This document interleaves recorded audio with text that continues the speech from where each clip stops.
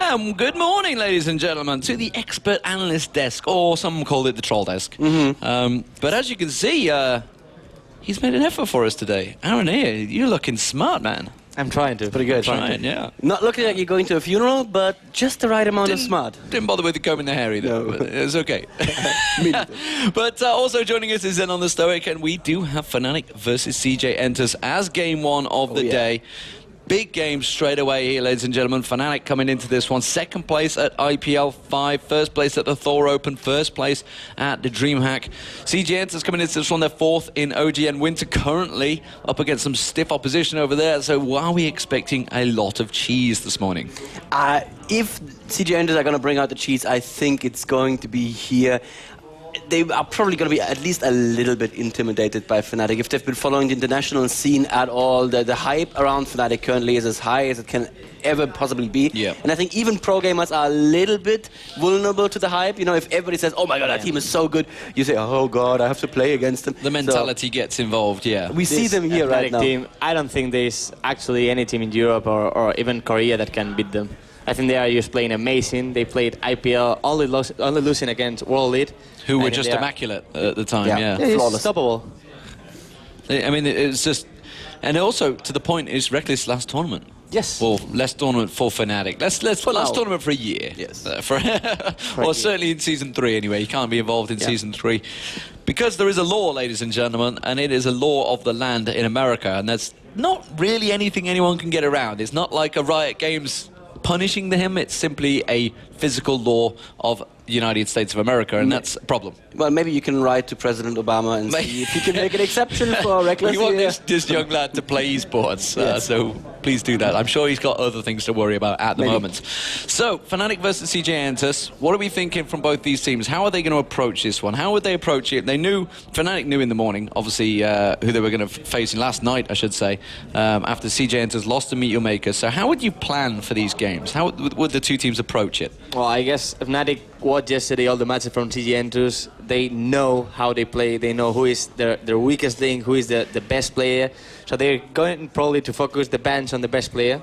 We think it was inSec, the jungler. So take Lee Sin away from inSec, yeah, of course. And there is the team. I mean, LongPanda has been going through so much suffering in the OGN League. He's been up against some of the very best of the world. He's going to be up against sOAZ today, so that's not exactly a step down.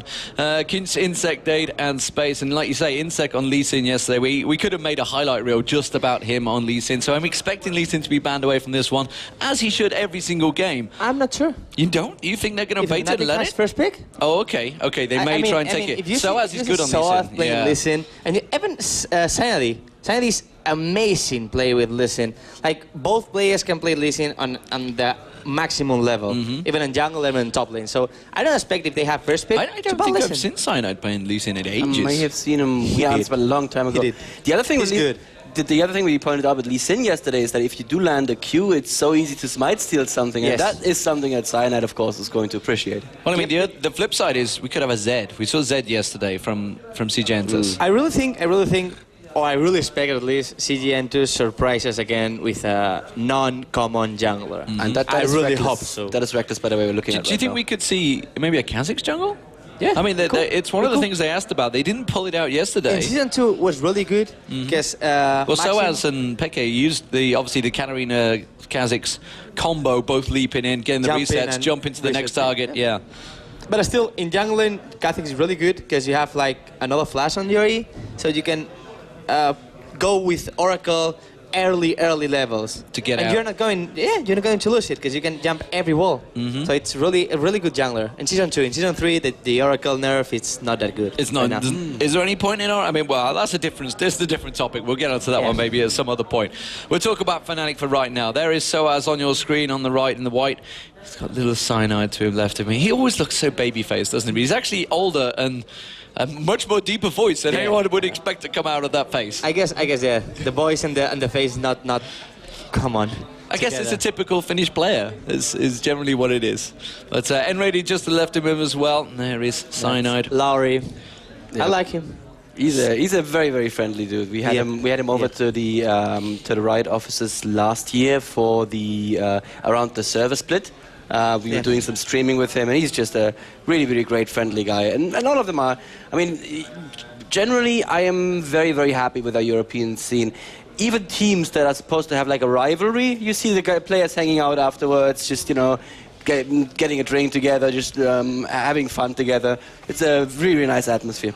So we are into the picks and bans, ladies and gentlemen. You can see the big smiles on the face of CJ ENTUS there. They're enjoying themselves here at the Intel Extreme Masters in Cologne. They are on the main stage with the crowd facing them. FNATIC on stage 2. I can do the predicts. So you can do the predicts. Go for it. The bans are already done. They know exactly what they're going to ban against each other. Yeah. And we see the first ban from CJ ENTUS was Listen. Yeah. Probably one of the best picks of inSec. It's already banned by them. Yeah. And so FNATIC learning from the lessons that you guys had. Yeah, they did want to see a Korean singed. But the question is this. Yeah. FNATIC took a while to sink in. FNATIC do have first pick in this. Why wouldn't they first pick Listen? FNATIC will first pick Listen. Well, Listen is banned. Yeah. Oh yeah, okay. Would have. Oh yes, yes. Sorry, I got a little confused. It's early in the day. It's early in the day. I'll take it from here then. All right, go ahead. So Singed, Evelyn, and Rengar being banned out for FNATIC. And now we probably standard. Yep. Cho'Gath. I was going to say Cho'Gath or Katarina was the first pick always of FNATIC, and then we see we see Czaru, and TF first pick from CJ ENTUS. I was this morning talking with xPeke, and he was kind of laughing of the Korean and Asian people first picking TF. Right. Since they playing against SK Telecom, and their TF wasn't extremely that good. There was a gift. Yeah, MighTiLy did have issues where he teleported and died. Yeah, to xPeke was making some fun because he thought all the Asian people believe they have the skill of Messiah. Right. They're like, I'm little Messiah. I'm gonna play TF. And then they face xPeke, and he just destroyed them. Yeah. So we see again TF pick, TF first pick. So I really hope we see something like Diana or Katarina on xPeke's hands, and we can see how he can play against. Well, we saw Dade on TF yesterday, and again it was average, I would say. There you go, the Katarina pick for xPeke, and a really probably. And the thing is, Diana was available, yeah, so I mean that still was the perfect counter, really. But yeah, well, Katarina's is well a counter. I think it's really good. It's probably better counter Diana because with Diana you can stop TF ultimate. That's what I mean. Diana counters TF. Exactly. Katarina rather. But still, I think xPeke feels more comfortable with Katarina. So we're gonna see Katarina on mid lane, and also we're gonna see Ezreal Czaru. I think that bottom lane is the FNATIC bottom lane all the tournament, or almost all the tournament. They're trying to pick Czaru and Ezreal always. And nRated taking Czaru over Leona. Yeah, always. I think lately he was trying to first pick Czaru over Leona. Even that his Leona is amazing, he's trying to always pick Czaru. Okay, so look at this now. I'm seeing a possible 2v1 switch by CJ ENTUS. The fact they've got Olaf in there, they've got the Nunu Katarina. I think they're going to try and push that top lane first. Actually, last times I saw sOAZ playing Zen, he didn't do that good. I don't know why. Like, when he plays Kha'Zix, when he plays Listen, when he plays whatever in top, he just destroys the enemy top. But with Zen, you have an ultimate to help your team. And he's not that aggressive. But still, it's sOAZ. He can play everything. It could be a jungle Olaf, though, if that Jax gets locked in. It's jungle Olaf. If you see he has Ghost already, so Ghost and Jax or Nunu is not worth it. It's, it's going to be Olaf jungle. And you don't want a 2v1 with Jax. Of course, you don't want him. Yeah, he's generally not going to work out so well. So it looks like LongPanda will be taking Jax in the top lane. So Jax versus Shen, pretty balanced fight, that one. Down the bottom lane, what are we thinking? This is the challenge for Rekkles. He had many challenges the other day. They're swapping the summoners. I saw xPeke and sOAZ with teleport, both of them. I would like to see that again. The TC teleport tactic. Let's see what they do. They may leave it to the last second because this tends to be what happens. They don't want to give things away, just in case anyone anywhere can see the screen of the summoner spells. They don't want to so that they. I mean, I should point out they're in stage 2, so they've got no vision of any TV anywhere in that place.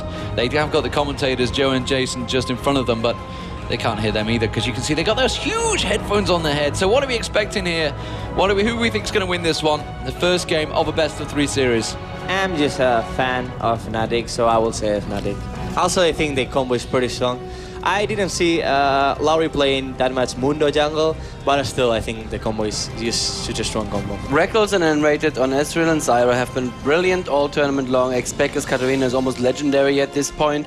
I don't know that CJ ENTUS have got what it takes to stop FNATIC here.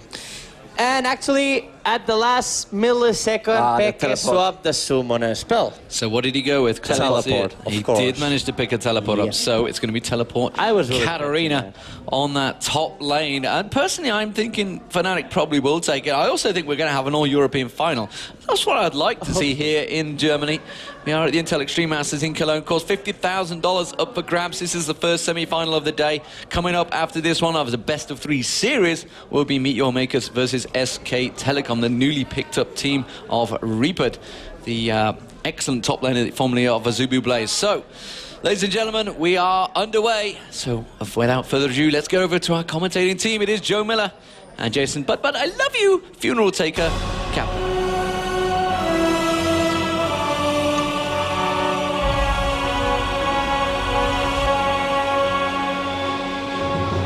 So here we go then, FNATIC taking on CJ ENTUS. As you can see, we've got a pause early on. Someone actually disconnected there, I think, from FNATIC's side of things, if I'm not mistaken. So they're just going to be fixing that one up. But that gives us a little bit of time, Jason, to talk about everything that's going on in this game and how we feel it's going to go down. And just to touch on that point, the guys are actually sat behind us, but we've got these special screen reflector things on. So they can't actually see. I can't even see your screen from here, so... Well, they've got no prayer, that's for sure. But what do we think on this one, Jason? I mean, FNATIC, I called pretty much their picks, not going to lie, in that one. It was kind of obvious to me that Rekkles was going to end up getting Ezreal after they didn't put it in that first round of picks, as we just see Cyanide actually left the game. So I'm guessing he's the one with the problem currently. Yeah, we did see CJ ENTUS run 4 of this 5 combo against CLG EU yesterday. It worked out for them because CLG couldn't get to that Caitlyn. If they can protect her, going to be doing very well for them. But I mean, looking at over at Champions, I mean, we have a really strong lineup for FNATIC. They have a really tanky team with that Shen, with that Mundo. And of course, Katarina, I mean, really isn't much to say about her, especially in xPeke's hands. And then nRated is playing his most played champion, Zyra, and then Rekkles. I mean, we talked about on day one, you can't give them Ezreal, you can't give them Zyra, and yet we're seeing it again. Yeah, Ezreal Zyra, this combo has been so successful for FNATIC. Already in this tournament, we saw it at IPL countless times from them as well, which, you know, they were just brilliant on it. nRated and Rekkles are a real strong combo right now, that's for sure. Cyanide in the jungle with Mundo, like you said, pretty tanky in there with Shen as well, sOAZ, who, in my opinion, and I think in the opinion of a lot of people as well, I know Deman said this one on day 1 or day 2 or sometime in the last 3 days, that sOAZ definitely is up there with the best in the world, and some people would probably put him on that #1 spot in the top lane as well. From CJ's side of things, as you said, they ran this the 4 of the 5 that they've got now against CLG. Obviously, it was Zed that they had in the jungle for that game instead of Olaf, which I still think, you know, that Zed was actually scary. Yeah, it was. I'm not sure if it's because inSec was so amazing. I mean, he did play an amazing game with it, or whether it was really the fact that they didn't know what Zed was doing. Like, what does Zed even do? I actually spoke to Snoopy after that one, and I think that was half of the problem for them with that, because they didn't really know what to expect coming out of inSec on Zed. Olaf, he's going to have played Olaf more than Zed, that's for sure. So this could still be a massive combo coming in for CJ ENTUS. Yeah, and actually, Mokatte yesterday, we were doing the interviews with them after or before they played against CJ ENTUS. They were saying, yeah, we're going to ban Zed because we have no idea what he does, no point in going up against that. We'd rather go up against his Lee Sin, where, you know, we're more comfortable, we know exactly what he does, but we do have Cyanide reconnecting.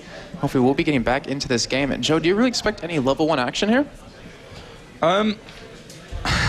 It's a hard one to call. I mean, typically throughout this tournament, we have seen quite a lot at level 1, actually.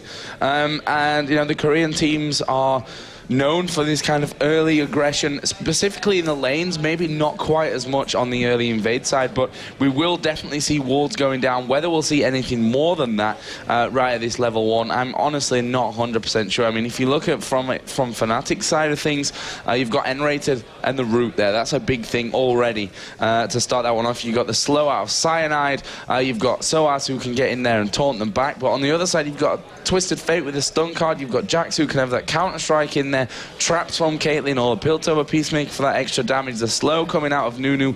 Olaf's got his slow on the axe as well, or the Rekkles swing if he ends up going that way for that extra damage. So there's quite a lot of diverse options, I'd say, at level 1 here from both of these sides. Well, looking at CJ ENTUS, we actually see Twist of Fate did pick a card first as W, so he can get that gold card off. We do see the Undertow done for inSec. We see the Trap actually done for Caitlyn, so we potentially could see this happening. Blood Boil out of Nunu, and LongPanda hasn't really picked up anything yet, but he could go for that Counter-Strike. And, I mean, they have a really CC-heavy level 1 fight, and FNATIC, I mean, they have a decent amount of CC just with that Shen Taunt and the Grass Range, just like you were saying, but they don't have a lot of damage behind that. And that would be a big problem here. But we do see, well, in-game, we have actually a Boots and pot, or Boots, 1 pot and 1 ward for nRated. So that kind of gives you an idea of what they're trying to go for. It won't really be an invade on their side. And we might even see that lane switch that we seem to be talking about setting up. I believe it's the, well, I believe it's actually putting Caitlyn Nunu top lane. Yeah, but you don't want Jax to be in a solo lane. So I'm not sure, or, in a 1 versus 2 lane. Obviously, a solo lane is where you want him to be. So, yeah, I'm still not 100% sure what we're going to see from this one. You can see Cyanide there in the middle.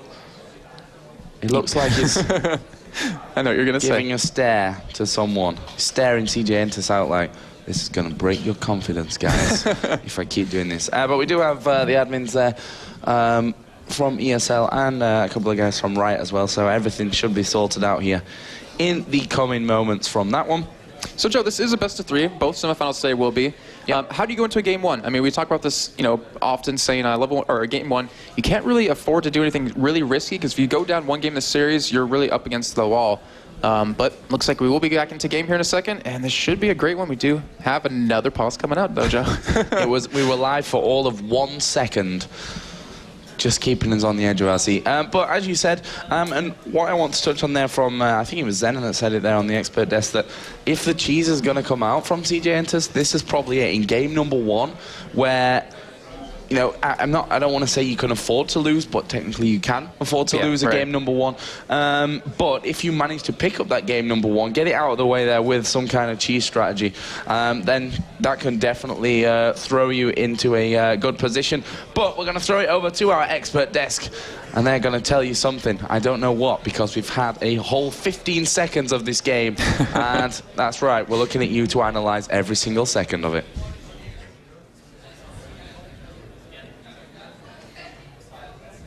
And welcome back, ladies and gentlemen. We can break it down. The items they've bought, they've got health pots, they've got boots. A lot of boots. With the items, we can know exactly what is going to happen right now. So tell us, break us down the entire... It's going to be a 40... Tell us the strategy right now. We predict a 40-minute game now because of the items they bought. Yeah. Yes, absolutely. Well, what I can tell you is that clearly FNATIC have this superior teamwork here where Caitlyn is splitting off from the team and FNATIC is staying together.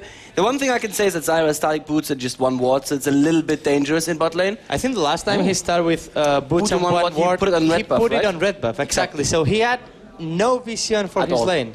But he That's does something risky. He does have seeds. He does have the seeds. It's Still, not that great. Seed doesn't give you that much vision. Yep. And the thing is, if CJ ENTUS watched that and CJ ENTUS watched a single time nRated with only 1 ward and watch the invading, they can try to force a gank on bottom. But last days, we always saw inSec perma ganking the top lane. Right. That LongPanda, I think we heard that he wasn't that good on OGN.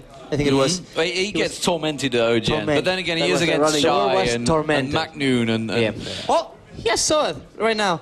Exactly, You this can't is what we compare mentioned. sOAZ with any other top lane. He's amazing like them. So let's see. Still, I think Jax in a 1-on-1 versus Zen should win Jax. Like probably first levels, Zen can harass a lot with the passive, with the Q, but still, in the moment that Jax has like level 4, level 5, and of course level 6. So you think it's more a balance of characters, that one, rather than a skill lane, which you sometimes get with the Aurelia Jax?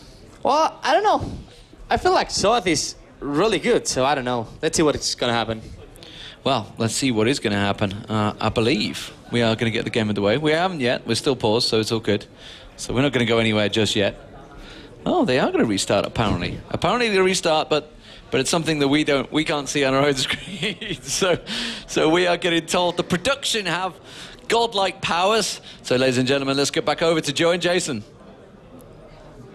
And we are in a similar situation here, actually. We don't really know what's going on, which is great. We've got all of these people around us. Not one of them is talking to us. But that will get communicated here in just a little while, hopefully, and we can tell you exactly what is going to be going down. Just as we took our jackets off, Jason, because we were getting right back warm, to us. they come back to us on camera. And now I've got short sleeves, you've got long sleeves. That makes me obviously cooler. So we are into the game here. Not sure if we're going to stay with it or what's really going on, but it looks like we're going to be staying with it anyway.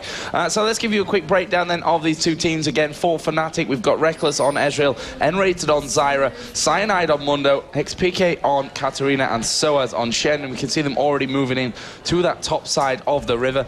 Are they going to try and make a grab here on towards Dade on Twisted Fate? They're going to come in from both sides. Taunt actually misses. There's a flash away from Dade, but here comes First Blood, and it goes to sOAZ. What a start for FNATIC. Can they get any more here? Will they be forced to back away? Yes, they will. First Blood is, well, a happy position for them to be in. It's going to help in that middle lane as well. The assist coming in onto Katarina. But we talked about sOAZ in this top lane. He's got First Blood now. He's going to go straight home. Picks himself up a cloth armor, a ward, plus extra pots. That is a big boost for him in this top lane. Yeah, we saw how hard CJ Entus was camping that top lane against CLGU on Wicked. But now having Twisted Fate's his flash down, Cyanide should probably be taking advantage of that, give Katarina some early kills on, and that will help her snowball throughout the rest of the game. And that cloth armor ward can help out quite a bit against Jax. But I mean, Jax can beat Shen easily. You know, level 6 passed. And we do have, looks like Mundo going to be starting out at his rates here, most likely going towards that red buff. And Caitlyn putting on some good traps around the map, if you can see with those red dots. Just trying to cover any entrance in the blue. And we do have Dade actually coming around the side here. He steals it away. Yeah, obviously that's a nice start for, or I say a nice start, since he died already. It's a nice after start for him after dying. Either way, it's going to deny Cyanide that little bit. He's going to be getting down on towards that red buff. Now we can see Olaf doing his blue here on the CJ Entus side of things. And we saw Jax also headed over. Who went low? Cyanide getting really low, yeah. Cyanide in the jungle. Don't want to be dying at this stage, which you wouldn't expect Cyanide certainly to do. There was a ward put down by FNATIC, so they actually saw Jax's position in and around that red buff area. But we'll see now how LongPanda can really deal with this one, because as we said, he's been tormented, I think was the key word out of OGN in this top lane by a lot of players. And we can see that sOAZ going very aggressive onto him once again. There is a counter-strike coming out, but LongPanda being forced back again. Yeah, that's that early level advantage. I mean, push this lane a little bit with that extra kill in the mid lane. Got him at level 2, which LongPanda can't do much against. We do have Olaf heading up towards the top lane here. Shen might be in trouble. Does have Flash get away, though. And pretty sure sOAZ will be smart. Cyanide coming around from the lane as well. This could be a counter gank here. Yeah, this is going to be very interesting. His inSec does start to come in. Here is the counter-strike going down. sOAZ now will dash himself out, but here comes Cyanide from that backside. They don't want to be giving these double buffs over to anyone. The Cyanide flashes away. It's completely fooled him. LongPanda goes down. Here comes Katarina as well. Shen does die, but we do see a double kill coming out of Olaf. Well, PK will pick that one up, gets himself the double kill. Crazy, crazy stuff in this top lane. And there we see the power of that teleport again. That flash. That's all you have to really say for that one. Completely juked them there. They even ran to the bush and like, wait, where did he go? Though Olaf, like you said, picked up 2 kills. Katarina was able to get one right there. Shen was able to get one as well. And even... Actually, who picked up first blood, Joe? It was Shen. So Mundo picked up the other kill. Got a Doran's shield with that. And xPeke got double buffs now. Going to be really hard for Dade to do anything against him. Though in the mid lane, he did push it down. Got a little bit of damage on that turret. And as you see this bottom lane, CJ Entus, this is what they've been doing every game when they run this Caitlyn Nunu combo. They just push as hard as they can against his turret, but then it's against Rekkles, and he's playing his favorite champion, going to be able to see us on a tower quite well. Yeah, I mean, obviously Caitlyn does have that range in the bottom lane, and with Blood Boil on, it's hitting pretty quickly as well, but you've just got to be real careful there in terms of obviously getting ganked when you pushed up that far. But if those roots start to land from Zyra, they will end up going aggressive onto you. I mean, we do have a cleanse from Rekkles and also a ignite with nRated, so they've got plenty of aggression to go with in this bottom lane should they want to. Top lane, Jax has come back in there with a Vamp Scepter. Shen already got the Ninja Tab. Be finished off. Yeah, and he actually kind of lost a little bit of level advantage. We see LongPanda is pretty much caught up with him completely there. The mid lane, you're seeing xPeke. He's trying to, harass a little bit onto Dade, but we do have Olaf coming around. Actually, will be spotted right there by that ward, and xPeke should be able to get away here. Though Cyanide in the bottom lane, just putting a ward on Dragon, just trying to make something happen at that bottom lane. And Joe, do you expect to see any early oracles? Because there's a lot of wards going around the map already. Early Oracles, quite possibly, out of Mundo, and I mean, inSec got double kill there, so certainly racking up that gold. Already got his Philosopher's Stone finished, so he's going to be generating a good amount, so we could see that early Oracle coming into play for that one. Actually, we did just see a ward get put down here by inSec, and actually Mundo's position was given away from that one. In the top lane, we can see that LongPanda starting to feel that bit more comfortable now against sOAZ. The CS up there, 22-26, so Jack's got a slight advantage with that one. He's going to be headed back home again, though, to spend his 600 gold, and there is the Doran's Blade. And a ward, most crucial. And a ward. But the thing is, Joe, we do have, with that teleport on xPeke and with the global ultimate off of TF, not to mention Shen, we could have a lot of ganks coming in multiple lanes. It could be, 2-on-2s in the bottom lane, turning it into a 4-on-3. And I want to ask where the action's going to come down in these lanes, but with all these global presences, it's really hard to lock that down. Yeah, I'm going to have my finger hovered over the Q key here to follow Twisted Fate wherever it is decide to go in. That's what that one, once we see that ultimate popping up on the FNATIC guys. As we do now have LongPanda back into that lane. Olaf going to be headed home, actually. And see what he goes for. Ruby Crystal in there, so looking like he's going to go double GP10. Yeah, or maybe an early Shrez. Obviously, that's not the ideal item you want to go for. That Heart of Gold giving you that much-needed income, which sadly, rest in peace, Heart of Gold. Not going to see that anymore with Season 3. But yeah, I mean, that's the kind of build that we typically see Olafs go in the jungle. You go for that Shurelya's, you kind of supporty. You end up building into a little bit of health eventually, but with that early Shurelya's with your Undertow, it's really hard for anyone to escape you. This middle lane is teetering a little bit. I mean, they are both level 6 now, which means that obviously Peke can put down a lot more damage. So Twisted Fate actually deciding, you know what, I'm not going to stick around for this one and risk giving that Katarina anything more than what that 101 that he already has. There's an Amp Tome, double Doran's Ring picked up for Twisted Fate. So he's going to be coming back into that lane with a bit more health, with a bit more power as well. Meanwhile, top lane, sOAZ, full HP, just harassing as much as he can onto LongPanda. They've both gone up to level 6 now, so with that teleport, with the Shen ultimate, with Twisted Fate ultimate in there, Jason, got to keep the old eyes peeled for this one. This is actually be a really crucial point because we have Dade level 6, like we were saying before.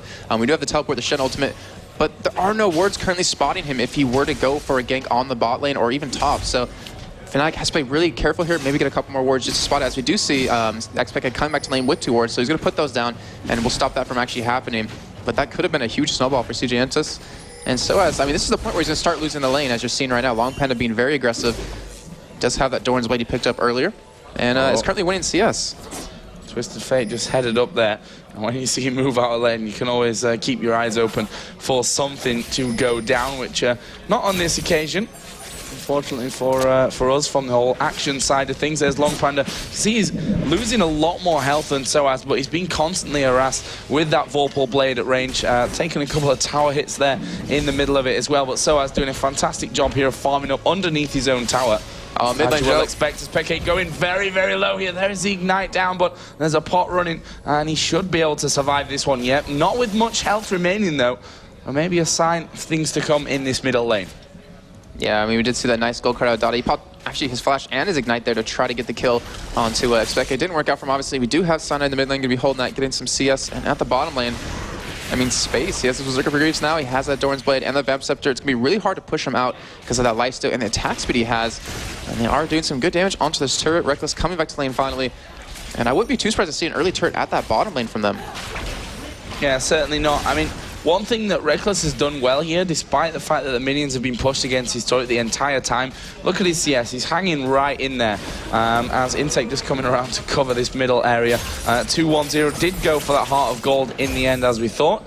Well, he's generating plenty of extra gold on his way around that jungle. And obviously that double kill at the start really helping out with things on that front. As Twisted Fate now is going down, not going to be making a move to any of those lanes though. Yeah, there's some really good warriors in the mid lane. One in the lane just to spot him heading down towards the bottom, and one in that little, I don't even know what to call that area, but right above mid, where he could teleport towards the top lane. So, I mean, xPeke doing exactly what he needs to against this Twisted Fate. And over the past couple of days, or most specifically yesterday, I wasn't too impressed with Dade's TF.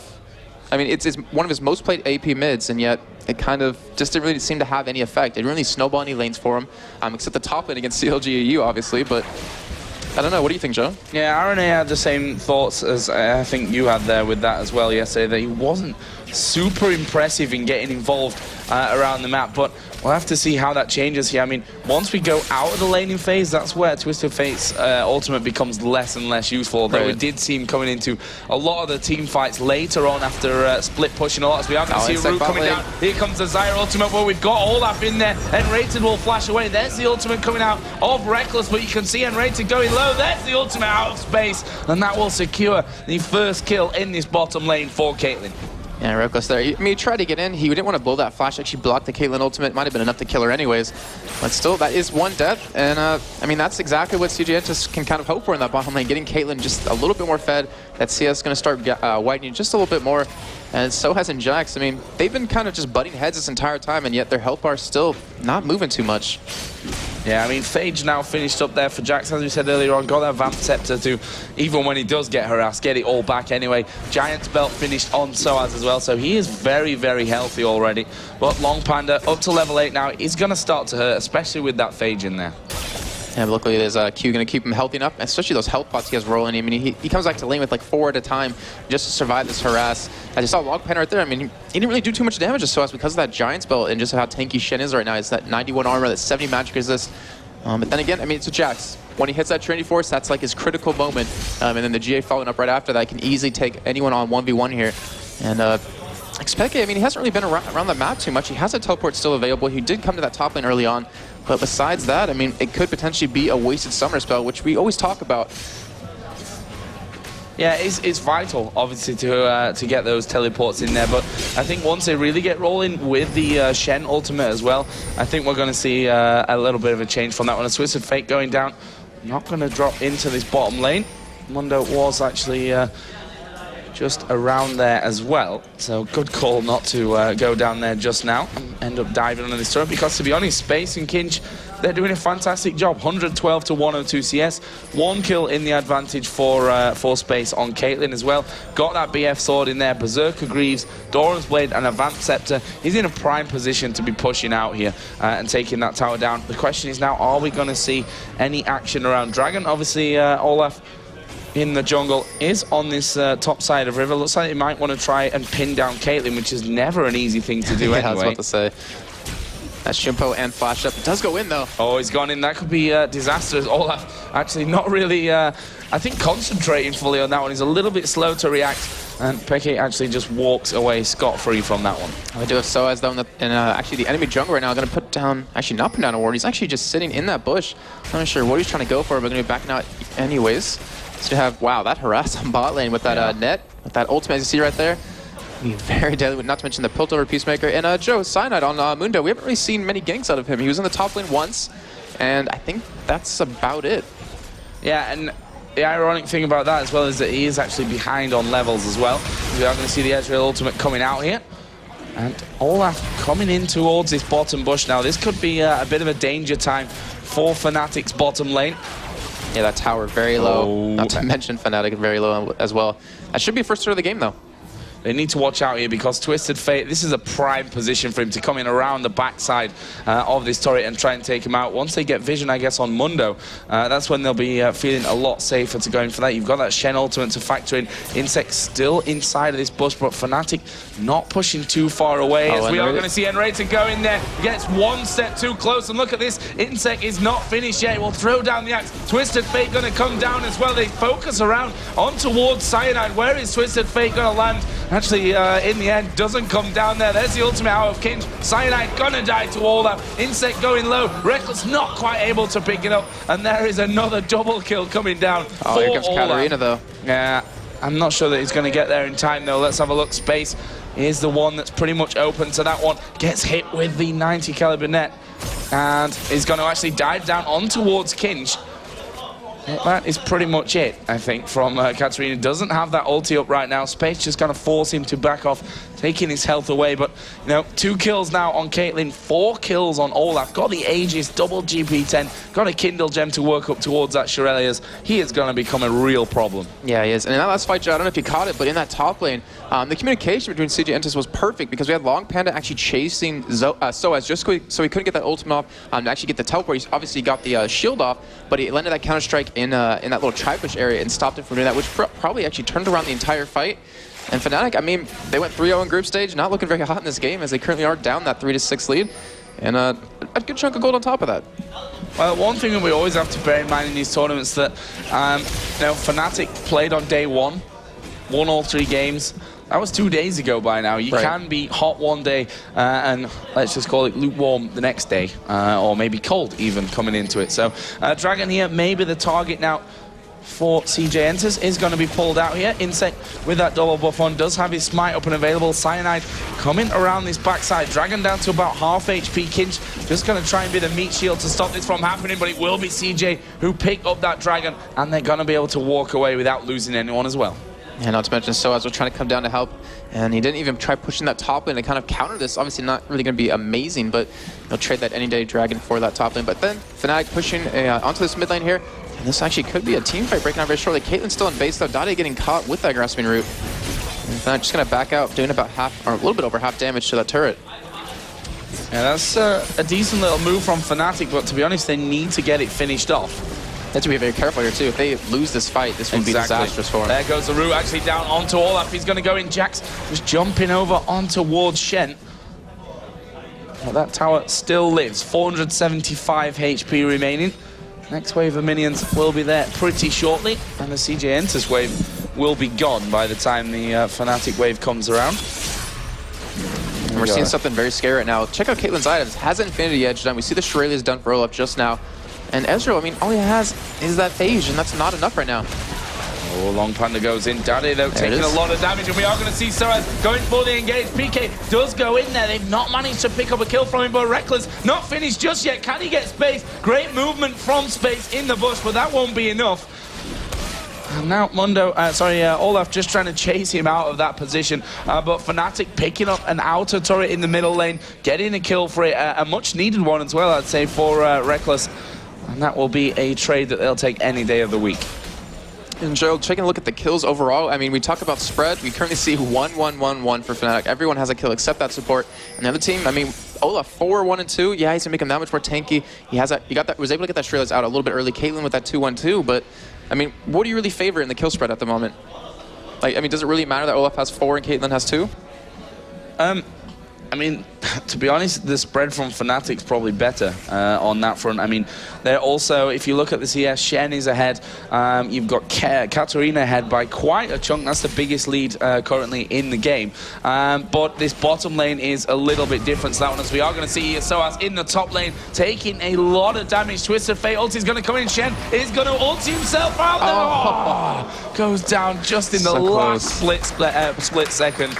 Nice job in from LongPanda with that vision, and it looks like CJ ENTUS are going to be taking a turret for this one. Between Jax and Olaf, they can definitely tank it up if needs be. Twisted Fate was there as well. Yeah, but I mean, that's a kill now coming down for Jax as well, which is, as I said, really important in the grand scheme of things.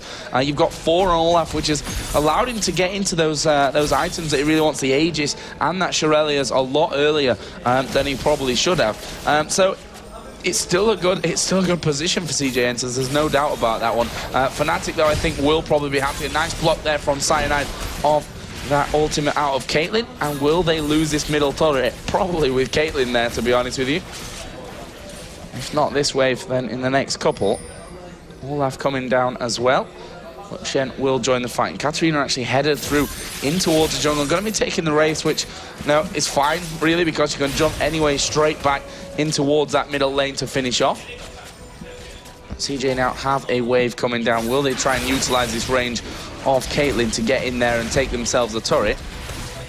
But being very hesitant. They don't want to lose a fight here, because that would be very disastrous. And one thing, Joe, real quick about FNATIC that worries me is the kill spread. Yeah, they have 1 apiece.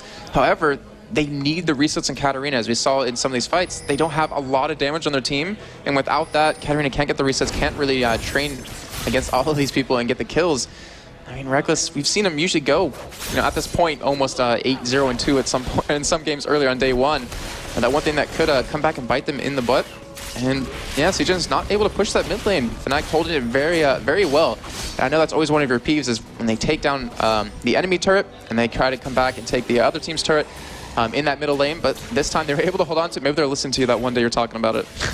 Well, they held it pretty nicely, that's for sure. But they're not done with it by the looks of things, CJ ENTUS. I mean, they got Twisted Fate there, those wild cards ripping already straight through the minion wave. Almost taking complete wave out, to be honest with you. But the real danger there is space with that range. But as you said, they can't afford to get engaged on when it doesn't suit them, because there is a good amount of CC out of FNATIC, and then you're going to have PK diving straight in onto the top to try and finish those kills off. Meanwhile, Jax is actually pushing this top lane out. sOAZ on the top side has been spotted there. They just pinged his position.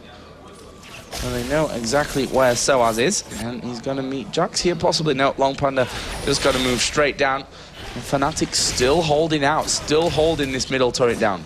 And CJ ENTUS, I mean, they can siege this turret all day because they have such a great poke comp with those undertows, with those wild cards, with the built over peacemakers, not to mention there's the range Caitlyn has on top of it with the blood boil. I mean, as you're seeing, they're still staying middle. They want to force FNATIC to stick around here. I'm expecting that bottom lane, trying to farm up, just trying to keep up in terms of gold and try to give his team just a little bit of advantage. And LongPanda as well coming back into this mid lane. We're off a 5-man push here, and this should be turret.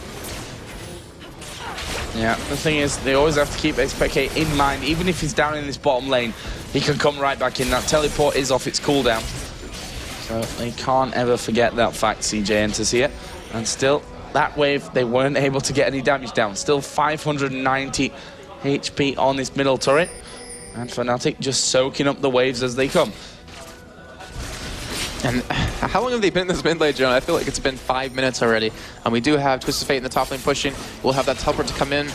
Grasping news. I mean, FNATIC just trying everything they can to keep this lane pushed out. nRated in the back. I mean, he's taking a lot of chip. He's down to about half health right now. xPeke getting caught with a trap there. But we do have, I mean, it's like a standstill. They want to force one team into making a mistake here. And either team just doesn't want to make that happen. Just doesn't want to, fall into a trap here, as we've been mentioning this entire time. But items, I mean, we do have that Wits End done on Shen. We do have that Giant Spout. Looks like he will be going into Aurora Mogs here, since he has that Ruby Crystal. You see the Haunting guys are done on xPeke, and that's going to help out a lot for his damage. But like we were mentioning before, I mean, if they don't have Ezreal fed, they're not really going to be able to do too much. Czaru. I mean, we saw one auto attack, I think, there from Caitlyn in that last wave. Roots come down, went down onto Olaf, though, so now it's going to be a case of who gets low enough first here in this little fight. And I'd say it's probably going to be FNATIC with the poke that we've got coming out of CJ. They've got to dodge those built over peacemakers, dodge those wild cards coming down. The axes out of CJs. It looks like they may want to get involved here. Cyanide going to be popped. There's the ultimate out of Rekkles. We've got xPeke in the middle, but he will go down as well. Now Twisted Fate going to be popping that ultimate to keep the vision. May come in off that other side as well, but this is a bit of a whitewash. There is Dade from the side, and that will be an ace. And CJ, as I said, they were poking until they felt it was the perfect moment. They were low enough to take it. They've now had 2 turrets, they get the ace, and they are 12-4 in the lead, and they're approaching a 10,000 gold lead. And that was amazing how just quick Cyanide died in that fight. He popped his ultimate just to have the extra regen, but it didn't even matter. They just destroyed him. And they're trying to go for that inhibitor turret, going to be backing out though, just so they can stay healthy, not see a counter baron happening. But, I mean, that was the entire thing I was saying about FNATIC. They don't have the damage at the moment to get those resets. We do have Kettering in the bot lane teleporting in, but I don't think he's actually going to be able to catch him here. Oh, and as I say that, he hops right on him and kills him. Don't think he's going to be able to catch... Oh. Flash I meant Olaf in base. Huh? I meant Olaf in base, clearly. Yeah. I just had to look down the gold there. There was like 2,000 on everyone from CJ ENTUS before they went back there. And if we look at how these kills are now distributed, a lot healthier. 6 for Olaf, 1 for Jax, 1 for Twisted Fate, 3 for Caitlyn, and even 1 in there for Nunu as well. Trinity Force is finished on Jax. That's a big item in there. Oh, we can Baron. see. Oh, wow. FNATIC feeling like they are really far behind in this one, then, I guess. Oh, and as I said, they back out. Come on, guys, they're killing me here. I say one thing and they do the other. But yeah, trying to go for that sneaky Baron. They know they are really far behind at the moment, as we just saw CJ ENTUS. They almost turret died. I want to say almost because the tower died as they went in. But inSec, I mean, with that Shrillius pop is very scary, as all of FNATIC just kind of backed away from that. Not much fighting happening because FNATIC was just trying to retreat, trying to stay alive. We do have Dragon up. hasn't been taken twice this game, and it looks like CJ just setting up for it. They're expecting the bot lane. Gotta be a little careful here. Doesn't have a way to get away though. Has that Shumpo and should be fine. Yeah, there it is. Just making sure. And all that's not done. inSec charging in there. In the end, I think deciding, okay, I'm not going to be able to catch that one off, as we are going to see Ezreal ultimate coming across.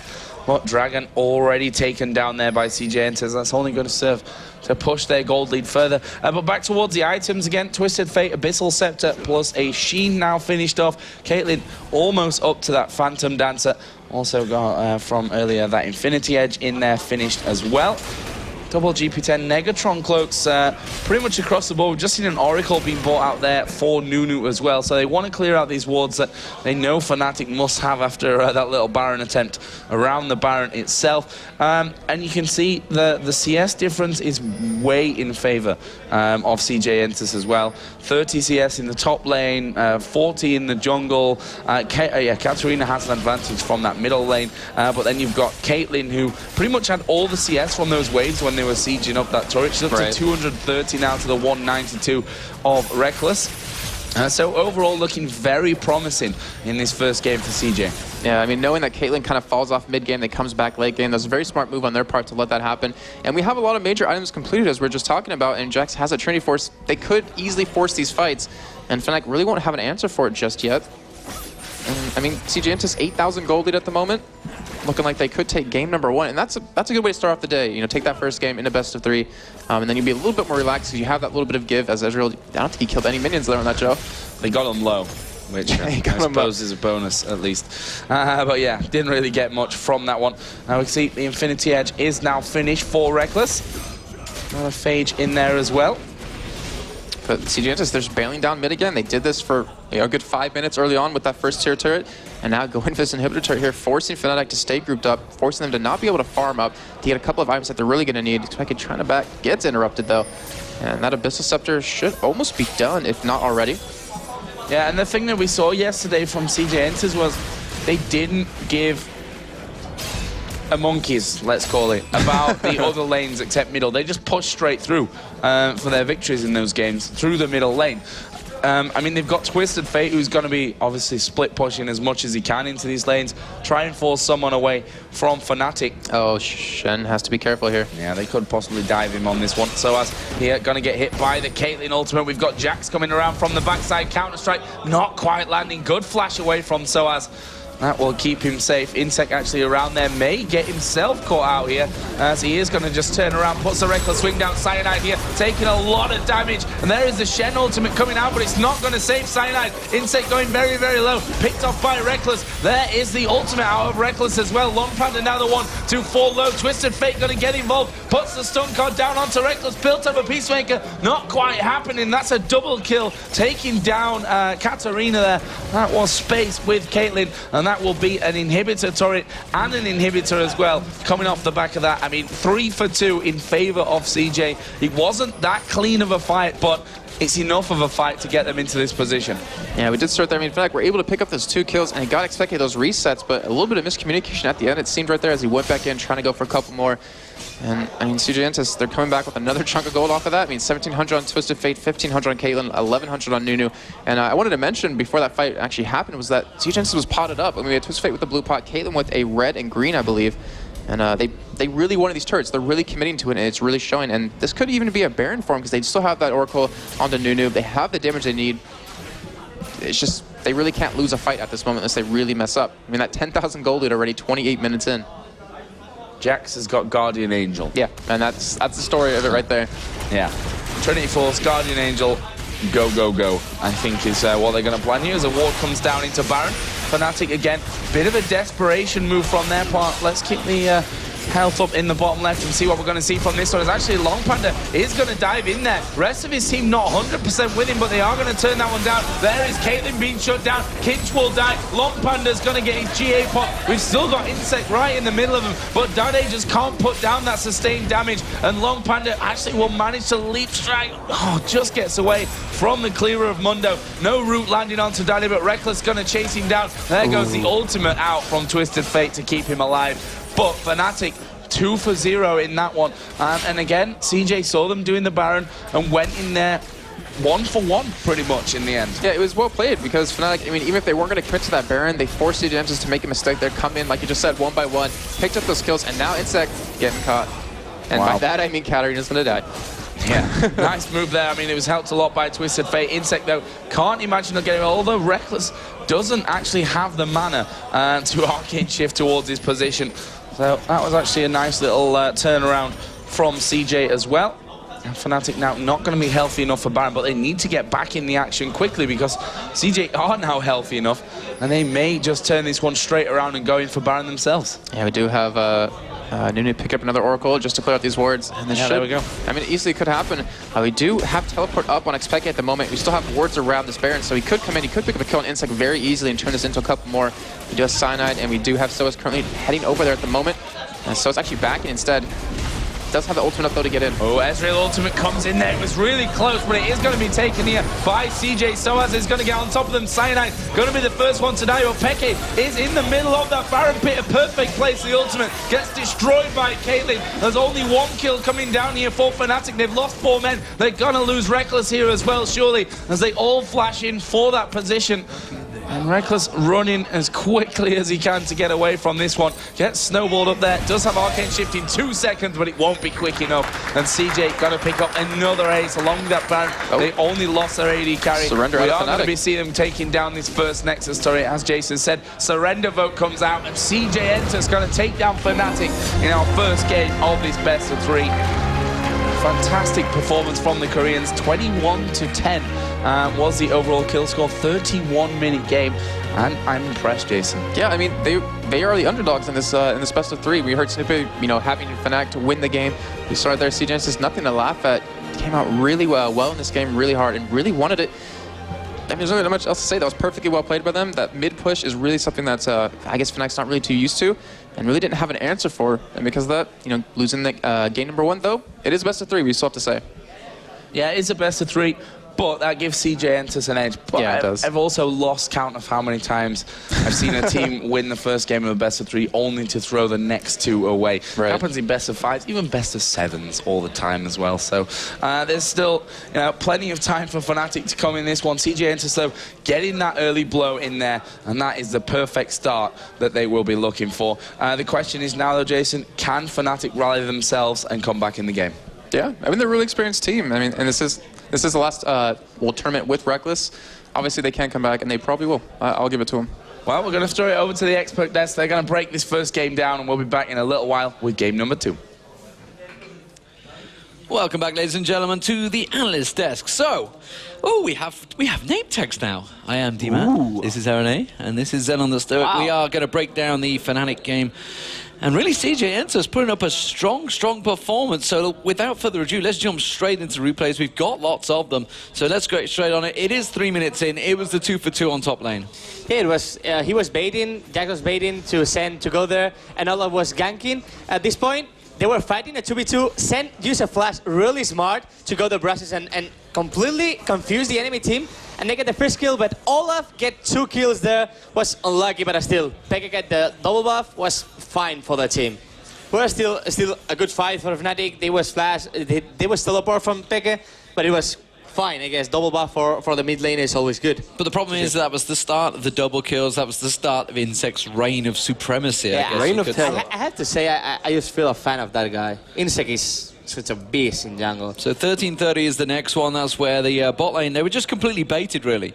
Yep, it was a completely bait. I was talking here that Ola was coming and they just get baited because Evan TF had to ultimate. This is the and start we're gonna saw something really impressive from the TF.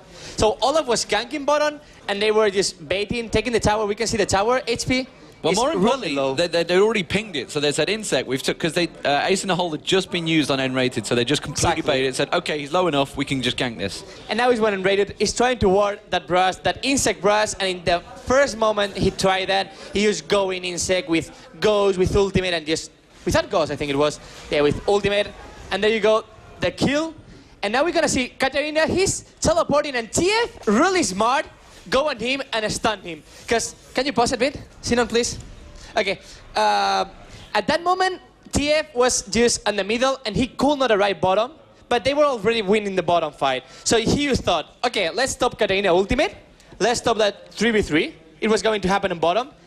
And he did it. He did it perfectly. That TF was an amazing play, stopping the Katarina teleport. And then we see that Cyanide get completely baited with the double buff and half HP. He was joining the battle and probably Pekka said, go Mundo, because I'm arriving there with my teleport. But slowly someone stopped the teleport and they got baited and got 3 kills for, I think it was 2 kills for inSec and 1 kill for SPeke, right? Can we just check the top? Is that so? Did Jax go in and stop this ultimate as well? I think he did. Yeah, he did. He went in counter-strike. He went in and counter-strike the top. Oh, wow. Let's have a look at that. So he's about to stand united, and he comes across. Actually, use it. There's the counter-strike, I think. How did he stop it? He must have... He I just think he stopped cancelled it just with the ultimate. With the stun, sorry. Right. So, but the counter-strike seemed to go off before it just... Yeah. I don't know, but they stopped it either way. So that's both lanes stopping 2 ultimates. No, Yes, stopped it. yeah, He's bottom lane, yeah. stunned. He's with the stun stunned, over yeah. the head. Just the graphics So still it was amazingly So played Twisted by Fate, ulti stun card. Jax counter-strike stuns Wow. him. So they stop 2 That teleport that stuns. is a play of the game. I mean, in that moment, it gives you like 3k or 2k difference and then a Drake. It was also a Drake for TG Entus, so it was like perfectly played by Absolutely all superb TG play. Entus. Was really nice. We flash on to 22 minutes 20. It's really the ace for CJ Entus here as well. It was on middle tower, they were poking so Yeah. hard. And we were thinking like, Mundo, use ultimate and don't go in. And he was like, nah, I have ultimate, I will go in. And this is the point that they were taking tower, and they tried to counter the tower killing with a team fight, but it wasn't really successful for FNATIC. We're gonna see now And the tower going down. could have ulted now, right? Yeah, he could ulti like before. Just when you have ultimate, just ulti and you get full HP. But he was thinking, no, we can probably team fight, so it's better. But they get tower down and they try to fight and they get destroyed. Completely destroyed. Katarina jumping in with ultimate, but it wasn't not enough damage. inSec was already really fed, and they get an ace. And now TF jumping on Ethereal and getting the ace finally. 5 kills, no kill for FNATIC. Was really. And it gave them 2 towers as well, and they completely pushed through. 27-10, this was the fight really that FNATIC just simply didn't have enough damage by this point. They were already... It was a really nice fight for them, but still. As you said, Deman, no damage, no kills. So this is it. I mean, it was a 3-for-3 exchange, and honestly, the rest of the team, they kind of went in, and Peke went diving in just towards the end, and they just didn't have enough to finish it off because he hadn't got the snowball going, mainly for the fact that stun card that was used earlier on. And there you can see him getting caught out. So one-for-one exchange. Jax goes in. Then this is around about the point Peke goes, I can do this. I can do this. Man mode engaged. No. It didn't happen. Maybe I could. And they lose the inhib as well. 3-for-2, not 3-for-3. Sorry. Well, 3-for-2. It's a 3-for-3. Oh no, 3-for-2. Yeah, you're right. 3-for-2, but still was not that bad for FNATIC, but still it was so much difference in goal. We can see 10k difference, and now a turret inhibitor is going to be even huge. And then finally from that, it was desperation time. Yeah. Desperation Baron at 2840. It was sneaky, it was smart Baron. They put a ping ward to do it, and no one from CG Entus was looking at that. And then Jax goes straight to put the ward, and they saw him they saw them doing the Nasa. We're going to see this. They put the ping ward, they were doing Nasa. They have Syra, it's really fast Nasa with Syra and Ethereal. And Mundo as well. It's like 3 of the faster Nasa, but then it's got the team fight. It's going to be like the end of the game with this. Well, no, the actual team fight goes in FNATIC's favor in this one. They actually get the 2 kills, but the problem is, straight after this, CG Entus came straight back to Baron. So, I mean, FNATIC picked up 2 kills, and you thought, well, maybe they're going to squeeze their way back into this. They couldn't, unfortunately, get LongPanda. He gets away with nothing there. inSec also comes back, and he gets away with absolutely nothing as well. And there you go, the ultimate used, he's zipped away, and they just couldn't quite pick enough off it. Yeah, this team fight was mainly led by Zenon. Zenon get Caitlyn and Nunu, and Peke just follow with the E and the ultimate of Katarina to destroy Katarina in 1 second. Now, so I mean, this is where they tried another go at Baron. inSec gets away, can't quite catch him out. We're at 29:30. They come back. CG Entus come straight back to this, but unfortunately, FNATIC have not reacted quick enough. They need to all be back in now because CG Entus are like, we need to get straight back to that Baron, and FNATIC just don't respond quick enough. You can see they're starting to do it, but it was again like yesterday. It was a fight from the junglers to get the Baron. But obviously against Olaf, with the true damage from the E and the smite together, you cannot steal it. Unless with Mundo. Mundo you can steal it if you are next to Baron with your Q, with your cleaver. Yeah, but he could not get closer to Baron. It was like he was getting shown, and all this smite against smite plus the E of Olaf was really hard for Cyanide. So we get first game for CG Entus. And a very, very good game. I mean, we saw that the skills available there. I mean, it really was all about that one fight. The move of the game, like you said. 13 complete stuns all across the board. Perfect. Fantastic stuff. So, CJ Entus win game 1 here at the Intel Extreme Masters. It is the semi-finals. It's a best of 3. We're going to take a quick commercial break. Game 2 going to be coming up shortly afterwards.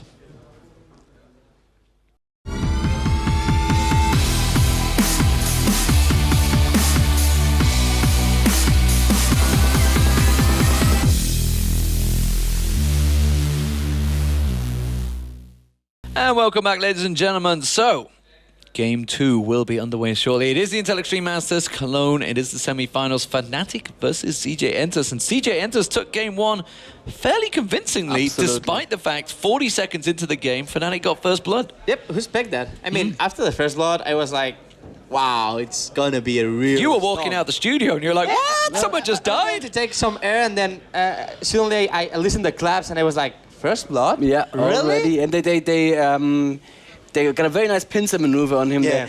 And I just want to point out that the reasons why CJ Entus won this game are exactly the areas that we thought they looked a little bit shaky yesterday, which is the team play and the coordination. And that was just, not only was it spot on, it was clearly better than FNATIC's in this game. Yeah. And that is rare. I'm just expecting some posts on any forum talking about that play, that they were ganking bottom and suddenly TF stopped Katarina teleport and then Jax stopped Zenon. Well, I mean, all 5 members of were involved in the fight, despite the fact they were at the top of the map, on the middle of the map. But it was impressive. It was a very impressive work. Impressive that TF ultimate, showing where is Zen to Jax jump and stun, and showing where is Katarina to jump TF and stun. It was, wow.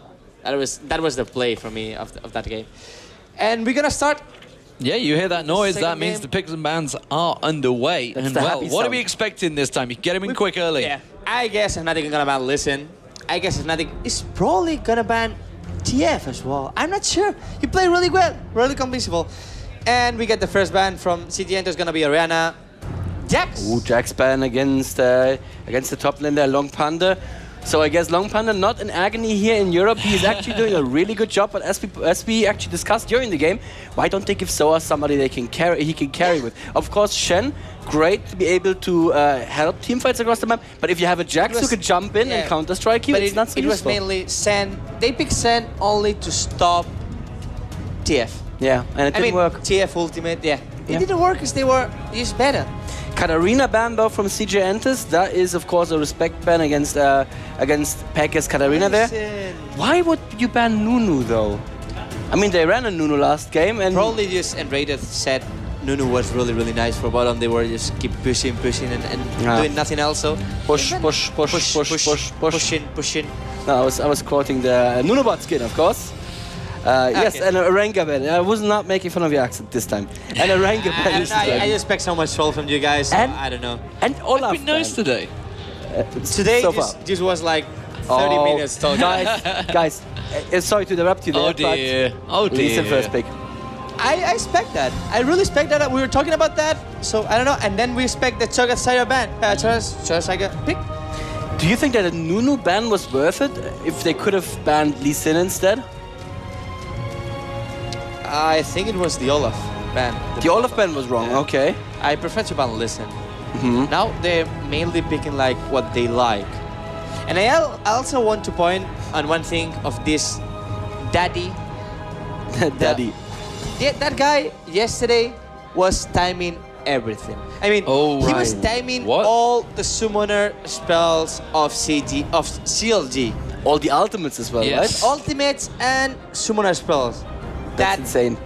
Impressed me.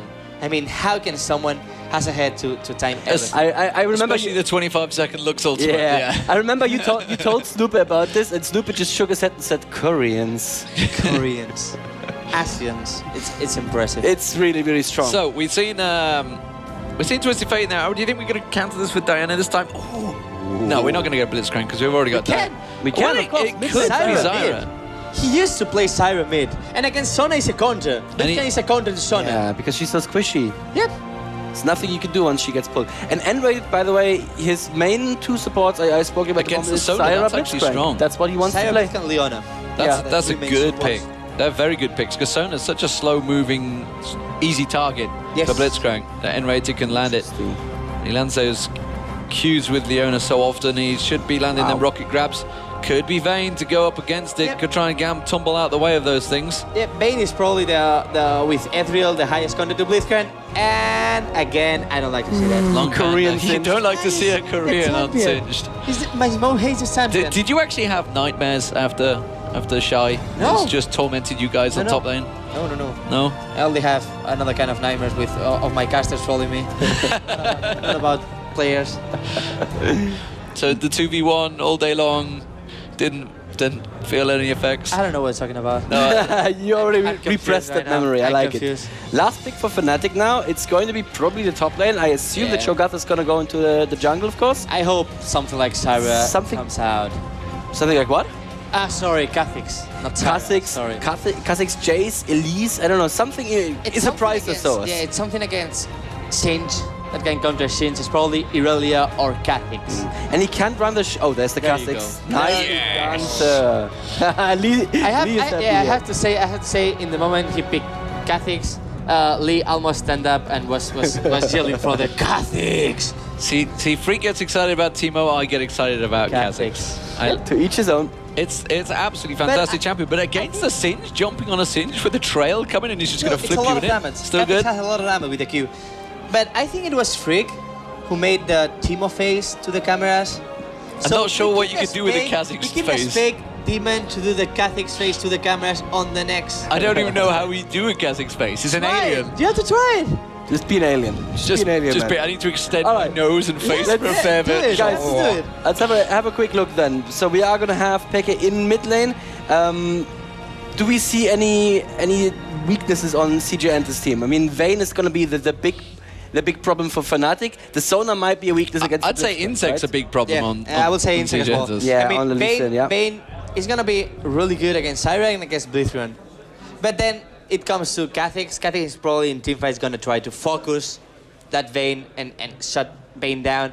And then we have like Zyra is going to try to control Singed. Because Singed is like going inside everyone and Zyra is perfect for that. Zyra can just eat you, ultimate you and stop that Singed. But still, we have to see how the laning phase is going. They have the teleport of TF. And last game, we have to remember they had Zen to stop it and Katarina teleport. And now they have nothing, no teleports. So very briefly, who do you think is going to win this one? I want to see a third game, so I'm hoping that FNATIC is going to win this. I'm a fan of FNATIC, but still I think CJ ENTUS has better setup right now. Wow, okay, we're split here, we are divided. Question is who will take it? Joe and Jason, take it away.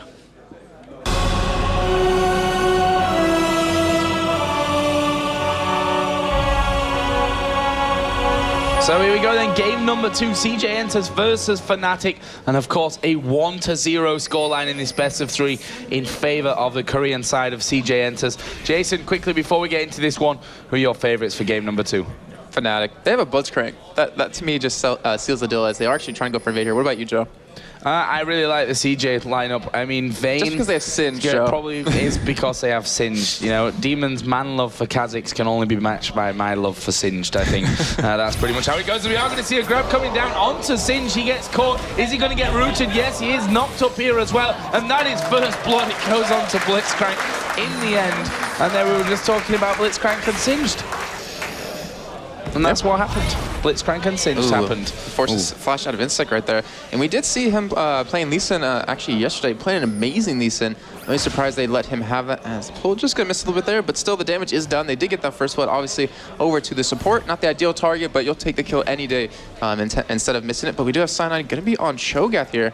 And we've actually seen a lot of his Cho'Gath, Joe, and I've been quite impressed over the past couple of weeks we've been casting them. Well, he's like the best stealer, right? With the Nom, with Smite as well. And Well, Cyanide is probably one of the best stealers anyway in the world. It doesn't really matter who he's playing, he still somehow manages to steal them away. So we are seeing CJ here with inSec obviously in the jungle, starting off by the Wraiths to go to red buff. However, on the other hand, we've got nRated and crew coming in here to try and steal this away. They're going to pull the red out of that backside. Pretty standard thing to do here when you've got that Blitzcrank in your team. There is the smite down. Cyanide will be stealing away the red.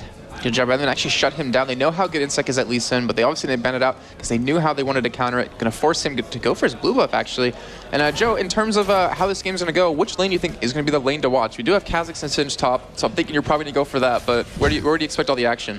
No, I think this bottom lane with Blitzcrank, honestly, like they're going to be trying to lock. I mean, Sona is squishy. Is so squishy at this level 1. I mean, 28 armor right now. So if they can get a grab onto Kkinsh, then they are in a lot of trouble in this bottom lane. Obviously, Twisted Fate, once he hits that level 6 as well, will be getting involved into all that kind of stuff. Vayne, she needs to have that time to, you know, build up to where her strengths are, which are obviously going into that late mid game and into the late game as well. So they've got to stay very safe here, Space and Kkinsh. If they end up getting pulled, it could go very wrong very quickly for them. Yeah, we do have Rekkles yet again. He's played Ezreal every game this entire tournament. I mean, he's very good at it, so why not? But yeah, I agree with you. Bot lane is definitely where it's going to be at with those Blitzcrank pulls. And it's really up to Kkinsh to actually, you know, play very, very passive and very defensive and not really get pulled. But still, top lane, I mean, Singe, he's one of those champions where he can just run around your team and just run circles around you. But sOAZ, I mean, on Kha'Zix, you have that slow, or if you evolve your W and actually are unseen for a quick second. We do have inSec in the top lane coming in from the lane. And in the meantime, Cyanide coming in as well. He will be spotted by a ward, though, in the top. nRated now finally back into the lane. He is still level 1 to the level 2 and almost 3, I guess. Yeah, almost 3 there for Sona. Well, he'll be catching up that one pretty quickly. Actually, Lee Sin was spotted by this ward here by the CJ blue buff. So sOAZ knows that this Lee Sin could be sniffing around for some action, so shouldn't end up getting caught out by that one unless something goes terribly wrong. Could basically leave the player focus there on nRated, I think, to see when his Q comes off cooldown, to see when he can get those grabs in. Meanwhile, at the top, we are seeing CJ have revealed that inSec is in fact up there, and sOAZ's feelings were proven correct. Yeah, I'm keeping an eye on the spot lane for you, Joe. Whenever you leave it, I'm looking at it right away. But yeah, I mean, early CS pretty even, as we do have in the mid lane xPeke with a nice little advantage there. It's 80 carries both tied up, and the thing about Czaru is you have. The thing with Czaru is you have really good range, so you're able to harass against his Twisted Fate's gold card, which if you can, you know, stop that, you're pretty much not going to take too much harass at all. It does have those 2 health pots and those boots, and we actually have a lot of magic resist on TF and Czaru, both at 42. Oh, Cyanide coming in here around the back. Blue card has already been popped, so he's got no stun for this little bit of action. Forced to use the flash away there is Dade, and that will be nice. Summon a spell blown.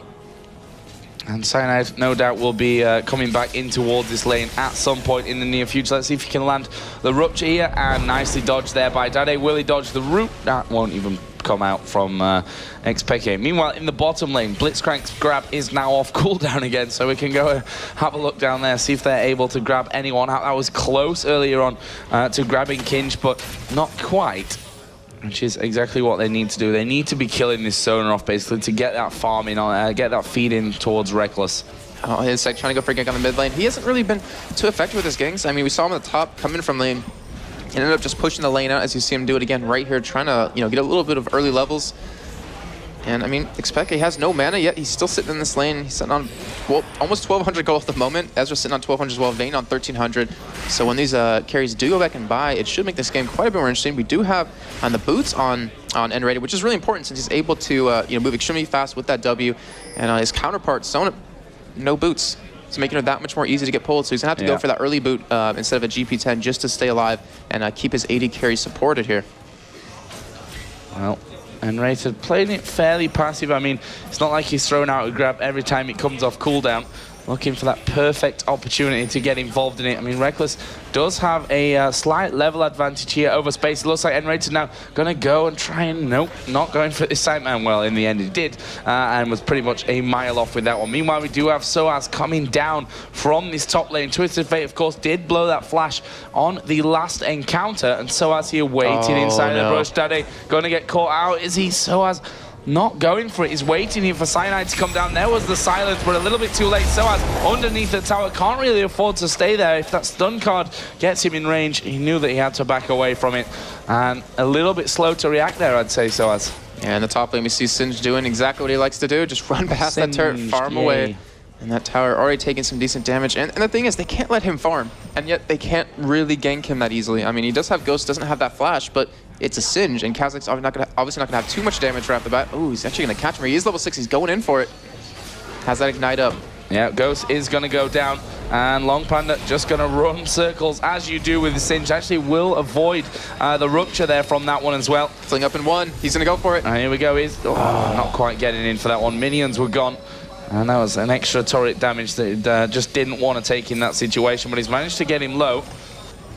Who was that, actually? That was Dade. Just got very low right there. xPeke was able to push him out with that ultimate, I believe he did use. And still, I mean... Kkinsh getting my focus all off here. The thing is, he's not afraid of sOAZ at all. He has his ninja tab. He has 86 armor. He has that Sapphire Crystal he's going to be building into potentially Rod of Ages. I believe we saw that yesterday as well. We do have inSec coming into this top lane right now, and this is going to be very bad for sOAZ. Yeah, he's got no mana as well here. That could be a bit of a problem for sOAZ, who is going to see inSec coming in, who's going to keep straight back in towards his turret. Here comes Kkinsh as well. Fling will go over. Ignite is already down. LongPanda going to get the shield from Lee Sin, which won't be enough to keep him alive. They stayed there just a little bit too long. Meanwhile, down in this bottom lane, Rekkles ultimate not quite connecting onto space. That would have surely been a kill if that one would have gone down. Well, that will leave FNATIC 2-1 in the lead in the kills. To have space. I mean, they're still being very aggressive. Space actually with no health, really overextending. Rekkles though, out of mana. And Joe, do you think we're going to see any early oracles versus early dragons at all in this game? Because I mean, you have a Vayne, and if you can keep her, you know, a little bit fed early on, keep her just on par with the other AD carry, she's obviously going to snowball a lot harder than Rekkles can on Ezreal. Yeah, I think they're going to try and get involved and get rid of space as much as they can. But again, I mean, Cho'Gath, we've not seen all that much of him here coming into these lanes. I mean, yeah, he came into the middle a couple of times. They got boots of mobility only for now. Is behind by a good 20 CS. Or not quite 20 CS, but you get my point. So he wants to be spending a little bit more time now, I guess, in the jungle rather than coming in towards these lanes that little bit more. Yeah, the thing is, I mean, at bot lane, if we do see a 4-man gank out of xPeke and him, at the, they're going to completely dominate that lane. They have so much CC mixed in with the Grasping Roots and knockup from Zyra. You have the Rupture Silence out of Cyanide, and then you have the knockup and the pull from nRated. And yet they haven't really grouped up for it. They do have a pink ward onto Dragon. You're seeing Dade right there, farm under that turret. And he's losing that lane quite hard, but then again, like you've been saying, he's been quite harassed by Cyanide. Yeah, he's had Cyanide to worry about in that lane. We even saw sOAZ obviously come down that little bit earlier on as well. But let's have a look at the CS and how it stands across the board. Top lane 67-60 in favor of Kkinsh. Not really a surprise from that one, considering how things have gone in there. In the jungle, 55-42 in favor of Lee Sin.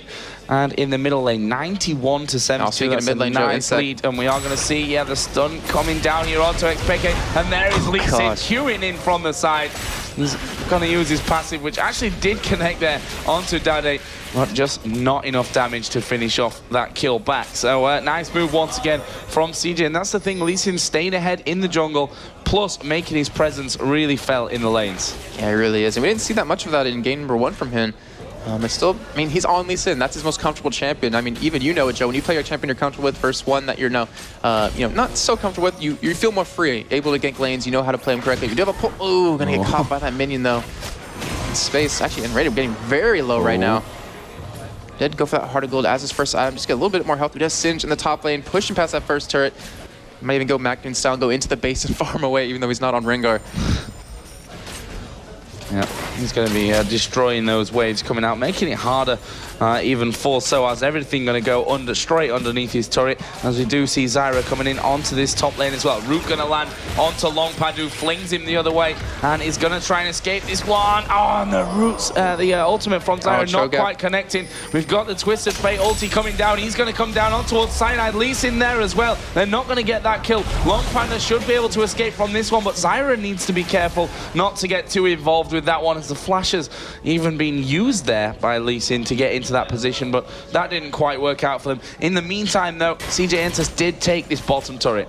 Yeah, they did get that first turret of the game, and the other thing that we're seeing Sinj do so far is when he stayed past that first turret, he forces attention into that lane. He forces Zyra to come up there, which we just saw. He forces Cyanide to come up there to kind of gank him and stop him, but he wasn't really punished there. He got away, and that puts xPeke behind, that puts Cyanide behind, and ultimately the bot lane behind, because they won't have that support from the jungler. Do have what a move there from inSec. Actually will get rooted right underneath the turret. I think Peke just saved his life right there, as we are going to see him dive right in. Does pick up the kill. Will W out, but gets grabbed back in by the Blitzcrank there, who uses his ultimate to finish off the kill. That would be Blitzcrank with more kills than anyone else on the side for FNATIC. Yeah, that's not really what they wanted. Would have been a lot better for Cho'Gath to get that kill, but they've gotten a kill nonetheless, which will certainly make them happier in this situation, and he got double buffs from it as well. But now nRated could be in trouble himself. The wild cards come in, the mana barrier just about keeping him alive. This is not looking good for FNATIC. We just see that first turret drop at the bot lane, and now they're just starting to group up, starting to push their advantage. We do have an Oracle Elixir picked up on Cyanide right now. It's going to help him out a little bit. And in terms of items, Rekkles going for that Infinity's Edge as his first item, which, I mean, we see him go Infinity's Edge more than Trinity Force all the time. And they want that upfront damage. They want to not be able to poke too much. They want to be able to take them head on in a really quick fight. Cyanide going to slightly pop this Oracle here and try to clear out any Dragon Wards, and there are currently none there. Rekkles in trouble here in the middle once again. inSec just forcing him away from that. He's actually going to land the Q as well, and he's dead. And that's what you just can't afford to let happen. I mean, this Lee Sin going into that mid game is going to be so very strong. We've already seen the micro abilities of inSec. He is damn slippery, as if not every Lee Sin is slippery, but he is obviously on the top of his game when it comes to playing that Lee Sin. And that will leave us with 18.9 to 16.4 thousand gold, 4-3 in the kills, but maybe even more crucially, 2-0 in the turrets. That top outer turret, the bottom outer turret, both down the middle. Outer turret is hovering around about half HP, but now Dragon is up. Oh, actually, it's the first Dragon in the game, so of course it's up. And FNATIC gonna get it started off, and CJ not in a position to do anything about it. Yeah, a little bit of a risky move, but they did see inSec heading home, so we're fine with that. And they got an Oracle there as well, so it does give him that vision. But, you know, it's a twisted fate. If he sniffs something a little bit wrong, pop the ultimate and see where they are. But, I mean, getting that first Dragon is going to help him out quite a bit. They still need to push these lanes. They need to actually counter and get a couple of turrets here. But it's whether or not they feel confident enough to win in a head-on-head team fight. We do have space in the bot lane still. Just trying to farm away. 118, 125. He's keeping up, going for that Fananet as his first item. And we do see Dade yet again going for that Sheen. Oh, so close.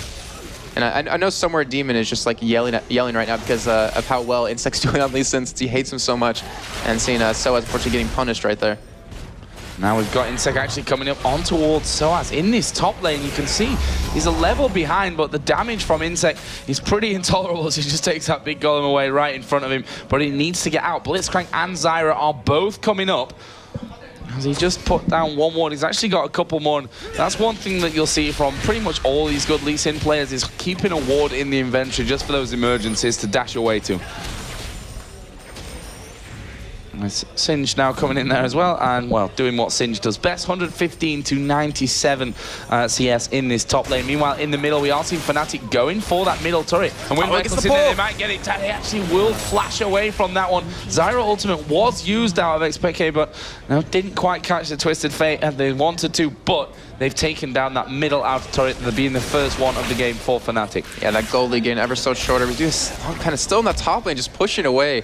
And it's really, it has to be frustrating for sOAZ. He's already far behind in terms of levels, in terms of items, and in terms of CS. We do have a 4-in push on the mid lane for CJ Entus, and the thing is, I mean, Sinj can afford to do this, and CJ Entus has a good disengage. They have that Lee Sin kick, they have that crescendo, they have the stun card, they have even the condemn. So if FNATIC tried to get in on them, they would have to get that pull and kind of commit to that. And yet, the person they pull could have that flash up and get away.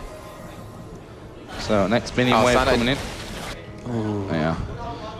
Does not want to be losing that Oracle right now. Don't want to be losing the Oracle, that's for sure. I'm wondering if they've got the power here with just 3 men to push this middle turret out. Obviously, with the nRated there, you've got to be really, really careful. inSec just wandering the whole time. They've seen his position here from this ward in the tri-bush. Cyanide actually headed up to the top side, clearing out the wards as he goes. Let's see if inSec is going to get in there. No, he's just going to have a dance, as you do. So Peke actually managed to pull this CS nicely back now. 136 to 138 it is in that middle lane. However, he may be in trouble because Lee Sin's coming in. Q missed there by inSec. Actually will get rooted up and pulled back there by Blitzcrank. Knocked up underneath the tower. Zyra ultimate goes down in completely the wrong position, and now inSec going to try to escape this one. There's the arcane shifting from Rekkles. He's going to get that kill, and that's the thing. When you're feeling confident with Lee Sin, as Singe also died at the top there. But that's the thing with Lee Sin. If you get overconfident with him, you could end up throwing away a lot of kills like that. Yeah, and that was an amazing pull out of nRated. He actually caught him in that safeguard right there, so he didn't have that available. Forced to flash and actually Q over that wall. But with that top kill, it's going to help them get back in the game a little bit more. We do have that kill onto Cyanide, and it looks like they might even try to transition to the top lane because they could potentially get that turret down in time. Though Dade does have his ultimate up. And has he used it once this game? He used it once when they were chasing in the jungle, but that's it. He hasn't really ganked. And that's the thing. I mean, I'm not used to seeing Twisted Fates not gank top or bottom pretty much off, well, pretty much anytime their ultimate's off cooldown. And FNATIC here still hanging around this middle. Lee Sin and Singe going to come back in. Rekkles is actually in the bottom lane, so maybe CJ will be thinking, okay, they're going to be 5 versus 4 here.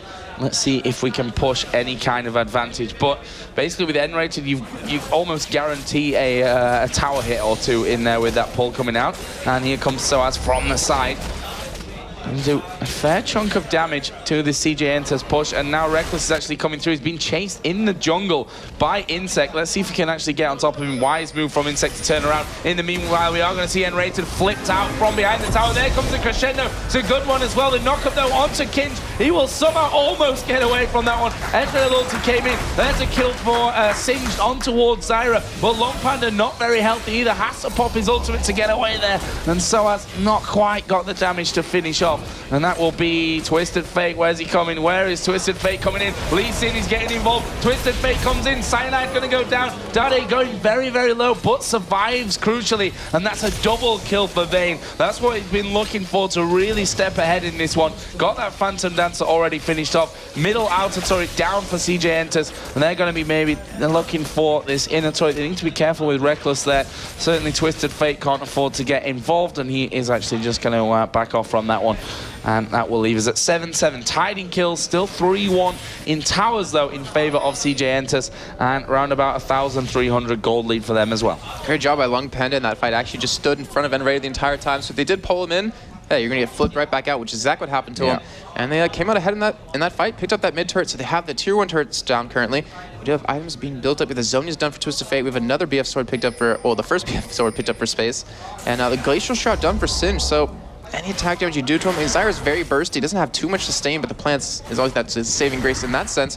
With Infinity's Edge done for Ezreal. And Kha'Zix, I mean, he's 2-1-2. Nothing really impressive, but then again, he's against a Singe, and it seems to be he's getting completely countered in that top lane, as we saw. And we do have Dragon coming up very shortly. And CJ Entus is going to take this away from FNATIC, and we'll be able to even up 1-1 in Dragons. Yeah, got the... Well, I was just about to say got their timings down for this one, as it does finally spawn in there. FNATIC headed down as well. Ward put down by Cyanide. inSec going to come in. Actually, will land the Q here onto xPeke, but he's in a dangerous position there. Team not really reacting. nRated coming around the side as the Dragon did reset itself there slightly, but they're still going in. It's going to be taken out by Sony. inSec, though, is going to die. There's the Zyra ult to get 3 of them. Ezreal ulti comes in as well. Here comes sOAZ. Gets the reset. Jumps in. Condemn not going to be enough to save him. And sOAZ jumps over into the Dragon Pit. And Twisted Fate just about ulted himself away from that. But that's 4 kills for nothing. Look at FNATIC. They hardly lost any health. And again, inSec was in the middle of the FNATIC team. None of his team could react to it fast enough. And FNATIC now are headed north for a Baron, possibly. Yeah, Senna does have that word, fended off. We don't have the TF ultimate up anymore, but that was an amazing Zyra ultimate out of xPeke. That set that fight up completely and won him that. And this should actually be Baron. We did see Dragon go over to Sona, so it went over to CJ ENTUS. Cyanide wasn't able to steal it away. Still has that feast up right now. We have Twisted Fate. Gonna try poking them down here, trying to keep them off of this Baron. Doing some decent damage, but Baron's still dropping very quickly down to that 2,000 health mark. And they get the pull. Yeah, pulled in and dead, surprisingly enough. Baron here is going to get finished off, nommed down there by Cyanide to finish off, and FNATIC taking a Baron, and you can see that how that's just set them far ahead now. I mean, it's not a massive lead, but compared to what it was before, they were hanging around about 1,500 to 2,000 gold behind. inSec actually coming in here again. He's going to get pulled, going to get knocked up, and it's just a CC train on him, and he's just died again for like nothing. Yeah, that was a little bit of a misplay there. I mean, you wanted to make something really good happen for his team, try to pick up a kill or two, but not at the cost of your own death. They just have so much CC. Like I was saying before, you have the knockup out of Blitzcrank, knockup out of Cyanide. It's, you can't do anything in that moment. And it's working out very well for them. We do have the Things in Holy Grail done for Zyra. Pick up a Nisi large rod. And this is it's the second time FNATIC's had the lead since they did get first blood, but they've been down for a good portion of the game, and I bet they have to feel really good after that last dragon and after picking up that Baron. We do have Frozen Heart finished up on Singed, picking up a couple more wards, and I mean look at CJ ENTUS' lineup in terms of items. They have wards on everyone except well, Scumbag TF. That's about it. Yeah. I think his ulti's kind of like a ward. The thing is, they've not had an Oracle, right? Like, no, the entire game. Unless I missed one there, but they have not. I'm almost positive, yeah, about that one. So they've got to have more wards. It's that simple. If they're not going to have an Oracle in there, they've just got to ward en masse and hope that Cyanide doesn't just get them all, doesn't take every single one of them out. I mean, he's doing a fantastic job. Up till now, you can see him there, just going about his way, picking up every single ward that he can. There's a pink ward for him around the Baron area as well. But FNATIC now, with a 2,500 gold lead, what is their next move? Ward's going into that bottom side of the CJ ENTUS jungle, and they do have a pink ward, but it's one pink ward, which you can never compare to the power of an Oracle. Yeah, I mean, all they're really trying to do is just ward up their own jungle, prevent FNATIC from invading them and picking them off one by one with a, a nice pull out of nRated. But still, I mean, they're forced to play defensive. They're still doing very well, in my opinion. We do have inSec pushing out that bottom lane, yet FNATIC still pushing down mid. sOAZ coming down from that top lane. Looks like they might try to go for a turret here. As we have Rekkles, he's kind of bouncing in between right now. He has to stop this push out of inSec as he's just trying to draw someone over there since he is quite fed, that 3, 5, and 2. And I don't think he can take Rekkles on head-to-head anymore, though. As long as he dodges that slow, should be completely fine, and that will be... Well, it should be a turret coming up. Yeah, sOAZ coming in. There was the pull. Oh, and it was already gone down before the crescendo come in. They actually flipped nRated back out there. This is going to be another kill coming down. Twisted Fate will pull that one. Well, that's a 1-for-1 here, but Twisted Fate going to ulti himself in there. They've caught Peke out. He gets flung behind. Vayne will actually finish off the kill. Can they take down sOAZ as well? Tumble in. sOAZ is going to jump away, but Lee Sin not finished. Oh, great flash from sOAZ to avoid the Q from inSec. And that's a nice little turnaround again for CJ ENTUS, and this turret stayed alive. Yeah, both teams, I mean, you make one mistake and either team will take advantage of that with that Singed flip is pretty much set up the entire fight. That was an amazing pull of nRated as he got crescendoed, but still 1-for-2 against a Baroned up team. Very good for CJ ENTUS as they will be able to take this red buff away. And still, I mean, we saw Dade right there. It was a really ballsy move. He ulted into the middle of 3 of them and he turned around and was like, okay, we're going to kill you when you get here. But as he came in and popped that gold card onto someone, he popped his Zonias, and because of that, they just kind of were standing there with their, well, looking like a chick with its head cut off. It's an American saying, Joe. It's America. Very American. So, let's have a look at the gold again. Almost 2,000, the lead still for FNATIC, 14-9. But this Vayne, you saw how much damage she does in that last fight. Yeah, but Vayne. But Vayne, yeah, and the longer this goes on, the better that Vayne's going to become. I mean, Phantom Dancer in there, Infinity Edge is being worked up to, and let's have a look how much gold, actually, 850 gold, so not quite got enough to finish that one off, but it's certainly not going to be long until this Vayne is able to have that one. Twisted Fate got the Zhonya's Hourglass Machine and that Blasting Wand. On the other side, though, you've got a Bloodthirster now for Kha'Zix with that Brutalizer and Phage. Cho'Gath with the Aegis.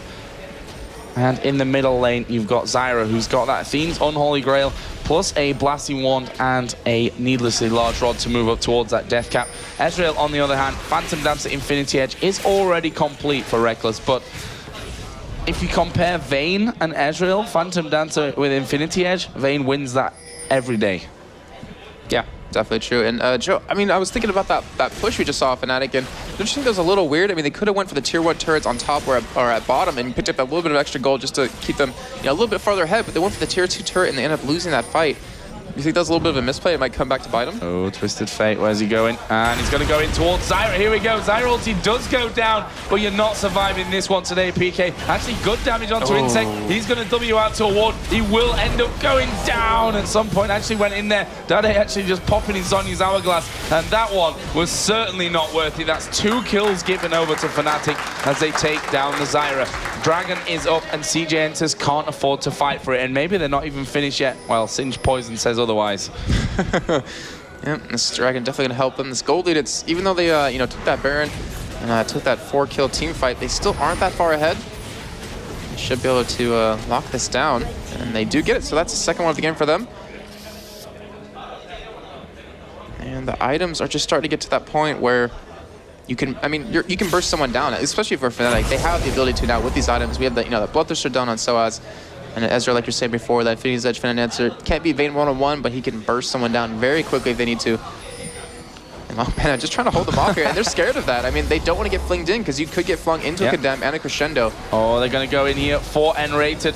Actually, gets the knock up there, LongPanda. Will get slowed a little bit, but he's singed, so he's going to keep going. Throws the slow out there. Actually, will get knocked up, but there's a fling back coming around. Here comes a Crescendo, though. sOAZ going to try and stick to Vayne, but you see the damage coming out there. Ultimate pop. Vayne has to flash away. Here comes the Zyra ulti. It's not going to catch anyone just yet. CJ finished with this fight. The plant's doing good damage as well. That will slow CJ down. The root will land onto Lee Sin as well.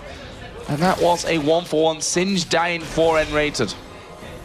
And nRated, though, he spoke towards a Frozen Heart, actually, which is kind of surprising considering you never see supports go that far into an item, but it allows Cho'Gath to go for Randuin's instead. 5 kills, so. Yeah, that's true. He got shut down earlier from that as well. But it allows Cho'Gath to go for that Randuin's, get that extra tax reduction. Cyanide going to be in trouble here, though. He might get closed in on, and he will be sandwiched. Yeah, they are going to push in. Lee Sin going to kick him straight back to the rest of the team. Stun card goes down, and there is the kill. That's real ultimate. Not quite enough to do anything about that one. But will they be able to take a turret here, CJ? Actually, nRated just getting forced away, but you can see with that W pops, he's going to pull space in there. The root will land, and that's another kill for nRated. Turns out, guys, that Zyra was a support after all. oh, good flash away from Dade. Now, but nRated's just chasing in there. They're going to grab Dade, max range. He's going to pop his Zhonya's. That's not going to do anything to keep him alive. It just delays the fight that sOAZ will pick up another kill there for FNATIC. And they are going to steamroll through this bottom lane and get as far as they can. Ooh, inSec just spotted their portaling away.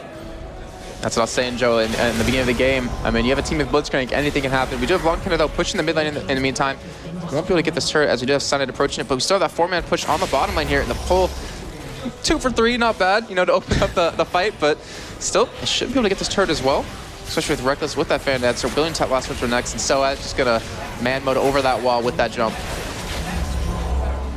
And look at nRated, 636 on Blitzcrank.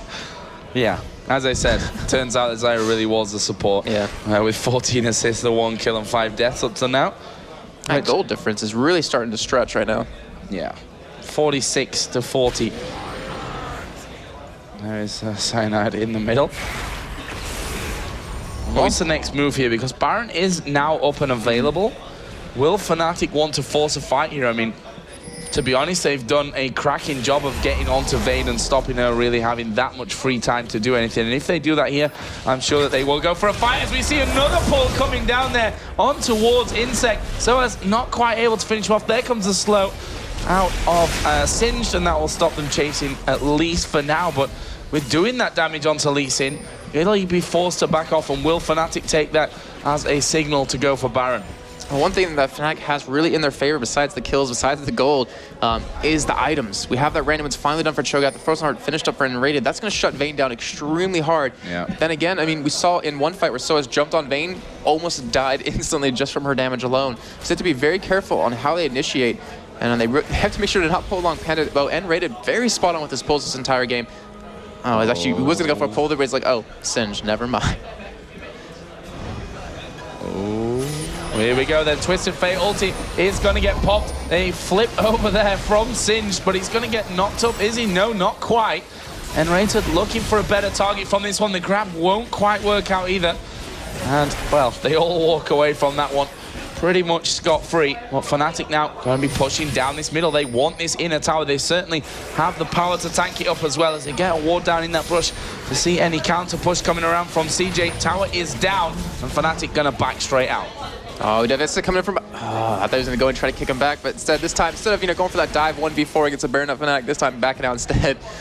But still, I mean, that was a great play of FNATIC. They saw that CJ ENTUS was out of position, wasn't able to defend that turret, pushed on it, got it, and we should have a lot of gold. Yeah, 1,600 gold on Rekkles right now to spend. We do have sOAZ with 1,900 gold to spend, so FNATIC going to come back even stronger here. And just like you were saying before, will we see them go for Baron? Most likely now with these items completed. Singed actually just headed up towards this top lane. Get that extra bit of farm. It's actually ridiculously close between him and sOAZ still. 207 to 208 with that one. And sOAZ was losing the lane in terms of CS the entire game, exactly. So definitely caught up right there. Mid lane though, that's quite a also 419. Yeah, 260 to 214, nice advantage for xPeke, which you can now. If you look at the gold between over 10,000 for both, 10,800 to 10,100. So even though that CS difference is there, it's still a fairly close gold total between those two AP carries. Very true. We do have...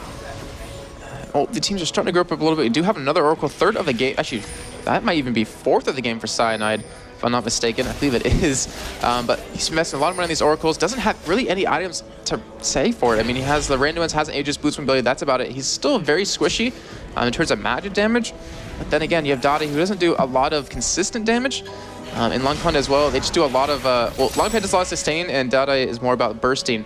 And yet he doesn't have his death cap yet, which he's really going to need to take out Cyanide. And with this beefy lineup they have between nRated and Cho'Gath, it's really hard for CJ ENTUS to kill anyone, but we do see them going in here. Oh, nRated is going to get flipped over, but Singed absolutely destroyed. There's a crescendo from the side. They're going to try and switch this over, getting on towards Kkinsh, not going to get away there from Rekkles. They managed to get in on towards inSec. The inSec, sorry, the Czaru ultimate didn't actually connect, but Rekkles is not finished off just yet. Where's Twisted Fate going? He actually just popped his ulti to give them that full vision there in the jungle. And Lee Sin will escape, but FNATIC going to take that as a signal to push straight through here. Dade taking big damage from sOAZ as well. They managed to get the knock up onto space. He's forced to flash away. This inhibitor turret now going to be pressured down. The grab not landing, but they forced Dade to actually use his Zhonya's there. They take down nRated. inSec coming back into the fight as well. Well, that turret will finally fall. Will they have the inhibitor as well? I don't see CJ being able to stop them taking that one. And that is inhibitor picked off for FNATIC. That puts them 5-3 ahead in the towers now. inSec, and the gold is actually going up to pretty much 10k. It's headed in that general direction. inSec is actually going up towards the top lane to get a bit more farm. As you do. Every little helps, as they say. I do have that last whisper done for Rekkles now, and he's, I mean, we talked about game number 1 having a really iffy score, but now 7-1-9, seen him play the way he usually does. And we have the Banshee's Veil actually being done for LongPanda, not going for that Rod of Ages. And we could very well see this Baron come up very shortly since, you know, have that mid inhibitor down, forces the super minions in, forces CJ ENTUS to make a move here. And sorry, I was actually just checking Kish, just dying really quickly there to Baron. Oh, inSec is once again out of position completely. We are going to see LongPanda now taking a lot of damage as well. Can they follow over? sOAZ going to jump in there, not quite getting the slowdown onto Singed. He'll actually use his Ghost and his ultimate in that one to try and escape. Which, granted, he did. But again, they've lost too many. They've lost the support. Maybe even more importantly, they've lost the ability to smite now over by the Baron, which has been started off by FNATIC. Yeah, and not to mention they lost the crescendo, which is a really huge factor with them in these team fights. xPeke just trying to zone them here. LongPanda getting very low. They will pick up that Baron though. And will they be able to chase it here to see the SLT coming in? And it does get him. And Rekkles goes legendary. And Dade just teleports out there, using that ultimate to get himself away. But that's another Baron to FNATIC, and that will push us to that 10,000 gold difference now. 24 to 13 in kills as well. FNATIC in a commanding position as Vayne just taking this red buff away. Didn't realize, I think, that nRated and Rekkles were there. And Space just going to be hitting the recall. And FNATIC push these super minions through once again. In the meantime, obviously, they are pushing this top lane out. Gonna have both turrets from that. And may well just an inhibitor as well. Yeah, with LongPanda down, no reason not to. So nRated waiting over that while trying to get a nice pull here. No, CJ just gonna play passive. There's no reason for them to, you know, lose another member or two. Nope, Lee Sin forced to kick sOAZ away there. And nRated just chasing down, not quite got the distance on that pull to pick one up, but that's 2 inhibitors down. Look at the gold FNATIC sitting on. So strong. Yeah, 3,600 on Zyra, everyone over 1,000. Most of them around 2,000 gold here. So this next spike of damage and survivability that FNATIC throw into the mix is just going to be too much to handle. Yeah, there's a GA on Kha'Zix. See Shredder's done on Blitzcrank. We should see a Zhonya's on xPeke as a, you know, go back. Hey, let's get Dragon 2. Let's get a little bit extra gold as he gets up to 3,800 now, and Rekkles sitting on 2,000. So you could see that GA come out shortly, or we could even go for that Triforce, get that much more damage. You sit on that phase just to try to get that slow onto Singe or onto any other target. Actually, he goes for Frozen Mallet instead, Joe. Frozen Mallet. Wants that health in there as well. I mean, the slow's always going to be good for him, that's for sure. And he's been chasing so often so far in this game, so it makes sense. Zhonya's was finished there for Zyra. We saw a second GA being picked up with Cho'Gath, and they are just a mile ahead now in these items. And considering how close it was the entire game, they've done an amazing job, and that's pretty much all due to nRated with these polls. He's been opening up these team fights, allowing them to take the lead that they currently have. And I mean, looking at this right now, Joe, I don't think CJ Entus can really come back from this. You're against a Baron Dub FNATIC, not to mention down over 10,000 gold. And we might even see this game number 3 that everyone seems to be waiting for. Well, I certainly am, that's for sure. sOAZ going to dive in here onto Dade, and then knockup comes down. Where's the Nomad?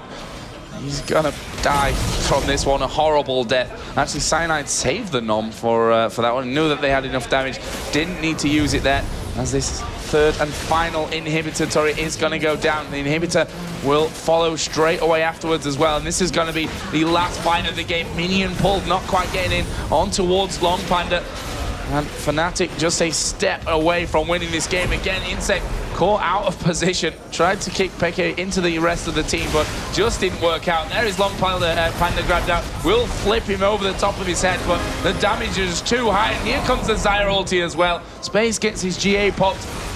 It's a lot of people standing on him. Oh, not quite dead, but there's a pull again from nRated, right out from the fountain. The Nexus turrets are down, the Nexus goes down, and FNATIC gonna level us back up in this best of 3, 1-1 after a very, very solid play. And you can see, no smiles just yet. They've only leveled this game up. They need to stay concentrated. Yeah, they still have one more game to win, but they kept their tournament hope alive.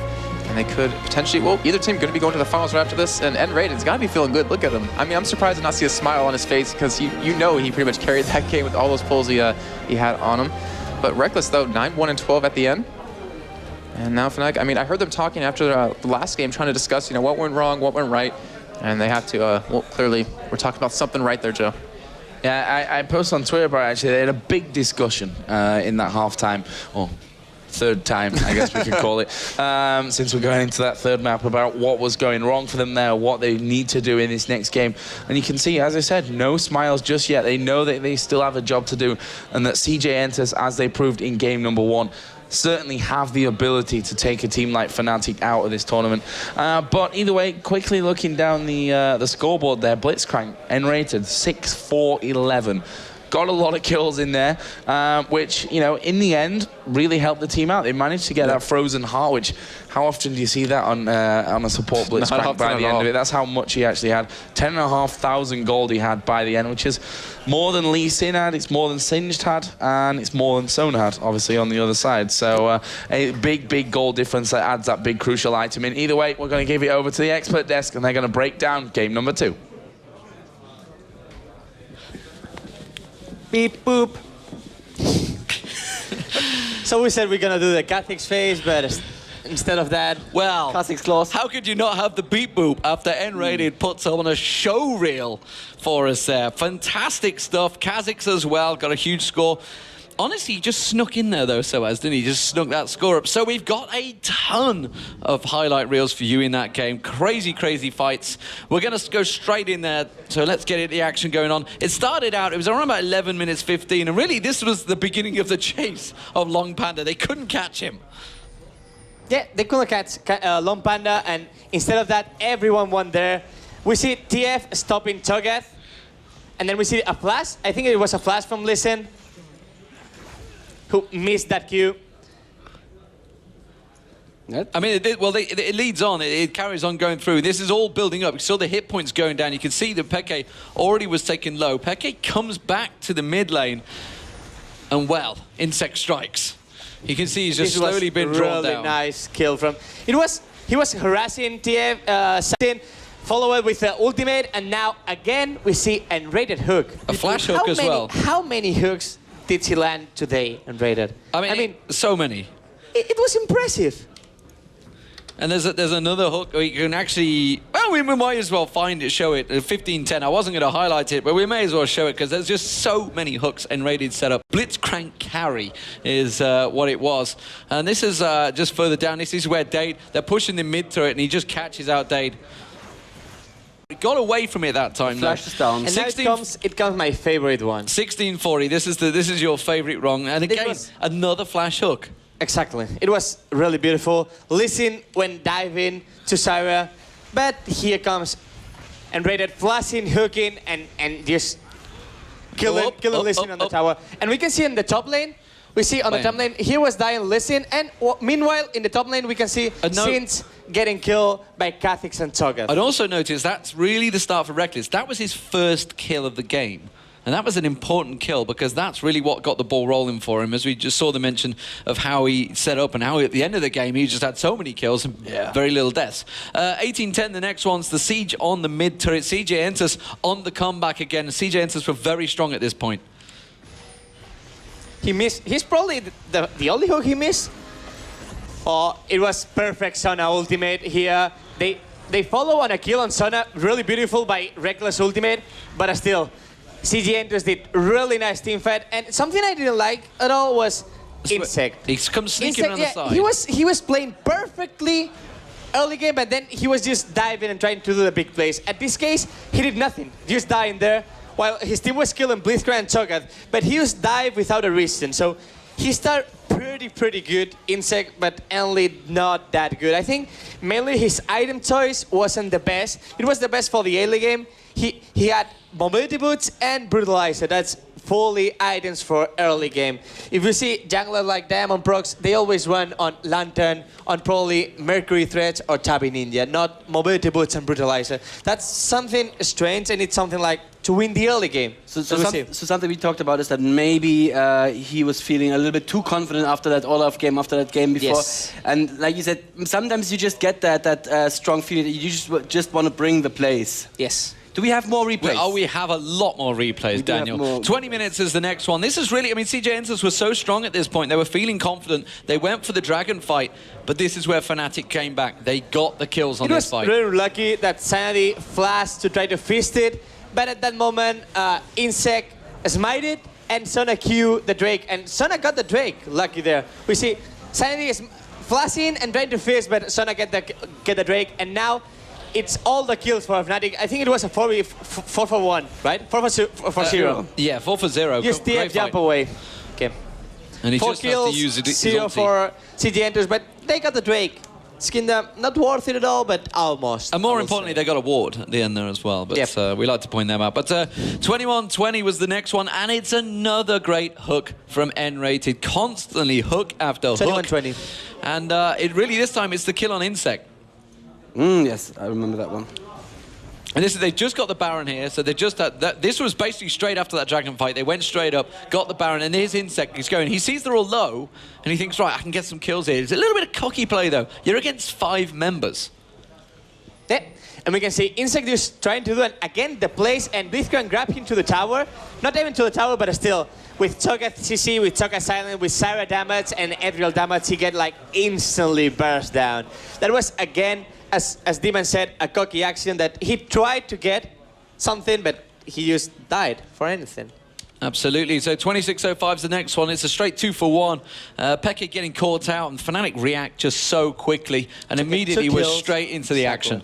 And they got a dragon off the back of it as well. And maybe they thought it was a good action going through for xPeke. They killed xPeke really fast, but now what are you going to do? You are on FNATIC land, and you're gonna like die instantly, and that was happened. Even with the Thonias, it saved from the hook, still wasn't enough, and he just get crushed.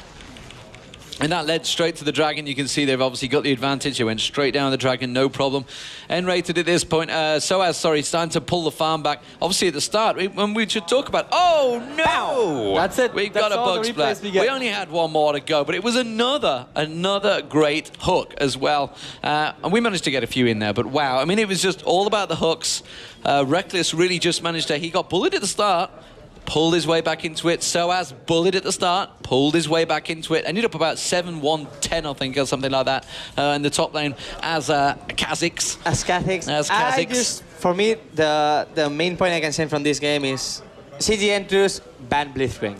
That's probably what they're going to do as well. I mean, we mentioned it during the match. We were talking about it ourselves, and you said it, Daniel. As the team captain, as I guess xPeke, would you go and ban Lee Sin now? I would never buy a Lee Sin if I have sOAZ and Cyanide. I mean, why ban Lee Sin? Just first pick. With just two guys, they can pick. Well, yeah, obviously you're first picking because you're the blue side now. You just go straight for that first pick. You don't really need to first pick Lee Sin if they let open like Blitzcrank or something like that.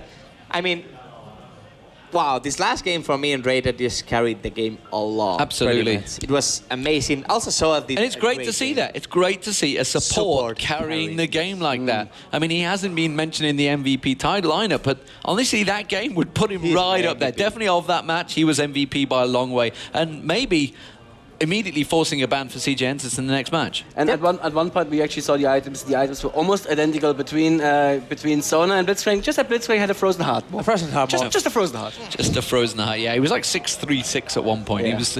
It's not that bad of a deal when you Blitzcrank's picking up the kills. At the end of the day, he's using his ulti just to try and silence you. Maybe, just maybe, he'll accidentally pick up a kill or two. I actually also want to say that inSec on the game with Olaf, he started extremely good. I think he had the same farm as the lanes. I mean, I remember a point Olaf had 200 farm and the top and mid was like 220 farm. Yeah. But at this game, it wasn't the same. At this game was listed 100 and the rest of the lanes was like 200. So I think like the game with Olaf was extremely good by inSec, but this game he tried to carry early game with the Brutalize and Mobility Boots, but it didn't work that well.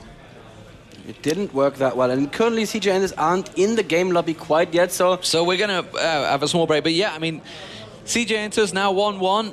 The momentum with FNATIC possibly, do we think here? I mean, how do you always deal with this one? I know obviously you guys, when you were in SK, it was all about the momentum, all about the building up the hype for yourselves. Would you feel it's with FNATIC now? Yeah, I mean, FNATIC has his chance to win. FNATIC know how to counter now CJ ENTUS after the first game, so I will say they have a lot of chances to win this game right now. So we are at the Intel Extreme Masters. It is 1-1, FNATIC versus CJ ENTUS. $50,000 on the line and a place in the final up for grabs between the two teams. We're going to have the third match after this short break.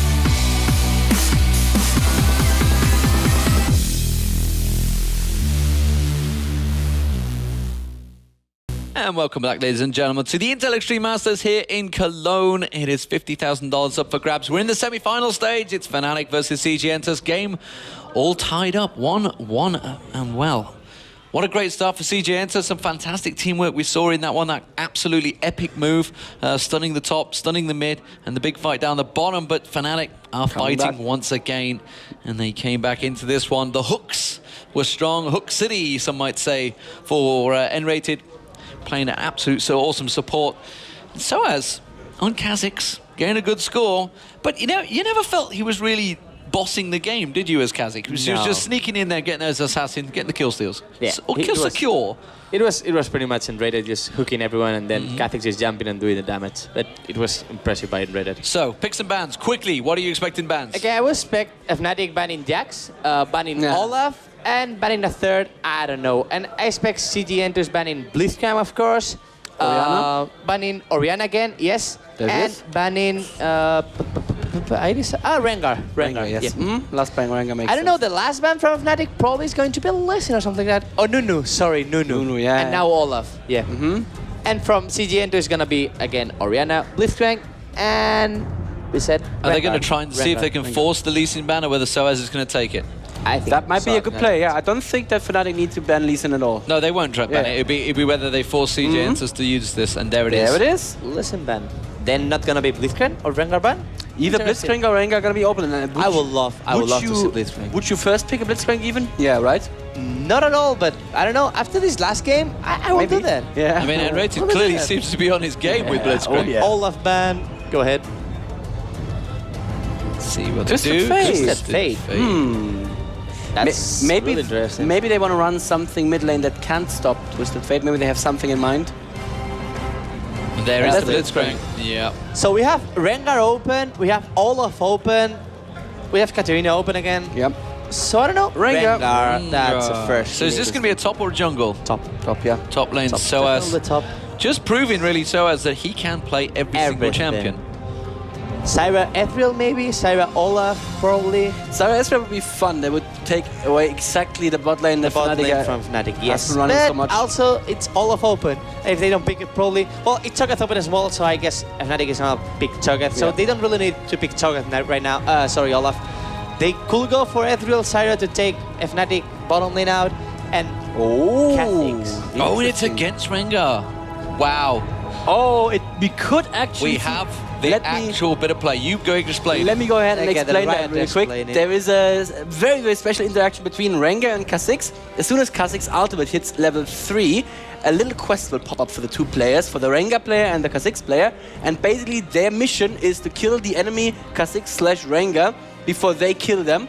And whoever does that gets a special bonus. Now the thing is, this may be better for the Kha'Zix player, because in competitive play, I don't see the Bone Tooth necklace so much on the Rengar.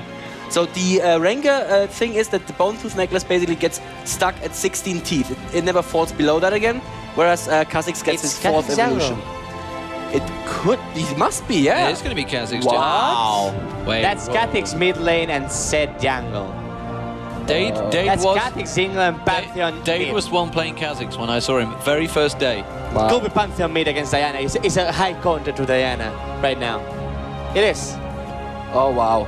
So is this the cheese, or is this just clever counter picking? It's just a trolling counter picking because they're picking Caitlyn. Alright. So just trolling the casters a bit. I like that. I don't know. I like that. Kha'Zix versus Diana mid, though, do you think? Oh. It could still be a normal mid. They still have a pick open. Cool.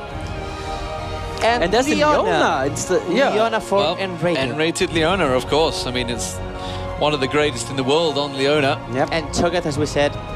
And I would really like to point out on the That's a Diana well-rounded pick. team for FNATIC there. Diana pick. We didn't saw that pick that much lately, even if it didn't. And it is Zed, so it Yes, could well so be Kha'Zix mid. Finally, it's not a troll. It's a truth. I mean, Nice. Zed is gonna jungle again on inSec, and we have Kha'Zix mid lane against Diana. It's gonna be really interesting, that mid lane one-on-one. Can he actually battle her? Can he? Really interesting. Wow. So, okay, look, take us through the lanes. So straight away, Rengar versus Singe top lane. It's gonna be Rengar. Rengar is no point on fighting against. You see Singe already got teleport to help other lanes. I mean, he thought, I'm against Rengar, I'm gonna get destroyed. Let's just pick teleport and try to help my team. Okay, so Diana versus Kha'Zix mid lane. Kha'Zix. I mean, Kha'Zix is so strong on mid lane. I don't see any kind of counter to mid lane. You can be like overextend with the W, hitting everyone in the queue, and you can jump out with your E if someone try to gank you. The bot lane then, we're talking Zyra and Caitlyn versus, of course, Leona. I'm not really sure. I mean, it's close. Caitlyn Zyra is super strong lane. I mean, you can trap everywhere. You get no ganks at all. It's Leona nRated. It's Leona nRated. Who seems to be on his game in this still, I think CG Entus bot lane is going to win. And then, of course, the two junglers. We saw Zed yesterday. Very, very strong for them. Interesting. I really want to see that again. I'm really excited to come back home and play Zed jungle. So put it all together. What are we thinking? Who is going to win this one? On paper, CJ Entus. I want to say that the lineup just seems to be stronger. Unless nRated can pull out some absolute hero engagements with that Leona ultimate. I was going to say that. I mean, Leona has a really important paper right here with Rengar ultimate, with Diana ultimate. And yeah, I think this is about Leona. If they have a good initiation on Caitlyn with Ethereal ultimate, with Rengar ultimate, with Diana jump on Caitlyn, they could probably destroy them, but still, CG Entus setup, I really like him. Kha'Zix mid, Zed jungle is going to be interesting. Okay, something we haven't seen between these two is like the big level 1 fights. What do you think really for the level 1 fights between these two teams? I will say FNATIC has... Actually not, I don't know. I mean, Caitlyn can go for traps, can trap some places to stop them. And then if Zyra go for E and someone get a trap, they get destroyed just by the CC from Zyra and Caitlyn. But also I have to say that inSec, I was going to say, Zed level 1 is not a good, it's only melee. Because you usually go E, it's a slow. It's good as slow, but still it's melee slow. No, let's not remember, no, there's not going to be a slow on it. The slow only works on your shadow. So you need to have the W up before you can slow with the E. Thanks, Riot, there for making me be a fool. Sorry. On the troll desk. This is why he's going to be a game designer. The one time I know something. The one time I can add value. I have knowledge. I know something. So I have to be a creeper friend, right? I'm as well with creeper that doesn't know what Zed ability is. Yes, exactly. Okay, let me. I love you, creeper. I love you. I didn't say creeper. You did say creeper. You did say creeper. Totally. All right. Let me walk everybody through Zed's abilities in case you haven't played him. The Q is a straight line missile that does damage, nothing else. The W is the interesting one. That's the linchpin of his whole kit. The W sends out a shadow to a location. It's a skill shot, but it passes through everything, so the shadow just appears where you want it to appear. And the shadow then sends out copies of your abilities. So you can send out a Q from your shadow to reach hard to reach places, or most importantly, you can also use the E on your shadow. And the E is just a point-blank area of effect spell just around you, does damage around you.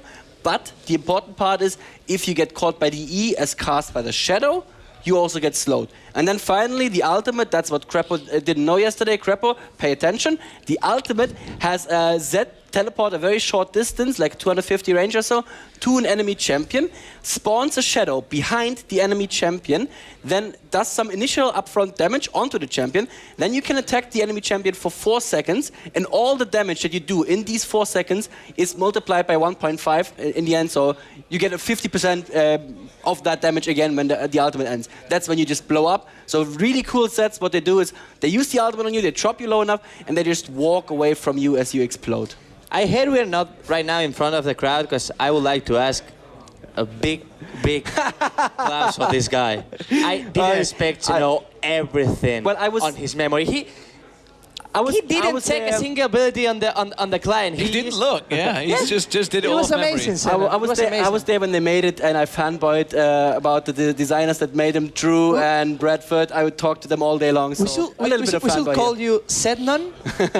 Zenon, no. Zat. Oh, no. There you go, the trolling time again, trolling time. Thanks, As you can see on your screen at the moment, obviously nRated has a small issue, so the Riot guys are behind him, as well as the ESL guys. There's Damien Scott. That is Scott with the scarf style? Yeah, he's going Ocelot style, because it's not warm enough in that studio that they've both got scarves on. So they're just... sorting out the comms at the moment for the teams, so you can see they have the earbuds in, and then they have these huge headphones on. I put one of those headphones on yesterday just to try. It's so disorienting. You don't hear anything. It's like I'm in space. I'm in space. And of course they have just to extra it, they have the earbuds, then they have the SteelSeries headset Many people is asking why they're wearing like 3 headsets. Yeah. I can explain it. Like they have ear plugins. It's earbuds or whatever they call them, yeah, plugins, yep. Then you have the inhibitors, the big one, black one, and then at the neck you have the SteelSeries one with the microphone. So, we're live? Yes, we do seem to be live, and you can see the concentration on their faces, which means we are about to get underway. It is Game 3, ladies and gentlemen.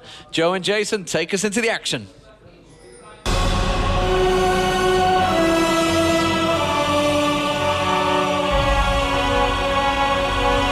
So here we go then, game number 3, the third and final match in this semi-final. The winner will go through to that grand final later on to play the winner, well, of the other semi-final, surprisingly enough. And FNATIC here going for a strategy which we've seen quite a few times already this tournament, which is push through that bottom lane and try and get around to that tri-bush. However, the Caitlyn trap will give them vision of that happening. So FNATIC going to be spotted from that. And you can see they've decided, okay, that's not going to work out for us. We're just going to back off. Yeah, we did see the Zed junk. Actually, give us a little bit of a rundown of the teams real quick, and then we can go into a little bit of what they're playing, Joe. Well, for FNATIC, we have xPeke on Diana, Cyanide on Cho'Gath, Rekkles on Ezreal, sOAZ on Rengar, and nRated on Leona. And over for CJ ENTUS, we have Space on Caitlyn, inSec on Zed, Dade on Kha'Zix, LongPanda on Singed, and Kkinsh on Zyra. And we did see Zed yesterday, actually. inSec played him very well against CLGEU, as he did here at the expert desk. And they really didn't have an idea of his abilities, and that's kind of an advantage of learning a new champion, is that you're not necessarily 100% sure what to do against him. We did see MEETYOURMAKERS ban him out just because they're more confident in playing against a Lee Sin, but here, going to be starting at his race. And we did see in that game a lot of action in the top lane. He camped Wicked very hard, and here's to see if he's going to do that again. Yeah, I mean, sOAZ was probably a decent target to try and camp out of the game. But with this Rengar, you know, he's got that ability to be jumping here, there, and everywhere from the brushes. So we'll see how that one all goes out. There's a leash onto the red as well. So that's the starting position for inSec. And over on the other side, Cyanide also starting out here with the red buff. He's going to get a good help with that from nRated and Rekkles as well, so that he can take it without using his smite. We do have a gank coming to the top lane. Is it gonna actually be spotted? No, it won't be spotted. So we'll be able to get a secure in here, or securely into the bush. So Def starts with the flash. And Joe, before this actually kicks off, who do you have your money on for this game? Just real quickly. It's really hard to call. I like CJ's lineup a lot in this one, and to be honest, you've seen Space with Caitlyn before, or granted with a Nunu, but he is very, very devastating with Caitlyn. But let's see how this one all goes, because we are having inSec waiting for a gank on this top lane, and there we go. They're going to see him jump in, and sOAZ actually will dive over on towards inSec, and that's what I talked about being able to just jump away from all the danger there with Rengar from the brush. Cyanide is going to take his blue buff, and he's going to meet inSec here inside of the river. Will Rengar actually come down? The knockup will actually land there, and inSec forced to flash away. I think that was maybe a little bit preemptive as there. LongPanda there, going to get silenced up. The Ignite is burning. He's already popped his ghost, but he's actually going to get knocked up there by the Rupture. Will fling Cyanide into the tower, and there is first blood, but sOAZ went a little bit too far in then and ends up dying as well. Did you hear the audience? Everyone's like, ooh, so that's the third game in a row that FNATIC has gotten first blood, and that will help outside it in the jungle. Not to mention sOAZ, I mean, got the assist at least off of that, picking up that long sword. We do see Singed going to come back to lane with the Ninja Tabbies. And Joe, mid lane, how do you think this is really going to go? Because we've never really seen Diana versus Kha'Zix in this middle lane. I think Kha'Zix is going to have a good time of it, to be honest with you. Little bit of lag. Little bit of lag. Hopefully that's just on our end. Not with the players, because we do actually have a gank coming in to this bottom lane. nRated going to get flung back here. The Piltover Peacemaker actually missing. He had tried for the Zen. He played on towards Zyra. That's going to mean a sure death here for nRated. And it's LongPanda that picks it up. Kha'Zix has come down as well on towards Rekkles, and there is one for Zed. It's not Kha'Zix, obviously that's Zed. What am I even talking about? He picks up that kill, and already a fantastic turnaround start from CJ ENTUS despite losing out on that first blood. And guess what? They're going to put a lot of pressure down onto this first turret. And Joe, you know how Singed is, well, just period, when he gets fed. 2-1 right now. We have boots really done on Zed. Did that against CLGEU as well. Leveling up his E as his first real ability. Yeah, CJ just looking very strong. However, I mean, the team composition FNATIC has. You have a nice pull-in from xPeke. You have the nice knock-up from Cyanide, and not to mention the Solar Flare out of nRated. They have a lot of control And then CJ just have, you know, those double assassins. They have really tanky Singed. And they even had the knockoff from Zyra and Caitlyn, who's just going to be doing a lot of damage just from range the entire time. It still is easily anyone's game. And sOAZ, I mean, he dealt with that top lane gank early on very well. He knew they were going to go for that. And by sitting in that bush, jumping around, he was able to save that flash. We do have Zed coming in the top lane yet again, though. Yeah, and he's used all his 5 points there, and we are going to see inSec trying to get in there for the slow. Oh, not quite enough damage to finish off sOAZ, but they're going to force him, or will they force him out lane? He's got pots in there, and he may just come in from that jungle side. Cyanide will be coming down to try and stop him. There he gets the heal off his W, but inSec is going to come in. They need to delay this one as long as possible, but he is going to die. It's another kill for Zed, and he will escape without Cyanide being able to do anything about that one. This is a fantastic start. It doesn't get much better than this from CJ Entus' side. Yeah, having that 2 kills on Singed, 2 on Zed now. xPeke getting pressured in the mid lane. Will survive because of that shield. But still, I mean, that's a very close lane. We see like a double assassin going head-to-head. Diana obviously not going to be stronger than him, at least till level 7. I think Kha'Zix will have that first evolution point, going to be taken on his W most likely, and we'll have a lot of range harass. But still, that gank at top lane, Cyanide, good positioning, good awareness to come up there. Just unfortunately, sOAZ wasn't able to survive that, and we've seen a little bit of a different build on him as well. I mean, at IPL 5, we saw just straight tank and Rengar, but now we're seeing the longsword potentially going into a Phage or a Brutalizer, most likely the latter of the two. And what do you think about that, Joe? I think we saw at IPL that, to be honest, a full tanky Rengar really does work out quite nicely. Obviously, sOAZ is a better player than I will ever even dream of being, as we get a little bit of lag there once again.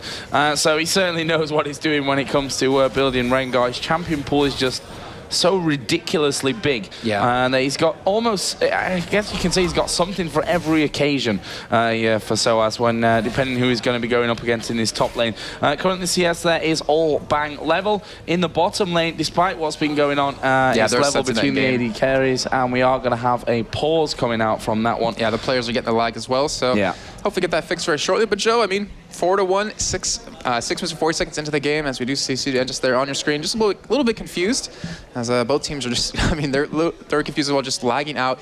Obviously, the first time of the entire tournament, so it's going to get fixed very shortly. And taking a look at early items in CS, Joe, we should probably go into that just a little bit. Yeah, I'm getting that every once in a while as well. But we do have in the top lane 16-15. We do have sOAZ winning that little bit of a trade. We have Boots ability done on Cho'Gath, the same as on Zed. Cho'Gath does have that 36 CS to 29. Diana in the mid lane, 46 to 46, both tied up. And in the bottom lane, pretty much dead even as well. I mean, we saw this happen in game 1 when we saw Rekkles first space on these two champions, and he kept up, which is quite surprising against a Caitlyn, but then again, we know him as a very good Ezreal, and it's just about them to be able to shut her down late game and survive the burst damage that CJ just can put out. And we see admins there just working on things. We do have some IT technicians here as well on standby, just in case you know, anything with the network or the internet goes down, as Dade has actually left the game. So, I mean, we've got 24.5 minutes left on the pause, so we've got plenty of time to be able to sort this one out, as nRated also going to get disconnected there as well. So, hopefully we can get this one sorted out. I can see Twitch chat right now, Joe. Someone just DDoS everywhere in there. Froggen. Yeah. Even though he's here right now, it's impossible to happen. It looks like looking pretty shifty, stood over there talking to some fans. Yeah, but we do have Rekkles also quitting as well. And here comes nRated back in the game. I'm curious to see if it's potentially possible to have a remake. I'm not sure that would actually happen. Let's not even think about that just yet with that one. So we're 6.5 minutes in, Jason. 4-1. 2 kills for Singed. That's going to get into that tanky troll Singed position as you tried to get for a lot quicker. And also for Zed, who we've seen straight in for those boots of mobility. What's the next step for him? I mean, he's already doing a load of damage with basically no items for it. Well, we saw him last time go, I believe it was Brutalizer into a Bloodthirster as his main combo. Yeah. And eventually he built in towards that GA. But the real problem is they're against a lot of assassins with those two, Zed and Kha'Zix, very strong, but they're against a lot of CC on the enemy team. You know, the Diana Moonfall, like I was saying, the Rupture of the Silence out of Cho'Gath, not to mention Leona has, was it 4 forms of CC practically? She is the CC train in this one. Yeah, I mean, if they can get in and kill someone like Rekkles right away, they'll have a good time, but he has that cleanse to get away, he has a lot of protection, and that's going to be their main goal. And if we see, FNATIC end up building those GAs, or even, CJ Entus finally getting those, that's what the problem COG had against them, is that they only had their combo to kill them in, and yet they just couldn't keep the damage coming in because CJ Entus would survive it. And this is a crucial time. These things can happen in tournaments, and the players they need to stay focused. Yeah. They need to stay focused, not to be thinking about what's going on here. See, nRated, well, not now, but was previously just having a bit of a chat. Probably telling his teammates, you know, how this has gone so far, what we need to change. And it can also be a welcome break for FNATIC. You know, if it's going a little bit bad for them, they don't have, you know, like in some other games, like in Counter-Strike, for example, if you start to fall behind, you can call a timeout. And then be able to talk about what's going wrong. But since that's round-based, you can't really just, you know, at some point here have a timeout to talk about what's going wrong for you, what you need to change. That all has to be done on the fly. So, you know, this little pause that we've got may be a good thing for FNATIC. On the other side, CJ ENTUS, they're on a bit of a roll, and this is not something that they'd want to happen to them after 6.5 minutes of the game. And the team's actually in-game asking if they are ready, and we are going to get back underway, which is always a good thing. We're going to try and skip it back up to live, which could be interesting. Oh. If it wasn't scary enough jumping in that bush, jumping out at high speed is even that much more freaky. Yeah, I think we should be pretty okay to skip forward, as we are going to see nRated coming in, but we do have 3 men there. inSec was in the bush, ready and waiting. Can they get the finisher? One more. Yes, he can. It's actually Kkinsh that takes that one. We've got Cyanide coming in from that side. xPeke coming in as well, and there is xPeke picking up the kill. They get the knockdown up onto Kkinsh, and he is going to die from this as well. It's a double kill for Diana. Kha'Zix did take down Rekkles, though, in the end. inSec is pretty low, but he's on the right side of that lane right now as well, so he'll stay safe from that. So thick and fast action coming in directly after the pause. Yeah, nice 2-for-2 trade there. We do see an Orc actually being picked up on Cyanide. Just wanted to protect it there. They could have potentially picked up inSec. I might even see it happen right now as xPeke coming in, has that flash available. But we do have that up for inSec as well. I mean, look how quick he moves just with those boots of mobility. Really hard to be able to catch, not to mention that W when he uses it. And yeah, good trade. I mean, xPeke, great awareness to come down there and know that was happening, just to kind of counter it out there. But he picked up a double kill, as it make him so deadly in lane against his Kha'Zix. And I mean, this is the real lane we wanted to watch, is to see how these two match up. See in the top lane there, LongPanda actually just popping his ultimate off. Not really doing too much poison damage there, but you can see sOAZ, just that sustained damage that's constantly there. You have to get out of it. You think, okay, per tick, it's not actually that high of an amount of damage, but the fact is, it is a tick spell, so the entire time you're taking damage, and it soon mounts up quickly. As we see Space here pushing that bottom lane out once again, will net himself to safety, puts the Piltover Peacemaker through to damage these minions, to try and get the harassment down as well. And we may even see another dive coming in onto this top lane. Cyanide is on the bottom side of his jungle by that blue buff. He knows that Zed went up there somewhere, but Zed actually backing away here, and we are going to see that blue buff given over to xPeke. So this is where I think Diana should be able to take him head-to-head in that mid lane. Is we're level 7, you have a lot of damage, and with this blue buff, with the cooldown reduction, and with the shield that you you know, you can be leveling up, it really does a lot of damage, gives you a lot of sustain. So you see Kha'Zix coming back to lane, has that brutalizer in hand, so he's going to go for that armor pen build, which was easily expected. 57 armor on xPeke in the bottom lane. CS, I mean, we see Rekkles currently in lead right now. We see actually in the mid lane a gank happening. Yeah, inSec could be in trouble here. He's actually going to go very, very low. Can they get the finisher? Oh, he's got away from it. xPeke actually coming back because LongPanda was in there. Now Cyanide going to be the focus of the damage. He will flash away, puts a nice rupture down to stop them chasing him. And that will be no kills coming out just yet. inSec getting away just about with his life intact. We've got wards down around Dragon here as well. We've got Kha'Zix and Zed on that bottom side. LongPanda going back up though, so I don't think it's quite time for that Dragon just yet. Yeah, we do see sOAZ in the top lane actually pushing that tower down, getting it very low. And the teleports coming out of LongPanda in the top lane have been pretty amazing so far. He's been around the map completely. It's been off cooldown, if not on cooldown more. And he's been actually applying a lot of pressure on these extra lanes. Has a catalyst. Actually going to catch sOAZ here just a little bit. And that's what's nice about Singe, is you're able to, like you're saying, do that damage over time. As long as you have that mana, you can keep flinging him, keep harassing him, and really apply a lot of pressure. Yeah, which he's going to have here as well now with that catalyst finished. Obviously, we'll give him that chunk back at every level. And he's just constant harassment here from LongPanda. I mean, sOAZ must have a decent amount of gold. Yeah, he's sat on 1,500 gold right now. So can go home, pick up his first big item. Well, LongPanda, he's getting in that flow where he's just going to start killing the entire minion wave, running past it. Yeah. Not really too afraid of sOAZ just yet, because he doesn't have any items. Like you're saying, he's sitting on a lot of gold.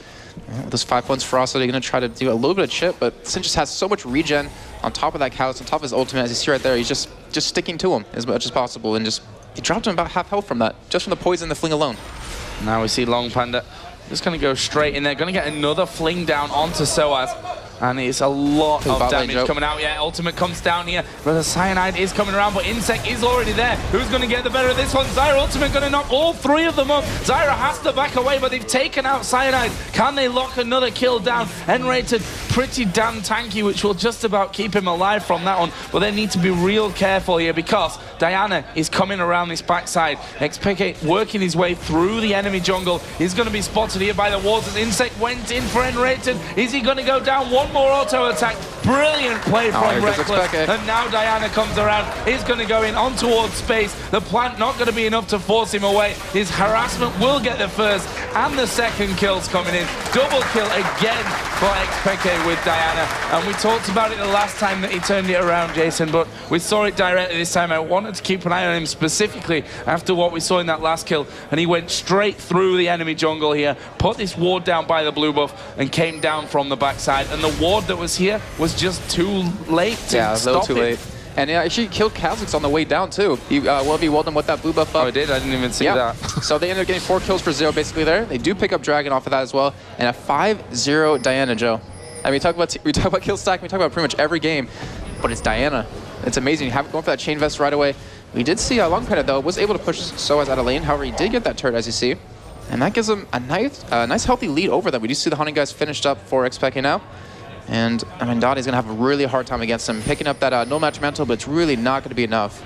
Oh, Zed, they're coming in for a cake on Cyanide. Yeah, they're going to try and take out Cyanide here. You can see the amount of damage as Ignite goes down as well. Cyanide not escaping this one, but Diana comes in again. inSec is going to fall. Can he chase out onto Dade with this one? Doesn't look that way, as we are going to see another ping going down there. It was... well, I don't even know where that was. I think that was just a little bit delayed, to be honest, in our sounds. But there is another turret being taken down. Well, first of the game for CJ, obviously FNATIC did take that top turret down with sOAZ earlier on, and now xPeke gonna try and have this middle turret away with nRated. Bottom lane is coming up from CJ ENTUS, but they need to be careful because xPeke is just fed. He's got those sorcerer shoes in there. He's got that haunting guys going full penetration as you'd expect from this Diana, and he is just looking unstoppable at this point. Yeah, the problem is that's one guy. So if they can't lock him down, yeah, he's going to have a great time of it. Well, but if they do lock him down... If they do lock him down, kill him. I mean, that's where all the kills are stacked up at the moment. And I have a song actually stuck in my head right now because of this game, Dirty Diana by Michael Jackson, just because of how well he's doing on him. You see, again, in the top lane, sOAZ taking a lot of damage, even though he can heal, he's not building tanky, so he's not really going to be surviving this damage. Cyanide going to be coming in, but it won't really work as he has that ghost up right now. Zed coming in the top lane as well, and they could actually turn this around. He has that red buff, so he's going to be backing out, and Cyanide could be the victim here of another gank. Oh, there's no ward in that brush. Zed, is he going to go for it? Looked like he was thinking about it, then decided against it, but Kkinsh is going to be pushing this wave through, and Cyanide, he's a very small level 9 Cho'Gath, and we are going to see the fling coming down. Here comes Zed. This is not a good position for Cyanide to be in. Kkinsh has everything running. He's got the ghost still available, but in the end, they do manage to push away. But guess what? Diana is attempting to reconnect. As she was running up there trying to go for that gank, and that is a little unfortunate. I guess we will be going to a little bit of a pause here. As here's sOAZ, he's not lagged out. Oh, there it is. Wow. Look on FNATIC's face, not very happy after that. I mean, Cyanide did get a really good escape there from that gank, and we had xPeke coming in from the lane, or sorry, coming in from river, and that could have actually, picked up another kill or two. As I'm not going to say a joke because I don't want to jinx it, but Kkinsh poison just stopped. So, I mean, how do you, okay, we talked about this before in the last pause. How do you stay focused? Honestly, if I knew that, you'd be a pro player. Well, I don't have the skills for that, but still, I mean, it's a really hard one to call. You need that kind of leader figure in the team to keep you quiet, you know. If you start to get frustrated, it's going to show as the game goes up. I can see that guy on the right-hand side is one of the IT technicians here, so they are certainly aware of that problem. Whatever it may be, I have no idea. Well, last time we had that pause, it was FNATIC being down 4-1. And they were able to compose themselves, keep themselves focused. And now, I mean, they're looking very good. They're down 1 kill, but they have a nice little bit of a goal lead. They have a 6-0 die on top of that. Now they're pretty much in CJ ENTUS' boots, just to stay focused, keep on the right track. And hopefully this game will be back shortly. I mean, we can talk about CS a little bit if you want to go into that, just to kind of give an overview. Well, in the top lane, we have 99-89. In favor of Singed. Not really a surprise. Singed, you know, he's been pushing straight through those, straight through that turret, taking the waves as you do as Singed. In the jungle, 74-58 in favor of Cho'Gath. Actually is really close to him on gold. It's like 180 difference in gold, even though Zed does have 4 kills and 3 assists from that. So Cyanide doing a fantastic job on that side of things.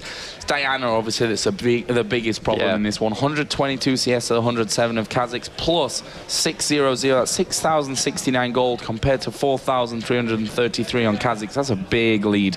It's currently sat at 1,200 gold as well, so probably be shopping at some point in the near future. And round about a 700 gold lead for Rekkles over space in this bottom lane as well. And just to look at the supports where they're at, 2,800 for nRated to the 2,900 over with Zyra. Obviously Zyra does have a kill plus the 4 assists. Had that Heart of Gold running, which up to now has 83 gold inside of it, whereas nRated has 84. Wow, that couldn't be any closer. It could be 83 each or 84 each, Jason, just to point out the obvious. It could be, Joe.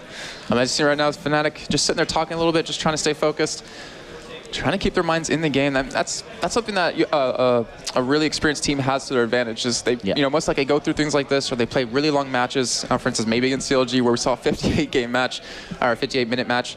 You know, they have that ability to keep their focus up, and when you experience things like this, it gives you just, I mean, it gives you that just small advantage.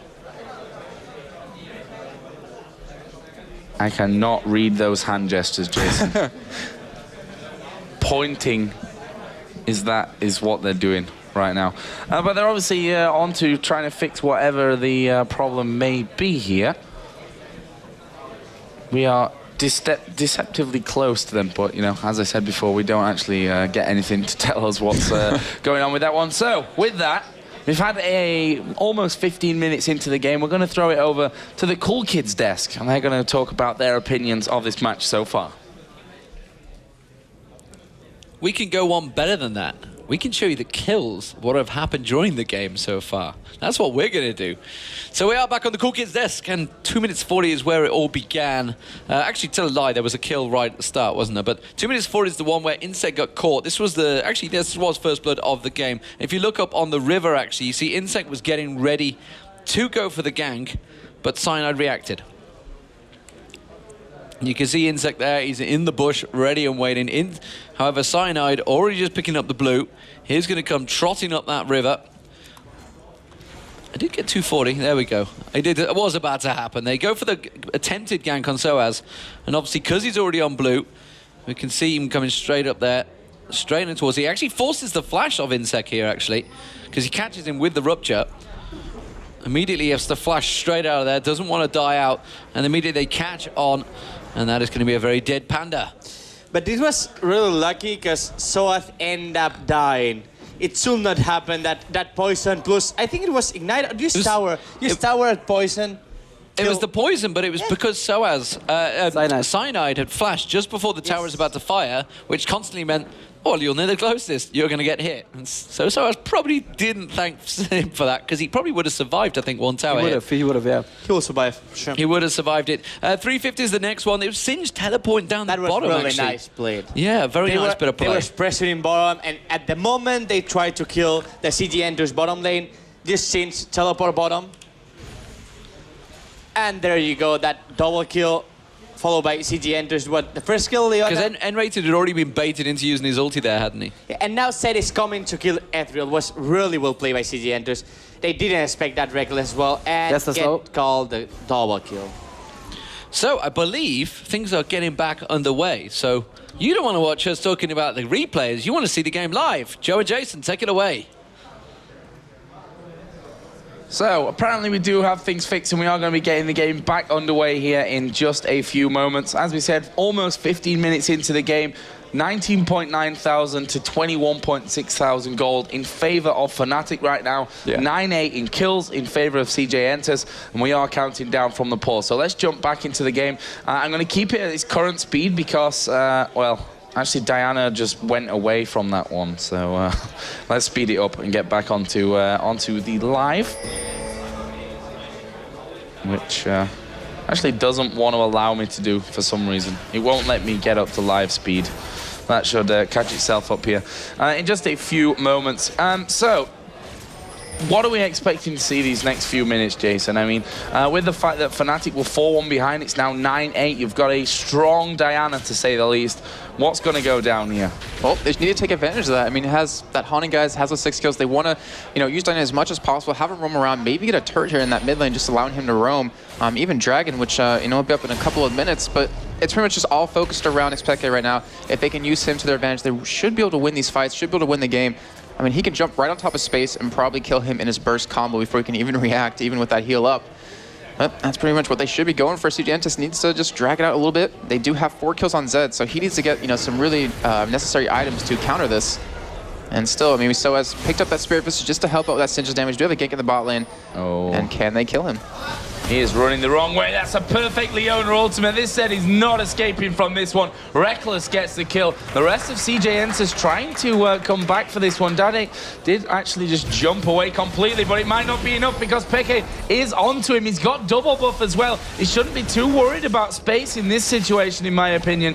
But Space has done enough to stop FNATIC chasing him down. Dragon is up in 2 minutes from now. So nothing to really play for on that front, but they're coming in through the jungle again. Dade didn't get away, the knockup will land, and that's another kill. nRated picking it up this time. And that is 10-9. FNATIC taking the kill lead here. And what a fantastic bit of play it was as well. Yeah, great job. sOAZ in the top lane, trying to get this turret down. He's been pushing it the entire time that LongPanda actually teleported down that bottom. Should be able to escape here. Does have the ultimate, pops it right there, and should be able to juke and survive this. So great job by FNATIC, picking up those kills, picking up another turret. And we do see them pushing on this mid lane. We'll get that as well. So, I mean, the gold lead that was ever so minimal at the time now has lengthened to, 5,000 gold. Well, yeah. 6,000 gold. Mathematics. Not strong with those. But, I mean, it was in a matter of 2 minutes that they were able to take this much of a gold lead. Yeah. And, it seems like these pauses, they're not bad for FNATIC. They were 4-1 behind when we had the first one. They come right back into it. Second one comes down. They're now ahead. 4-1 in turrets. A good 6,000 gold. Don't stand still like that. People scare me when you do stuff like that. So to check that everyone else is moving around. But you must be on 2,600 gold now. That's Zonya's coming up shortly. Yeah, he's going to go straight home and finish off that one. As we see here, sOAZ 124 to 128. Picked up that Spirit Visage in with his Brutalizer, and there is the Zonya's Hourglass finished for Diana, who has a huge CS lead, has a huge kill lead. And to be honest, his Kha'Zix just can't stand and fight. Yeah, I mean, he's behind so much. I mean, he's behind that huge CS lead, like you were just saying, and the kills. The thing is, we mentioned earlier that if they can lock down xPeke and kill him, with those 6 kills, 0 deaths, that's a huge chunk of gold going over to the member that actually kills him, and that could be something that gets him back in the game. Zed currently with those 4 kills, most on his team, not really the ideal person you want to be on, though. If he farms like he did against CLG with, I think he approached 400 CS at that point, he could be able to do a lot of damage. Wow, you cannot fight. No. Cannot fight Rengar there. He is pretty strong with that Brutalizer on as well. I mean, it's a lot of damage coming out, and I think inSec just about realizing that one after everything that went down. As Rekkles just farming this bottom lane out with his ultimate, and they are going to be looking to take down the first inner turret of this year. Sorry, second inner turret. I forgot that the one in the top lane had already been picked off by sOAZ, so he's done a massive job for FNATIC in this top lane. Yeah, he's not really got in there with the kills, but he's ahead in CS, and he's pushed those two turrets down while LongPanda was in there. Yeah, Cyanide getting caught out here by Zed. The knockup will actually catch two of them. I wonder if that's going to be enough to bring the rest of the team around. There's a Zyra knockup as well. Fight kicking off on two fronts here as xPeke is going to dive in, gets inSec. Dade not going to escape brilliantly under ultimate. The crowd control far too strong. You're not escaping this one. nRated picking up another kill. He got used to it last game. He's like, these are my kills. Aren't I supposed to be picking them all up? I'm pretty sure I am. There's the Caitlyn ultimate onto sOAZ. Didn't really do that much, but LongPanda trying to get in here on towards xPeke. As xPeke dives in on towards space. Who's going to pop the summoner heal? Oh, and he gets shut down. The Ignite may just finish him off. No, one more tick needed. And FNATIC are going to stay ahead 12-10, but Caitlyn just getting a nice 544 gold for that kill. That was actually pretty funny. LongPanda threw him into space, almost got the kill. But wow, that CC we saw coming out of FNATIC, and that's exactly what I was talking about. They locked down Dade. That seemed like ages right there. They pretty much had him from full health down to the kill, just based in CC. But we did see Dragon go over to FNATIC, and this gold lead's trying to get out of hand. SOAZ, I mean, they're split pushing a little bit, as we saw them in the top lane the entire time there. It came down eventually. But they have to be really careful. They can't afford to get caught off guard. You know, typically when you see, well, off the back of IPL 5, that Rengar will push top lane solo by himself, and well, that's what solo means. Anyways, he'll push he's tanky, and he's not really tanky right now. He doesn't have the items. He has the Phage in the works, has that Brutalizer and the Spirit Visage still. He's waiting in this bush, trying to go after LongPanda, but with that Rod of Ages, with that Revolver, LongPanda probably not going to be too afraid here. LongPanda's like, wow. He was waiting in the bush that whole time. But yeah, I mean, it's a good amount of farm again for sOAZ. He's actually sat on 1,300 gold, so plenty to be spending in there. When he goes finally back, and he's just going to continue to push and push and push. There's the Bowler Strike going down to slow Singed. And he builds up his 5 points, pops in the W, and he's just trying to hold out here for enough time that xPeke can get in a position to stop this Singe, but he's walked over a ward in the tri-bush there, so they know that Diana was coming into this top lane. Cyanide, with the Oracle on, has managed to clear out a little bit of vision on this top side, and so has xPeke and Cyanide going to be pushing that wave straight through on towards the inhibitor turret. Problem is, though, inSec in the bottom lane right now. He can't afford to do this. They need his damage. They need how fed he is to defend this. And this could be the first inhibitor going over to FNATIC if he doesn't do something to get back, though. He's still trying to push. We see Rengar going in. Yeah, Rengar has decided to dive in there. Good Zyra ultimate. sOAZ going very low. Will surely die here. Yes, he does. Underneath the turret. Kha'Zix has to jump away. LongPanda, you know, they've taken a lot of damage, but he's still very healthy just because how he's built. There is a block from Cyanide. They're going to be taking away this inhibitor turret, but look at Zed in that bottom lane. He is pushing the whole way through. Doesn't have minions. They will be coming back in. And now CJ Entus going to try and force this issue back over. But Peke, you know, the burst that comes out of him, you can't ever underestimate that one. LongPanda now going to chase out in towards the jungle, see if he can end up finding anyone. nRated is going to have to back away from that. Can't recall in that position. Cyanide is on top of a ward here as well. This could be very dangerous. Knockup is dodged there. It's xPeke running through the lane, trying to get in a position of safety by that turret, which he manages to do. Zed, in the meantime, did take out that inhibitor turret. So, you know, for FNATIC, was it really worth it, Jason? No, I mean, they got a little overconfident right there, extended past that turret. And a great job by CJ Entus there to actually just chase them down, prevent them from back. And I remember at the World Finals, it was COG NA versus SK, and they did the exact same thing. And NA came out with that victory, but very well played out of them. And Zed, I mean, I was surprised he didn't come back. Maybe might have picked up an ace, but still, getting that inhibitor open at that bottom side can be very helpful for them. If they do get that down, that's going to apply a lot of pressure for FNATIC to go for this Baron, or at least stop CJ Entus from getting it. We do have a lot of items completed, though. Zed went for Last Whisper as his next big item. That's going to help him quite a bit. We do see the Bone Tooth Necklace actually done for sOAZ, so we could eventually see that special interaction between him and Kha'Zix coming out. I would love to see it because it'd be the first time for me. And still, he's going to need a lot of kills to get up there, and a lot of assists on top of that. So FNATIC here going to push this mid lane out. nRated already stopping the creep wave from coming too far out. And xPeke just destroys it. Easy stuff. They know that ward's there in that position, so they know they will be spotted if they're in this top side of the jungle. The warding from CJ Entus is still very, very strong, but I'm not sure that they've really got enough here to hold on to these turrets, as we are going to see another inner turret going down. Bottom lane now is the only one with an inner turret standing. as Zed is going to be taking away that top turret. So, Zed done a really good job so far in this game of getting those turrets down for CJ. That's the thing, though. I mean, you just asked me if it was worth it for that trade of the top inhibitor turret for the bottom, but is it worth it for him to keep split pushing like this? I mean, they could potentially be winning these fights. We saw how low that FNATIC was right there. I'm just not too sure. Well, in terms of worth it, the top outer turret is definitely not a fair trade-off for an inner middle turret, that's for sure. And maybe if they were there, they could have stopped that turret going down, but it's all ifs and buts at this point. FNATIC have that 6-4 turret lead. Kkinsh going to get caught out here. Oh, he just manages to flash away. sOAZ not got a flash available, and Kkinsh may well just escape this one. sOAZ decides, okay, I probably can't follow in that entire way.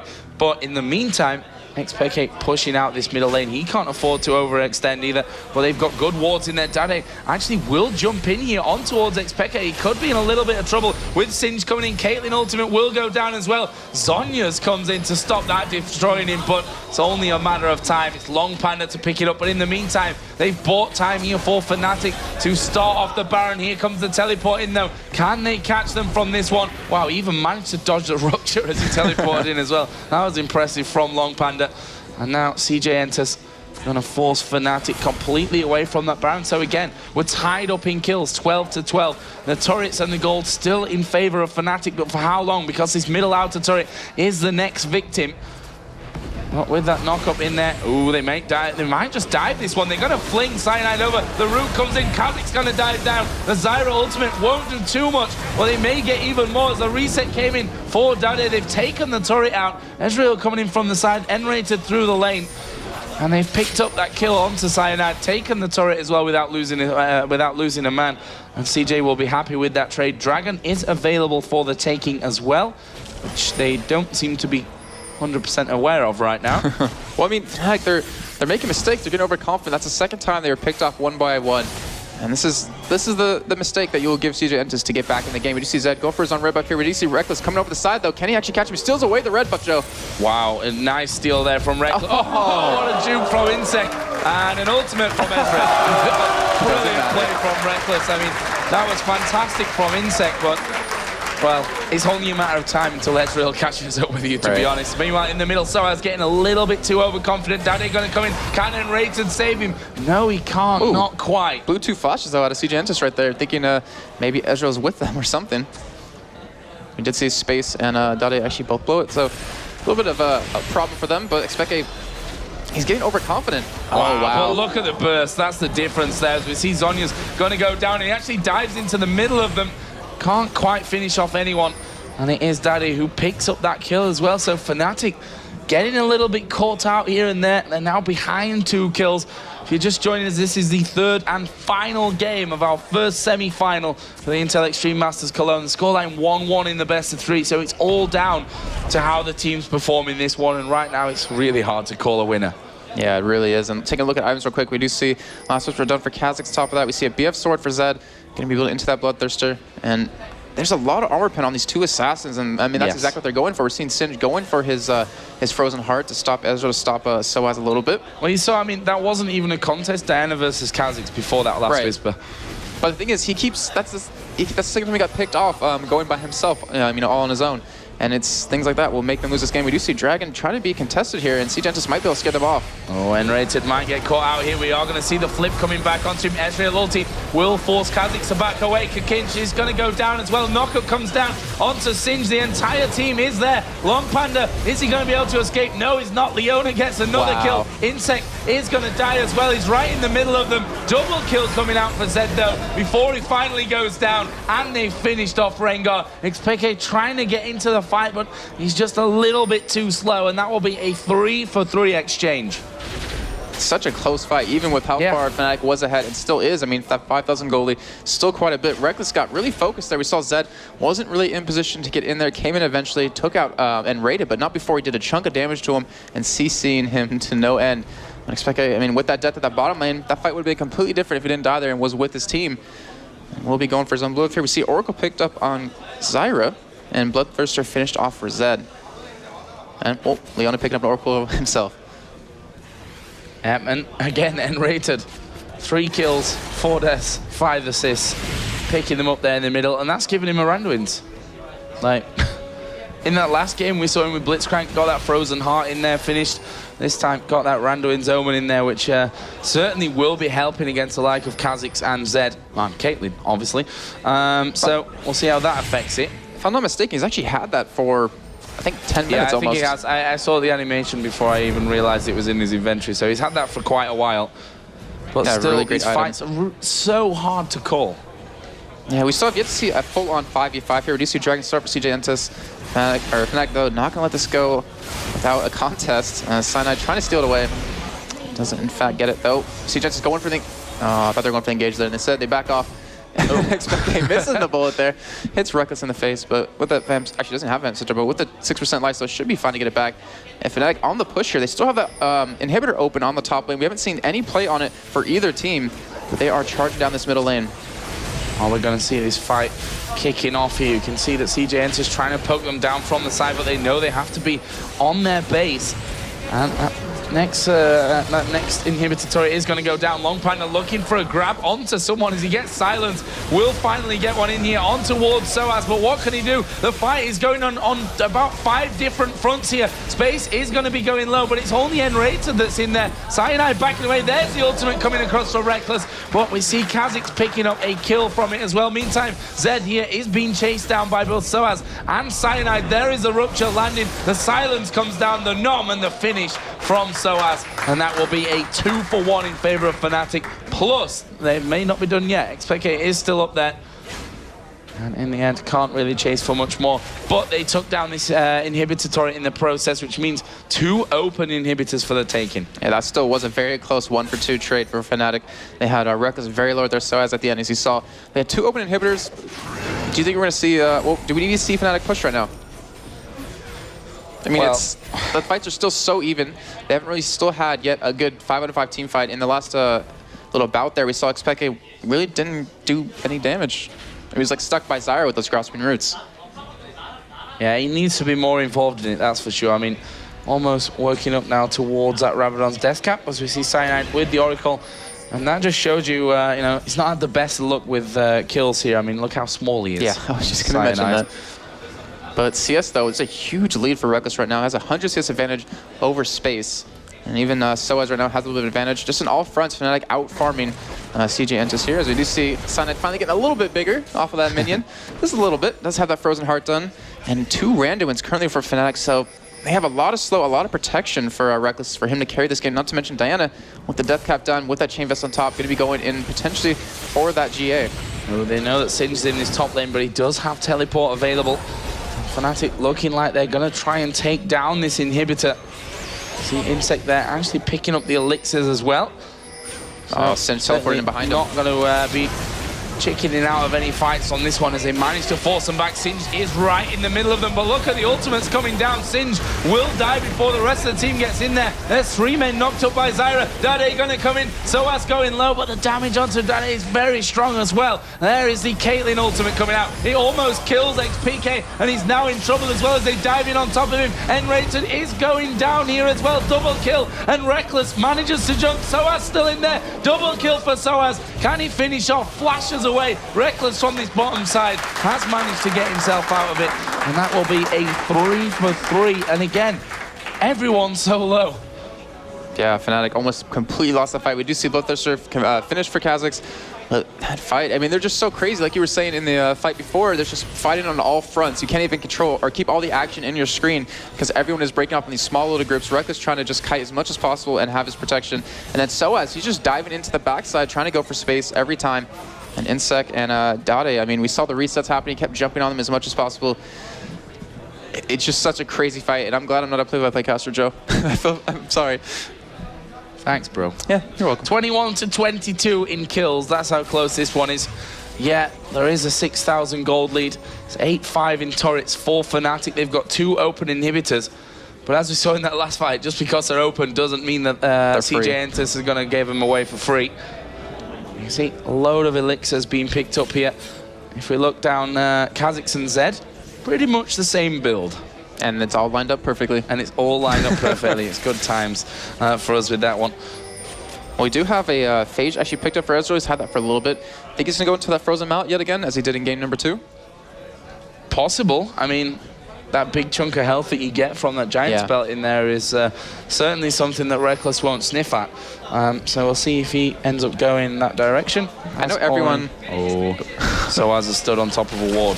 And they are going to get the root down onto him. That Baron is being started and finished there. Nom down by Cho'Gath. Nicely done. And sOAZ really holding them back from that one. Now they're going to dive in. Rekkles ultimate comes across. sOAZ going low. Zyra ulti is going to get a good knock-up. inSec coming around the back. It's going to pay for it surely with his life. Yes, he will die. And Rated will fall as well. And that will be a 3-for-1 in favor of CJ ENTUS against a Baroned up FNATIC. And it doesn't look like Dade is finished just yet.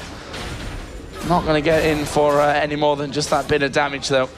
And again, yes, Baron taken, but it's now only left with xPeke and with Cyanide after those 3 men went down. And these kills are still really, really close. Yeah, and for everyone wondering at home, we do have sOAZ. He's currently sitting on 5 stacks of that Bone Tooth necklace, because I know everyone is waiting for him to finally hit that 16 stacks essentially and get that interaction. But yeah, I mean, we still have Baron on xPeke. It's still Diana. I mean, he still has that death cap, still has his Zonias. Speaking of Diana, in trouble here. Gonna get flung over the back by Singe, but is she gonna be able to turn it around and kill anyone? Z-Space going so low there. He's gonna get away from her before he can kill her after the Zonias. Well, they do finish her off, and we've seen so many times in this game from both sides, people being caught out all over the place. That was the 3rd time for xPeke right there. And look at the death timer, 50 seconds. I mean, you can't really afford to lose. You can't really afford to die at this point in the game, but you can't also afford to lose this Baron. Son of the last day member, FNATIC with it. And it's just, I really wish I could hear the teams right now, because I was curious why he keeps splitting off like that. He was trying to steal away the blue there, but Dragon is back up. CJ ENTUS going to be going for it. And at this point, I mean, 36 minutes in, Dragon really isn't going to give you too much. Most item builds are being finished off. We even have Zyra going for a Haunting Guise instead of a Zhonya. Still has those Sword Boots and the 3 GP10. And she's actually going to be very scary for the other team, not despite the ultimate, but the damage she can actually put out. Zed, in the meantime, has pushed this top lane out once again. inSec, obviously, earlier on, did take this entire bottom lane out, right up towards that inhibitor. He took the outer turret as well, I think, and has done a little bit of damage to this inner turret in the top lane as well. But still, this game hanging on a knife edge, and the longer we go, the longer these spawn times are getting. As you said, Diana's spawn time last time she died was 50 seconds, so it's really a case of if you lose a fight right now, and you know, number one, if you get ace, it's probably over. But if you do end up losing a fight, you have to pray that you don't lose too many men and you're able to hold on. Yeah, very true. And not to mention, if you are going to lose, maybe in the other enemy team's base just to prevent them from, you know, coming in. Would be very useful. We do have the Trinity Force actually picked up for sOAZ now. So, I mean, just across the board, all items almost done. There's just so much damage. It just comes down to synergy, comes down to how well these teams know each other personally and against the other team to capitalize on any mistakes here. And Joe, I mean, who's the key player right now for FNATIC? I mean, we do have Rekkles very strong, Rekkles very strong, but so is xPeke. And so is sOAZ, who's just been diving in the back line. Yeah, I don't think you can really say one key player, maybe. I mean, they've got to work in unison here, and the same on the other side for CJ ENTUS. If one gets caught out, if one ulti is missed here and there, then it can really throw it off at this stage of the game. Looks like Rekkles is going to be going up towards that Frozen Mallet again. Got the Giant's Belt already done in there. Singe at the bot lane trying to push up, does have teleport. sOAZ ulting in. Here we go then, sOAZ is going to dive in there. inSec taken down to half HP. Oh, flashes away there. The Zenith Blade would have hit him if he didn't flash out, but it looks like this is going to be the first inhibitor taken down for FNATIC. The top one obviously is open as well, and they can take that one if they, well, if they dare, I suppose is the right way to say it here, as we do see Shurelia's being popped. The ultimate out of Caitlyn blocked by nRated, but it does a big amount of damage still. And now the teleport's coming down for Singe. Where is he going to go to? Where is Singe getting into this one? We are going to see the fight turn around. Ultimate coming down from Ezreal, and that will get him a kill on towards Zed. Space going quite low, and they are going to dive straight in on towards xPeke here. He will pop his Zhonya's, and they are going to take him down, but Space pays the price. Here comes the Zenith Blade from nRated. They're going to get the knock-up onto the last man here. It's all on LongPanda now. Can he finish off? Can he stay alive long enough for this one? He's trying to get out of there. We do see him go down eventually. That will be the ace. And look at those spawn timers. There's no way that FNATIC shouldn't be finished this one off right now. sOAZ is tanky enough to be, or is he tanky enough to be doing these turrets? Yeah, that the super minions Doesn't finally look push like in they from are the going mid to lane. go for it. Yeah, they have to wait for these minions, but that will be then 20 seconds until Zed comes up. They do have Ezreal there, and they do have Rengar. Between them, they are going to absolutely hammer these Nexus turrets down.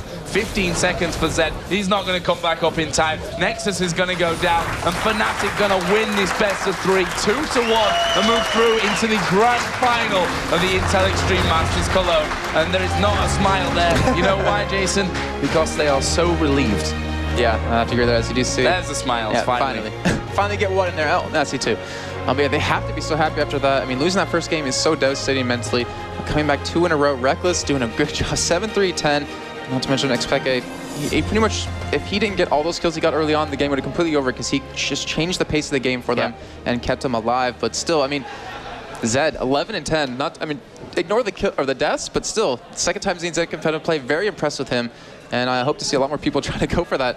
As I'm just going to talk this game over and go over and shake the hands of CJ ENTUS. Yeah, good sportsmanship, as per usual from these top teams.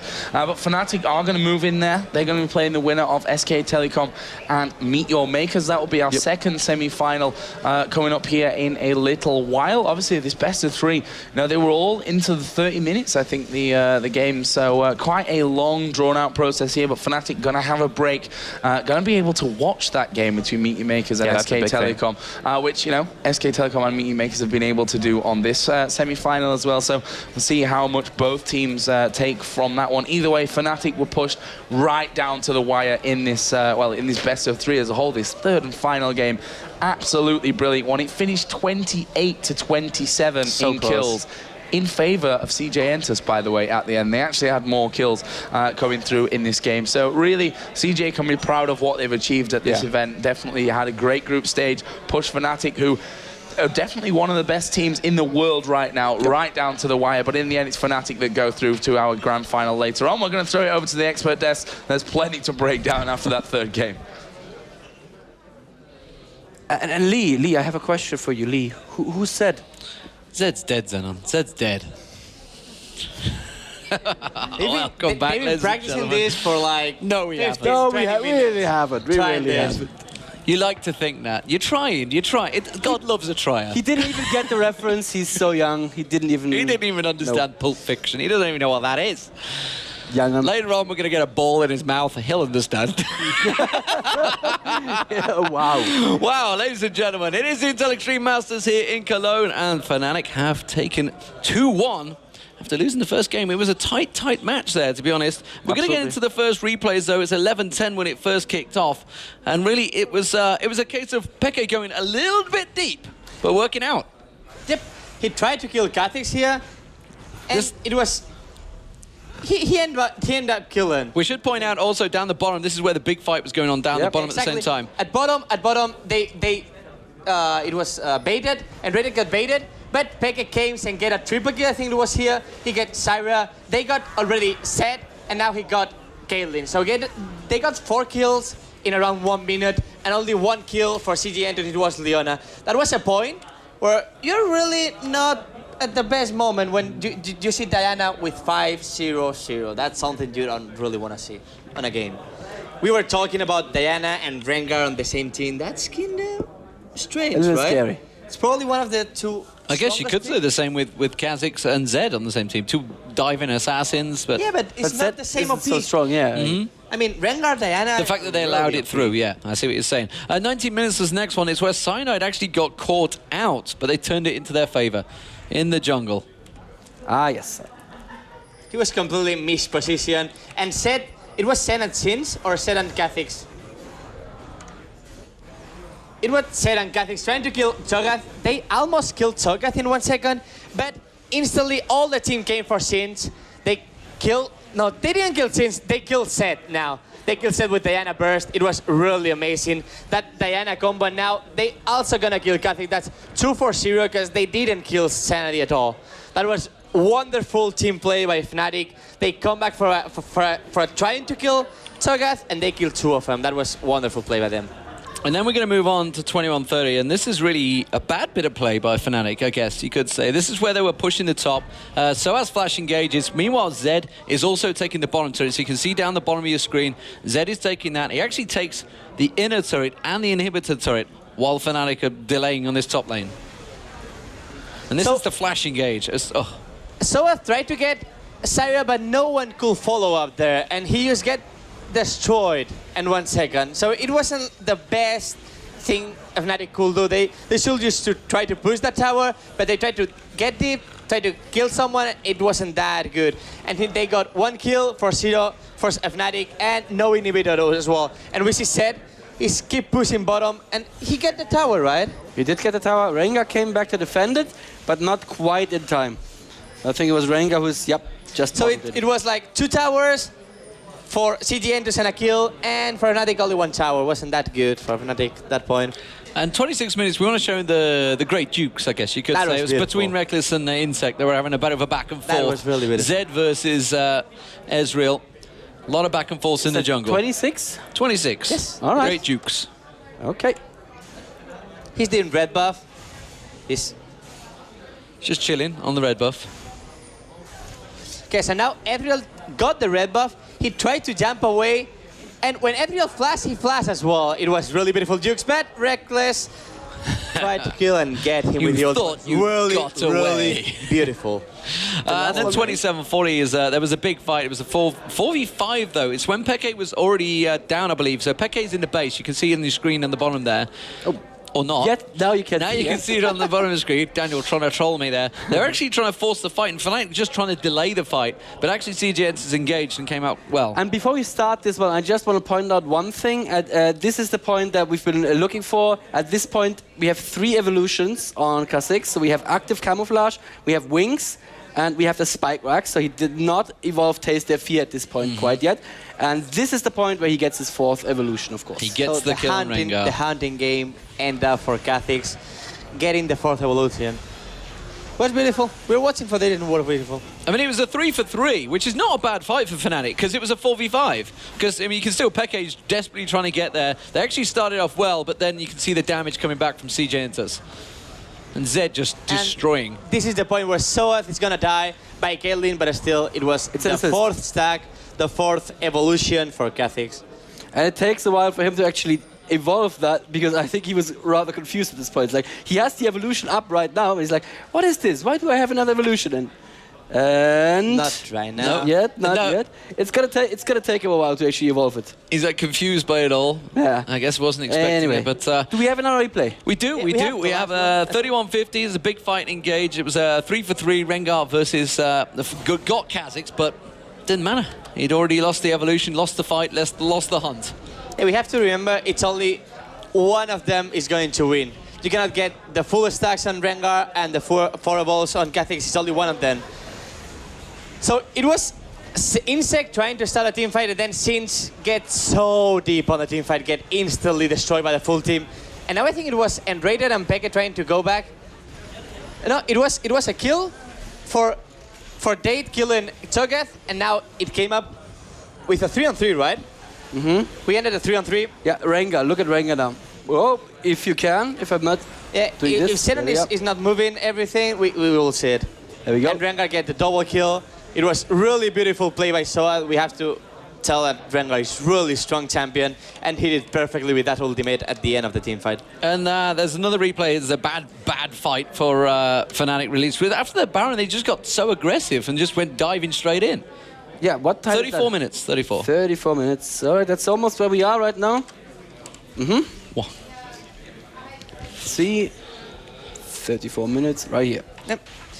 They were doing Baron. It was perfect for sOAZ. They were sounding the full team, but now he went too deep. We don't know exactly why. And he get destroyed. While Sins, he was really tanky, Sins. You can see Sins just running away. But still, Zed got Ezreal was perfectly again played by inSec. And they got 3 guys, only inSec from CG Entus. And we have to remind that they had the Baron. So it was perfect for CG Entus. It was probably a try to come back, still was 6K behind. So, but it was really nice play by CG Entus, especially by inSec, who killed 2 of them instantly. It was Ethereal got down in one combo. It was really amazing. And I believe we have an interview. Well, ready yeah, right I mean, now. of course, the last one was 38 minutes, but they just simply got caught. The ace came out, and that was GG for FNATIC. So we do have an interview. So he is with FNATIC. Let's see who it is. Thank you very much, guys. I'm now having Cyanide with me, and of course, once more, Jason. But, I love you. It always makes you smile, so I have to continue doing that. So, yeah, that was freaking intense, to say the least. Those games were really back and forth, like at the many points of time. Let's talk a bit about each one of them very quickly. The first one, there has been really good moments for you guys. I mean, mostly like those 2 fights you took at the Baron.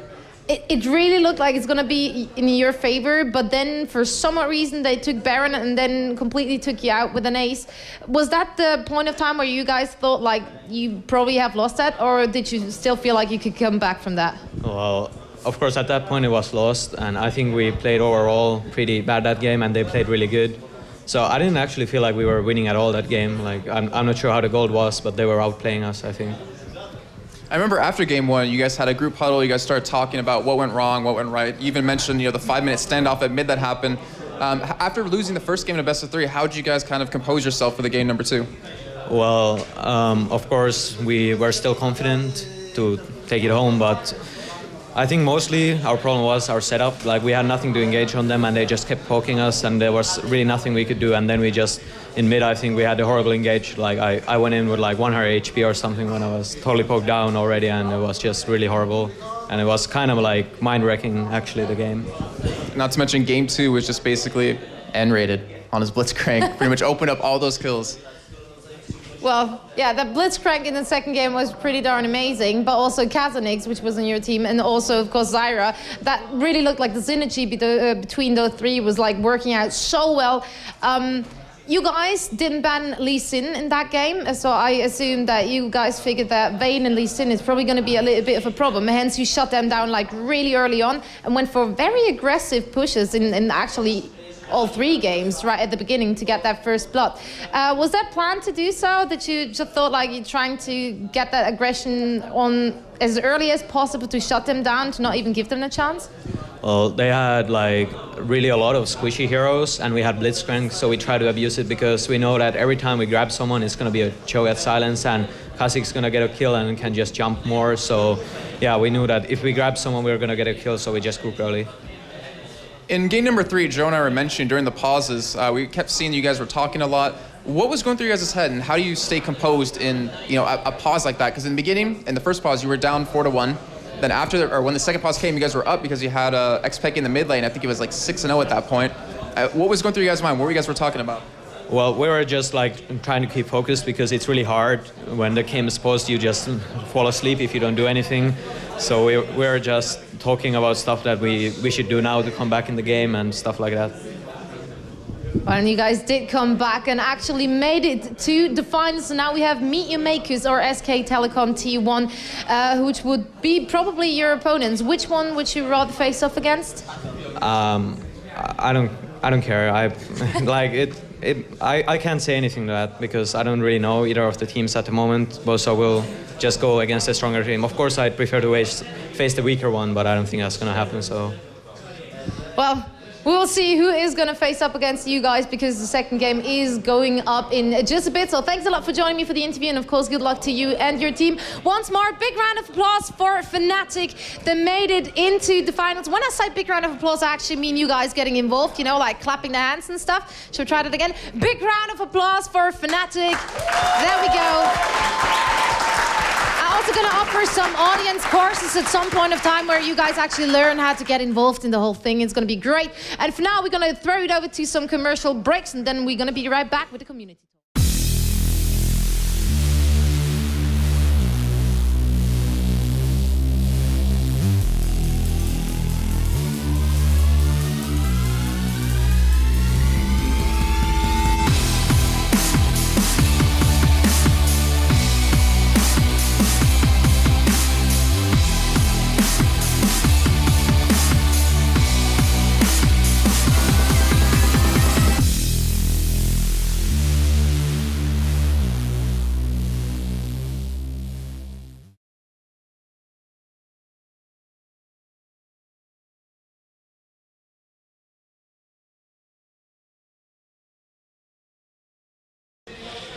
Thank you very much, Socks. So Socks passing us back to us there. So it's the first time for everything. Well, I have to say, it is very exciting to have all these pro gamers around and you can touch them. And You can sometimes touch them. you can touch them, yeah. And sometimes you have people like him as well. You also have homeless people. Homeless people. Yeah. Of course. Absolutely. I guess I wasn't trolling till right now. Well, It was a nice day for me, but then You Deman had the came. Kazakhs. you had the Deman. beep boop. And the And beep we boop. are in Champions League. Do you want to quickly throw out a couple of predictions? Ara? Couple of predictions, probably Jax against There's the Reapered. Jax. There's the Jax. Probably, I was going to say more likely Vayne. But it's the Katarina. It's Katarina, probably Oriana from Czaru again, and maybe we see an Udyr ban. Against Mokatte. It's We see possible. Mokatte playing Udyr so much. That was the quickest Nunu ban in the world. That was a half-second ban. Seriously, APM on that ban, Korean style. Evelyn and Rengar, wow, Oh, that was really very fast quick. bans. That was really fast. So what are we expecting MEETYOURMAKERS to go with here? Vayne has been left open. Wow. There is Czaru going to get Twisted Fate in that mid lane. Did pretty good Twisted Fate before. Was usually stronger in Katarina, but it's very strong on Twisted Fate. I don't know, I feel like Czaru is better with... an Well, actually, assassin, he right? plays everything. I was going to say with But I mean, Unseen, Oriana was available, Yeah. and that's one of his strong champions. Yeah. And now we see Listen, probably for Horo in jungle, and a Syra. Super Syra, most likely, we will see. And now, bottom lane is probably gonna pick Sona for Libik. Or even Blitzcrank. Nah, I guess it's gonna be Sona. And in jungle, gonna be again, probably a Skarner or Udyr for Mokatte. Well, as long as Udyr is open and Mokatte... He will wait for the 80. One of for the sure. things that's surprised me over the adjustment of the Korean scene, that they've had, how they've adapted to the Western world, because in the Korean scene, Nunu is barely ever banned because they just think he's a worthless support down that bottom lane. I guess they're finally starting to see the effects of Blood Boil on the champions. Actually, we have to talk about Makler best 80s. We saw Bane and we saw Sona. And what is the best support? Oh, sorry, Sona. Bane and we saw Kokmao. And the best support for both champions is Nunu. But here There we is go Vayne with again. Bane. He doesn't care. He Makler goes loves that. Wow, I love that. Oh, no, I don't love that. Oh, It's Reapered. what? I guess Freak will be happy with this TEEMO pick. It is a It's a Wukong Wukong. lock-on. Top But it's lane. Wukong. And we did see Lee yesterday in our Aram on a Wukong. That was pretty good. It's not something that's a highlight reel. No, there were a couple of good It works out well if everybody wants to dive with me, but everybody I is heard- like, I nah, heard- I'm not going to go in. I heard you died like 20 times or 25 I times. did not. I think you'll find I had a 21-125 against Snoopy and Yellow Pete in an Aram.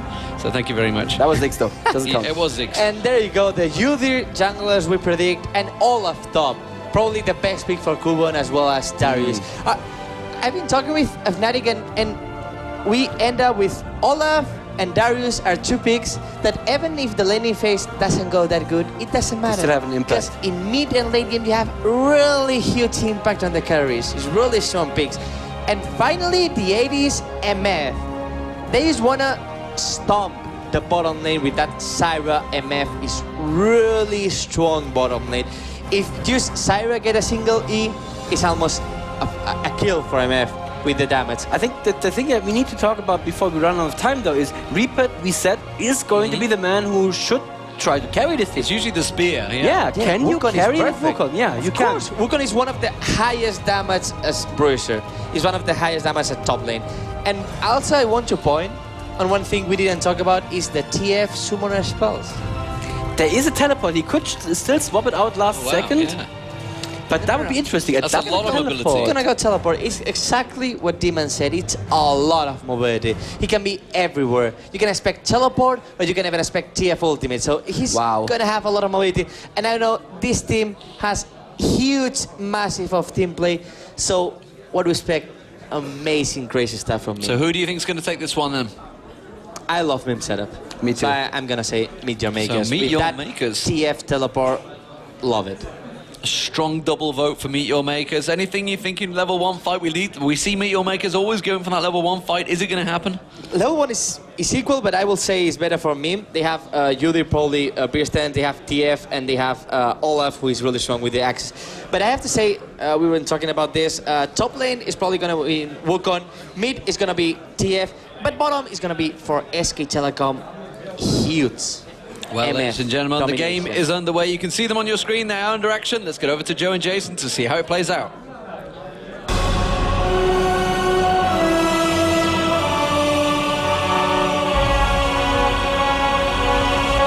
So here we go then, our first game of our second semi-final, MEETYOURMAKERS versus SK Telecom T1. And right off the bat, we see there Mokatte getting an early position up in that curve bush. Actually, Olaf headed up towards the position of UandME. Obviously, the AD carry on misfortune here for SK Telecom.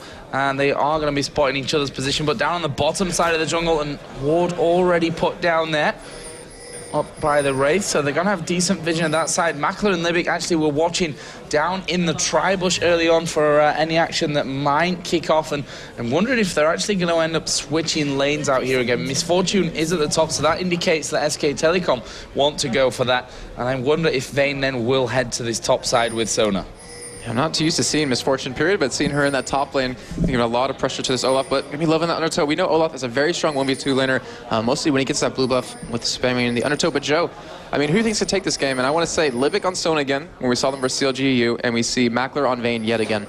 Yeah, you know, all the focus gets put on the AD carry, to be honest, from pretty much everyone out there. But yesterday, Libik with Sona was absolutely insane. The crescendos that we saw were perfect the entire time. Yeah. We didn't see him put one down that didn't really mean too much. So that's going to be a big thing from them in this game. We can see that the Wolves have been started off here by MYM. Mokatte going his usual Phoenix stance in the jungle, and we will see Makler and Libik going into this top lane, just as I thought. Oh, Reapered's actually still up towards the top lane right now. Kind of an interesting move on their part. I know he did play it a lot in the qualifiers. It was on the Season 3 patch, though.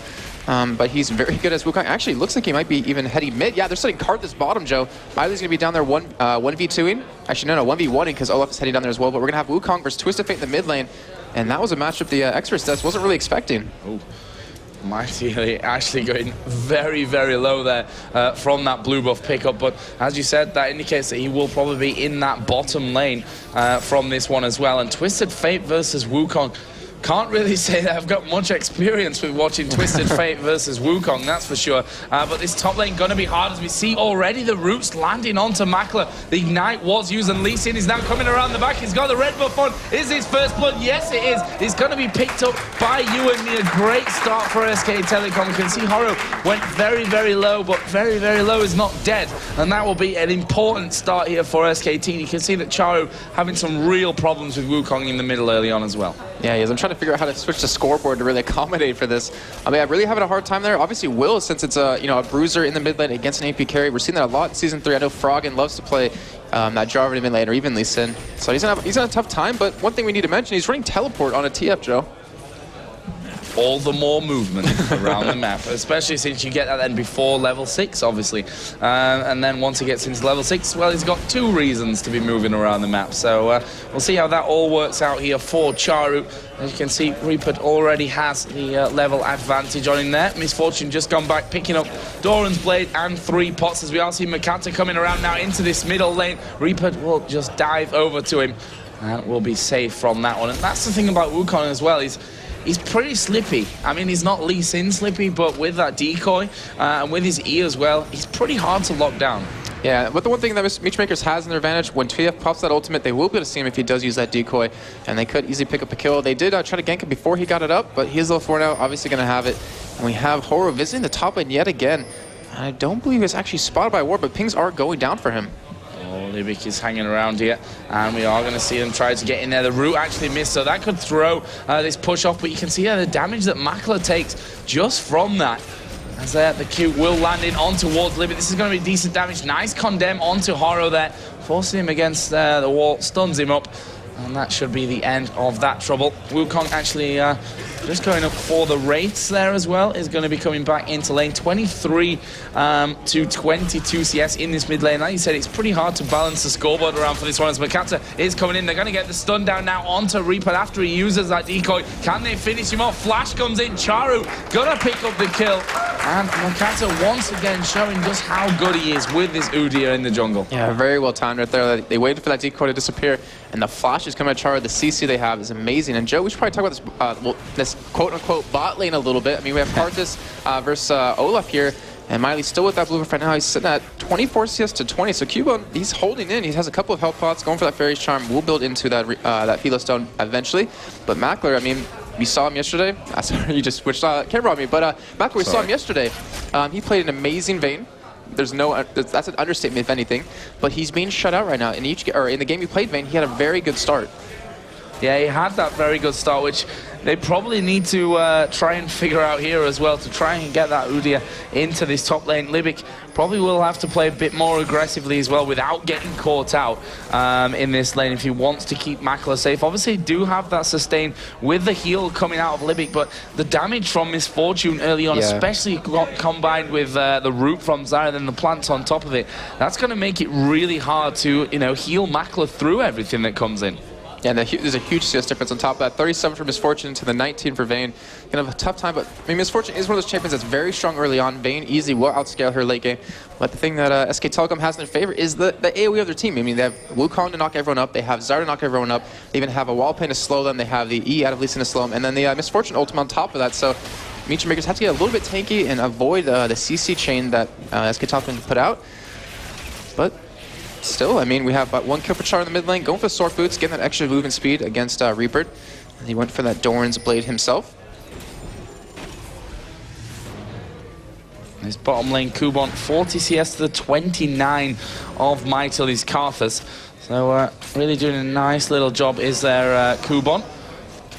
But again, this bottom lane is going to be where it's all at, as the root will land onto Makler, but StarLast going a little bit too low to really get involved with that one. However, Horo is coming back towards his top side of the map, currently doing the golems as Karthus takes the expected damage there from Kubon in the bottom. He's actually got 3 points in the Rekkles swing, so leveling his E up first here, as Mokatte now going to come in towards that middle area. Can't really take Reapered on 1v1, that's for sure, as we again see just the pure damage that can come out of Misfortune. Oh no, Reapered, he's actually coming up towards the top lane. He is spotted, pings are going down. You do see Mokatte heading up there as well, trying to stop him, but Reapered goes back to lane.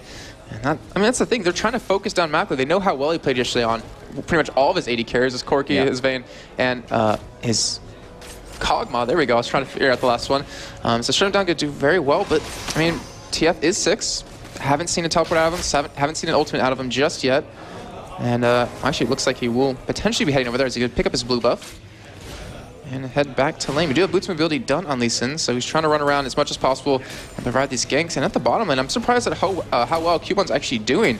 I mean, MighTiLy has that range to actually farm. He has that range to harass as much as possible. Oh, Twisted Fate ulti coming into this top lane. StarLast actually going to get away from this one, possibly. They need one more hit from Makler or from Czaru there. That final card doing the business for them. And that will be a nice kill coming over. Twisted Fate now 2-0. Vayne obviously picks up the assist for that one as well. And you said you're surprised in this bottom lane that Kubon's doing so well. I'm not really. I mean, as an Olaf, you can be very aggressive onto a Karthus. Like, it's very hard for him to really stop you coming in, throwing that Rekkles swing down, getting the axe onto you, and then backing away countless times.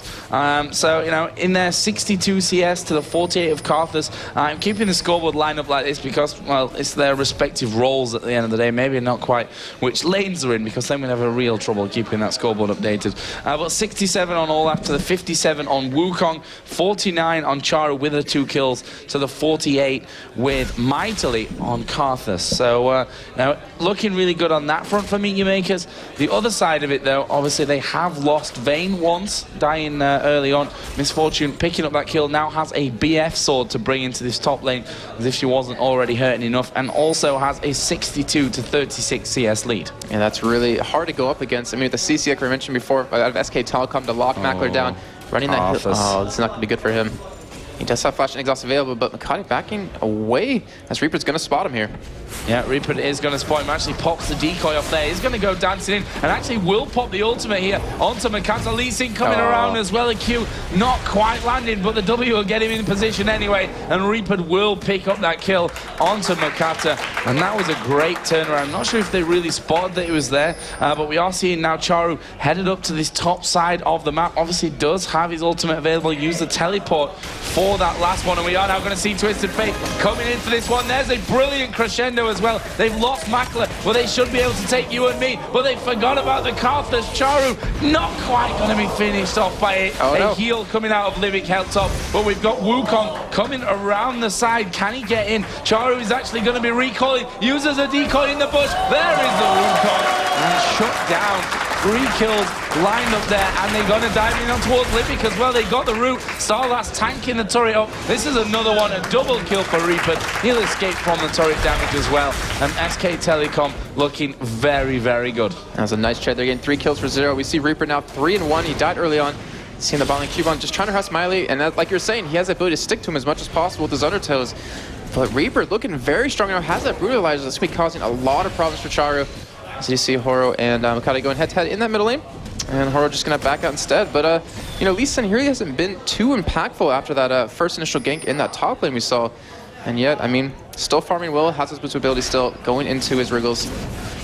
And Mokatte, I mean, I want to say if we saw an Oracle out of him, a little bit of an early Oracle, he could have ganked Reapered quite a bit more in the middle lane, but obviously he knows what he's doing a lot better than I am. Dragon still is up right now, 11 minutes in, hasn't been taken once yet.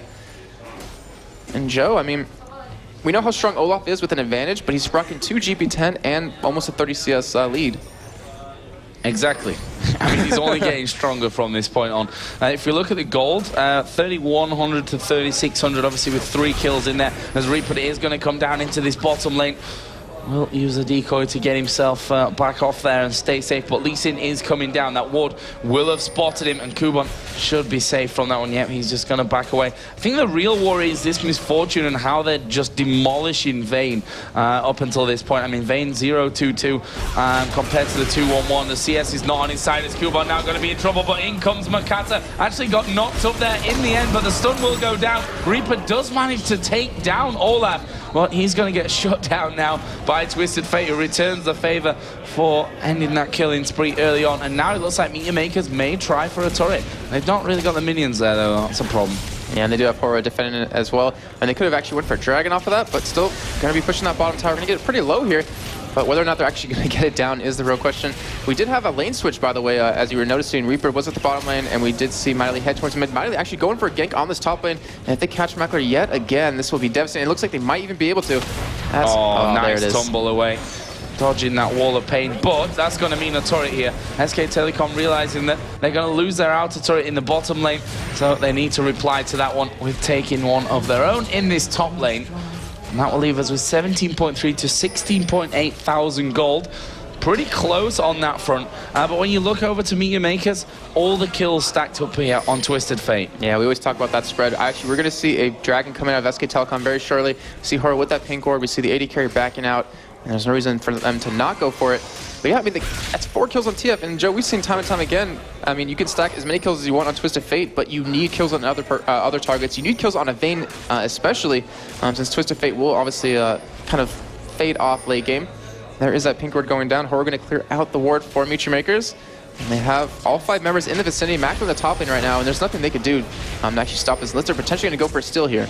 Well, we are going to see them going in there. Mokatte is going to come around, but they do disengage. There comes the crescendo. Mokatte going very, very low. Kubon not super healthy either, but he's trying to stick to Misfortune. Doesn't quite get the kill. And they're going to lose Olaf. Not quite take out UandME. Libik is still off the other side, but obviously he's not going to be able to do anything. This Dragon is going to go over to SK Telecom. Plus that kill. Great bit of play from the Koreans. Yep, now they have that 1,500 gold lead. And I mean, the kill stack currently for SK Telecom, 4 on Wukong, 3 on Misfortune. That couldn't really be any better. Obviously, you want to see Carthus with a little more, going for that Rod of Ages. Needs to be able to stand up against this brute force that MEETYOURMAKERS has. But still, I mean, he's still in the game. Even though he was bot lane against Olaf, he's not down so much CS anymore. He's sitting there at 83 at the moment.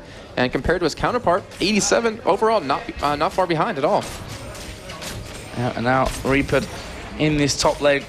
Could probably hammer Makler as well while if Libik's not there, but we are going to see Twisted Fate coming in. Here's the stun card pulled as well. They actually managed to get it down. Reapered trying to get away, but Vayne is onto him with the ulti. A great condemn against the wall. Reaper tries to turn it round, but it's not going to be quite enough there to stop Makler.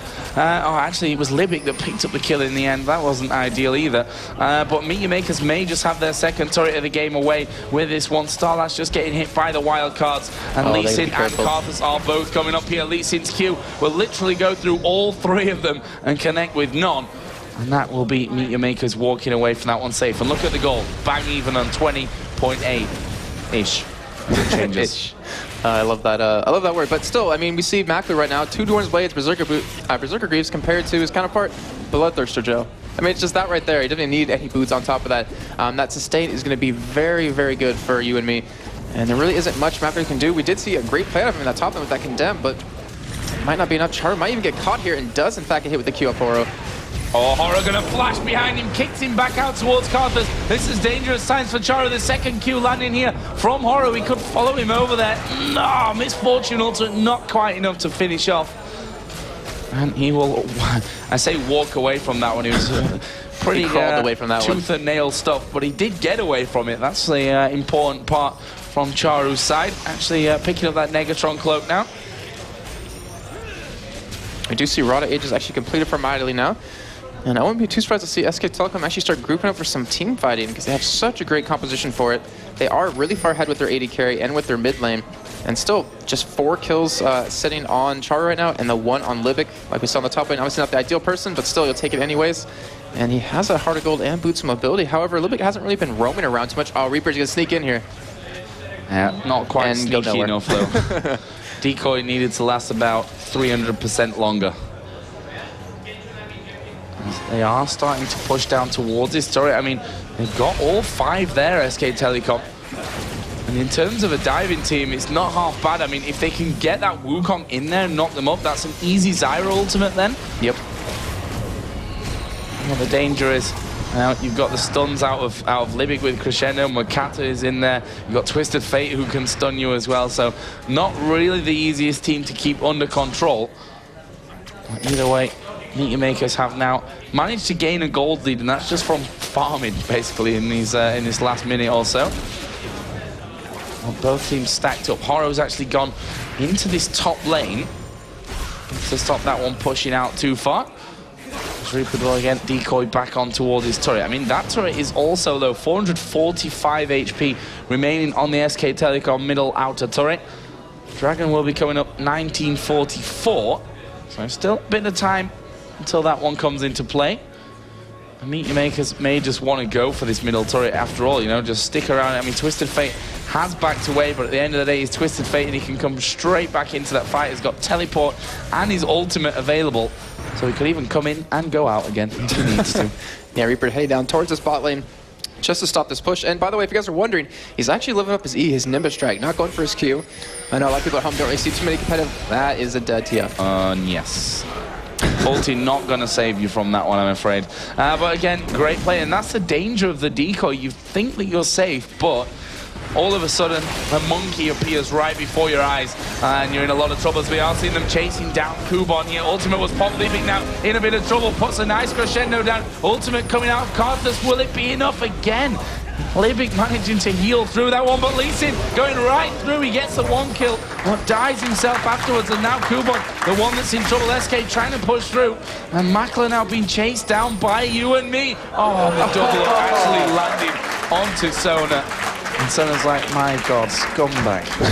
You walk towards me, and I end up dying. But that was going to open this middle turret up now for SK Telecom, and that will be the first middle outer turret of the game. And as well as the bot turret too, so they're going to pick up 2 turrets here, get a nice gold advantage, or they're going to get their gold advantage back, and still, I mean, SK Telecom, as you saw right there, Reaper just pretty much 1v1 Czaru, there's nothing Czaru could do about it, and then in that fight, they're just so strong right now, they're just so fed at the moment, that they can just take the upfront damage feature has to offer, and then put even more back at them.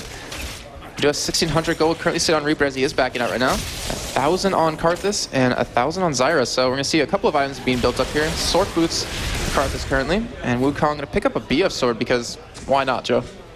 Because he can. 5-3-0 currently brutalizing that Hex Drinker already in there for him.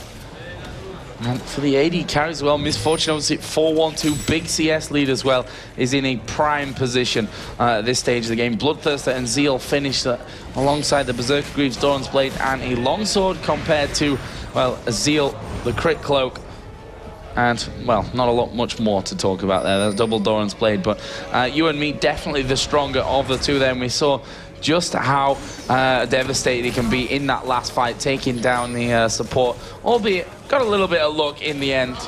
But, you know, not going to say anything bad about that one. You need a little bit of luck on your way to victory as well. But MEETYOURMAKERS now are going to be looking for this outer turret in the middle lane. The Dragon was taken by SK Telecom, and here comes Reapered again. He's going to get the knockup. Where's the Zyra ultimate? Not quite in there just yet, as the plants come down as well. SK Telecom losing a couple of members here. Kubon manages to pick one up. MighTiLy going low. Kubon, though, is stood right inside of the defile, and MighTiLy still manages to stay alive, and that is going to be kills coming over again for SK Telecom. The rest of MEETYOURMAKERS having to back away. But it was a 2-for-2. Who did they lose? They lost Czaru, they lost Kubon, and they took out Reapered and MighTiLy. So, well, it was a fair trade in that situation as well. Yep, it looks like they are going to push down this mid turret. Get that one down as well. We just see Warmogs complete for Kubon, and in that last little fight, actually saw Horo kick Makler back over that wall. Still great micro out of him, which we saw all day yesterday. FNATIC are completed for him. And, I mean, this is the point where MEETYOURMAKERS can start to make a really easy comeback with this. Olaf is really tanky. And they don't really have, I mean, they have a lot of damage on SK Telecom, but against an Olaf with his ultimate pops who can just run right in your face and force the AD carry to back off is going to cause him a lot of problems. Makler are going to get the items he needs to get back in the game very shortly. We do see Red Buff going over to UandME, and he's played very exceptional this game. 5-1, Bloodthirster, and a Zeal on top of that. Yeah, he's going to be hurt, or if he's not already. But he must be signing a good chunk. Yeah, 1,700 gold currently for UandME. Also has a longsword, Joe. So we could see a Phage, could see a Brutalizer into a Black Cleaver. Obviously not the Black Cleaver we're all used to now with Season 3, but still. Nonetheless, we'll be able to work very well for her. And we do have that penetration build done on Czaru now, which is really a big deal. He is their magic damage, and he should be doing true damage to Misfortune, most likely to Reapered. Well, not full true damage to him, but a good portion of it.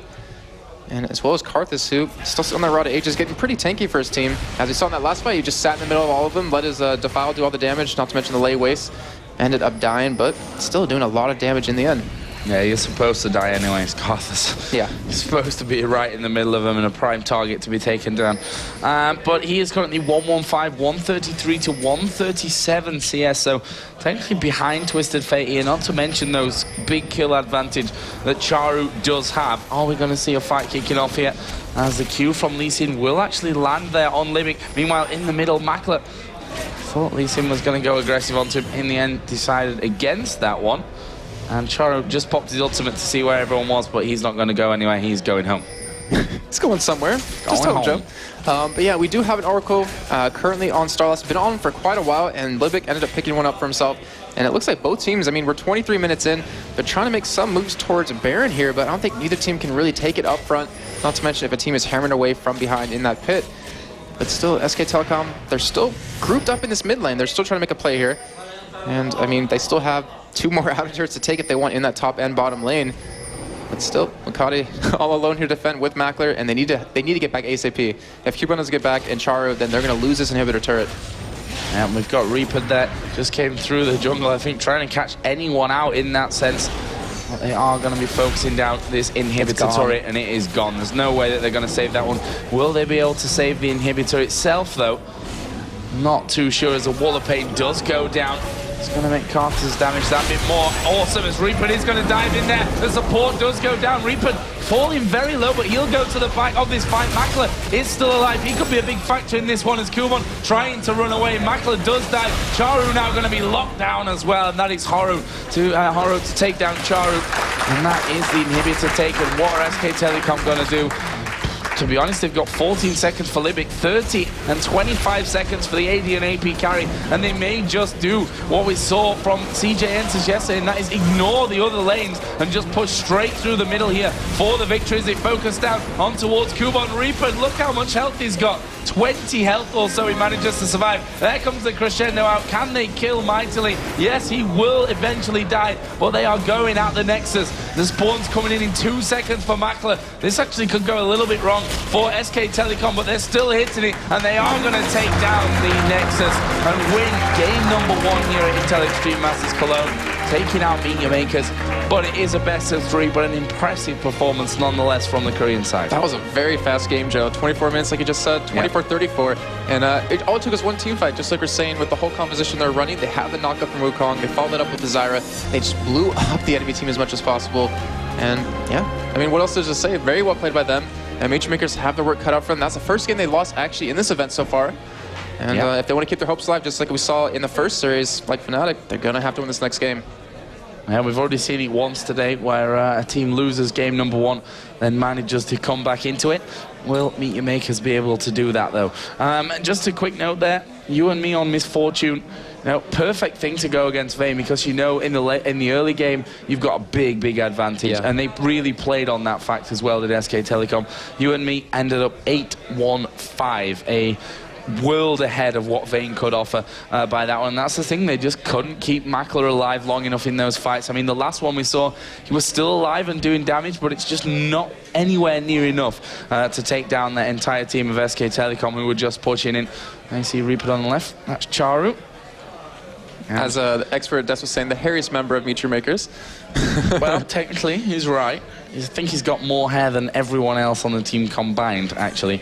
But you know, MYM need to have a talk about this one. You can see it's not quite what we saw from FNATIC after their first game, which was they all stood up, went behind the desk, and we're talking all together about what went wrong for them in that first game. MEETYOURMAKERS here seem to be a little bit annoyed, and they've got to keep that composure up if they're going to be coming back into this game. It's not going to be an easy task. SK Telecom look like a even better team than we saw yesterday. So we're going to be taking a quick commercial break here. When we come back, we'll be breaking down game number 1.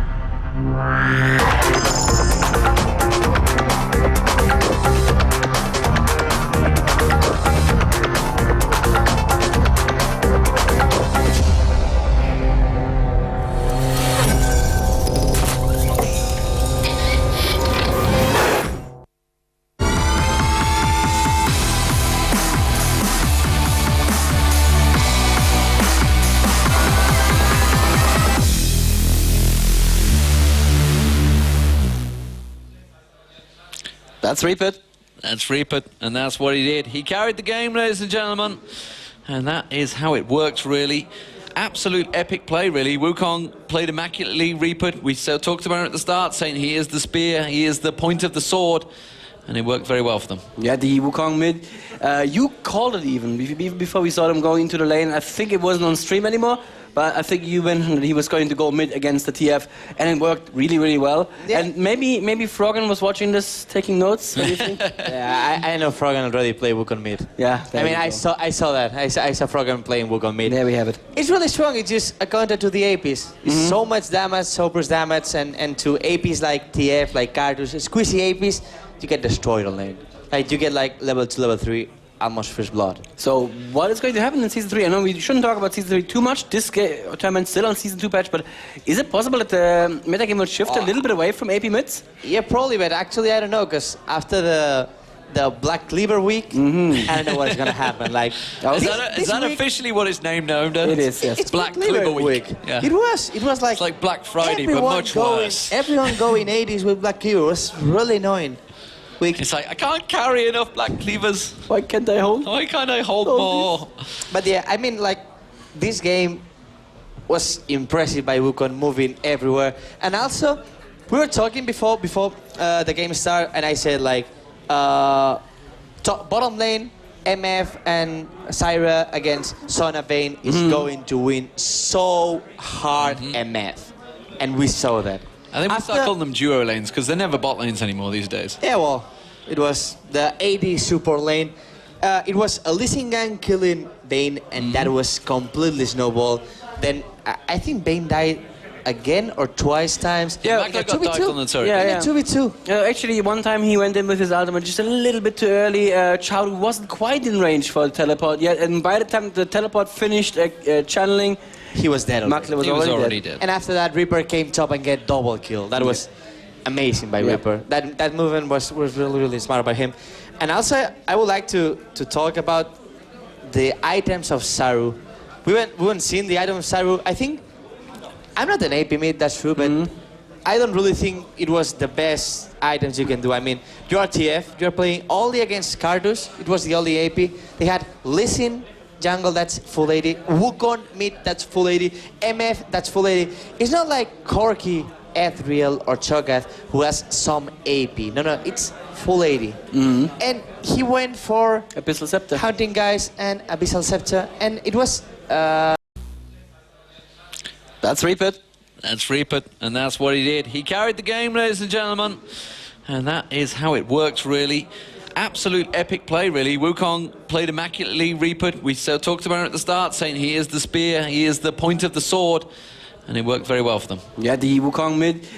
You called it even before we saw them going into the lane. I think it wasn't on stream anymore, but I think you mentioned that he was going to go mid against the TF, and it worked really, really well. Yeah. And maybe Froggen was watching this, taking notes. What do you think? Yeah, I know Froggen already played Wukong mid. Yeah. I mean, I saw that. I saw Froggen playing Wukong mid. There we have it. It's really strong. It's just a counter to the APs. It's so much damage, so much damage, and to APs like TF, like Czaru, squishy APs, you get destroyed on lane.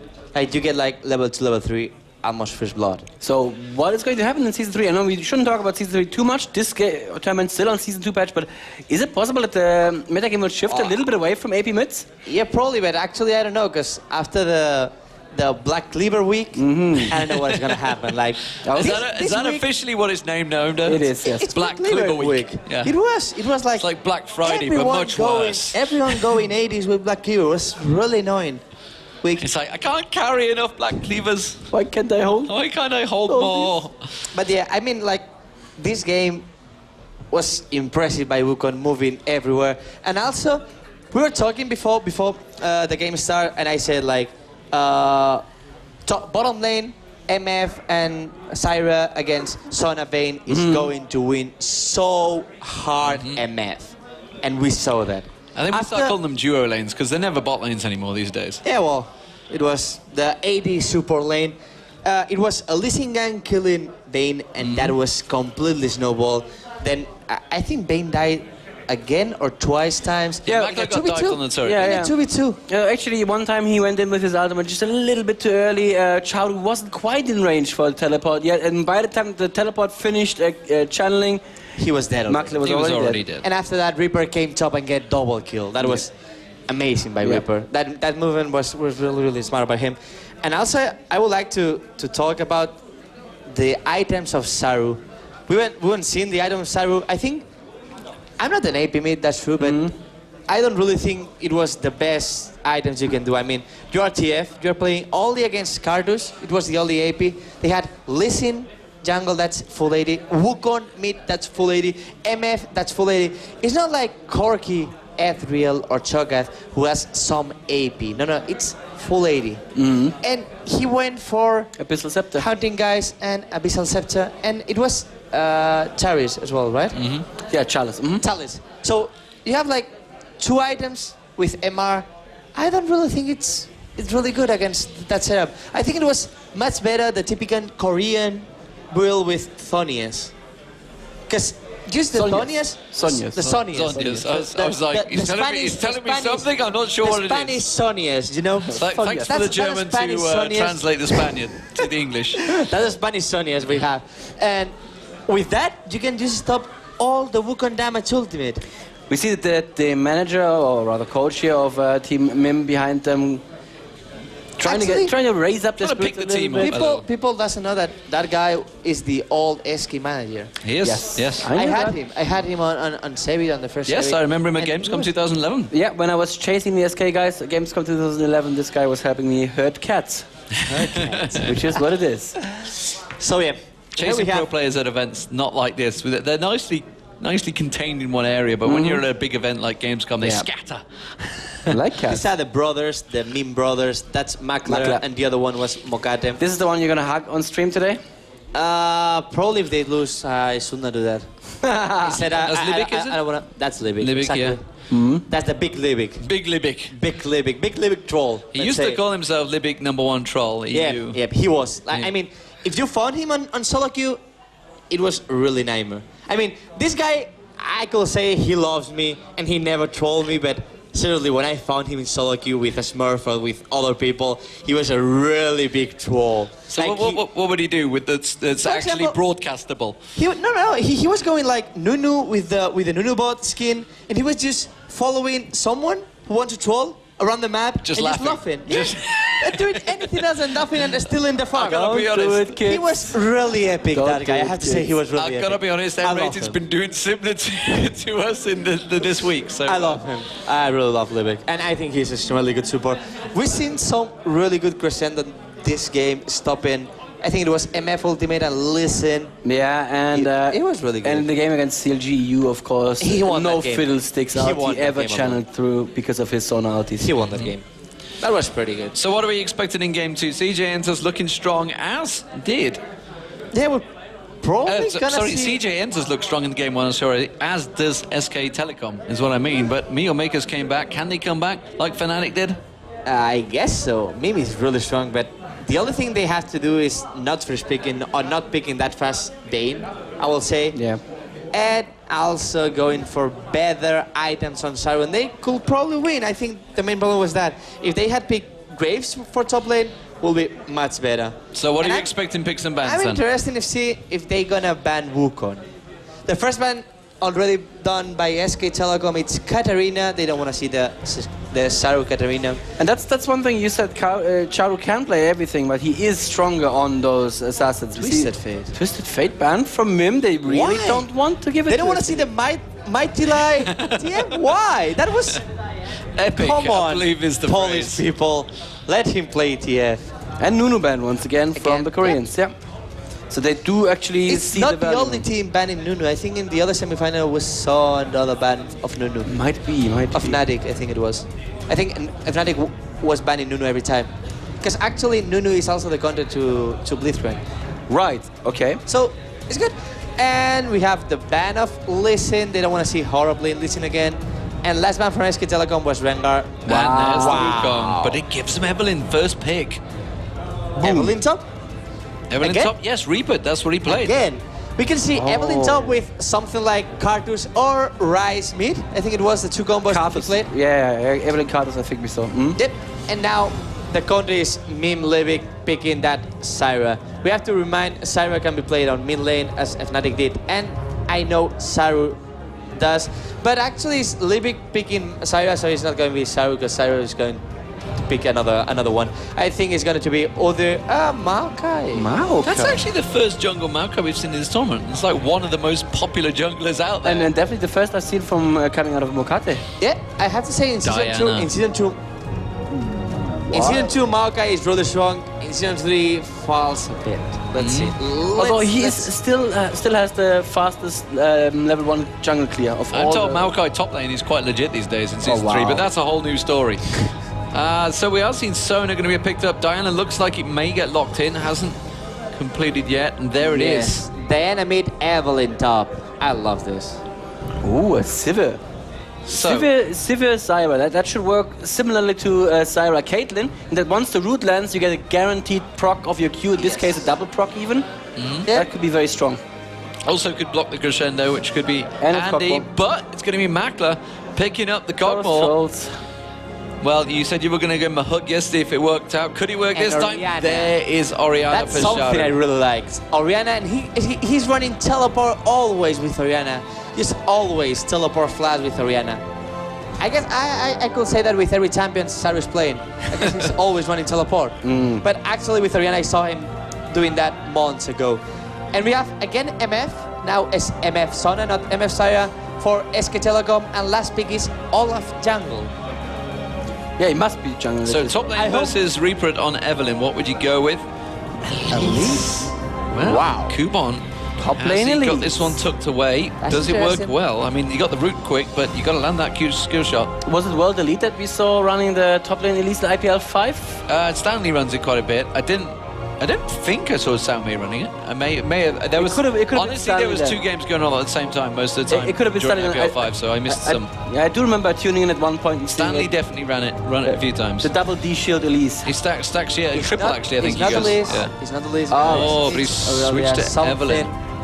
Those Kubon and Kubon. Those trolls. Kubon plays really good Irelia. Actually, he's better with Darius Olaf, but Irelia. I do like this. There are now two options for Orianna to get the ball into the enemy team. Of course, Blizzard Advance coming out of Mokatte's Maokai, or the Blade Surge from. Is it Blade Surge to Q? Anyway, Irelia Q coming out of Kubon.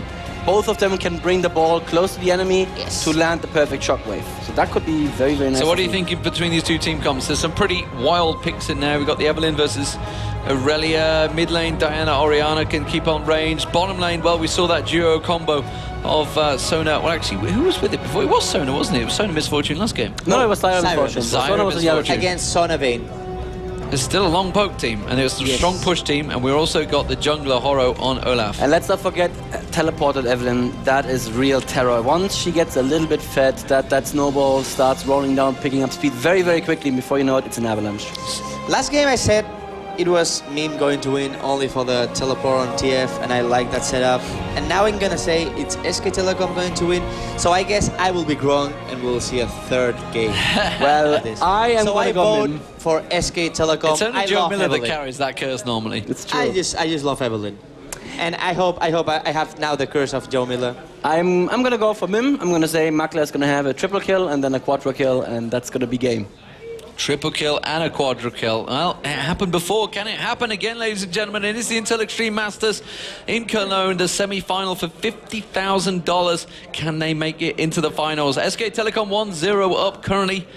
Can they get it 2-0, or will MEETYOURMAKERS, the Singapore champions, get themselves back into it? You can see them on your screen. That is Reapered right on the front screen. The teammate around him, loving his playstyle in that top lane. But you can see they are in game. In fact, that's a tiny minimized screen in game I can see there. Joe and Jason, give us the action.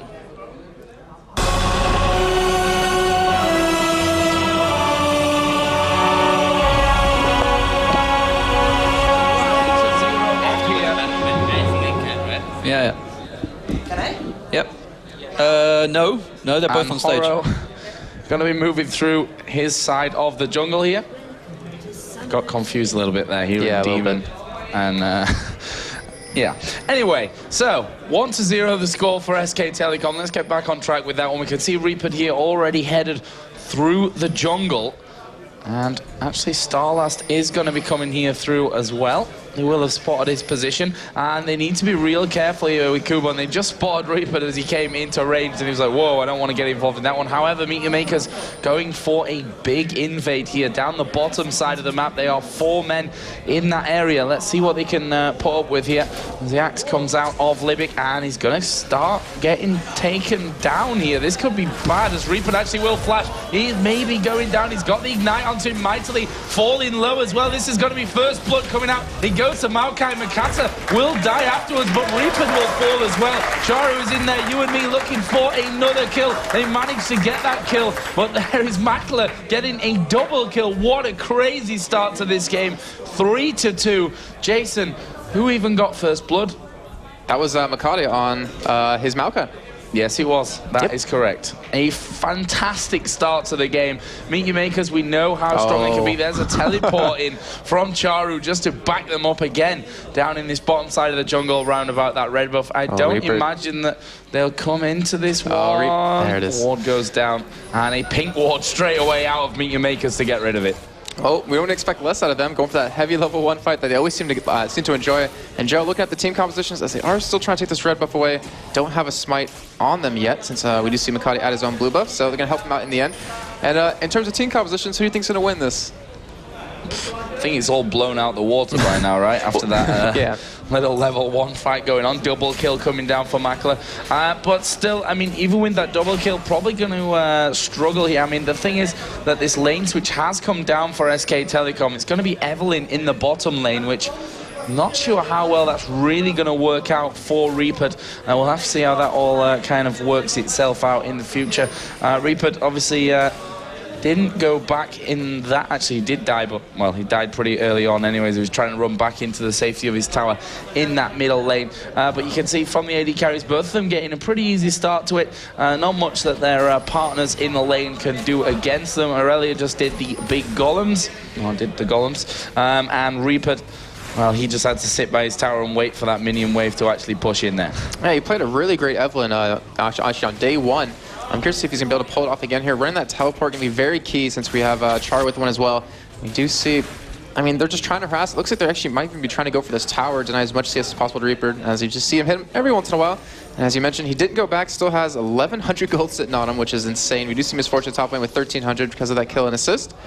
And Joe, the team composition for me for SK Telecom is insane. They have so much damage, so much control, that I really am worried that if MEETYOURMAKERS can tank it, we do have Mokatte going to be in trouble here. Red buff, double buff even, is on Horo. Going to land another axe in there. Mokatte now in some real danger as he tries to put some damage down. Turret will actually hit Horo, but Mokatte looking like he might be able to get to that top side now. Horo could be in trouble. Reapered has come in as well. Czaru going very low, will fall. Can they take Kubon as well with them? Yes, they can. Diana and all that picking up the kills. That was perfectly played by SK Telecom once again. Reapered using that teleport to get right in on the action. Bot lane MEETYOURMAKERS is like, oh, Evelyn missing. Stuff's going on. SS Evelyn.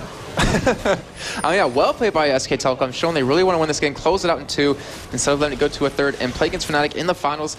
And Mim going to be trying to push his bot lane turret down. We see Diana in the mid lane right now. MighTiLy playing exceptional so far. With that gank, good map awareness from him. And Joe, looking at Mokatte now, has his first GP10, which is going to help. However, his counterpart Horo has that heart of gold as his first item for GP10. Reapered now back into the lane, got himself 3 assists already, which is almost ironically as much CS that he's got as well. 5 currently. That's given Aurelia a bit of time in this top lane, to be honest, to get some CS built up. Reapered here underneath the tower. I mean, when you're in this situation, you can't afford to miss literally any CS whatsoever. Yeah, it's very true, and that's really hard to do on Evelyn. I mean, with your hate spike, it really kind of hits minions on an awkward way unless you're very good, which Reapered is with them. But the real thing that's worrying me is Kubon on the top lane. If he doesn't get some sort of farm, some sort of kills, he's really going to fall behind, and I think Reapered will easily outdamage him later on. I actually have Maokai waiting here in the top brush as well, so we may see a bit of a gank coming down. UandME and StarLast are pretty much hanging to their tower this one. I don't know if they are sniffing that something might be up in this top lane. There's one shot coming off there. We'll have to see how they go about that one. In the middle lane, MighTiLy here and Horo looking for a bit of action onto Czaru. That won't quite happen for them. And Maokai has backed away. We'll have a level 6 Diana very soon. Going to be backing out just to buy some items. And yeah, I mean, Mokatte, he's trying to catch up in levels. He lost his blue buff, don't forget, in that top lane fight. Actually, in the top jungle fight. And we do have MEETYOURMAKERS. They did end up backing, coming back. He lost his red buff as well. I mean, Olaf did actually steal that away. Yeah, and that's really going to hurt him. We do have Reapered just sitting in that little bush. We have Horo coming in as well. Not going to be spotted here. This could be very bad for MEETYOURMAKERS. Libik overextended just a little bit, but he has that flash. So does Makler. And well, Makler coming back to lane with the Berserker Greaves and the 2 Doran's Blades. They have that bottom turret very low if they want to go for it, but here's the gank. Yeah, Olaf coming out there. They will actually flash to miss the axe. They turn around on towards Reapered, but Libik taking a lot of damage in the process here. Another axe going to go down. Can he finish off Rekkles' swing? Won't quite get it. He throws the axe through, but it's just a tiny amount of damage. 2 less to pick up the kill there, but either way, he's going to force that support to back away. Maokai actually coming down into this bottom lane as well, may be able to help out if Reaper does decide to go aggressive, which now that he sees Mokatte in there, definitely not going to, and surprisingly enough, pops his W, runs straight out. Yeah, that's the problem is that MEETYOURMAKERS is going to have here. They have a support jungler with Maokai, so if he ganks the top lane in a 2v2 situation, Kubon's not going to be able to do the damage he needs against Misfortune. However, for SK Telecom, they have Horo on Olaf, who's more of a damage jungler, so if he comes in a 2v2 situation, they're obviously going to win that trade. Bot lane, though, being pushed. We actually could see the first turn of the game going down, though. Horo sticking around, trying not to let that happen. And Mokatte, I mean, he's getting very, very ballsy right here. I'm not sure if they can actually fight this. We do have Dade heading down. Reaper doing a great thing there of taking those minions out so that he hits level 6. Will he get the ultimate down? Yes, he will. Diana's coming in as well. Makler in trouble, trying to turn it around onto Horo. Well, Makler is going to die at some point, but here comes Orianna. Makler will finally die. They're going to try and turn this around onto Reaper. Mokatte chasing here on towards Horo. As Reaper going on the top side there. The axe actually coming through the side. And Reaper going to get away from this one. Will MighTiLy be able to do the same? Ball coming out from Orianna. Flash away from Mokatte. And I think that is the end of the action down in this bottom lane, but crazy action it has been. Czaru now going around to this top lane, so it looks like we may see that switch coming around as now Kubon going in there. Ultimate comes out, Misfortune, and there is a kill for UandME. Brilliantly done. They were focusing in onto StarLast, and the whole time they were hammering away on Kubon. And that is 6-3 to SK Telecom. Now look at the kill spread as well. 2 for Olaf, 2 for Diana, 2 for Misfortune. That is a brilliant setup to have, and they are also going to be taking out the first turret of the game. Yeah, that's a huge goal lead for them currently. CS kind of low for this point in the game, but we've seen a lot of roaming around happening. Reaper at the bottom, 32 CS right now, hasn't actually bought anything yet, sitting on 1,400 gold. We do have Czaru coming down with that blue buff, might even be able to get here on Reaper. Doesn't have that mana to get away with that W, but he's just going to farm it anyways. And we do have Dragon obviously still up 9 minutes into this game. And the builds, I mean, we see Czaru now going for the Chalice, and we see on the other side, we see MighTiLy going for the Negatron Cloak. So going for an early Abyssal Scepter just to survive the damage, but in that last fight we saw alone that Czaru did no damage to him anyways. Yeah. That's the real danger, to be honest. At this stage, yes, you got the protection, which we saw did keep him alive for that little bit longer, but at the end of the day, like you said, the damage is not quite there at this stage for Czaru with just that Chalice in there. Does have, okay, 800 gold, so he's not exactly going to have a big shopping spree when he goes home. Mokatte on his way around the jungle, actually behind in creeps here. Both junglers do have that GP10 in. Already 150 gold earned for Olaf and 157 on the Philosopher's Stone there for Maokai, but Olaf, Doran Shield, Ninja Tabby in there, picking up a Fairy Charm to work up towards that Philosopher's Stone, as well as a good couple of wards as well. A pink ward, which may indicate a dragon at some point soon for SK Telecom. Oh, mid lane. Oh, MighTiLy coming in here. They do have the shockwave coming out of Orianna. Here comes the ulti as well. Down from Zyra. MighTiLy is going to get caught out. Makler will get that kill, and we see the teleport actually being cancelled out there by Reapered. Yeah, that was actually a really good play by MEETYOURMAKERS getting back in the game. He got a kill over to Kog'Maw yet again. I mean, we saw him yesterday playing exceptional with them in game number 3 against CJ ENTUS. And I mean, actually, well, in the 3rd game of the day from them against CJ ENTUS, we do see Dragon, though, being pinged. And Joe, with that pink ward, you're very right. They are going to try to go for it. However, they will be spotted by a ward for MEETYOURMAKERS. Yep, they will be spotted here as we are going to see the crescendo come out. Misfortune ulti ripping through them. Mokatte going to go down. Here is Reapered coming around the back. Libik is surely going to die here. Horo will get that one. Can he double up? No, not quite. Czaru will actually shut him down from that. And now SK Telecom go back to the Dragon, which is going to go their way. However, we've got Irelia coming in. UandME, is he going to be able to get away from this one? He's falling low, and Makler gets himself another kill in that one. And gets a red buff on top of that. And he's looking very good. He has 1,100 gold on top of him for this seal coming out very shortly. And that fight, I mean, we just saw the power of SK Telecom's composition. The AoE they have is just insane. And MEETYOURMAKERS really can't stand up against us right now. We do have actually Zenon and Reapered coming down towards his bot lane to go for Makler there. And actually not going to get caught out, luckily for him, with that red buff, which he just picked up off of UandME. And MighTiLy as well coming around towards that blue buff. They might try to go for this turret, might try to go for dive. MEETYOURMAKERS reading that one though nicely with Zyra, Maokai and Orianna coming down in towards that bottom lane. But will SK Telecom here be able to take this middle tower? It's already taken a little bit of damage. MEETYOURMAKERS just bringing themselves back over to stop that one happening. MighTiLy did just go in there, but Czaru back in position in enough time to stop that. And what do we need to see out of MEETYOURMAKERS to kind of get back in this? I mean, that last fight was very decisive. It was completely in favor of SK Telecom. Do we just need a little bit of time? You know, let Araneae get a little bit of farm. Maybe get Orianna a couple more assists, maybe a kill or two. We do see the Bloodthirst actually fish for Misfortune, but Joe, what do you think? Yeah, it's a hard one to call because obviously Makler is going to be getting stronger as we go along. 4-1-2 currently. Working up towards that Phantom Dancer as his first item, but they need to protect his Cogmore in every single fight, which is, you know, it's not going to be easy because Reaper's not going to come head on at them. He's going to be trying to come in from that side and focus in there. You've got Olaf who, well, he's going to pop his Ghost, going to pop Ragnarok and going to run straight into the back to try and take him out. You've got Diana who can close that gap nicely, and all the time the team locked down by the Sonar Ultimate. So I still think that the SK Telecom combo can deal with what Makler can throw at them. Yeah, luckily Mokatte, though, has that ultimate reduce the AoE damage that we see SK Telecom actually put out here, but we do have 3 members of MEETYOURMAKERS in the mid lane. They're trying to just defend these turrets. They don't want to let any more gold actually slip away for them. As Mokatte, a little bit surprised, is going to be farming up that top lane by himself. And we see Ping's actually going down, spotting Libik there with the wards. Coverage pretty well, despite what's been happening. We saw actually a lot more wards for SK Telecom up previously, which a couple just went down. But yeah, I mean, they have such a good team to dive onto MEETYOURMAKERS, but on the same sense, MEETYOURMAKERS has a lot of protection. You have the Orianna ultimate, you know, the snare from Libik, the ultimate from Libik. Mokatte even has a twisted advance. Kubon could potentially get a stun off. But Olaf, that's the real problem. If they can deal with him, they can probably deal with the rest of the team. So Axe going through there. A lot of SK Telecom gathering up here in this middle lane. Obviously Misfortune alone pushing this bottom turret out.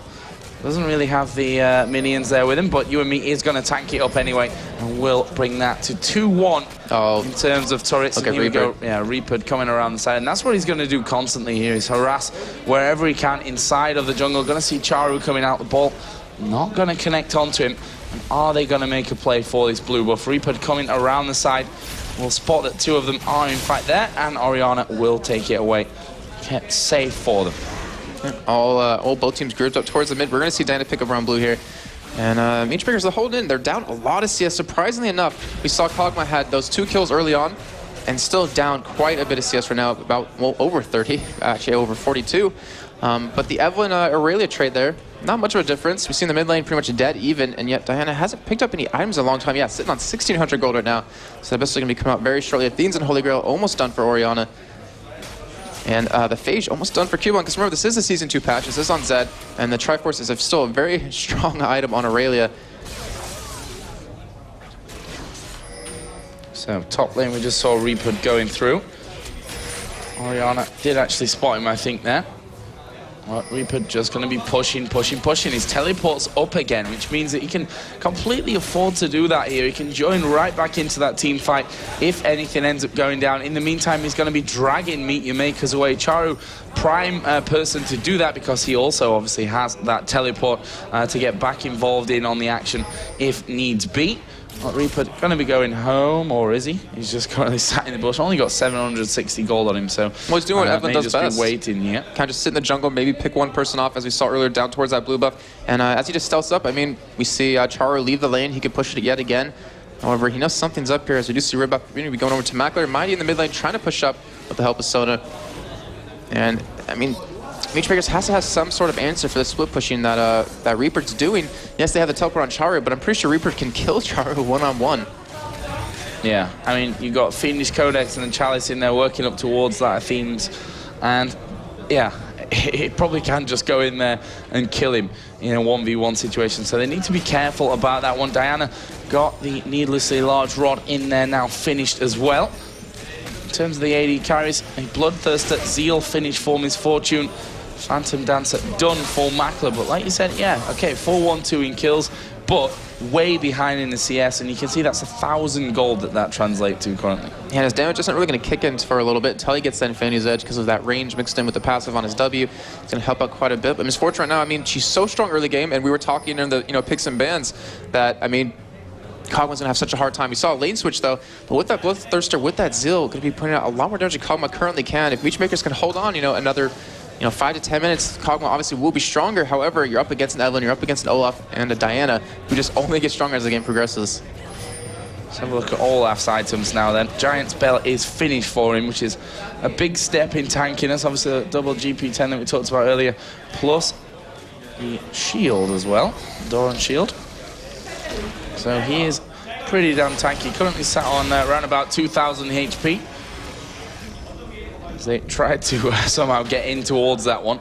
MighTiLy just going to throw his Crescent Slash over the top of the wall, but MEETYOURMAKERS holding their ground pretty firmly. Dragons up at 1648, so still a good minute and a half for that one to come in, as we are going to see the roots coming down. They're going to try and get in on towards MighTiLy. The ult is all going in. That's a great crescendo coming out. Where are the kills going to fall? Libik almost, in fact, he did get away there with his life, but the rest of MEETYOURMAKERS not going to be so lucky. That is 3 kills for 1, and it was the support that went down. That's exactly how that fight should have gone for SK Telecom. To be honest, they could have even been looking at 4. Libik was super low at the end. Yeah, it was. And MEETYOURMAKERS, they did want to engage there, but they got kind of just caught into one, ended up losing that fight. And like I'm been saying this whole time, and I said when I first started that the combination that SK Telecom is running, this AoE composition, the straight damage they have from the assassins is just so hard to deal with.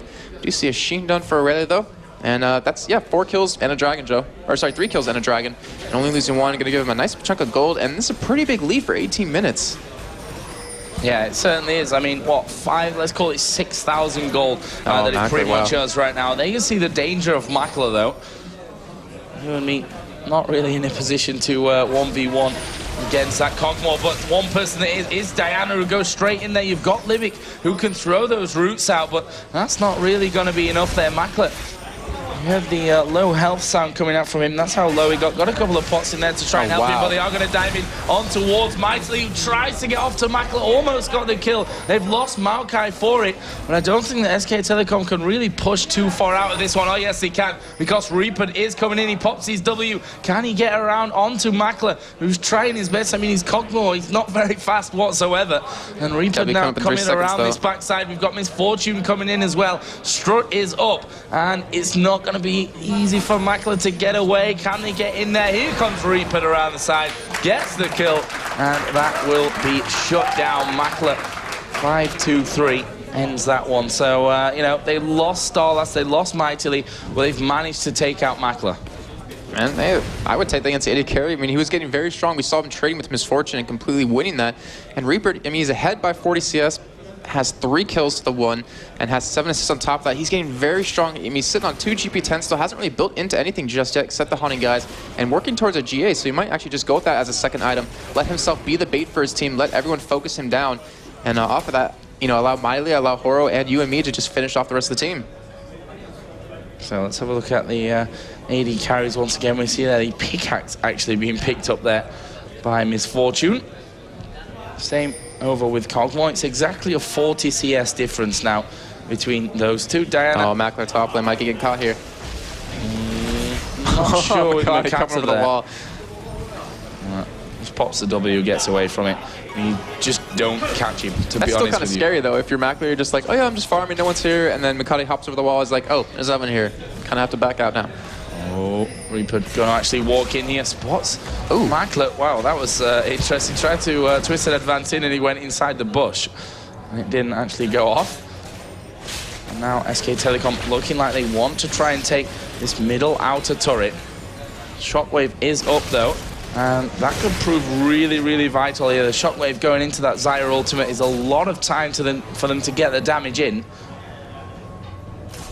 Well, they could dive in, but the thing is, they could potentially lose that Oracle on Horo right now. He's very tanky with that Giant Spell, which he picked up quite a bit earlier, but you don't want to be losing the Oracle at this point because that map control is so effective for your team. Even if you're really far ahead, if you're behind, it's even more effective, as you do see here.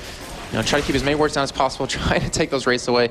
And Czaru, yeah, the ulti up, but still no items completed on him yet. Doesn't even have the things done yet.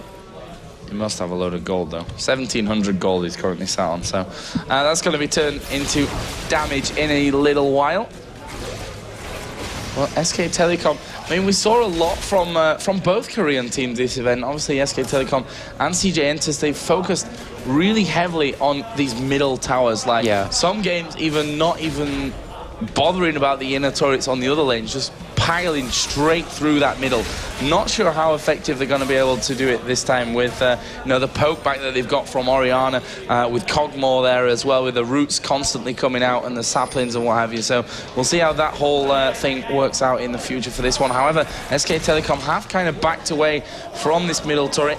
Don't want to be giving it up though, as we do see MighTiLy coming around the side. There is a crescendo. Makler absolutely exploded. Kubon's going to die as well. Czaru might even be finished off as he does put the shockwave down, but you're not escaping all that. And you're not escaping anyone if you're Mokatte here as well, I think. He has got a flash available, will flash over, but guess what? Reapered's got a flash in there as well, and he's got a Guardian Angel on, so he can afford to get in there and do the damage. That is another 3 kills picked up. Libik's like, hey, what happened there then, guys? Not really sure. And this is going to be the outer turret in the middle, the inner turret in the middle, and brilliant plays out of SK Telecom. And again, once that crescendo goes down, you just saw what Makler's got. Nothing. You saw him for a split second until he disappeared off your screen. Yeah, that's maybe more to the point, you didn't see what Makler had because he died so fast. The thing is, SK Telecom, they finished off some major items. You point, Libik. Almost dead. Is gonna survive that one, but just about. And that's misfortune, you know? Yep. I mean, you have the, well, pretty much on next hit, like a Ricochet from Severe, but the big items completed. I mean, you saw the GA on Reapered, you see the Warmogs on Olaf, and the Zenon has just picked up, the last Whisper picked up as well from Misfortune, so it was a smart play with them to force a team fight when they actually had the upper hand in terms of items, but MEETYOURMAKERS doesn't really seem to have an answer to this right now, trying to push down mid-turret, but even with Reaper not there right now, his teleport will be up very shortly, and he will come in from the lane. No mana on him, though. Yeah, MighTiLy actually getting himself in there. Mokatte going to go low. Kubon is also going low, and that's 2 kills for Misfortune. They're now on to Makler. Try getting away from this Olaf. It's going to be in vain because we've got Reapered coming around the side as well. Hate Spikes will finish him off here eventually. Kill him then. Why is he not dead?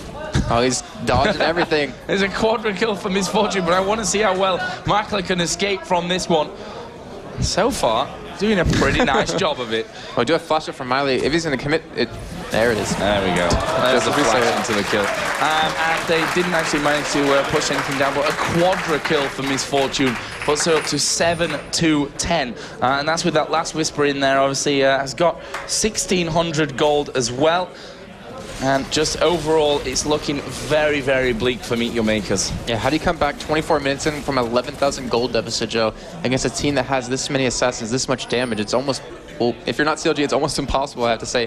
We do have the Abyssal Death for Orianna, but it doesn't seem like the item that really need to complete at this point. With Misfortune finishing the Fan Edge as well, having 3 of the core items. Most likely we'll be going to a GA or Infinity's Edge next. And MEETYOURMAKERS, I mean, it looks like they might be out of tournament from this game because 21-10, 25 minutes in, it's not a good position to be in. There's Reapered constantly farming and pushing this top lane out. Mokatte was, oh, in fact, he is still there by the golems, which Reapered has just realized, I think, but he's going to back away from that one. But MYM in a very sticky situation now. They've shown that they can't really protect this Cogmore. I mean, that last fight, they almost ignored Cogmore. Like, it was like, oh, yeah, well, we'll just take everyone else. He's got a Phantom Dancer. Yes, he's hitting quickly, but does he have the damage? No, he doesn't. Does he have a Last Whisper and Bloodthirst on top of that? Because if not, then he's completely outclassed and damaged by this Misfortune. Might even see a Baron coming up very shortly. Horo still retaining that Oracle for quite a while right now. And, I mean, SKT cannot lose a Baron fight unless they make a major mess up And I don't really think they will do that with the way they've been playing this game so far. Yeah, and MEETYOURMAKERS have to challenge it. I mean, they can't afford to lose a Baron. It'll be GG at that point, as we are seeing Horo in there at the back of the Baron pit. Wards taken away. There's still 2 with Zyra, 3 with Aurelia. Shrez Reveille just picked up Persona, so even if they weren't fast enough to catch the team, if he wasn't, if he didn't have that flash, if he still have that, to get in there quickly and land the crescendo, which honestly have been really spot on. Really has caught off Makler, which you saw in that fight about 10 minutes ago. You can do that yet again. This should actually be game. As you know, like you were saying before, I mean, the Korean teams, they seem to just love push down mid lane. Oh, this is going to be bad again for MEETYOURMAKERS. Reapered coming in. They're going to go for Libik first of all. And I think the rest of his team pretty much just letting him go. There's the ultimate coming down. Does manage to pick up the kill. In the meantime, Crescendo going down over Kubon and Mokatte. And they're just going to rip through them once again. Another double kill coming out for Reapered. Horo actually chasing through the base here. And then realizes he's not going to get in there, starts attacking the turret, rest of his team coming in, and this, to be honest, they could probably think about finishing here because they have to wait for those spawns to fight as 5. SK Telecom are all almost 100% healthy. I saw the J up on Reapered right now. Do you see him pop that W trying to go in? And Joe, yeah, I think you might be right. I think this might actually be the game. Yeah, well, at least one Nexus turret coming down. That's a brilliant shockwave, though. We'll catch 4 of the 5. Zyra ulti coming down as well. And they're going to take down 2 of them. That's great play. Taking out the AD carry. Taking out Olaf as well. MighTiLy might have even thought about dashing back in for that one, to be honest with you. But better not risk it at this stage. They have over a 10,000 gold lead. It's 13,100 gold right now. 6-2 in turrets, 24-12 in kills. This is looking like SK Telecom will move through into the grand final of Intel Extreme Masters Cologne to take on FNATIC. Yeah, MEETYOURMAKERS going for a Baron. I mean, they have to at this point. Why not? They really do, but we have MighTiLy still around. Reaper is around as well. Teleporting back in, had a lot of gold to spend. Actually, I believe he's still sitting on quite a bit, but still, here's the fight. Oh, Reapered's here as well. MighTiLy just turned around onto them. Czaru going very, very low. MighTiLy will actually die, and Makler is forcing the support to back away from that one, but they're chasing down Reapered over on the other side. He does have that Guardian Angel, and he's pretty healthy, to be honest with you. I mean, Kubon can't quite finish him off in the time that they need, as we are going to see StarLast coming in here. Does get a bit of a heal off. StarLast might actually end up dying to this one, as Mokatte also can't really do enough damage here to Reapered, who does manage to get the kill, and he's going to pop the W and go in towards Makler as well. Can he out-micro him here? Misfortune comes in, gets the ulti off. That will be another one. 2 dead. Libik is not very healthy. Makler finally will pop that. And, well, again, SK Telecom. No, it wasn't even like a close fight because they were all low on health, and they still turned around and managed to pick up the kills, as we are seeing them now taking out this inner turret on the top lane. Well, we do see MEETYOURMAKERS, they picked up a couple of core items there. We see the Trinity Force done on Aurelia, we see the Infinity's Edge done on Kog'Maw, and that's going to be a lot of damage increase, but if you can get as much damage as you want, but if you keep getting dove on like this, keep getting caught, there's no way you're going to be able to win these fights still. And SK Telecom not even trying to go for Baron because they know they don't need it. We've seen Oracle picked up on Sona since Horo lost his, and UandME going to catch Libik here. Yeah, Libik in all kinds of trouble, will go down. Kubon here is going to face it, as well as the shockwave comes in from around the side, but Reapered, he's not finished. He's got Horo onto the top side. Rekkles swing comes in. Horo will finish off the kill on Czaru, and that's a 3-for-1 again for SK Telecom. They just can't fight him. They're too far behind. Yeah, and even, I mean, with having one Nexus turret down already, having that middle inhibitor gone, they can't even fight under their Nexus turrets. They have to wait for a mistake, but that's not going to happen. I see Makler here popping that green pot in desperation. And ultimate coming out of Reapered. They're going to go straight in onto Makler. He will die. Reapered going low here, but it's Mokatte. Does he have enough damage to finish off? It will be Makler in the end that gets it with the passive. And that is going to be another inhibitor turret going down. Will they stay for the inhibitor? I mean, Libik's up with Kubon, but Libik's the only one that could stop them here. And that will be inhibitor number 2. They're playing very safe. I mean, they could have finished the game right there. Having Makler down for 20 seconds, Czaru no ultimate, they could have finished it. I don't want to give any kind of hope to MEETYOURMAKERS here.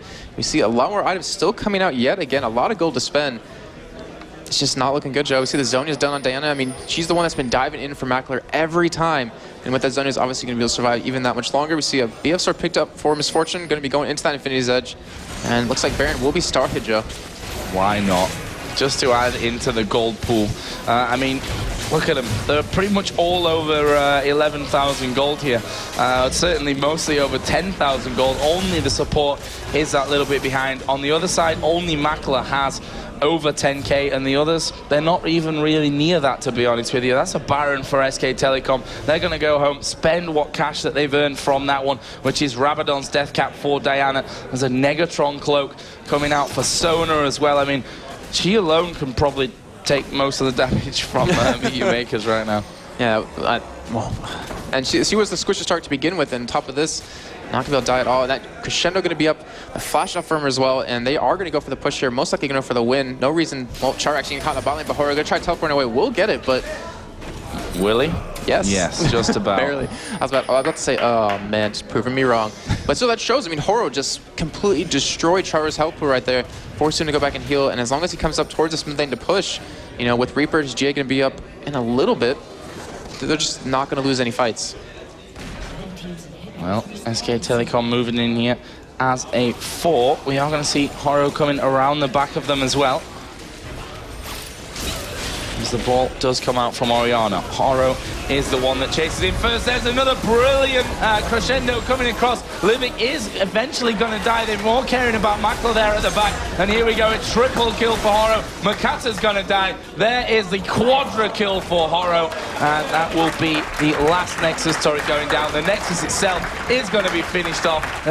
Complimentary Zhonya's at the end from MighTiLy, and that will be SK Telecom moving through to the grand final of Intel Extreme Masters Cologne. 2-0 in MEETYOURMAKERS here, in which I think you can tell by their face, they felt pretty, that was a pretty easy victory for them. Yeah, I mean, and this is their first major event as a team, so they want to enjoy the wins as they get them. You saw Reaper clapping right there, very happy. And MEETYOURMAKERS, I mean, they did lose 2 games here, but they played exceptionally well in their group stage, which was, you know, the harder of the 2. You can't really say anything else about that. But there are the handshakes coming out from both teams, good sportsmanship. And MEETYOURMAKERS still hold your heads high. I mean, they will be at CBIT when we actually host the finals for this, or the finals of all of IEM. And they already, you know, secured that spot, but still. Well, it's not over for them either now. They're going to fight for 3rd place. That's true.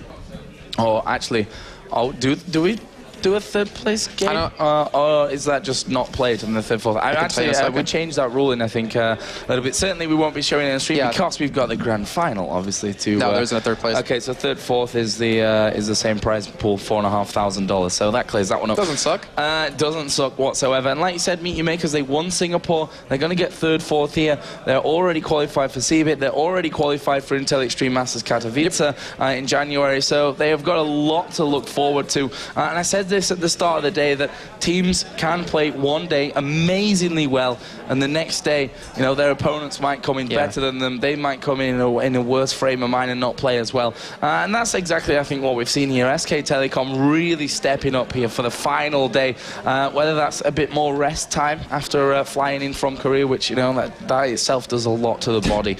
As you know, going from Singapore to Vegas. Flying around the world just a couple of weeks ago pretty much destroyed us. So that's it from us. Up until the grand final, but obviously we are going to throw it over to the expert desk, and they're going to break down game number 2.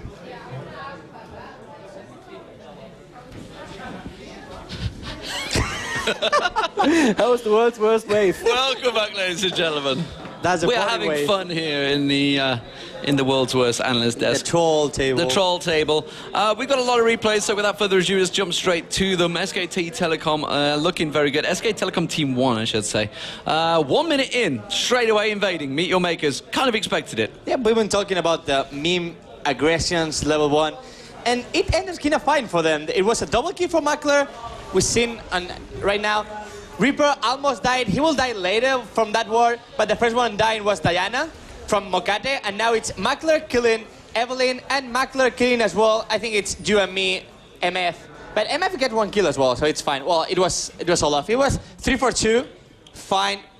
Pretty fine for MYM. And actually, I think we're going to stay with the replay. If you stay with it, stay with it. Yeah. Because what happens is Czaru is about to respawn, and then what does he do? He respawns, and he teleports back in for some more fun. Unfortunately, it didn't quite turn to a red steal here, because SKT reacted in time. They came in, and they tried to get it, but yeah, they reacted in time.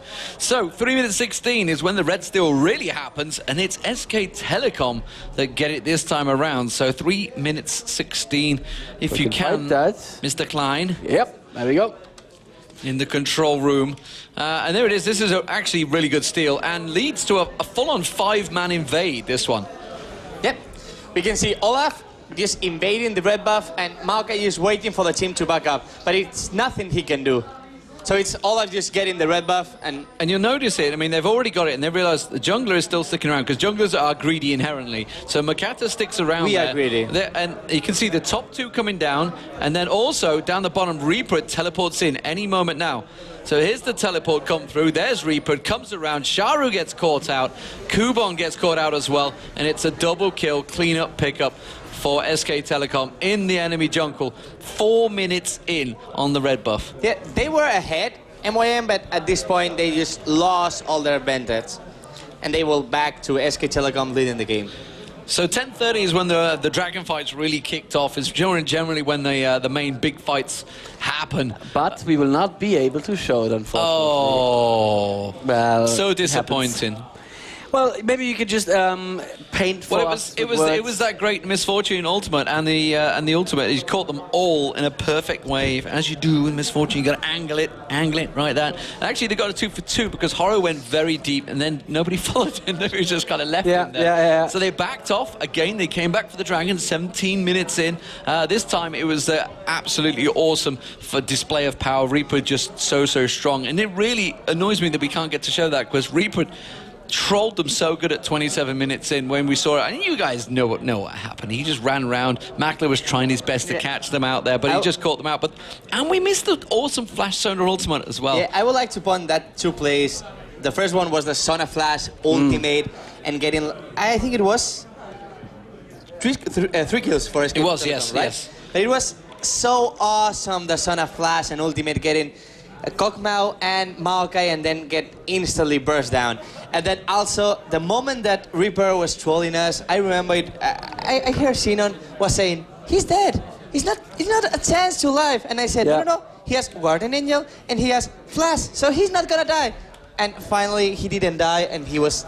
He get 2 kills. He got 2 kills. Yeah, it was also the fact that Horo finally came in from because otherwise Makler, Makler did have heal. He would have chased him down, but when that Olaf came, nothing he could do. It was really nice. The horror indeed. But and I think Horo at the last moment, he had like 13-1-9. You get your famous triple kill and quadra kill. So I was not wrong. I was not wrong. Just a wrong team and the wrong player. I mean, there was actually 2 triple kills in there, 2 quadra kills in that game. SK Telecom looking very strong. So they're going to be facing FNATIC in the final. The question is, they lost to FNATIC yesterday. How much of an impact will that have on them?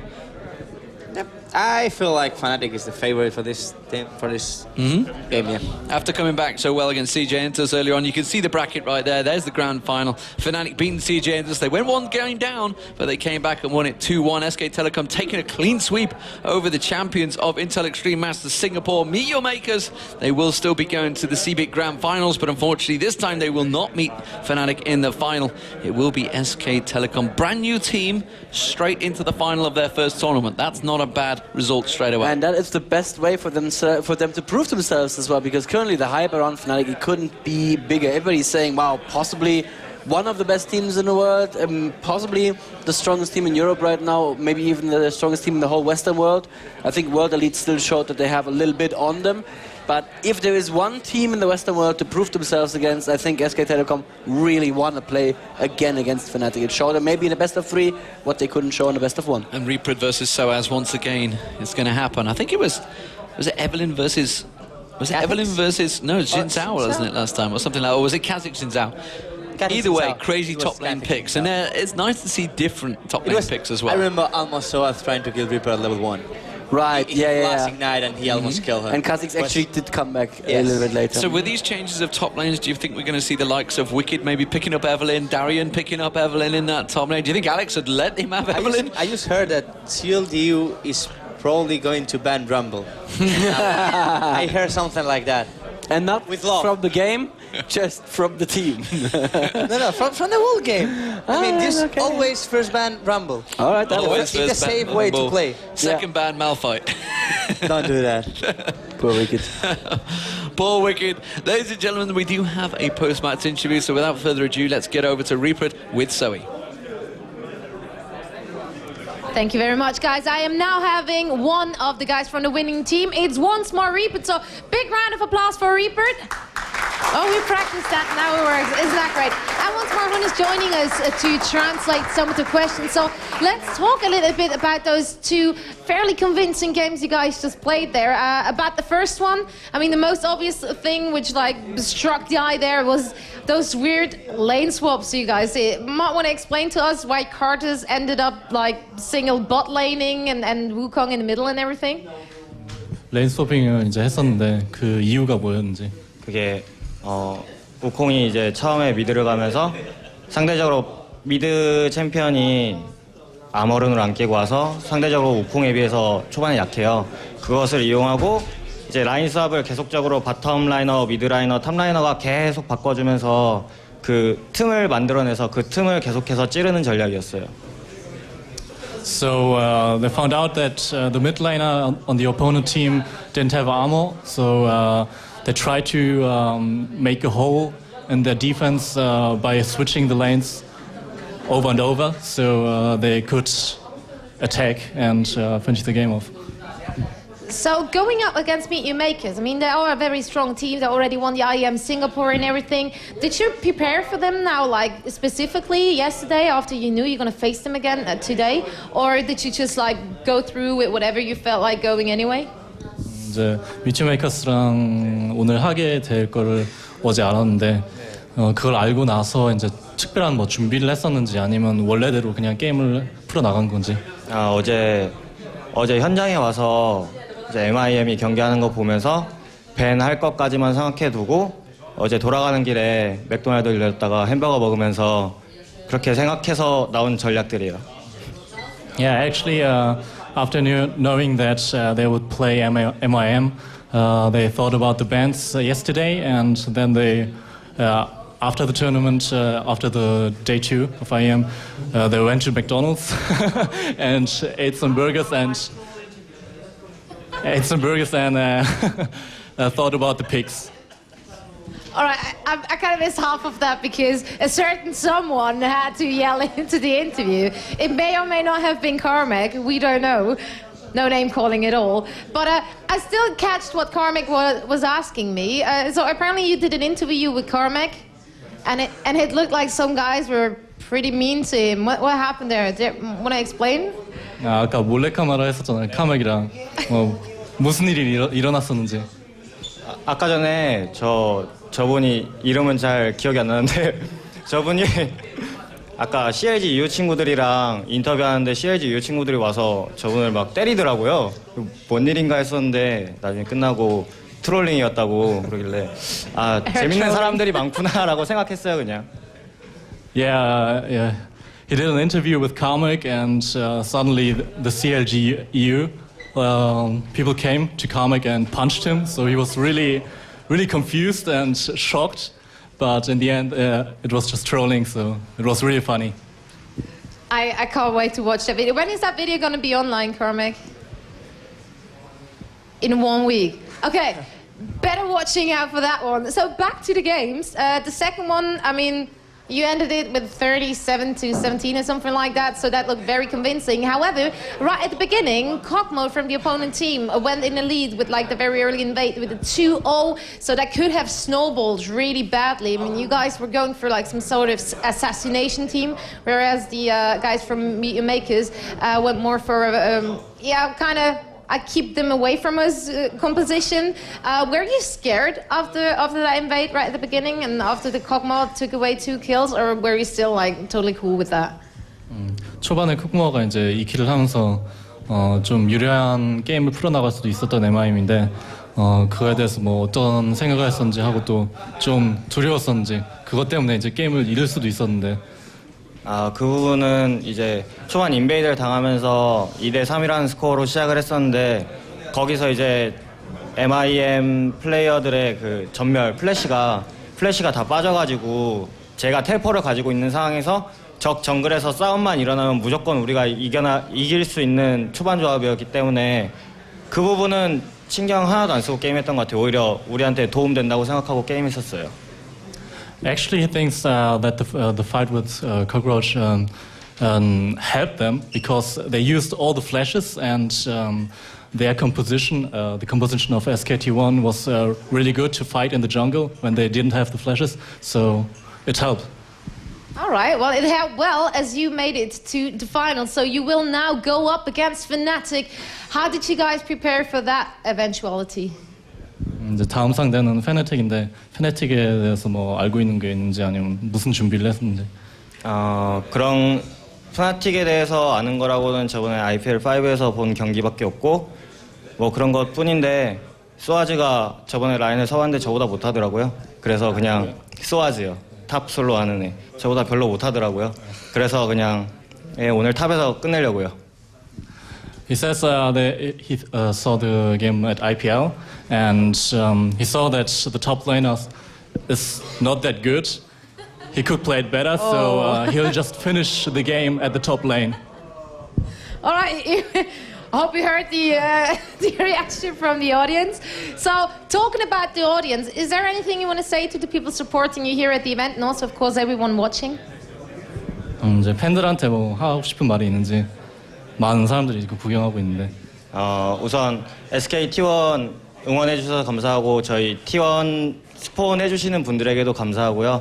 또 오늘 와서 경기 해주고 있는데 저희 팀원들이 이제 아마추어였다가 이제 막 프로가 된 친구들인데 너무 잘해줘서 고맙고 다들 모두에게 감사합니다. He's really thankful to all the people here watching and cheering for them and all the fans on the streams and of course the sponsors and especially he's thankful to his teammates who came here and really supported him well by playing this. Yeah, so you guys heard it. That is worthy of a round of applause, I would say. Those guys not having much offline experience, so that's definitely going to make them nervous as hell. And they made it to the finals, so that's definitely going to be very, very interesting. But before, we of course still have something very great for you coming up. And we're going to get back to that in just a second after a quick commercial break. And we are back now, and as you can see, whilst looking at my company here, with a very special treat for you guys. It is gonna be a show match. And I already have the two team captains here joining me. It is Scott Parkin from Riot Games and Carmac, the suit of the IEM. And as we see, both dressed up at TEEMO. And I think you said something about Catch the TEEMO yesterday. Is that what we're gonna play today? Yeah, we're playing Catch the TEEMO. I'm Cottontail TEEMO. He's just regular TEEMO. Okay, that's... You talked him down right away. Yeah, I mean, hey. Okay. I got a present for you, Scott. Iron Lady QCK. Oh, thank you, man. Mousepad. Fitting. Is it what, pink? Unfortunately not. Unfortunately not. Okay. All right. So while that banter is going on, you guys are actually going for some picks now. Did you already decide on which of the people in the audience you want to have in your team, or is that going to be all random now? Scott goes first. Yeah, I get the first pick, and we've got a few select players to choose from. Okay. So First pick, I'm going to go for Yellow Pete. All right. Yellow Pete on team regular TEEMO. That makes them sound really lame. Do you have a team name? Not currently. That's. Do you have a team name? Team Cottontail. That's very creative. So let's go. Let's go for your first pick then. Blondie there. Froggen. Okay. Froggen is out now as well. So your second pick will be? Well, seeing as they've picked a strong AP mid, I'll probably go for a better AP mid, so I'll pick Tabs. Fair enough. All right, you're next up. So, seeing that I don't know anything about League of Legends, I'll let Froggen do the picking now. Very wise decision. Okay, I think we need people that looks like TEEMO, so we should take out next. Fair enough. So he gave up his rights to vote. Are you gonna stick with your knowledge then, or you give it up to one of your players as well? I want to win, so I'm going to stick to my knowledge, and I'm going to keep Millennium together and pick I'm So Fresh. All right, I'm So Fresh in your team. You know, you kind of insulted your own team just there. You kind of insulted them, didn't you? by saying that your pick is better than what they would pick? I know more. All right. Make you feel like that. So, who's picking then? You're still picking? Okay, Froggen, go. Not him. Yeah, we need a bigger front line, so Wicked.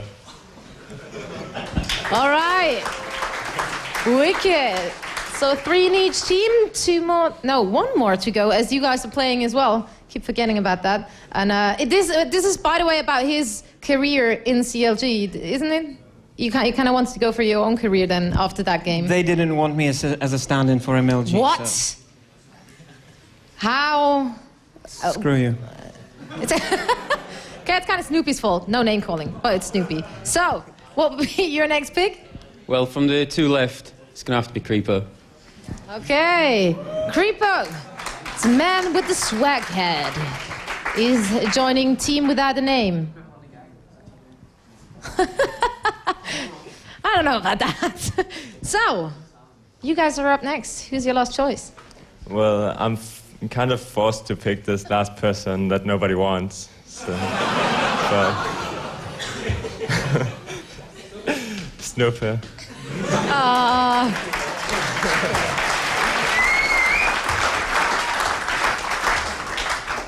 Okay, apparently we have our twin teams then.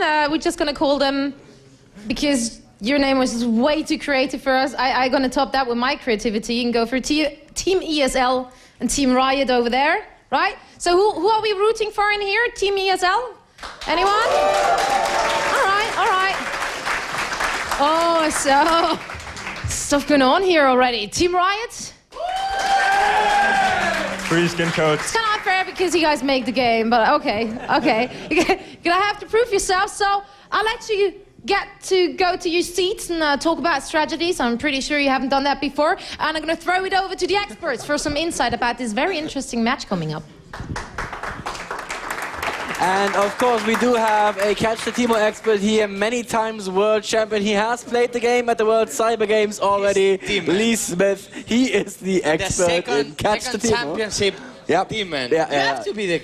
Yes. Deman, which team do you prefer then? I heard even your family called you like Big TEEMO, right? The Big TEEMO. He does look kind of cuddly. I was trying to say what is a big TEEMO? Well, honestly though, I'm gonna have to say I am not at all biased, but I have to go with Team Riot for this one because honestly, the other TEEMO is on crutches. So how fast can he possibly run? He can hop. He can hop. Yeah, I think that's actually the way that Carmac moves. That is what Cottontail will do. I've been calling him Ergot all weekend. Oh, nice. You must like that. Yes, it's true. Yeah, as you can see, we are very, very nice to people who have a little bit of an injury there. He says it was football, but I think he just got up wrong while fetching a beer from the couch.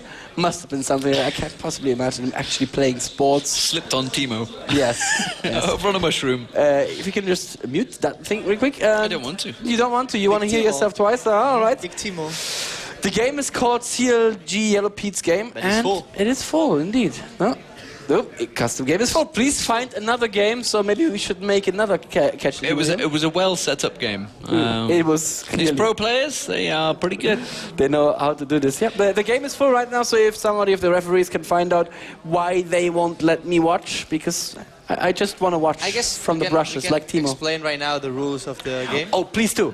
And I'm very sorry that we... I guess the 2 times championship and the guy with all the rules on the PC can explain better than me. I wouldn't possibly want to take the glory away from Daniel. All right, so once again then, the game is called Kill the TEEMO, and the objective of the game is to kill the TEEMO. That's all. That's all I've got. That's all I've got. That's all I've got. There are rules, but let's not. No, that's boring. Who would want rules? So apparently, TEEMO can stay in base, which is kind of good. You're not allowed to kill people who aren't TEEMO, just like in real life. The TEEMO can apparently stay on the towers, if I read the rules right. which should be funny, but we'll see. Now, this is the kind of cast where you go in well prepared, as I am at this very moment, and you sort of kind of figure out what they're actually doing as they're doing it. So I think between the two of our mega brains, Ara, we should be able to deduce the rules as the game goes on. Don't you think? I really think we need Big TEEMO to help us. I don't know, man. On the points, at least. I think he's going to be biased in favor of TEEMO, and that will not make for a good shoutcast. So no bias, please. We don't like bias in our casts. So, the game isn't made yet. All right. So, Yellow P just had the game open for a second to probably look up TEEMO's... Scott is really concentrated. Oh, look at him. Look at Scott in full-on serious mode there. Didn't shave this morning, but he is taking this seriously. People are just opening games to troll me. All right, then. Do you think when he gets a fancy hotel, he'll at least be able to get up and shave in the morning? Well... Oh, look at that. The two team captains have still been talking there. Crepo here. Actually, for the both team, or not? Don't get too excited. I'm only the wingman. All right, then, Carmac. I was getting excited already. Look at him. Ergot just working his way back to his table. Look, he doesn't even need the crutches. Yeah, it's just getting false. sympathy. It's trolliness. Basically for sympathy. Full 100% troll for life. Tomorrow week? The ears are rather big, I can tell you that much. So, of course, the two team captains are going to be the TEEMO players. So, Carmac is going to be playing the TEEMO on Team ESL. And Scott Aborson Parkin is going to have the honor of defending Riot's name and his job. No pressure, Scott, at all. And we're going to see if the game is now open. Riot versus ESL, catch TEEMO. And we are indeed in the game right now, so I'll run you through the lineups again as soon as everybody joins here. It is Team ESL. I don't remember the fourth offhand. Snoopy, Godungs, Froggen and... Did they have taps? They have. It must... No, Froggen is on the team. Taps must be on the other team then, yes. I don't even remember. That's how good I am at this game. But I will tell you as soon as you join. It shouldn't be very long now. And we can see the team Riot here, of course. Is that Taps next to him? There must be Taps, right? Next to Scott. That's I'm So Fresh. That's I'm So Fresh, right. It's I'm So Fresh, and one team is I'm So Fresh, Creepo, Yellow Pit, and Taps, and Scott. Mm-hmm. And the other team, Wicked. Wicked. There we go. Rumble. Yes, he's probably going to be playing that Rumble. Or Malphite. We can only hope not. Well, TEEMO would live for a long time. So let's theory craft here a little bit. Of course, TEEMO can go invisible by just standing still, which is a skill that I think Carmac may have, not doing anything. I think I can barely trust her to do that. The other point, though, is that you're not allowed to kill members of the other team, other than the TEEMO, so you can just buy oracles. Everybody can just always have an oracles. Going to be very interesting to see how the meta game stabilizes here around kill the TEEMO. I will say it's really easy to predict the picks. There's gonna be at least 2 TEEMO picks. Not talking about that, smart German boy. I was talking about Ramos. Ramos could be a very good. Well, anybody who locks TEEMO down for a long time and doesn't allow him to get away. A blitzcrank would be so much fun. You need a lot of speed to catch TEEMO fast. Right. So probably the best picks will be something like Ramos. Cillian is also a really good pick. Then we have probably Jumpers as Ezreal are really good picks. Probably we see a Fish from Taps. Oh, that would be so nice. Finally, Taps could show us his Fizz. Neil is also really good with the cover stance on the jungle. So let's see. I am giving them the casters ready here. Honestly, it's a bit of a lie in that I'm not quite sure if I'll ever be ready for this. Let's see what he's gonna say. Right. Lots of people are adding me to their friends lists, which I guess is going to give them an unfair advantage just by having me in the friends list. TEEMO can go river and his own jungle. So Carmac making up last-second rules here, hoping that maybe that will give him an advantage. TEEMO can kill people. Players can kill the first mid turret. This is getting too difficult for me, Araneae. I don't know. Are you keeping track of this? Are you following this? I remember everything. Players are allowed to kill each other. Oh, they are. Okay. So Carmac was actually caps lock shouting that at me. So that's good. Also, and I am... They can kill the first mid tower. Also screw Alva. That's a rule now. Screw Alva. That's a rule. A good rule. Thanks, Carmac. Well, joke's on you, Carmac, because we have Carlos with us here. All right, he hears me, very good. All right then, I think we're set up. We can see a boss giving last second guidance, I want to say, to his team. He does have the TEEMO hat on. He is channeling his inner Swift Scout already. There's so many jokes that I want to make about TEEMO that I can't make on stream. It's a very sad situation to be in for me. But anyway, we are in the pixel bands. Let's see if we can get our fancy overlay up to show us exactly what these pixel bands will look like. I do see a TEEMO already on both teams. So there we go. Beautiful. So here's the rundown for Team ESL at the moment. Oh, Froggen going back between Ezreal and Pantheon. Of course, somebody who could jump. Very good. Oh, the Shaco. I like it a lot. The boxes everywhere, of course. We will have a Rengar out of Wicked. Wicked demonstrating a wider champion pool than usual here. Snooper is going to go for his Maokai. And on the other side... Are you really, is really Froggen going to play Anivia? I mean, he had Anivia open on the tournament. He didn't want to play it. Now he picked Anivia. He goes away. Well, Jace also has the gate. That's, of course, great for the speeder. Yes. And maybe he can get some nice snipes onto TEEMO. There is a Nidalee whose name is TEEMO. Don't trust her, though. She lies. She is actually Nidalee. And Krepo hasn't quite made up her mind yet. That guy is Tabs. That would be Tabs. TEEMO is Tabs. Tabs is TEEMO. All right. Blow mine. Mind blown. What do you see here with the Mundo? Of course, he can run very fast and he can cleave a scout. Other than that, what do you see? Why do you see Mundo being good? A lot of HP. He can carry an Oracle all the time if you want to. Okay, so let's review the rules. We can actually kill players, apparently. Carmac just made up that last-minute rule, contradicting what had been sent in Skype, so that's good. There's a smite on Riot's TEEMO, so special strategies, special tactics coming out of Scott Boston here. I like it very much. I hope he just forgot to change his summoners. No backsies though, Scott. I have to say that I think ESL team is going to play really aggressive level 1. Right. Thank you for that insight. The other thing that I don't quite understand about the rules is that the TEEMO cannot leave his own forest, as far as I understand. He can go to the river, but he can't go into the enemy forest. So it's either going to be a case of both teams invading the other team's TEEMO, or, I don't know, is each team going to be in the other team's forest, ignoring the other team? Yes, it is. This is the meta game. Probably the best way to go this is going like one guy defending TEEMO, like going around him. If they try to catch him, you like Seiko, you use jam next to him and put boxes to protect him, and then the rest of the team like going 3 together or going like two guys together and one guy alone trying to catch TEEMO. Anyway, we are in game right now, and we can see here just like his player with the very cute ears. Carmac passive in 3, 2, 1. That's a lot. He has still survived so far.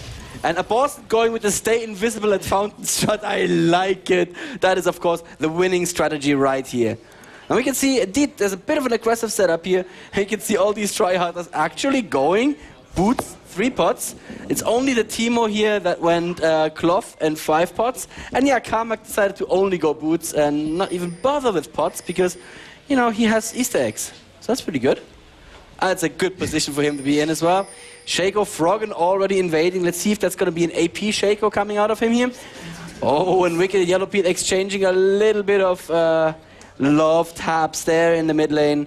Nothing too bad happening though. Araneae, how do you see this invade going? It's gonna fail. They have no Oracle, they have no ping where it's impossible to find a single TEEMO. They will probably be laning till minute like 6. Well, I heard that laning is not allowed. You can take jungle creeps, but you're not allowed to take minions. So this could be very interesting. The only source of gold will be jungle creeps and enemy players. And of course GP10s if you want to build them. At least those are the rules as I am making them up right now, which is what any good caster does. Just make up rules as you go along. And Snooper, starting with the nice prepared Raves here, is going to jungle because that is clearly all he can do in life. We see the... Oh, TEEMO Boston actually helping here. He must have smited that. No, he didn't actually. So he just brought a smite for good luck.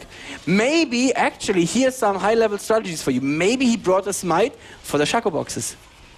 How about that? How you like? True, but now we see like Abhorsen get the red buff. He will indeed get the red buff, which, oh, actually, he did take some minions. Was he allowed to do that? Apparently, players just do whatever, so that's great. I hope some referees will step in and disqualify them, because clearly there is laning, and I was told there was not supposed to be laning. I guess Carmac just changed the rules to make it funny. Look at Carmac. I think He's Carmac is still having fun. Let's have a look at this riveting, heart-pounding replay here as the golem idle animation plays, and nothing much else happens in this game. No, that's, I don't know. And now Boston starts with the hiding as well. It doesn't look like anyone is actually going to go for TEEMOs. I'm So Fresh now going past Froggen. Should be fine. We had a little bit of lag there, but we should be fine. The TEEMOs aren't doing anything anyway. And now I do hope that we have some referees actually lecturing the players about the proper way to play this. And oh, it looks, Alva, tragedy of tragedies, it looks like you may have a remake. No, please. No, please. Well, I can see a little bit of lag. Let me put it this way, ladies and gentlemen at home. I'd rather have this lag in a catch the TEEMO than in the epic grand finale between FNATIC and SK Telecom T1. So, better the TEEMO takes one for the team than the actual game is impacted. So let's see what happens. I'm waiting to hear right now from backstage if there are any news for us. Right now it just looks like the game possibly crashed. There might be some lag. Nothing much else is happening. I could commentate these caster minion attack animations. I guess they're pretty cute. We are now attempting to reconnect, so that may be a good sign. Right, I still have no news what might be happening. So I guess instead I will talk about old NiDLY. How about that? Look at this. This people is what we lost. Oh, you want to look at the TEEMO? Why you want to look at the TEEMO? Oh, just look at the TEEMO? Oh, right there. Okay, we could do that. It's actually kind of creepy when he's invisible. You can look inside his body. You can look through his neck hole here. And oh, can TEEMO base? The answer is no. And it looks like the lag has been resolved. Very good. No kills that we missed so far. Just a lot of laning, which according to the rules, once again, should be illegal. So I guess pros know one thing, which is how to break the rules. That's pretty good. At least they're not playing an ARAM. It could be worse. Right, Curse? Yeah. Never forget. And we see somebody falling very low here. Who was it actually? It must have been Shende in the bot lane. Yeah, he must have eaten a spear to the face. Alva, give me your expert insight into this situation. What do you think this could be indicative of? He is stroking his chin, ladies and gentlemen. You can't see it because we're not actually on stream. I just think that this minion is holding 6 minions at the same time. It's a pretty fast minion. Oh yeah. He's really strong. That minion is freezing the lane like nobody's business. Riot should nerf that kind of minions. I think that minion is using the old masteries. That's what the problem is. The old masteries. Yep, okay. Exactly. So we should clearly forbid minions from using masteries. I don't think that's fair to minions or masteries or TEEMO actually. And an update from Carmac. He is still standing behind the golem. So here you can see, ladies and gentlemen, how the big boss of the Intel Extreme Masters earns his keep. He goes invisible and stands behind the golems all day long. It's a skill. And we have to say he's level 1, while Abho is level 4. Go to him. Well, there you go. But it's not super TEEMO Abho. Yeah, it's really not a race for levels though. Oh, we're attempting to reconnect. Something may be happening. Let's see how much longer this melee minion can freeze the mid lane with 3 enemy champions around it. This is quite exciting. Yeah, there's not a lot happening right now. I only hope we don't have too many viewers. That would be good. Alright, so we may get some information actually.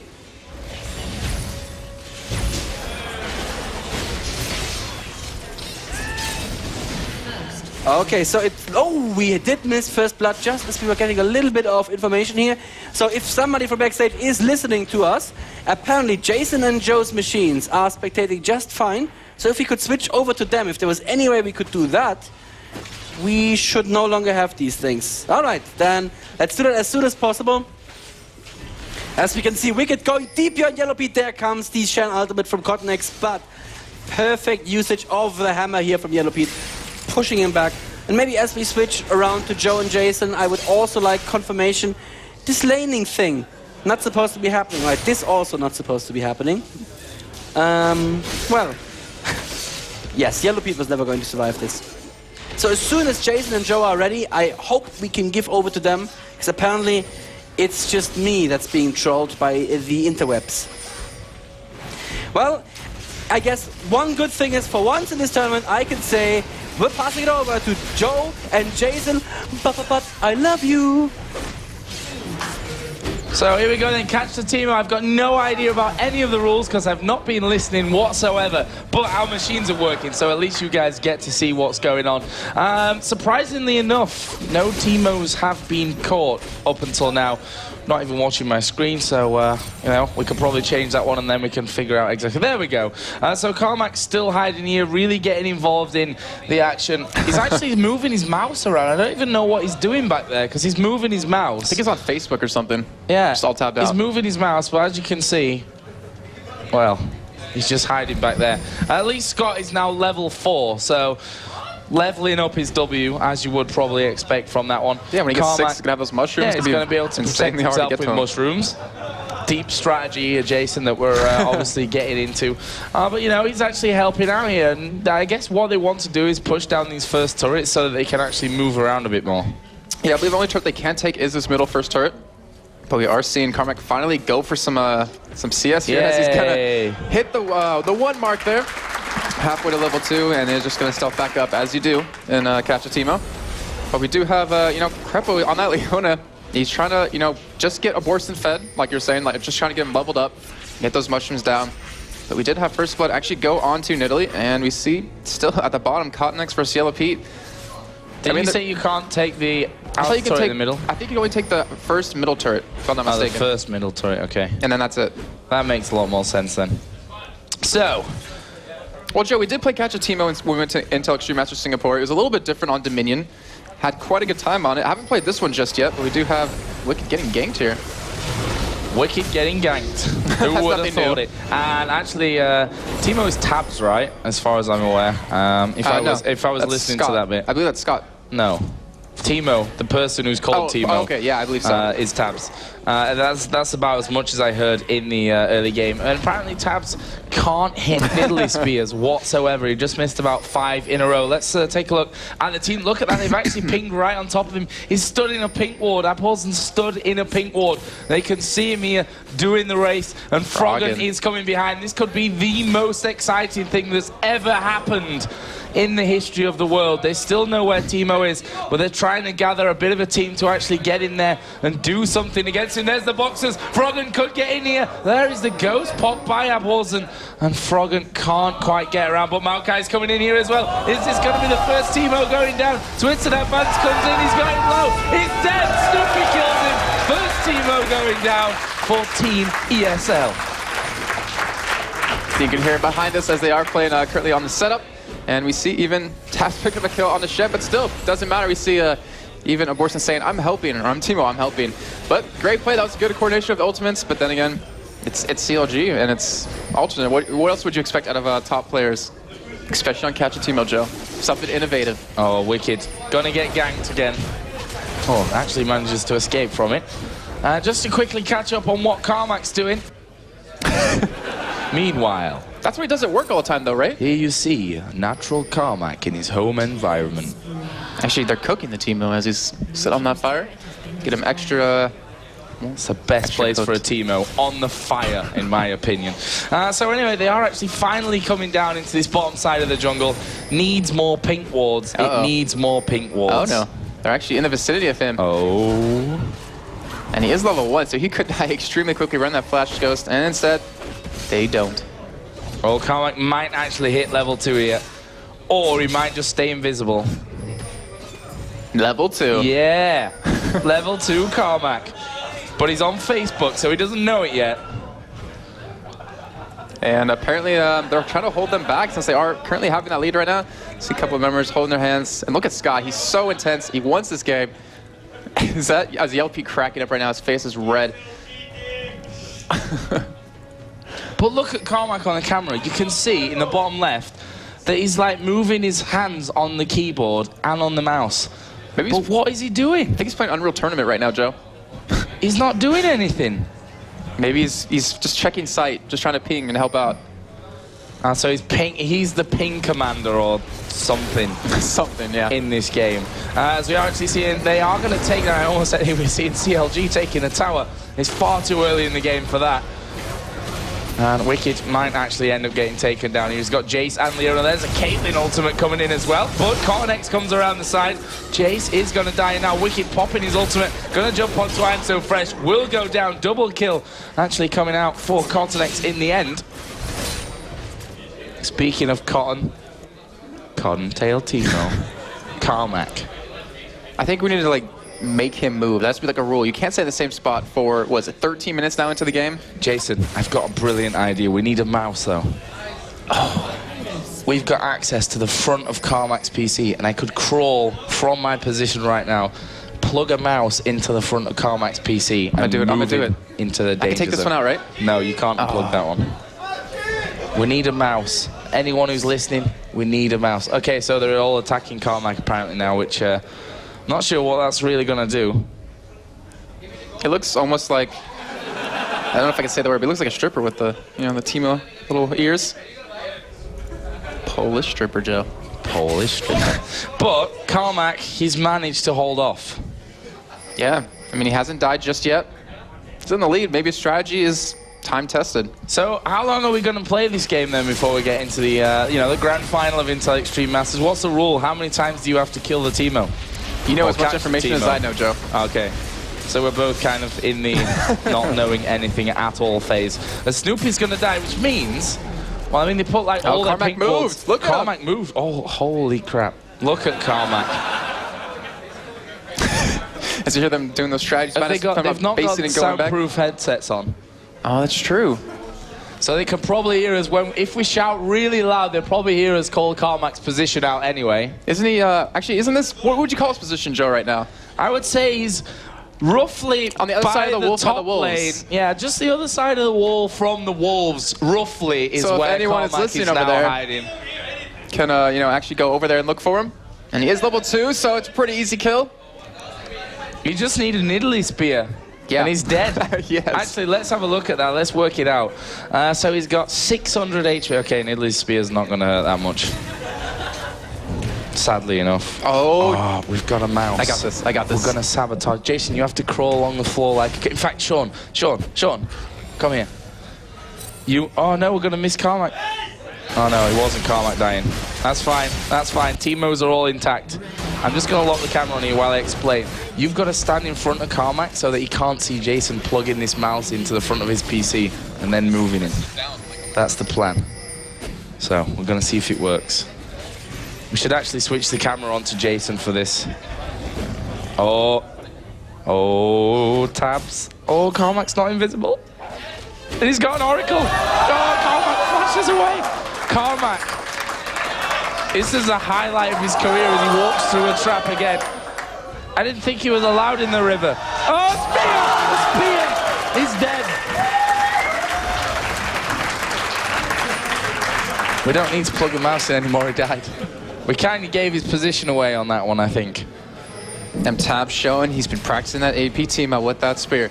Incredible, getting very low right there against Froggen, who's going to try to kite that AP TEEMO with that spear? No, practicing AP NidaLy. Ooh. Got a spear on the backside of him. Where's your net? Oh, your ulti. Will probably do the job just as well. So why is I'm So Fresh jungling for Millennium when he's 7-0-6 on Caitlyn right now? Look at Abhorsen. Oh, gosh. He's got himself set up here perfectly. That's a fortress. That is a fortress. That's like 10 more... Oh, Snoopy. Oh. He knows something's up. Man, he's a lot of pink wards on, popping them down everywhere. Actually, not in the right position, though. Why are they buying all these items and not enough pink wards or oracles? Look where Carmac is, Joe. Going back to his natural habitat. Oh, he's level... By the he's double level 2. He probably can't even kill the golems on his own. I don't think so. Oh, Caitlyn trap.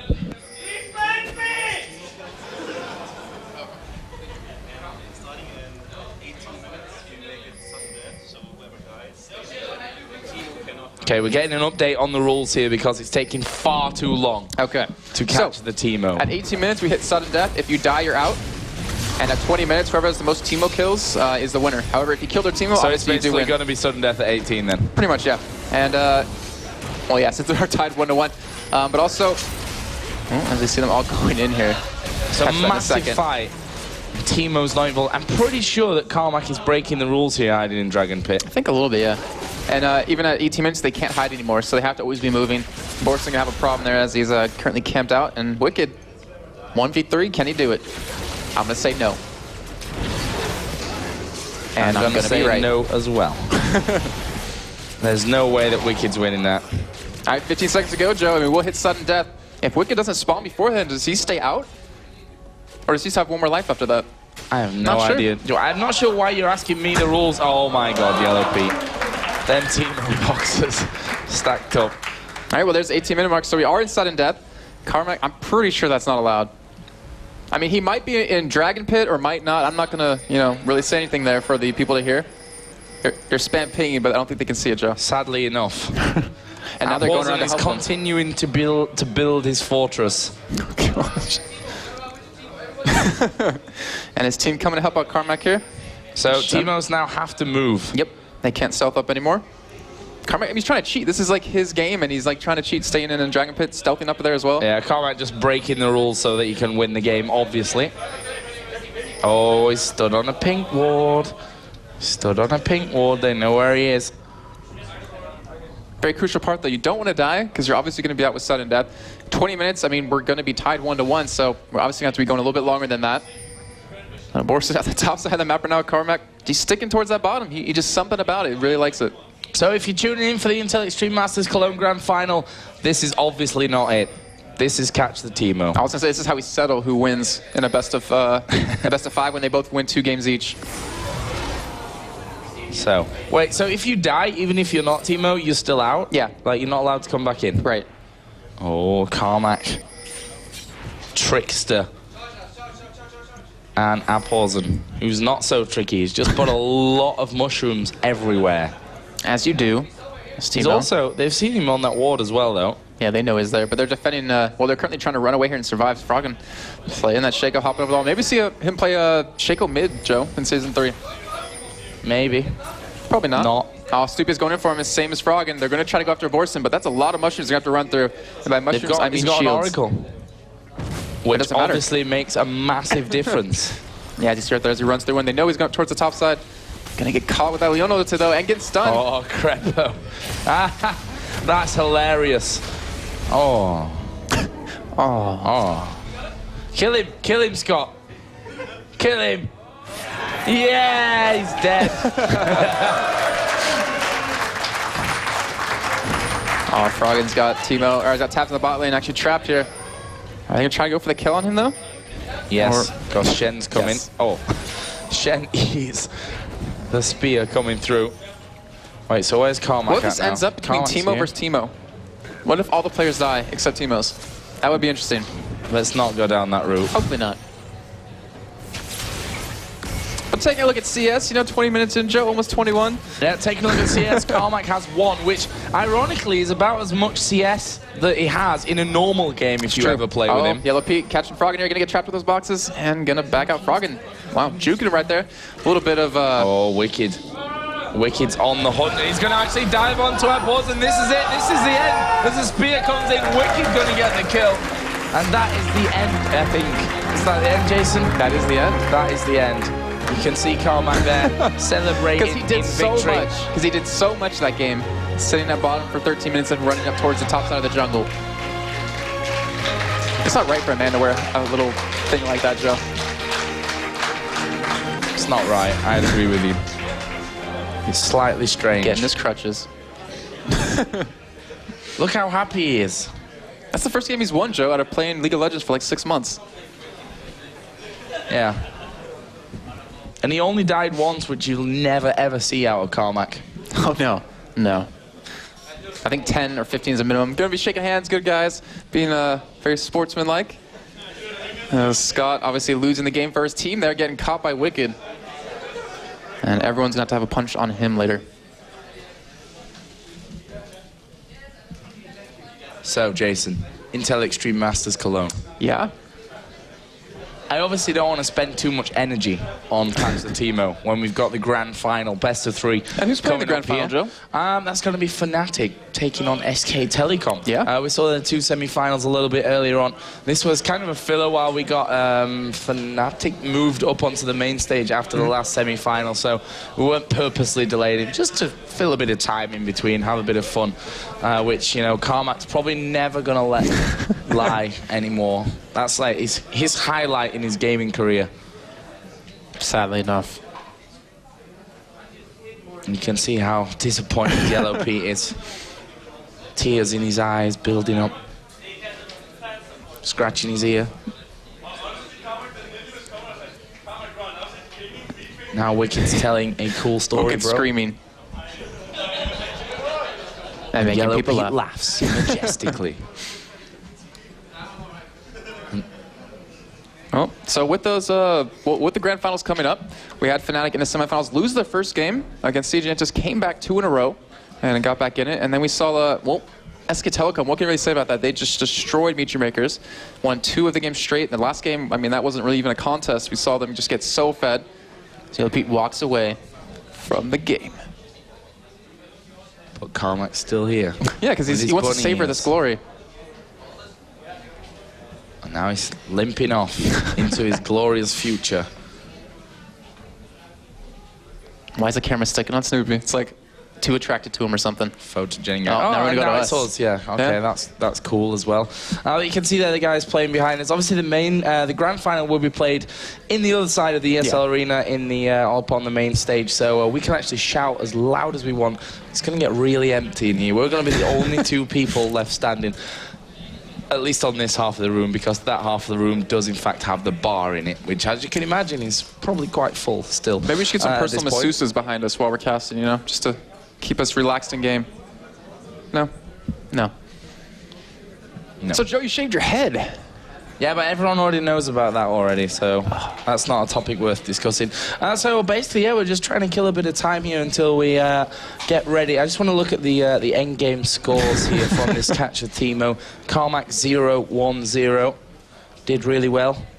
Hid a lot of the time at level 1 by the golems down on the bottom side. Froggen, I wonder if your team is going to let him play Shaco now. I wouldn't be surprised, but we are going to go over to Zoe at the ESL Arena, and we are going to probably get into these games very shortly, guys. Thank you very much, guys. I am now joined by the champion. Everyone. And the champions as well. The champion, one champion. I saw you yourself celebrated yourself the most out of everyone in this whole building. I don't think anyone clapped for your team, to be honest. I don't care. It's the captain's role to celebrate. Oh, okay. So let's celebrate for him. Let me hear it. Anyone who was for Carmac? I expected him to really leave you hanging now and just not do it at all. But it happened, it happened. So how about your future now in CLG? I mean, like, the guys are here. How you take him now, or? Wait. The thing is, he won the game and he failed. He let me down. I got first blood on he TEEMO. died, I got okay? first blood Yeah, on but you TEEMO. technically didn't want to have him in the first place, so... for a reason. Yeah. I was actually going to comment on your play. When we looked at picking you up in Dallas, and Joe said not to. He said you were the worst player in ESL. And now I was reconsidering that, but after those comments...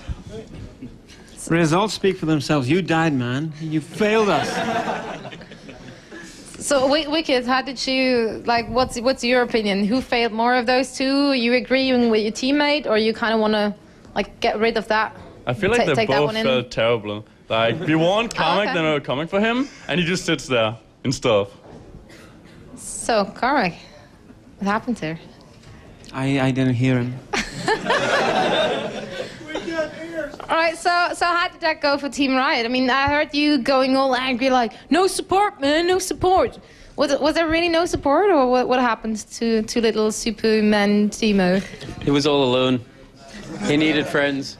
He was left on his own, and then Wicked cheated by picking Rengar and Predator. How can TEEMO put up with a Predator? It's not going to happen. So Crepo, what's wrong? You lost. Why?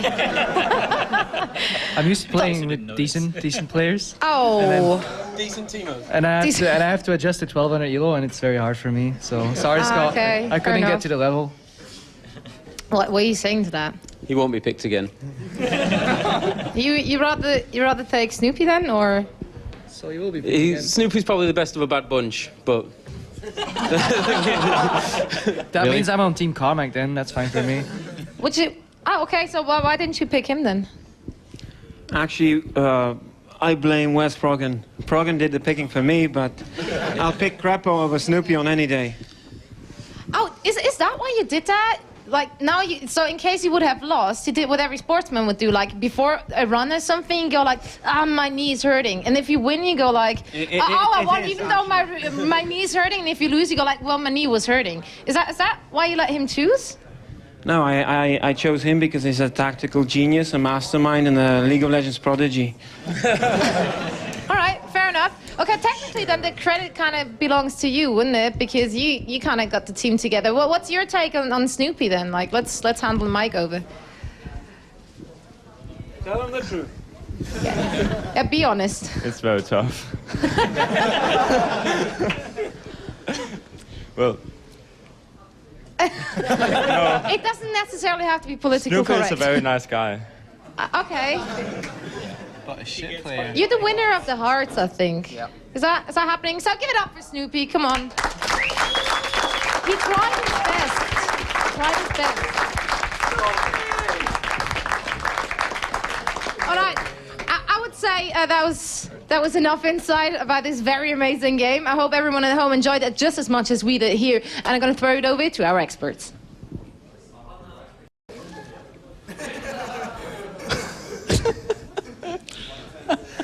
This is what they give me to work with. This is what they give me to work with. It is Araneae and Zenon the Stoic. We are bringing you the experts, apparently we're the experts, allegedly. Experts in silly poses. I think more trolls is more suited to our desk right now.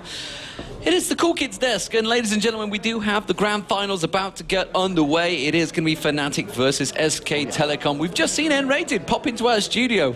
They're just relaxing backstage, preparing for this match. They're feeling confident, feeling cool. Question is, can they deal with that pesky Reapered on that top lane? sOAZ definitely not quite as bad a top laner as Reapered is making out to be. My question is, are they going to give sOAZ something he can carry with? Or are they going to make him play something that serves the team? Is that like a bucket? Or for instance, or like a wheelbarrow. A Shen or a Malphite are very, very strong picks for top lane, but not so much because they can carry the game by themselves, but more because of the utility they bring into team fights and into the other lanes in the case of Shen. It's not something where we are likely going to see sOAZ go completely crazy on. On the other hand, if you give sOAZ something like a Lee Sin top lane, or, I don't know, maybe even an Elise, or I think Jace's been nerfed too much. Yeah, maybe he still play him. He's still playable. Yeah. So something like that, in that case, or maybe even a Jax, in that case we could see sOAZ really carrying. And I'm putting so much pressure on sOAZ because on the other side of the divide, clearly Reapered is the star player, and that's the one that they want to use to win these games. Okay, and what would you think now, coming into this game, we've seen them playing all weekend, what do you think they're going to go with in the bans and picks? Well, I guess FNATIC has the first pick. We have to point on that. So I guess SK Telecom is going to probably ban Lee Sin. It's going to probably ban Katarina, and it's going to probably ban Blitzcrank, I will say. I don't know about Katarina, they probably get another ban, but at least Blitzcrank and Lee Sin, I guess they're gonna be a bans. And then from a FNATIC, I will probably say Evelyn. I will probably say something like Diana, they also play SK Telecom. But we didn't see that much Diana, so I don't know, maybe Rengar? Maybe they're afraid of Rengar, of Reapered, and even Jax. Is Jax bannable? I was about to ask. Probably. Yeah. Yeah, we did see some amazing. Do you not think the Evelyn maybe, or Evelyn could be banned, of course. How about Olaf? I mean, jungle Olaf on Horo has been pretty strong. I don't think it's that. No, you don't think it's strong enough? I think if FNATIC trust enough on Cyanide. That's about a misfortune in that bottom lane. Very strong. They trust on Rekkles as well to try to stop that with wow. The first ban, we said that it was Jax. The second ban also we said that it was Katarina. The third ban also we said that it was Evelyn. Then Diana from SK Telecom, I didn't expect that at all. I expect like Blitzcrank and Lee Sin. Think back to the first semi, of course. xPeke did carry quite hard with his 6-0, 7-0 Diana. Yep, but still, Blitzcrank or Lee Sin gonna be open. That's true, yeah. One of the two. The question is, are they going to actually first pick a support? Is Blitzcrank that strong? It is Well, actually, strong, it's been Zyra they've been using as first pick. Yeah, usually yes, absolutely. But maybe nRated feels There that is the Rengar. Rengar. There's a We Rengar also ban, said yeah. that. You've got all three right for now, Fnatic so far. Blitzcrank or listen, Blitzcrank listen, and I will say there you go. See how it goes. So all three bans actually aimed at Reapered. Yep. Even the Evelyn ban would be Well, banned. he is the main man of the team. The team was created around him, so it's not surprising that it is aimed at him. It's like akin to the old hotshot days, I guess. Pretty much where he just tanked all of it. Cho'Gath. That's Axel. And there we go. there's the least first pick. For the first pick, sOAZ. We see him on. You see him on your screen right now. This is the man who could potentially carry I the will blame. really love to see sOAZ playing Lee Sin and me just too. destroying Reapered. Even if Reaper is really good, I would love to see that only for his comment. Yes, I would love it. It's karma, and not the champion. So Zyra is it also means that Nunu's available in that bottom lane should they require it. I've not seen nRated playing it that often though. No, he always plays Blitzcrank aggressive, is like open Zyra, Blitzcrank? like Blitzcrank and Leona, and I think he can play Blitzcrank with Tell me, that. do you want to pull Zyra? Would you get Ezreal and Blitzcrank here? What are we thinking? Ezreal always, and the last I don't think it's gonna be. I don't think it's gonna be Blitzcrank. No? I think No. Do you not think if they can go jungle right now. That's true. Yeah, they don't have to pick support They right can go now. jungle. They Okay. can go. Cho'Gath is banned, but still, what junglers are available for Cyanide is probably Nocturne is one of them. Mundo is one of them as well. Even a Mew is one is of them. open, yeah. So Does he let's see. jungle Malphite? Oh, there you go. Wow, Blitzcrank. locked in. Which means that's going to be Ezreal, because Ezreal's the counter.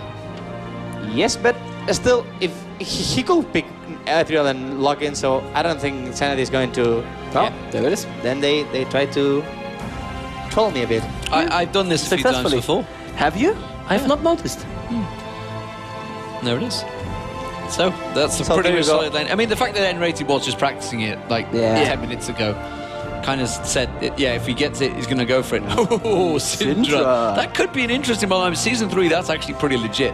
Oh, yeah. As a support, but I don't think we're going to... Well, you never know. I mean, I'd be amazed if we did. AP Syndra is good. AP Syndra is really strong at the moment. Life patch, AP Syndra mid is really strong. The ultimate of AP Syndra is destroy every single champion.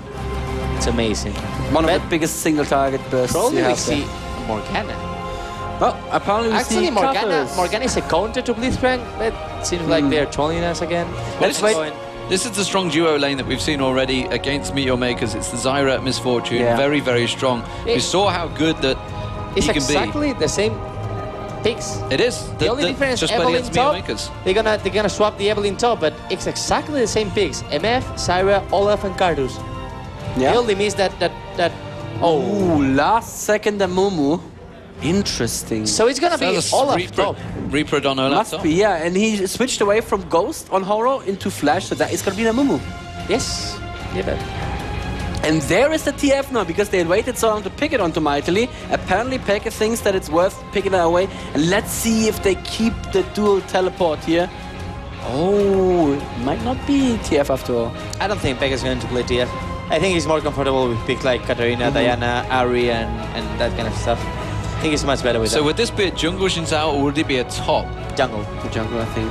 Yeah, you think sOAZ is going to stick with it? Yes. Because he did play top Shinzao the other day. Still, it's true, yeah. I think he really trusts something. And Peke's actually took away the teleport. He might bring it back later on. Let's see. Rise in the middle with all against of an Ari. Rise is kind of sort of a bit of a counter to Ari in that he can at least lock her down and burst her down when she wants to go away because of his rune presence, But obviously. I think Rice has not enough range to meet Ari, so I think it's still Ari should win. I mean, it's really all about dodging the skill shot, and you'd think Peke is strong enough that the skill shots generally will hit. Generally, it's a definitely a skill matchup there on the dodging. We have the final lineup. If you can step around the skill shot, you with me here? Yeah. Step around the charm. He's going to rune prison, then he's going to burst the damage down. But you wouldn't have thought Peke is going to miss that. No, he's not gonna. I mean, he will miss if he just tried to. It's okay because you looked at me like I just kicked your dog. I was just thinking about like missing the skill shots from Rice, and Let I me was just- like, what talking about? What skill shots from Let me just point out. Let me just point out that Cyanide is still sitting on a Lee Sin. We could still see a last second swap, but Yeah, at the it's gonna moment be- it looks like it's the gonna top be- lane it's is in gonna show be- after all. It's gonna be a last second swap. You think so? Yeah, okay, for sure. What could SKT do in response to the knowledge, though? Let's do something. If it's not a last second swap, there you go. Yeah, so you I was going to say I will so stand up and go out and never do again the expert, but they did it. we had our moment, ladies and gentlemen. We had our chance. We had our chance. So who do you think is going to take this one? Last thoughts. FNATIC. I love sOAZ. I love sOAZ playing Listen. He's just such an amazing You love player. Peke, you love sOAZ, you love nRated, Cyanide. I'm just going to say 2 words here. Beep and boop. That's boop. all I'm going to say. Well, we saw nRated just carrying I just his have way to to say, victory. Before leaving, I have to say the team fight of SK Telecom is amazing. If they manage to go to a team fight in even result, they will win. Well, ladies and gentlemen, the Intel Extreme Masters is about to start, the grand finals. It's Joe and Jason taking it away.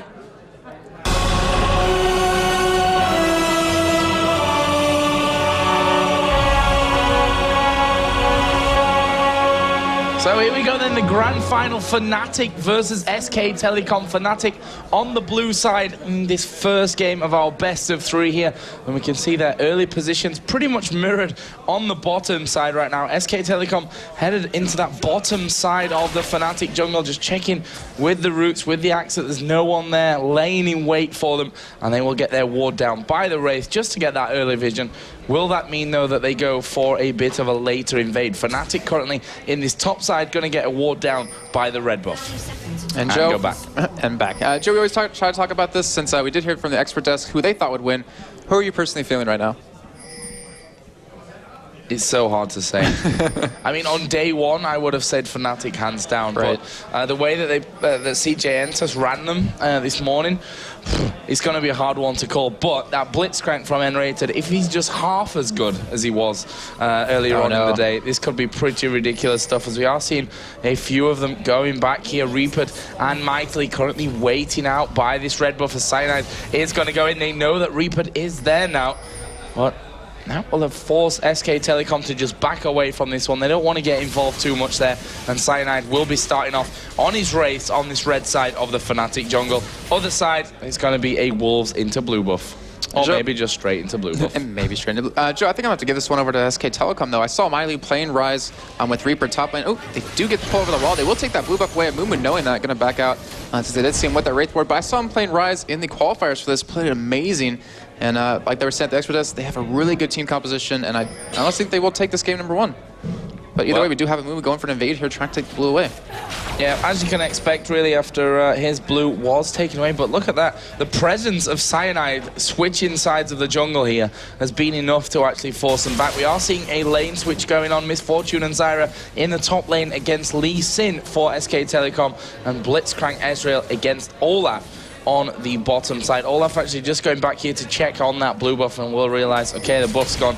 Get rid of the 2 small lizards there and continue back in towards that lane. Oh, xPeke might get caught here, though. MighTiLy is in hot pursuit. xPeke, though, level 2. Doesn't have charm yet. How's that Foxfire? Oh, he's going to put the damage down there onto MighTiLy. In fact, the Ignite comes down as well, and xPeke here may have enough to finish him off. The orb did come up there, but he was pretty low on mana, so that's not going to work down. But sOAZ came down as well, and this surely is going to be the first kill. Oh, and it's gone to Miss Fortune as well. SK Telecom reacted perfectly to that one. They saw that Lee Sin was in the jungle. Horo did take a lot of damage, but in the end, they reacted to it, and they've managed to pick up that first blood onto the AD carry again. This Miss Fortune has been so good for them so far. Yeah, we saw him against Rekkles. xPeke getting very low in the mid. There's only one more auto attack. Or you could just go spam your spells as he flashes in there for the kill, and that will be MighTiLy gaining the advantage in this bottom lane again. So the Koreans, I'm not sure, day one, whether they were playing a little bit more, chilled, I'm going to call it, whether they were tired. I mean, after flying from Korea, an extra day of good rest can mean a lot coming into a big day like this. So, not sure what that was, but both of the Korean teams turned up today looking a lot better than they did yesterday. Yeah, they turned up definitely ready to play. And SK Telecom, they have a lot on the line. This is their first term as a team together. They want to, win this one. Finally make a name for themselves as they finally did form their team around Reapered, previously on Azubu Blaze. sOAZ, though, in the top lane, gonna have a really tough time. However, Zyra level 1 not gonna be able to harass too much onto him. And at the bottom lane, no poles landing just yet. Cyanide going to take another blue buff here, as he did steal the other one away. And mid lane, I mean, you can't give that early advantage. We saw, like you were mentioning, this combo in the top lane before against MEETYOURMAKERS, and they just dominated Makler on that Vayne. They just destroyed him, and they might be able to do it again here, as UandME proving he's a very good Misfortune. Though with Blitzcrank, they haven't really made a play off of it just yet. Yeah, they stole blue buff, but that's obviously not going to be enough when you're down 2 kills. Yeah, I'm just wondering, I mean, is Rekkles on Ezreal at the end of the day on that other side as well? Has he played a different champion this tournament? I don't think so. I want to say no. I think no. I think no as well. I think he's played him every single time so far. So, yeah, I mean, he is definitely one of the best AD carries out there. You might even put him up there as the best Ezreal player since he plays him all that often. Which is going to be interesting to see how that one all goes down. xPeke does land the charm there on towards Rise. The axe goes through, but SK Telecom thinking that they don't have quite the health to go in underneath that tower. But that's more time out of lane there for Reapered. I mean, it's not even that big of a deal because they know that sOAZ has been dominated so heavily in this top lane. Yeah, I mean, he has the ability to farm down there, but since they're not pushing lane against him, why not come roam around, try to go for something against sOAZ, though? 18 CS at the top lane, not falling too far behind compared to his counterpart, but still, I mean, as you see, he's just stuck to his tower. He's unable to push out at all. And typically, when we see these lane switches, we have the jungler come into that tri-bush at top lane and go for a 3-man gank. Oh, Cyanide flashing in here. They're going to try and take out MighTiLy. Can they get in and finish this one off, though? Rise sauntering away right now, juking through the bush, but they are going to come in. The charm actually will land, and there is xPeke game one back, but here comes Reapered trying to get in on towards xPeke. Is he going to be able to get the kill? Rekkles swing, plus the axe comes down. Cyanide now the one in trouble, as Misfortune is headed down there. Can't afford to lose the double buff, can't afford to lose them, and he is going to go down. Zyra now with the double buff. Reapered actually is going to escape this one as well. Flashes over the wall. sOAZ goes down to Horo. What a turn of events there. 3 men taken out by SK Telecom. Amazing. Just amazing. Yeah, this is a really bad start, as you can tell, for FNATIC. And they actually are pinging down this mid turret, trying to go for early on. And we've been mentioning throughout the entire event that the Korean team seem to just love pushing this mid lane in as much as possible.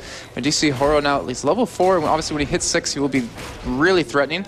Not to mention, being up this much, this early on, is really a bad thing for FNATIC. We do have the tier done for Rise, though. He doesn't have much CS, but still, that 1 kill, that 1 assist is going to be helping out quite a bit. And we see UandME backing out back to base, sitting on 1,700 gold. Not bad. Not bad at all. I mean, look at the kills. 1 for everyone. Only that death on Rise. 2 assists on the AD carry, 2 assists on the support, 2 assists for Olaf, and 1 apiece for Rise and Amumu. So we are going to see them go head-to-head. There is a Rune Prism coming down. Who's got the most damage? Neither of them really have enough with a full combo to take each other down right now, but no, well, that's because of what they're building. Obviously, tier 4 Rise and the Chalice with Ari, which, that's going to change as we go along. Let's have a look at the CS. 67 to 41 between the AD carries. Yes, FNATIC have been losing out on those kills, but Rekkles has been farming here in this bottom lane. The question is, how much is it going to hurt them in that long run, being behind on those kills, but ahead with the CS on that front, as Amumu is actually by his blue buff right now. Cyanide, I think, has just noticed that on Reapered, looking in the bush as well, so he's going to see Cyanide coming his way. He's going to be expecting this 3-man gang to come down. They need to come in as a pull comes down from Blitzcrank. This is a kill. Rekkles will get that one. Nicely executed again by FNATIC. And Rise and Amumu were too busy doing that blue buff there. They couldn't really afford to come down and end up losing the fight and then the buff as well. So they've lost that all up. He goes to 1-1-2, and FNATIC going to be looking for an 8-minute dragon. Yeah, we were mentioning how Misfortune was down in CS, up and kills an assist, though, but Rekkles getting that kill. Guess how much gold he's sitting on right now, Joe, to back with 2,500. Yeah. And at the 8.5-minute mark, that is just ridiculous. Rekkles obviously most likely going to be going into that Infinity's Edge, which she's been doing the entire tournament. We do have still 3 members of FNATIC in this bottom tri-bush. Not really able to get anything here, though. And Reapered coming back to lane. He's actually falling behind in terms of CS, as we do see sOAZ. I mean, he's catching up because he's taking his own jungle quite often. He's roaming around as UandME isn't really pushing lane too hard. As you see right here, he will hop into the mid lane just to get a couple. And FNATIC, I mean, they are getting back in this game. And with the Blitzcrank, anything can happen. Yeah, and now UandME going to have a nice wave of minions there with him to try and pick off this top turret. That could be the first one of the game right here. In fact, it will be. They are going to be taking that one out, and that is first objective down for SK's side. And always a bonus to have down. And that's something we've seen from them pretty much every single game, to be honest with you. They've been going for these towers as early as they possibly can, getting them all out of the way. See Rekkles here, again, underneath the tower, not having any problems. Got that BF sword and a dagger currently in there, and we see Misfortune pretty much going for the same as well. Dagger and a Vamp Scepter compared to the Doran's Blade that Rekkles actually has in his arsenal. That's Misfortune starting to bring that one a little bit back in her favor, or not really in her favor, but at least bringing it closer at 66 to 84 CS. But they need to watch out for that, because Rekkles, he's super skilled with his Ezreal, and he's going to cause you problems if he gets fed with the CS early on. Ooh, pulled, almost hit Misfortune there, and this should be a little bit easier for FNATIC down here. If they can land that pull on a UandME, they can really lock her down. Only problem is Zyra has really great range with all of her abilities, really great harass. But Rekkles, like you're mentioning, amazing Ezreal. He's actually been doing extremely well the entire tournament with scores like, what was it, 11, 2, and like 8 or something like that. Something ridiculous for him carrying his team. But here we go, Blitzkrieg trying to go in. Not really going to go for anything there, just trying to scare him away and keep him off that CS, as you were mentioning. Misfortune catching up, but obviously still pretty far behind. Yeah, baiting that route out again. It's always good to have Zyra with less mana and that route on cooldown, depending what's going to happen as they pull Misfortune in. But here comes the Mumu, ulti going to go down. Rekkles will get his ulti off there and will escape. The Misfortune ultimate wasn't actually hitting him, and nRated is going to be picking up that kill. We've got sOAZ in there now, teleporting in. Zyra ulti going to go down. Well, they've not got the damage to take down nRated, and that will be a 1-for-1. Very well played with that. I was actually surprised they were able to get that kill off, considering Horo was waiting that tri-bush, and when Misfortune got pulled, flashed in, popped that ultimate, and we saw Rekkles. I mean, he even popped that cleanse. He almost got away from that. Very skilled right there with Arcane Shift and that flash both being used, but still in the mid lane, seeing xPeke not actually going for a push on that tower, because MighTiLy was heading down there to help out. And Horo, I mean, he's level 6, has that 1 GP10, has enough money for his second GP10 when he does go back. And that's the thing about Mumu, you don't really need too many items. All you really need out of him is just enough movement speed to land that ultimate. Well, enough skill to land a bandage toss, I guess. And Horo, during the qualifiers, played an amazing Mumu, and I'm really happy to see him playing it here. Well, bottom lane, sOAZ is actually still there. So FNATIC might actually end up bunching up with this one. I mean, Ezreal has in fact gone towards his top lane. Can nRated land the grab on Horo? No, he can't. Tried to predict the path that Mumu was going to take, and in the end, he pretty much ran in a straight line anyway, so that's throwing nRated off somewhat. But they may be able to push in towards this turret. Misfortune coming down as well should put any kind of stop to that one. So what do we have? 15.9 to 15.2 thousand gold in favor of SK Telecom. 6-3 to them in kills as well, and as I mentioned, the spread really, really nice. Obviously, Misfortune did get that kill onto Ezreal earlier as well, which definitely helps to get an advantage. Yeah, and StarLast going for the early Sork boots, which you've never seen. I've never seen supporters ever go boots this early on. Obviously, with the 1 kill, 3 assists, why not kind of thing. Get that extra movement speed to get away from Blitzkrieg, but the damage she puts out really goes underestimated sometimes, as they still are pushing us down. They got the top turret already. Why not go for the bottom and just get that extra little bit of gold? Rekkles, though, in the top lane, going to get caught by Reapered with the other toe, but he's actually going to commit to this? No, just backing out instead. I just wanted to force him away there from that turret. What sort of health? Okay, it's only lost a little bit of HP. That turret in the top lane. You see xPeke come back in. Almost got that chalice now finished. Sorry, the Fiend's Unholy Grail now finished. Got the chalice and the finished codex already in there. Blitzkrieg, boots of mobility. Perfect item for nRated. We saw in the semi-final earlier on. He was actually the one picking up a load of the kills. Got himself a frozen heart by the end of that game. And he's currently 1-0-1 right now as well. Best score on the team. Not the best CS though, Joe. As you see with the fight. But he is setting up for UandME right here. We're actually going to commit to this and go in.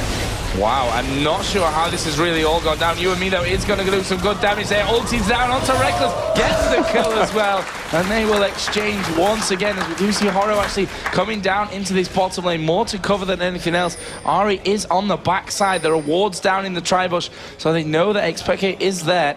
And he is actually going to be backing off as well, so no real danger from that front. Wards down up by the blue buff area as well from nRated. In the whole time that's been going on, Reapered has pushed that top lane through as well. That's what we've been seeing him do every game though. Last time in the semifinals against Evelyn, he split push the entire time going after sOAZ here. Oh, sOAZ is really in trouble. Rune Prison coming down. Reapered going to get that kill. And I think sOAZ thought, well, I can take this guy 1v1. Well, in the end, not 1v2 indeed, as Rise did come around, actually going back here. And there comes, the charm actually missing. Let's see if MighTiLy can get in there. Nope, not quite. Almost got that good jump onto him with that, whereas he's going to try chasing him away here. See Reapered backing in lane, though. I don't think Rekkles actually going to be able to spot him before he does disappear.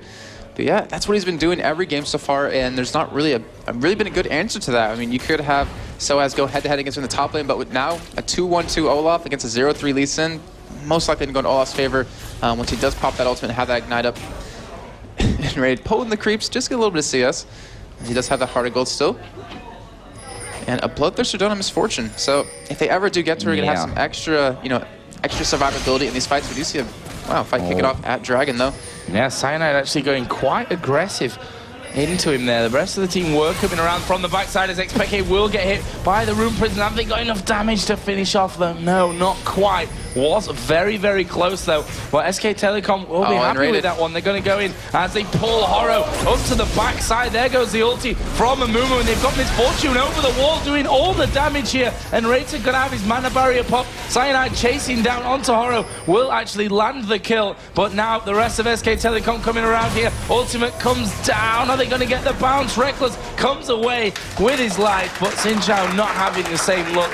The Misfortune ultimate actually finishing him off, as we have got sOAZ from the backside. Will queue in there. He may pay for it with his life though, as he will W back out, but he is going to die. And that's another kill for Misfortune. Onto the AD carry, who's now 5-2-3. That's a pretty formidable scoreline 15 minutes in. Yeah, they need to stop Finner. Even in the semifinals was playing extremely well. Had really a high scoreline on top of that. But look what Reaper and Horo are doing yet again. They're lining up all their items, Joe. It's like a little bit of bromance going on there. Actually, as we know, Araneae has a pretty big bromance with FNATIC, as you heard when they were talking at the experts desk. But still, they're actually not going for Dragon there. There is a pink ward currently down on it, so no point in getting pulled again or throwing that away. We do have Reaper heading back towards the top lane. Obviously, you know what he's going to do. He's going to push that all the way to second turret and then roam around. So we do have Zyra in the bottom lane. Rekkles, 2-2-2. I mean, it's not a bad score, but it's not what you need to see right now. Yeah, CS is the thing that's keeping him up there, though, with that 20 extra. And yeah, I mean, he's 300 gold behind on the whole, so it's not even that bad for him, to be honest. And now that's going to come even more back towards level as that Dragon is started off. Actually not working out quite as nRated would have planned there. Hit the plant instead. Yeah. And now SK Telecom looking for a Dragon of their own. Lee Sin is in the top lane. Does have teleport there, sOAZ. So could come down and try to steal this one. Let's have a look. Doesn't look like he's going to go for it. Looks like they're actually going to take this top turret, but Cyanide going to get caught out here by the Rune Prison. Will be finished off. It's UandME who gets the kill once again. Ezreal ultimate might be enough just to force him away. MighTiLy, he's still pretty healthy, and now Reapered is actually coming down here as well. They're going to be forced to pop that ghost out. Reapered is coming in on towards xPeke. There's a Rekkles swing. Look at the damage coming down as nRated did pull one in. Here comes Amumu as well. And well, they've caught nRated right underneath his turret. As wow, Ari coming in there very aggressive to try and take out Misfortune. In the end, Ezreal gets the pleasure of that one, but Ari did pay the price of her life. And looks like Rekkles will stay safe. The turret is actually still up here. He didn't have the minions for it, didn't want to be tanking it, as Rekkles going to throw a Q over onto Reapered. And sOAZ in the meantime did push that top turret down, and I was really surprised what Cyanide did there. He tried to smite steal it away, but he got caught with the Rune Prison, ended up dying, ended up baiting his team into 3 deaths there. But still, sOAZ getting that tower. I mean, it's not the greatest victory, but it's definitely going to help in the long run when you actually lost that Dragon and lost a couple kills there. We do see them going back to buy, have the Catalyst and the tier done for Rai still. And we have Misfortune working her way into that last Whisper, which is kind of what exactly what he's been doing every game. Getting that Fan Dancer, getting a Zeal, and then turning it into a last Whisper, and then a Fan Dancer right after. And we have the Aegis done for Reaper at the moment, building into that Shirelles, which we always like to see on Olaf. The extra cooldown reduction and movement speed with the Ghost. It's going to be so easy to catch whoever he wants there. But xPeke, he has a nice mobility. Rekkles has it as well. They have some pretty good protection with the disengage from sOAZ, that pull and the knock up from Blitzchain. But Cyanide, with the biggest thing of all, with that ultimate, going to be able to disperse the enemy team. And Joe, I mean, even with the kill advantage for SK Telecom, this game's still very close, and I really don't even think we can call it. Yeah, anyway. Ezreal's finishes Infinity Edge now. Misfortune going for that same build that we actually saw the last couple of times as well out of him, which is Bloodthirster, Zeal, and then straight into Last Whisper, and then finishing the Phantom Dancer afterwards. Did you already say that, Jason? Yeah, so that whole thing. Yeah, I was actually concentrating on something else. My mind works in mysterious ways. As we do see the Charm land there onto Horo, but that could bait them into the fight. Zyra ulti gonna knock FNATIC up. xPeke, the first target. Horo looks like he's gonna die, but where is the rest of the team? Exhaust goes down onto Cyanide. He is gonna be finished off. The AD carries are actually down in that bottom lane. Now we'll put Olaf up to 4-1-5. Dangerous, dangerous times. Yep, they're on the killing spree. Running through. But still, I mean, it was a 1-for-1 trade. It could have gone a lot worse for FNATIC because we had a nice combo with that Amumu ultimate and the Zyra ultimate. And they still, I mean, xPeke was the one that was really close because you did see MighTiLy actually flash in for that kill. Yeah. But with the ultimate charges, obviously xPeke should be able to get away and did. It's still, FNATIC, or nRated, he's just waiting around, trying to get a pull, trying to stop them from backing here. And they might even try to get this turret because it's down to 500 health, so it is very, very viable for them to take it. Looks like the rest of the team might not have the same idea though. So I was actually waiting in the brush there. There's a ward here which will be spotting his position, so there's no chance that SK Telecom gonna push away from that tower. And as I say that, what do? They push away from the tower. In the bottom lane though, Misfortune had pushed it out pretty much completely, bringing it back to within 30 CS, at least for now, of Rekkles. And we may just see them grouping up. Let's have a look at the FNATIC tower. You can see that's not really healthy either at 1100 HP, but certainly, well, twice as healthy as what SK Telecom have got behind them there on that tower. The thing is, though, they're against time right now because MighTiLy's going to get so tanky that he's going to be really problematic to deal with. StarLast is going to get a lot of damage just from being a support, and not to mention UandME, who, like we were saying before, that Last Whisper, that Phantom Dancer, and that Bloodthirster are going to be very problematic. And the Olaf, if he goes into a Warmogs or into a Randuin's, is going to cause a lot of problems. Being able to slow them and make it so his team can't catch up with the Shredders on top of that. But, I mean, look at the damage that Ahri puts out. Not really that much. MighTiLy was already missing half of what he's missing currently. It's just not a lot of damage yet because of the Deans and Holy Grail, which is like a typical item you see on her.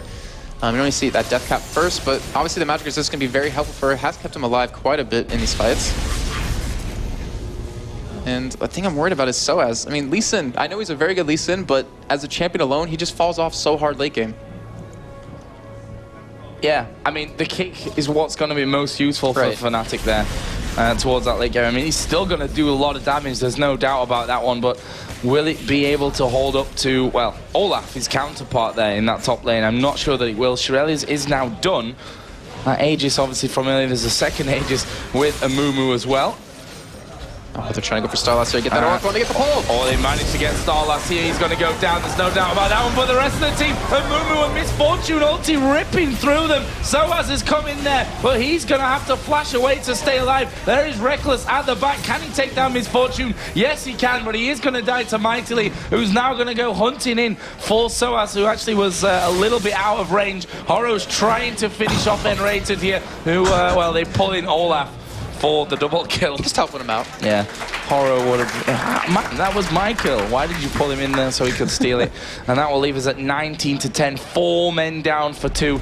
Yes, they've taken out UandME, but... At what cost? At what cost? Exactly, Jason. They got an Oracle. I wouldn't trade 4 deaths for an Oracle any day, Joe. They will be able to get this turret, though. And, I mean, the Last Whisper is now down for Misfortune, so any armor you build against her can be pretty much useless. You need that attack speed reduction, but we currently don't see any item being built towards that just yet. That's one thing that's really going to hurt them out. Not to mention the Olaf, it affects him as well. People mostly forget about Zyra. Has that Haunting Guise, which they built last time in the semifinals. Didn't go for that Zonies as the first item. And building a Negatron Cloak on top of that, trying not to be bursted down by xPeke. And a Rod of Age is done for Rise, not going for Banshee's Veil. And looks like actually will be building Banshee's Veil on top of that. Yeah, but after that, they've left this middle tower open. Which just makes me an angry person. That's that peeve. Oh, Zyra ulti actually going down here onto xPeke, and StarLast is actually going to defend that tower just about. 2 HP. Just needed a sneeze from xPeke and that one was gone. Dragon will be taken here though by FNATIC. And what are SK Telecom going to go for? Reapered there was having a look. Looks like Cyanide will be the biggest target, as we do have Misfortune under all kinds of pressure. And that is not an ideal thing to happen for SK Telecom. Yes, they saved Miltal, but here we go. Ezreal ultimate coming across. They've managed to lock xPeke in. They pull one right into the middle of them as well. And SK Telecom are losing health. Left, right, and center. Reapered's low. Horo will actually get over the wall. But can they finish off here? MighTiLy will be the next target, and Reapered will die as well, and that is a 4 for nothing. Yeah. And they took the Dragon. And they lost 4 in that last team fight, and they're taking it forward this time. And that was all due to Horo's ultimate not being up. It's so crucial that he has that combo up with Zyra, and they took advantage of that. They're going to be able to get this tower finally, Joe, at 2 HP, not going to be enough to save it. And they might be able to push it down into another turret here, because you still have 20 seconds on MighTiLy, who actually nRated pulled in from the side. He actually dodged Olaf, a very good pull from him, and actually probably won them that fight. And there goes another turret. So FNATIC, it was about 4,000 gold lead in favor of SK Telecom. Now just 800-ish. Ish. That's our word, by the way, when we don't want to do the mathematics, if you didn't already notice. So there's Cyanide just clearing out this wave that had been pushed through that top lane. Good amount of farm for him. Currently a good 30 CS ahead in the jungle, which I guess you can really expect out of Xinqiao. Mumu making his lane presence that bit more felt. Well, what do we have in terms of the items since then? That Rod of Ages obviously finished for Rise. On the other side, needlessly large rod picked up by xPeke. The AD carries, Bloodthirster, Last Whisper, Zeal, they were all in there earlier on for Misfortune, and Rekkles here just using his ultimate to farm up before he heads off home with 1,700 gold to buy up with. And there is the Phantom Dancer finished, and also Ari finishing off that needlessly large rod into the Zhonyas. And not to mention, we see Cyanide actually pick up a Negatron and a Chain Vest, and I believe the Cloth Armor as well, just to get a little bit more tanky, because he saw that fight. All he's supposed to do is just soak up the damage, just get the disbursement into the team, kind of separate them. And I mean, he's building exactly like he needs to. Though sOAZ, not tanky at all. He's like, you know what? I'm gonna go full damage, see if I can burst down Misfortune in time. And to be honest, he probably could. Well, I mean, that last fight was a total opposite of the one before it, as we are going to see the ulti come down. He got Rekkles at the corner, but that Zhonya's is going to be used. There's the Zyra ultimate, not really doing that much, and Cyanide is right in the middle of them. Let's back away here, because they are focusing down Reapered first of all. Horo will come in, Cyanide dies, Charm landing onto UandME, but have they got the health and the damage to finish this one off? Rekkles going to be chased down by UandME, who, well, he got hit with an auto attack and will end up dying from that one. Meanwhile, nRated picking up a Mumu on the top side. And that will be a 4 for 2. So again, 4 men taken down. And again, it switches as to who's picked it up. We saw the first one coming in for SKT, then FNATIC doing the same, then the opposite as UandME flashes in there. Will he die? Yes, he will. Wow. Red buff for the win. And UandME, great play, great flash in there. Knew that he was going to be able to get the finisher with that red buff. And they are now going to back away. So I guess we can say they got 5. Yeah, and they they're leaving with 2,500 gold Misfortune. And the whole thing with that fight was nice Mumu ultimate, nice Zyra ultimate. It caught xPeke, actually forced him out of the fight completely. He's being chased down by Olaf, as obviously you did see him die as he got focused down, extending a little bit too far, but still, that's the combo they need. And if they keep engaging on their terms like that, they will easily win this. We do see an Oracle for nRated now, though, and they are going to try to clear out some of these wards and finally put some pressure down, as you see that Baron finally getting warded up. And we're at the 27-minute mark, so Baron is a very viable option for any team. Yeah, one really key thing I want to just mention with that fight, the Mumu ultimate, which was here, actually extended here and caught Rekkles right in the corner underneath the brush. So really, really nice play. Maybe a little bit of luck that Rekkles was just happening to be right there at that second to get him locked in. But nonetheless, fantastic ultimate coming out of Horo. And that leaves us with a 3,300 gold lead for SK Telecom. Dragon up in 2 minutes, just less than. And we do have a lot of wards on this bottom side of the jungle, so maybe SK Telecom will try and pick some people off. And as I say, that nRated's got his Oracle on and he's clearing them all out again. Yeah, we currently look on SK Telecom's items. They have the random ones done onto Olaf. They build it into that Frozen Heart on Rise. That's going to really limit all their damage. I mean, sOAZ is pretty dependent on attack speed. I mean, its abilities do a lot of damage, but still, the auto attacks are going to help as well. Not to mention the lifesteal that they're going to slow down from him getting. Rekkles as well, who's going for that front damage build, not for any kind of poke. And then you have Cyanide, who honestly in the end does a lot of damage, but when you slow his attack speed, he gets kind of messed up. And I mean, it's perfect itemization. We still don't see, oh, there it is actually. The Ren is being picked up to Cyanide. I didn't actually notice that. And if he can actually get that on top of UandME, they can limit a lot of damage coming into them. And it's what it's really all about, is just limiting where the damage goes for each player, like kind of trying to control it in some sort. So SK Telecom going to be clearing out this top wave. Will that mean straight onto that inner turret now in the top lane as well? Reapered is there, for all 5 of them are still there. Misfortune just going to rip through those minions. Pretty much one shot in. He cast the minions as well, as we do see the root go down from Czaru. Didn't actually connect. And this will be a risky fight from SK Telecom, just from how they've gone. It's all about landing that combo from them. And we see Horo here just waiting behind the wall. I'd say that bait should be pretty obvious for FNATIC. Well, nRated also looking to get a pull of his own down from that. And the thing is that SK Telecom... Here we go, Ultimate going to come over. He's actually caught 4 of them. Misfortune ulti going in. Czaru ulti was on the mark. Cyanide's going to die. The second man goes down. Rekkles is already dead. nRated will fall. And that is going to be a double kill for Misfortune. Now they go around onto sOAZ, who actually flashed away and trying to decide where it's going to all go down. sOAZ is somehow still alive from this one, walking away into that middle lane, and I think the call will come in from SK Telecom to go straight down for that turret. They're going to sandwich xPeke in here as well. He is not getting out of this one alive. UandME picks up another one. 13-5-10 Misfortune. That is a ridiculous score, and they are just about healthy enough to go back and take the Baron. It's not a bad score, Joe. I mean, I've seen better. I might do a little better than that sometimes. No, obviously not. But they do have a lot of gold on Misfortune again, 2,300. So you could see a Banshee's Veil coming out. That's the item she's going to go for. And just like you said, Baron going to be picked up here. And so it's up to him to either stop it or push some kind of lane. Actually, he's heading over towards Dragon instead. And as ulti, not going to be enough to steal it away. Yep, there we go. That's a big thing for SK Telecom. Look at the gold that they're sat on here. 2,600 for Misfortune. Everyone else hovering between 1,000 and 1,500 gold. And that's going to be another big spike of power that they come back into the game with. Yeah, I'm actually curious to see what item he's going to go for. Maybe another BS sword? Double Randuins. Oh, gosh. And everyone's getting Negatron cloaks. Oh, yeah. Limit the damage that Ari's doing, since it is quite a bit in the end. But I'm curious to see, and Joe, what do you think Misfortune's actually going to go for? Maybe you don't really need something defensive, as you've been seeing. She really isn't getting focused down just yet. Maybe an Infinity's Edge is their next big item? Possible. I mean, not got anything really other than that Negatron cloak just yet. Is actually going to go home. So, yeah, I think Infinity Edge, why not? May even just end up going towards that Guardian Angel just for the fact of having it. But no, there is a BF Sword and a Quicksilver Sash. There you go. He heard us, Joe. He's like, you know what? I'm going to listen to these captures. I'm going to go some more damage. But yeah, we have Frozen Heart finished up onto Rise now.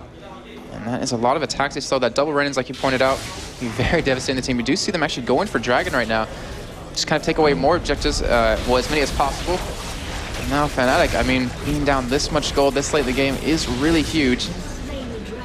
And the CS difference in the mid lane quite a bit, but it doesn't really matter. Rise, I mean, he's just a tanky and formidable force. And with this Baron on, SK Telecom are going to be looking to stamp their mark on this game, to be getting inhibitors from this. And the way that those last fights are going, wouldn't surprise me to just go in for it. You see the Ezreal ulti there? Not really doing that much damage. They have their combo up. They have that movement ultimate and Czaru ultimate currently up right now. Not to mention Misfortune on top of that. Actually, Olaf in the bot lane. Yeah, they want to try and catch sOAZ out here. They're going to kick him back, but to be honest with you, a grab from nRated actually goes in between to get the stun down on 2. sOAZ is going to get blown to pieces. Rekkles just about getting away, but he is burning, but not quite going down. They've taken out Cyanide, though. That will be a 2 for 0 and an inner turret in this bottom lane. And I tell you what, they are not going to stop at this one. Obviously, they don't have that ulti combo of Amumu and Zyra, but they're not going to be too worried about that one. They've got enough damage to be taking out these champions on their own, as xPeke is going to get a little bit of damage coming down. Horo actually underneath the turret will die to Rekkles, who escaped with hardly any health from that last fight, and SKT will back away. And Joe, look how much gold they have again. I mean, every time they seem to do this, they come back with Misfortune having 2,000 plus gold. Infinity Edge actually getting very close to being done right now. And SK Telecom just looking so strong. I mean, in day one, they were kind of, you know, kind of iffy. I mean, they kind of scathed by right there, but still, right now, both Korean teams playing extremely well. It might have been just exactly what you're saying. You know, they could have been a little bit tired. Wow. nRated just put a ward right down on top of them. If he'd have gone for the blind pull, would actually have pulled someone out there. Well, that's all ifs and buts. And a 57.4 to 46.6 thousand gold lead. 30 to 17 in kills. 7 to 4 in turrets. This is SK Telecom's game to lose now. And UandME full out of build, Joe. Doesn't have pots, but still, it doesn't matter. With that Baron and his edge, that ultimate alone is just decimating Rekkles, as you've seen every time. Every time he gets locked down by the Moon ulti, you just see the Misfortune follow up, and he is forced to pop that cleanse, forced to Arcane Shift, and maybe even flash away. Warmock's picked up on OF if he wasn't already tanky enough. See, Rekkles finally got for 1,000 there, UandME. Not bad. But the last one picked up for Rekkles, and the Banshee's Veil. Where is that actually? I didn't see. Banshee's Veil on Zyra. Yeah, a little bit interesting item. You simply see that Zonia's, but why not? You're this far ahead, why not, Joe? Well, I mean, they've got 2 Shirelles in there, they've got 2 Aegis. What does she want to pick up? Some damage.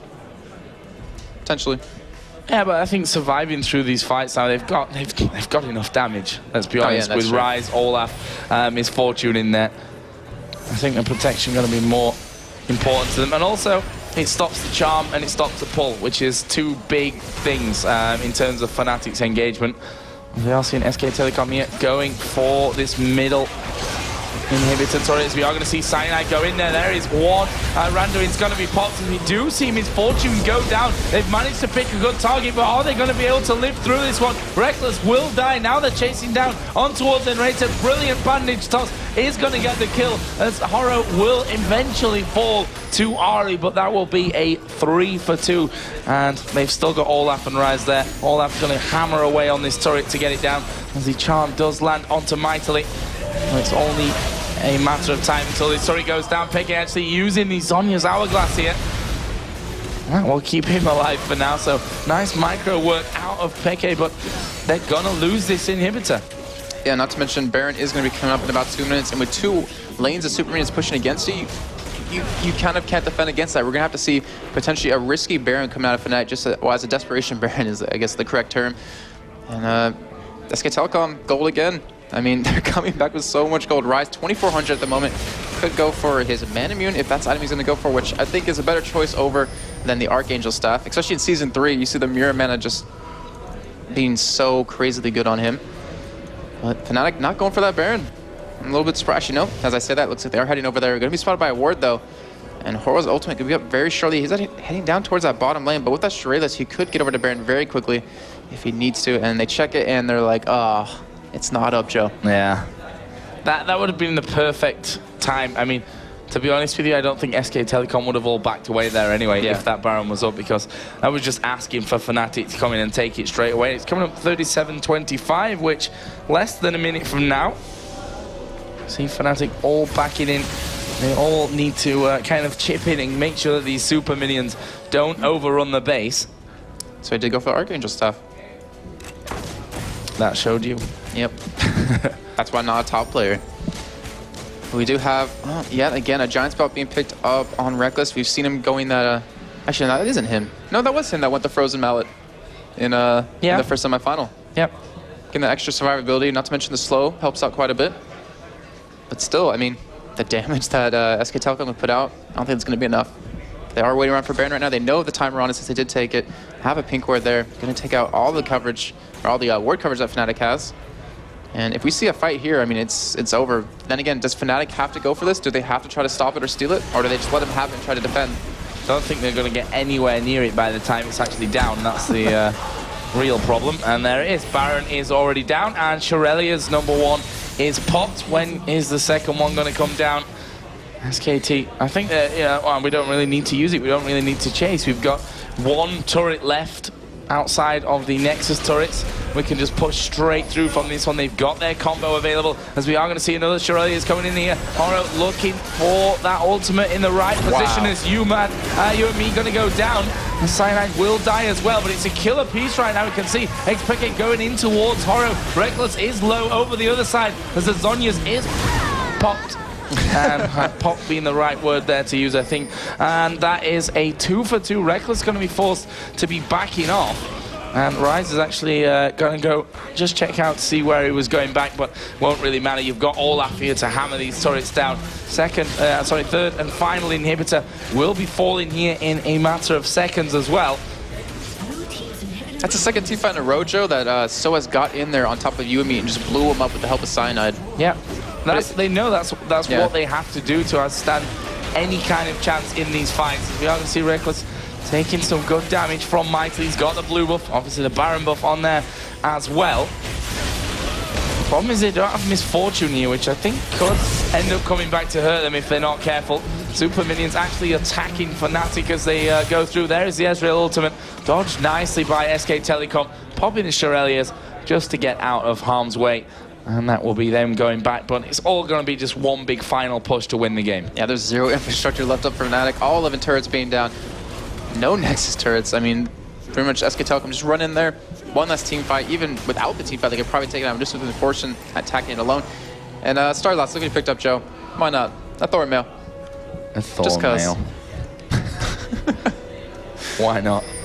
I don't remember the last time I saw this build on a support Zyra, that's for sure. I don't remember the last time I saw Thorn Mail ever, Joe. Yeah.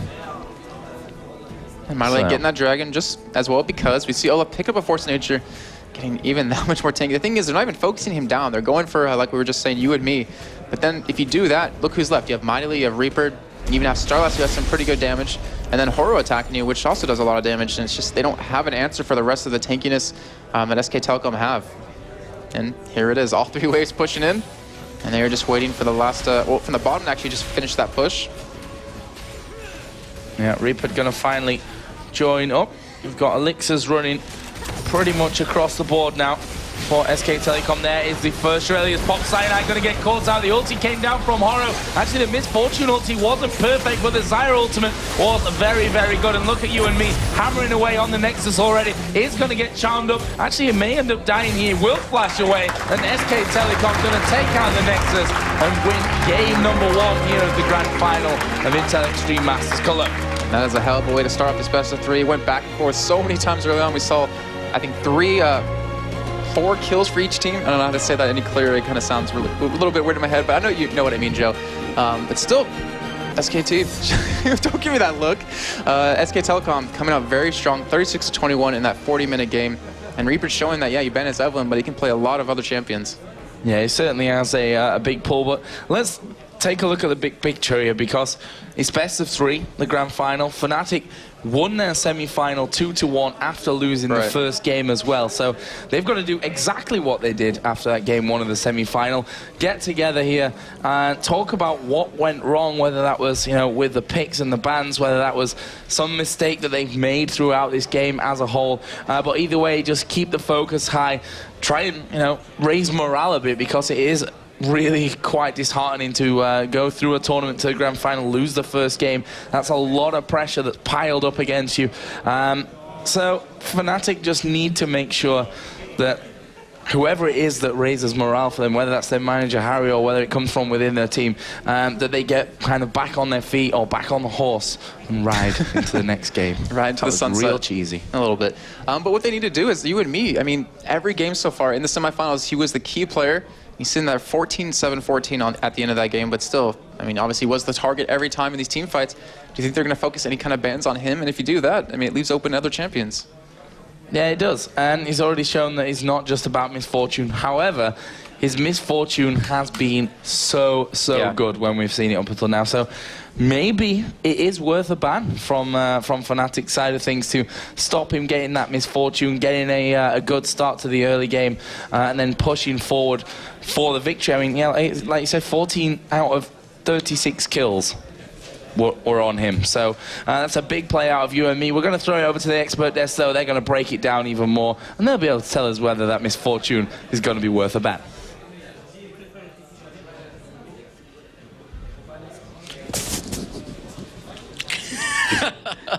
Misfortune definitely is worth a ban. That's what we think because, wow, that bullet time has just been every time perfectly. Right from the start, the flash bullet time. You knew he was going to die. You knew she was dead. Flash, got the ulti. There was so many Rekkles, times. you're dead. There was so many times Xin Zhao went to MF, but she just didn't care at all. She was like flashing an ultimate everyone. It was such an amazing MF ultimate she did on this game. So, to save any errors, let's get straight into it. 6 minutes, here we go. It is going to be a 2v1 and Rise in mid, and they just countered so badly. Of FNATIC, they were catching Rise. They killed Rise, but it was the counter gang now. Olaf came, killed Peke in 1 second, and now they kill Cyanide, and they give the double buff for Zyra. We'll see Cyanide trying to run away, but Zyra comes and kill him. And now they're even going to kill Listen, and Olaf survived there. It was a 3-4-1 in favor of SK Telecom. Was really successful for Telecom, that counter gang. And they thought they were going so well there, but honestly at the top lane, Reapered, he put his money where his mouth was. Good, he put his money where his mouth was. And actually the Listen with teleport, did they try to do like a cheesy, like steal blue buff, then try to counter the red buff, but it didn't work that well. Didn't work that well. So 15 minutes, here it is. It's the grab party once again. They got a Mumu, their blitz died, and it was 3 for 2 in favor of SK Telecom once again. They were trying to do Drake, but nRated don't want to let a single guy without the grab. And he started with the grab party, as we said, and it was a 1-for-1 at the start. He was like, Blitzcrank dying, Amumu dying, but here I think it was sOAZ who get caught and died as well. Well, that's Cyanide. He actually gets away with it, I think. Bullet Time catches him there. Another MF ultimate. Meanwhile, sOAZ actually goes, he gets the kill, but it's like, really, is it worth it? I mean, he was trying to do a tricky move here with the ward and the flash, but wasn't enough. The damage was already down, and the shot was already going off. So again, it's another kill for them. Now is when it comes the points of this SKT 21-30. We have the Amumu ultimate, we have the Czaru ultimate, we have the MF ultimate, and I think it was TSM Reynal who called something like the Wombo combo, right? Wombo combo. It wasn't Reginald. It was, of course, Elements. Elements of Pluto. Elements. Right. This is 21-30? 21-30, yeah. 21-30. This and is it was just an amazing combination. Yes. So it's going to be a Mumu that starts things off, and Misfortune just, bullet time once again. It has to be now, I guess. 21-30. That's where we are. We are 21-38 now. Oh, you see, this is what happens when you let the Spanish guy do the times. This is what happens when you let junglers do your timings. It will come. It will come. Well, it will come. It will come. Sometimes. There we go. And now when Amumu ultimates and MF ultimates, 3 of them, killing one instantly and another one. And sOAZ gets a teleport, but he just get instant deleted. And Edriel has to flash to kill MF, but still was really fine for SK Telecom, who get, I think it was 3 for 2? No, right? It's going to be more. It's going to be 4 for 2. 4 for 2. There's the kill. Now it's Reaper killing and Blitzcrank dying. Well, 4 for 2. And just an impressive combo of... I wouldn't want to do your Dragon Timers, man. That was a good 20 seconds different. That could have been all over. 23-15 was the next one. It's actually FNATIC making the comeback as well. We thought this could be it. They're back in it. Yeah, but exactly. Sadly, it looked good. We wrote it. It was the comeback, but still. Was a really amazing team fight. They get Drake right now. And now it's... I think it's the grab party again. The grab party or not? I don't know if there's going to be a grab quite now. No, first of all, it's going to be Misfortune out of position. They killed Misfortune, and even Sinsao saved from that. It was really nice. And then they go back in. And at this point... And it works well for them. It works well for them here. There's the grab. There's the grab. There's for Rice. And he has to flash away and get no damage. Rice did no damage. And there's also, he managed to land the silence on him, nRated, got his ultimate across the entire team. There's going to be MighTiLy going down. Of course, Peke picks up the kill. Reaper goes down and as well. And at that point, sOAZ had got himself back into it. He was 5-5-2 off the back of that one. But then it happened. The Wombo combo, the ultimate Wombo combo came in 29-15. And this was just SK Telecom. Perfect teamwork. Yes. And let's just stay with Horo here for this replay, because it's just beautiful. Please, take it away, Ara. Well, it's just, again, as Deman said, the Wombo combo is Horo. I think he flashed an ultimate, right? Yep. It was completely flash ultimate, and he get 3 of them at the corner of the ultimate, but still, it was amazing how Zyra and MF ultimate together, and they get all of them. And they use skin that destroy them. I think only sOAZ survived here, because Peke tried to come back and died from that. We'll see. He was trying to kill Rice, but now he's going to go back to defend the tower. We don't know exactly why. Yeah, he's coming back to defend a lost tower. And they use... And yet they're all passing a ward here. He knows that they've not all gone past. I don't understand why he came back this way. I'm at a loss. And yeah, it was 4 for 0 again, the wombo combo again. No much we can talk. It was perfectly played by Amumu, by Zyra, by MF, and of course by Olaf.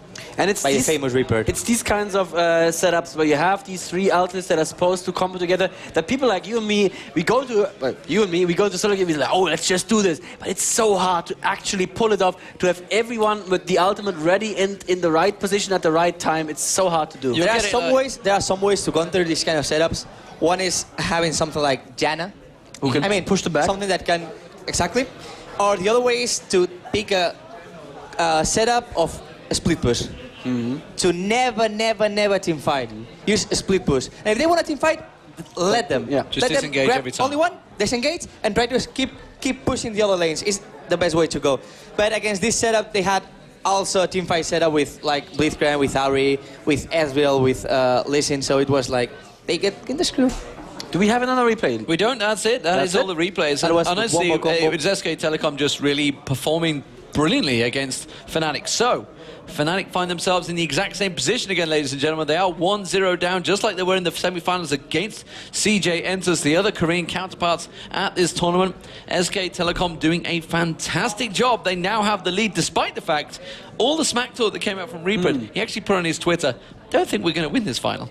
Yes, exactly. he did say that. That's what he said. That was amazing. Like the top lane, who seems to be cocky, saying that sOAZ wasn't that good.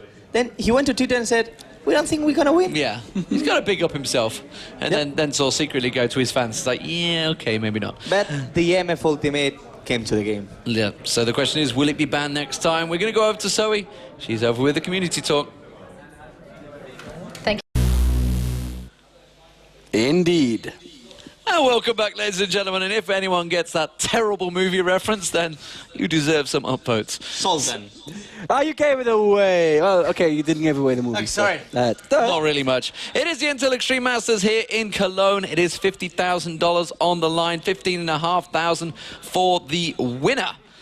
Absolutely. As I mute my TV. I didn't say the movie, so we can wait for people to say that. Thanks for just interrupting. I know you're enjoying your movie reference, but let me do the intro, shall we? It is FNATIC versus SK Telecom. You hear the noise. We are into the picks and bans. What are the bans going to be? I really respect Olaf ban. I mean, Horo played Olaf jungle, amazing. And Reaper played Olaf top, amazing. So I really respect Olaf. I don't know about MF. I don't think MF deserves a ban, but let's see. For Deman is the same exactly bans as last game. Exactly the same bans. They are happy with what they got last game, I think. They didn't fear the Blitzcrank. No. Beep boop. He did get that one amazing corner pull onto Mumu in the Dragon Pit. Didn't end up being that important, other than, you know, making us here at the analysis desk very, very happy. We all did a little bit of a cheer there for that pull. That was a max range pull. It was beautiful. But yeah, it didn't really break the game as much as it did in the semis. And there it is. MF ban. Wow. Deserved, I think. We cannot do more of the gun. But I think it's a deserve. UandME has been playing fantastically well. Really, you know, we have talked him up so much. We've been amazing. We've been amazing, ladies I was and really gentlemen. confused when you said UandME were playing amazing. I was like, dear Deman, we didn't play at all. Just so proud of your Aram performance last night. Oh, Diana looked straight in. Straight away. And okay, so what do you counter with it? Lee Sin being locked in again. It's gonna be a cinch top lane if the Ghost stays on Reapered. Cinch? Yeah, I mean, if the... on Olaf, of course. Yeah, Olaf can be Olaf jungle as well. Yeah. But for the moment, Horo has flash. So if Horo has flash, probably it's gonna be Olaf top. And we see Sona. He could just be picking Olaf straight against sOAZ on Lee Sin again. It worked so well last time. He was 1-4 at one point. Actually, I think it was Lee Sin top against MF Sona. Oh, well, yeah, kind of. They did switch around quite a bit. Zyra, sorry. Yeah. They did switch around after a while. There is the Zyra goat this time. So it is going to be nRated on Zyra. Sona support. Can't have misfortune with him this time. What will he go with? I'm really interested in see what is UandME going to play. Because last game with MF, he just destroyed every single team fight with that ultimate. Yeah. What is he going to play now? Is he going to play something like Caitlyn, really similar to MF, or going to play like different, something like Bane or Kog'Maw? Let's see.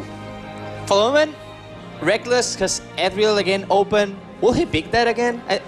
I think Evan James told us that he played the whole game with Ethereal. Yeah, the whole tournament. And there was a Caitlyn actually coming out of him there. Interesting. And the Amumu picked up for Cyanide. So the Amumu taken away from Horo. Are FNATIC gonna go for one more combo? Then they have 2 or 3 parts. They have the 2 lockdown AoE ultimates. Now they need some AoE damage from something. On mid, exactly. On mid. What could that be? Can be everything. Give us some examples. Oh, Kog'Maw locked in. So that's what UandME's going to play. Kog'Maw is really good against this kind of combos. You have a lot of range and... Dade is breaking out the Kazakhs in mid. That's something... Oh no, it's going to be top. It's going to be Reapered top. Instantly, I saw Deman smiling. I'm not going to lie, I've got a big grin. I'm quite liking this pick, but I'm not sure if it's going to get locked in. It is! It means it's going to be Reapered. And he has been rocking it all week long since Season 3, but now we are in the Season 2 patch and he is going to make it. The question is, what will he use against it? Lee Sin's a massive counter top lane to Kazakhs. I will vote maybe for TF. Is that though going to be good enough for the Orianna combo? Or even Orianna with a Syra, Amumu, and Orianna. we know Pekka He's an amazing Orianna, yes, absolutely. Orianna. He did get it banned against him a lot of times this tournament already. And that's a good combo as well. That's the Yeah. Amumu, the Zyra, the Shockwave. All on Amumu, exactly. But let's see what it's gonna play. I will say Evan, Orianna, even what? We have Syra mid? Yes. Interesting. Syra mid against Diana. So we have again the beep bop. Beep boop, indeed. Beep bop. So, and actually that works quite well because the Kog'Maw has no escape. Yeah, but Sona the problem has no escape. Actually, the problem is that FNATIC team has nothing to get Kog'Maw at all. That's nothing to the leap problem. past is what you're aiming at. Yeah. It's true. Kog'Maw is going to be very against safe. Kog'Maw, there are Well, you're some sOAZ technically, but that's just one person. Yes, still. I'm intrigued how this top lane is going to work because Lee Sin is really hard counter to Kazakhs. Normally, these are 2 top players of the world. Yes. You'd think that Reapered picking into it knows exactly what he's doing. Of course, I mean, the main thing is sOAZ has teleport. So in a 1v1, it used to win Reapered with that ignite. That's something we have to point. And my second point is again on Kog'Maw. I mean, there is not a single champion that can kill Kog'Maw from a FNATIC team. If they use dots, the Amumu ultimate, they have nothing to follow up. Because Lee Sin is not 100% sure going to kill Kog'Maw. So it's risky, I don't know. I think SK Telecom has better setup right now. So you're thinking SK Telecom, Daniel? What are your thoughts? I'm telling with Ara, I don't see how they can get to Kog'Maw. The only way that I see FNATIC winning this is deciding the game. Well, that or deciding the game before Kog'Maw hits that power level. Because early levels he's not that powerful. But I don't see that happening either, really. I just see the key of this game is nRated Bebop. nRated Bebop, let's play who it is. Can SK Telecom close it out, or will it be FNATIC taking it to game 3? Joe and Jason going to bring us the action.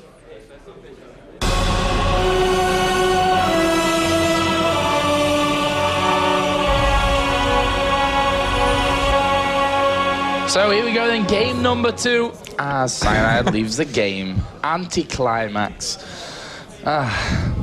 So Joe, I think we should make it a game. Let's try that one again. Game number 2 of SK Telecom versus FNATIC here in the Intel Extreme Masters Cologne. Scoreline, of course, is 1-0 in favor of SK Telecom. You can see there Reaper on his screen just blowing the dust from his earphones. I don't think that's dust, Joe. Yeah, possibly not. But either way, just getting something fixed up here. It was Cyanide, right, that disconnected? Actually, I believe that's happened before on him as well. A little weird, but Joe, could you hear the grin on Demon's face as well when they saw that Kazakhs? I mean, when he saw it, he's like, Kazakhs! All excited, like. Demon's always excited to see a Kazakhs, that's for sure. And for good reason. I mean, they made a good point there that Reapered picked that Kazakhs after they blocked in the sOAZ and the Amumu. So obviously he knows what he's doing here. Reapered feels like he can still win out that lane, which is a bold move against a talent as good as sOAZ. We'll have to see how that one goes. Hopefully Cyanide's problems here will be fixed shortly. Yeah, I can see he's actually just logging back in real quick. Yeah. So Joe, login info on that piece of paper. I guess real quick, who do you think actually has this game? I mean, we could probably talk about it a little bit in the... I really hope FNATIC can pull through and give us a game 3, to be honest with you, but I still like the SK Telecom lineup once again. I mean, Diana is incredible. Yeah. In this patch, Diana is incredible.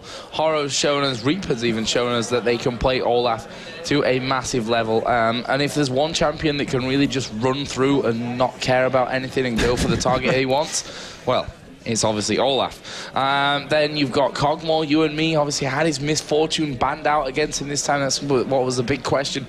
Is it worth a ban, that misfortune? FNATIC saying yes, and he's going to play Kog'Maw this time. Both AD carries actually running Cleanse here, we should point out as we go. But if UandME has a good start, farms well, and moves into that late game, then scary times. Because, as they rightly pointed out, there's not much to go through the SKT lineup and focus that Kog'Maw down. I mean, we saw sOAZ doing it in the last game to misfortune, but... It was a little too late. It was a little too late. It didn't really make that much of a difference, did it, in the end? Yeah, you killed misfortune, and then you still have Ryze available doing damage. You had Olaf at that time. It's just, they could not compete against that. And I wouldn't be too surprised to see a lane switch, Joe, because I know Blitzcrank and Caitlyn should be able to take out Kog'Maw and Sona with that, Kog'Maw obviously having no escape. But we are back into the game here. Yep, and nRated actually setting up here for a pull through the river. Oh, not quite landing that one. And that would have been an interesting start, to say the least, but they've managed to get in on towards MighTiLy. There's a route coming down. Lee Sin flying in. First blood, sOAZ. StarLast forced to flash over the wall. And there is the danger. Missed the pull, and he thought he was safe. He was wrong. And that was an amazing combo. We saw Rekkles actually put down that Caitlyn trap right as Mumu went in with the bandage toss, caught him with the second stun. And FNATIC, I mean, in their semifinals, they got first blood every single game. Obviously, they did lose that game _1, but still off to a great start. sOAZ going to have that early kill in the lane, picking up that cloth armor, a ward, and an extra health pot. But we do see him actually heading... Well, I don't even know which lane they're going to, because they're all going down that mid lane, Joe. I don't think they're finished with level 1 just yet. We're like not quite 130 into it, and they may even go for something else. I mean, StarLast, very low HP right from the very get-go. Looks like Olaf going to be starting off here on his Wraiths and then going down towards that red, and Mumu starting more standardly on the Wolves in towards the blue buff. And we are going to see that lane switch. Yeah, so we're going to have Caitlyn and Blitzcrank against Kazakh's top lane, trying to shut down Reapered, which they did last game. They took away, his most played champions. They shut him down pretty much the entire game. However, he was obviously able to get in the game. It's Olaf. You can't really stop him too well, but we're going to see Cyanide start off as blue, and sOAZ at that bottom lane. I mean, how do you think he's going to fare down here? Because Kog'Maw has some really good harass with his range, and so does Sona. He's going to have a tough time. Yeah, I think so too, but we also saw that in the last games as well, when sOAZ was in a 1v2 as Reapered is going to get pulled in here. Is he going to be in trouble from it? Still has his flash available, and in the end just runs those pots. And that's the thing, they've not quite got enough damage there. He knew that the trap was actually taken by Caitlyn at level 1, so there was no danger of that Piltover Peacemaker coming over to really shred him down. But still, nRated starting out as meant to go on here. 1 for 1, actually, since he missed at level 1, but it didn't matter because the rest of his team hit their skill shots. And one thing we were talking about before earlier with SK Telecom, they're running a DPS jungler, and with that, when they do lane swaps, for instance, if Horo goes top lane, they easily can get a kill here, and that's the problem. If you look at onto FNATIC Cyanide, if he ganks bot lane, it's going to be very hard for them to pick up a kill. sOAZ can only do so much damage, but still, we are going to see UandME just pretty much zoning him away. And we're going to see sOAZ, eventually go into his own jungle, pick up his wolves over and over, because obviously he'll have to farm under this turret.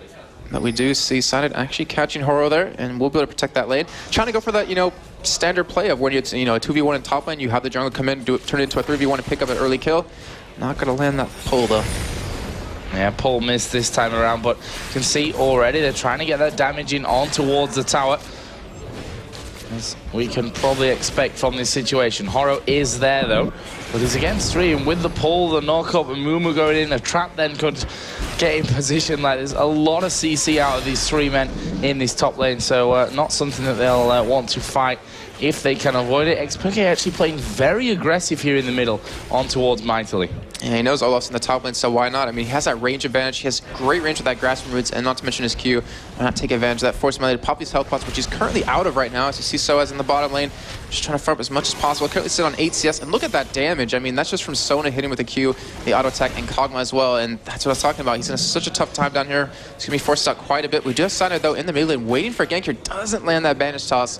but still it did show his presence and is going to make MighTiLy, you know, pretty much just sit under this tower. We do have Horo, though, coming around. Will be spotted by a ward. Yeah, he's actually headed down towards this bottom lane. Looks like they want to get that whole 3-man gank on the bottom going on. So as, like I said, did have that ward there to give him the protection of knowing exactly if that 3-man gank was about to come collapsing in around him, and he will stay fine and dandy from that one. Top lane, Reapered actually ahead in the CS when you're comparing over towards sOAZ, 14-10. Grab not landing this time either from nRated. Let's have a look at the tower damage here. That'd be Kazakhs. 1650 still left, as we are going to see FNATIC going in for the pressure. I'm just going to keep an eye on it in case something kind of changes around with this one. Reapered realizing, I think, well, my tower's starting to go low. I'm going to have to try and force them somehow away from this turret because there's minion waves coming in. Reapered actually getting stunned there underneath the turret with the trap. Olaf coming in as well, but can they do anything with this one? Horo going to put in the ignite. Cyanide is actually waiting here at the side, so Horo may have a bit of a surprise if he decides to chase, which he doesn't. But again, FNATIC have 3 men up here. Czaru is coming up there as well, and they may just go for this dive. Nope, Czaru's headed off as well. I should be able to secure this tower, though, which will be the first of the game, give him a nice gold advantage because they're currently up 1,000 gold, which is nothing to laugh about when you're 5.5 minutes into the game. We do have Kazakhs, though, picking up that Doran's Blade and a ward and 3 health pots. And it wouldn't surprise me if lose his tower, though. Yeah, I wouldn't be surprised if he actually just headed down to that bottom lane. Unless they do want to go for lane swap on the other side and send sOAZ top. But then again, I mean, it's a Lee Sin versus Kazakhs. And I know Deman knows how hard it is to play against that. Because, you know, your ultimate's useless. The stealth does nothing. If I remember rightly, we've seen the game where Reaper pretty much just let his tower go at level 1. Yeah, that was in the qualifiers. Yeah. He was running Evelyn that game. He let his tower actually go. I think it was at bot lane, if I'm not mistaken. And then from that, he just roamed around quite a bit, pushed the lane out, and was able to actually turn the game completely around. Well, let's see if he can do something like this one, because, I mean, that gold lead is not bad whatsoever for 6.5 minutes in. Obviously, that first blood helping out as well, going over on towards Lee Sin. And we can see there a lot of wards being picked up by FNATIC. A lot of wards at this stage of the game. So they obviously want to keep that vision high. May indicate a play plan somewhere in the near future, but I think Rekkles and nRated quite happy to just do as much damage to this turret as they can. Finally, UandME and StarLast are going to come down here, though, and we should get into a bit more of a normality. Yep, we do have, and I really want to pinch this top lane to see how sOAZ does against Reaper, and I'm sure Deman would be happy to see that as well. But we do see, in the meantime, Horo coming down the bot lane, trying to potentially go for a kill here. Does have that ghost available, obviously no ultimate just yet. It's still FNATIC. Their AD carry and support doing very well. They're pushing really hard. They do. Wow. That looks so close on my screen. And you got away there pretty luckily. Yeah, you don't want to get pulled out, that's for sure. Especially you know, against that Caitlyn, who's going to pretty much destroy you if you get a trap underneath you in time with that knock-up coming down as well. So this lane, I mean, the CS between them 59 to 54. Kog'Maw does have the advantage on the farm front. In the top lane, they are now bang even. That's both with the Doran's Blade. Ninja Tabi finished, though, on sOAZ. And we can see he's the one with the least health of it right now. I'm just waiting for this Sona to hit level 6. That's when they can really start to get things involved. Obviously, having that big crescendo coming out. Hey, Pink's actually coming down on that mid turret. You might even see a 4-man push there. They don't have a pink ward on them, but actually it looks like they are going to go for it, knowing that Diana and Olaf are both doing their blue. We even see sOAZ coming down from that top lane to mid. And that's great map awareness. That was a great play. Yeah, that's what happens when you got plenty of vision, which FNATIC certainly had, dumping a good few of those wards out already. And that will be a 2,400 gold lead for FNATIC, building up nicely for them. Good start to this one. As I said, in the after the first game, they had to keep their spirits high. It's a best of 3, so even losing one game, you're certainly not out, as they proved earlier on in the day against CJ ENTUS already. Yeah, they definitely did that once today, and I was honestly a little bit surprised there because they really got stopped in game 1, but showing how great of a team they are, like you're just mentioning, you know, they got their composure back. We see in the mid lane, MighTiLy is level 7, so he should be really aggressive here. We do have Cyanide taking his own red, has 1 GP10 now, and Czaru building that Fiendish Codex, going to be going to the Theans and Holy Grail eventually, which, not a bad item. I mean, you have to survive MighTiLy's damage. Yeah, which is and as you see right there, how bad easy it is. whatsoever. As PK actually does land the root, but it's going to be ignited here. One more tick. There it is. MighTiLy gets the kill, and that's Diana for you. Unfortunately, that is Diana at this patch. Oh, top lane is very, very strong. And sOAZ here in on towards Reapered is going to manage to kick him up. Reapered will jump away, and from that won't go down. Surprised to have not really seen Horo in there as much as we have. Reapered is going to get pushed down once again. The Ignite is running, and sOAZ is going to have to back away because Horo is coming in. There is a Rekkles swing. And he just about got away from that one. Flash used as well out of sOAZ to stay safe. Wisely as well, because MighTiLy was on his way up.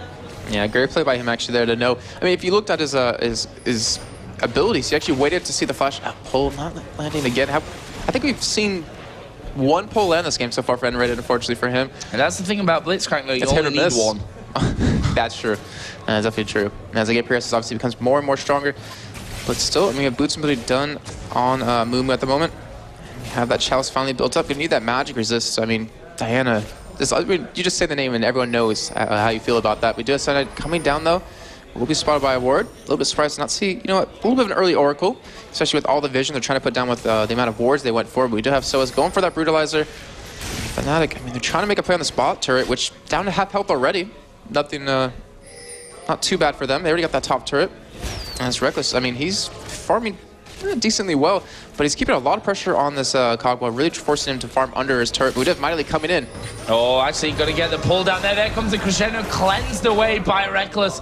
And there you see the cleanse. Like, it's just saved his life there. I mean, Diana was going to get on top of him. He probably would have died from that one. So, just paying its dividends already, that cleanse for Rekkles.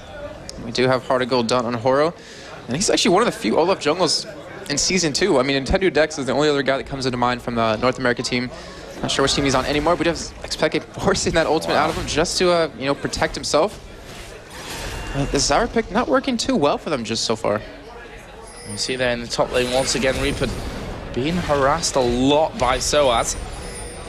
Zenon is now in this bottom lane as well, so I've got to keep an eye on that one.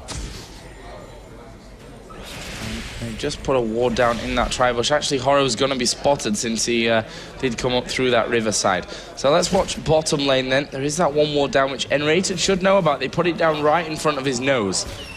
So yeah, they're actually it's about if they get a grab here. Yeah, they pinged a little bit, but still, in the meantime, sOAZ in the top lane got forced out because of Horo coming into lane, because of MighTiLy missing as he went around trying to look for red. And we might have just 3-man push on the spot lane, though the minion's very low. They shouldn't be able to take this tower. And in fact, they're taking a lot of damage as they're retreating. Yeah, UandME doing a really fantastic job there. Just spamming out his auto attacks as much as he can. There's the second turret of the game going down in favor of SK Telecom in the top lane, which will bring us back to 16,000 to 14.3 FNATIC's advantage. See how well UandME can last hit underneath this tower then. We're just watching to see if he hits them all. Oh, meanwhile, we have got Diana once again going in on towards xPeke, and you're not getting away from that one either. And that's the danger. That's Diana, Joe. Yeah, I still think that Diana is worthy of a ban every time on this patch. Yeah, I mean, she's just so strong. She obviously got nerfed for Season 3 like we were talking about, but still. Oh. I think that actually might be bad for Cyanide. We do have sOAZ though, wait on the side. Oh, Reapered getting totally baited into this one, but Diana is there. MighTiLy actually will have to flash away. There goes Ignite down onto MighTiLy. Can he survive it? He's got the pot running, but he will go down. There's a grab onto Horo, who instantly pops his ultimate, and will run straight off with that one. And his Ghost, in fact, used there as well. So, pretty crazy stuff around this middle tower. That leaves us, again, tied on the kills at 2-2. Let's have a look where they are. Both on Lee Sin for FNATIC, both on Diana for SK Telecom. And for me, that's going to be favouring as the game goes on. You know, if you think about the game as an entirety, I'd say that Diana having the 2 kills is definitely the better situation to be in. Yeah, completely. Not to mention, they shut down Czaru in the mid lane, which is a real huge factor in their damage that they're really going to need. They'll mix in with the Moon ultimate. It can be very hard to miss your own. You see in the bot lane, we do see UandME picking up his own red here, and should be able to push Rekkles back if he needs to. He'll have more range with that W, and with the red buff obviously getting that slow, but still, so xPeke trying to come down towards that bot lane, not going to be too successful. And we do see blue being donated over towards MighTiLy, but yeah, Diana, I mean, once she hits level 7, can take on pretty much any AP mid. and just destroy them as we've been seeing this entire game. Athene's and Holy Grail done for Zyra though. Gonna be getting that extra magic resist and the cooldown, but we also have the Brutalizer done for sOAZ. And he was already doing quite a bit of damage at the moment, but with that, he might even be able to jump on top of UandME and kill him just straight up at this point. So, Dragon is up. FNATIC obviously did take the first one. And, well, they've got no timer here of SK Telecom, so FNATIC going to be taking that one away as well. And that will bring their gold lead here to goes a beat boop, Joe. 3,000. Yeah. nRated is basically going to be the bait here, as Diana could be in a lot of trouble. Zyra ultimate is going to go down. MighTiLy is popped from that one. And Reapered here. sOAZ just waiting to land that Q. Altun did manage to land the Q, but here comes Kog'Maw from the back. And we are seeing nRated going very, very low. Can they finish up the kills? There's a great crescendo again. In comes Reapered from the top side. It's a double kill for Sona of all things. Reapered going a little bit too aggressive there, will go down. And can you believe it? A double kill for Sona. Supports this entire tournament been doing so well, Joe. We actually saw a couple of games ago, an 80 carry was pretty much support that one. Oh my gosh, that was a great crescendo though coming out of Sona. Yeah, and their entire team reacted. I mean, you saw that. Once that crescendo went down, you saw them all jump on the enemy team and take them down one by one. And now, you know, Kog'Maw, he's able to push this turret here a little bit. I don't think they're actually able to take it down just yet. As xPeke with those plans to be able to keep minions off, but they are zoning them quite a bit. Horo taking some damage. Oh, wow. That was really close. Good flash though away to avoid that sOAZ Q. And that will leave us, again, surprisingly enough, tied up at kills. 2 for Diana, 2 for Sona, the champ, and 4 on Lee Sin. So the spread not really coming down as either team would have probably wanted it, but at the end of the day, they are still kills. Yep. And those 2 dragons, I mean, if you at least fed a little bit, you'd be able to control dragon a lot more, which they've already gotten 2. Give an extra goal to the team. So we do have a BF Sword picked up for Caitlyn, a pickaxe on top of that, most likely going for that Infinity's Edge. The Phantom Nets are done for Kog'Maw, and he's moving very quickly, have a lot of damage, surprisingly. And we see the 2 GP10 on Horo done, building in towards that Aegis. Wouldn't be too surprised to see that Shirayla's coming out soon from him. And the other side of Mumu, sitting on 2/3 of that Aegis. And that's going to be very crucial, because they need to protect Rekkles or protect xPeke mostly, as MighTiLy's just been jumping on him every time. And Aegis is going to be one thing that's going to help them out. Oh, here's sOAZ again going in on towards Reapered. Does have that blue buff though. So could certainly have taken him down, Reapered knowing it as well. Decides to just jump straight away from that one. Kog'Maw with that Phantom Dancer now finished. He is ripping through these minion waves. 150 to 147 CS there. Middle lane, Zyra does have a 26-27 CS lead over Diana. And in the top lane, a 5 CS lead for sOAZ on Lee Sin, as we are going to see him coming in here towards Horo. The grab not actually landing. MighTiLy is actually coming around the side now as well. Can they react before that tower goes down? Minion wave is gone, which will buy SK Telecom a little bit more time. Caitlyn's coming off from the side, and when she's there, that extra range could be pretty deadly for the tower. Yeah, they're going to have a nice bit of poke. However, the enemy team does have Sona, so any poke you do could be healed up. Yeah. And not to mention, trying to dive them on a turret with that crescendo is going to be really hard to pull off. The Rekkles, I mean, FNATIC, they seem to love to let him split push, and by split push I mean just farm up a side lane, not really force a fight wherever the rest of the team is, and just wait for him to catch up or actually surpass the AD carry in items, which he should be getting decently close to that Infinity's Edge. And when that item's completed, I wouldn't be too surprised to see them go for a team fight. But Reaper returns towards that top lane, getting a little bit from as he comes back down towards the middle. And we do see a bot turret fall down, and we might even see this mid turret go down as it has a 900 health. No, Reaper gonna get spotted by that ward, and FNATIC backing off instead. Yeah, wise choice, backing off on that. They know that they can't fight without Rekkles. We've just done that outer turret in the bottom lane, as you said. That puts FNATIC back in the tower lead. It's 4,200 gold, the lead that they have right now. Dragon comes up at 20 minutes, 31 seconds.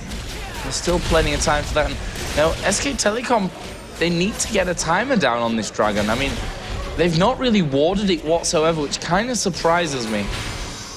And not a lot of words. It's not really so high on their priorities somehow. Yeah, not a lot of words in general coming out of them just yet. I mean, we saw FNATIC, as we were mentioning earlier, they saw 4 different players with wards, and one of them had 2, one of them had 3, kind of really trying to control the map and really kind of make up their mistakes they made in game number 1. But still, SK Telecom, they don't really need to be worried. They have 2 kills on Diana, 2 on Sona, which obviously can help with the GP10. Might even see another or an Oracle coming out soon from him, just with that extra gold income. But they have been able to defend this turret, Joe. And without Rekkles there, obviously not going to be able to commit to it. But still, I mean, look what they're doing. They're just grouping up mid, just trying to hold that down, and letting Rekkles farm this top lane now, as he's just going to surpass Kog'Maw by far in CS, as he does have Infinity's Edge now. And when he gets that Zeal, he's going to just really, well, pretty much out-damages Kog'Maw at that point.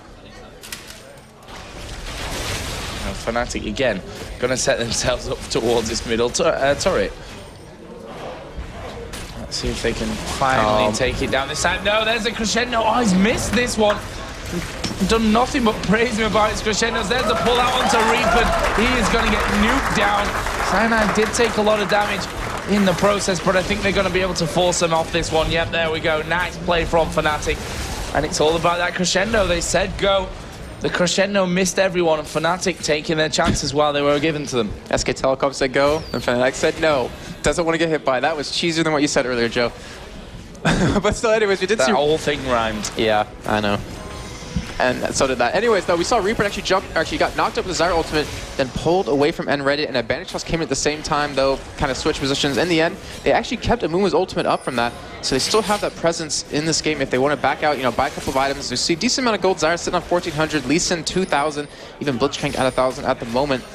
So they have still a lot of presence at the moment. Czaru's ultimate will be up pretty shortly, actually, 17 seconds with that blue buff helping that out. And we do see the Oracle picked up for Cyanide, so let's see, they are going to go for control on some... Oh, that pull almost hit him. Yeah, Caitlyn and Czaru there, that would have been disastrous. And SK Telecom now finally making a play on towards Dragon as Reapered forced to jump into the Dragon pit there to the safety of his teammates. Are we going to see Seal coming down and steal? Nope, not quite. sOAZ here is going to get exhausted. They're going to try and get rid of him before everything else. There is Cyanide. Good ultimate coming down. They're all in Dragon pit. They can't get away from it. What you're going to do, a kick away from sOAZ. That was brilliant play. StarLast is going to die as well. Olaf walked away with hardly any health. And now it's 4 kills coming down for FNATIC. It leaves sOAZ at 5-0-4. Czaru got 2 kills. Caitlyn got 1. Blitzcrank, obviously, wouldn't be a N-rated on Blitzcrank if he's not stealing some kills away. No, they're not going for Baron. They're not doing it, Joe. Pretty sure they are, Jason. They do have Czaru for the plants, but look how low Cyanide is at the moment.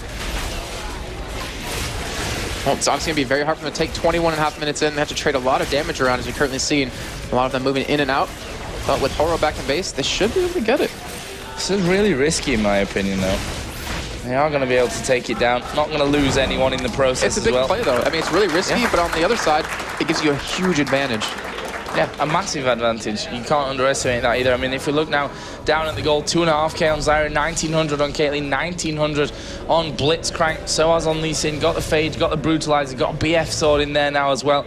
There's a Zeal being picked up for Caitlyn. Aegis, second Aegis, in fact, on the FNATIC team there with Blitzcrank. So overall, that Baron giving him that extra spiking power after they can go home, take those items, not to mention the buff itself, which is going to make them a lot more powerful as they try and make some sort of advantage of it. Yeah, now last fight we saw a Dragon, I mean, they knew they had Amumu's ultimate up. Mumu knew he had his ultimate up, and with that they were able to commit onto the fight. I guess SK Telecom thought they used it earlier on, or just really had to make a risky move onto that Dragon, but they are barreling down on this middle lane.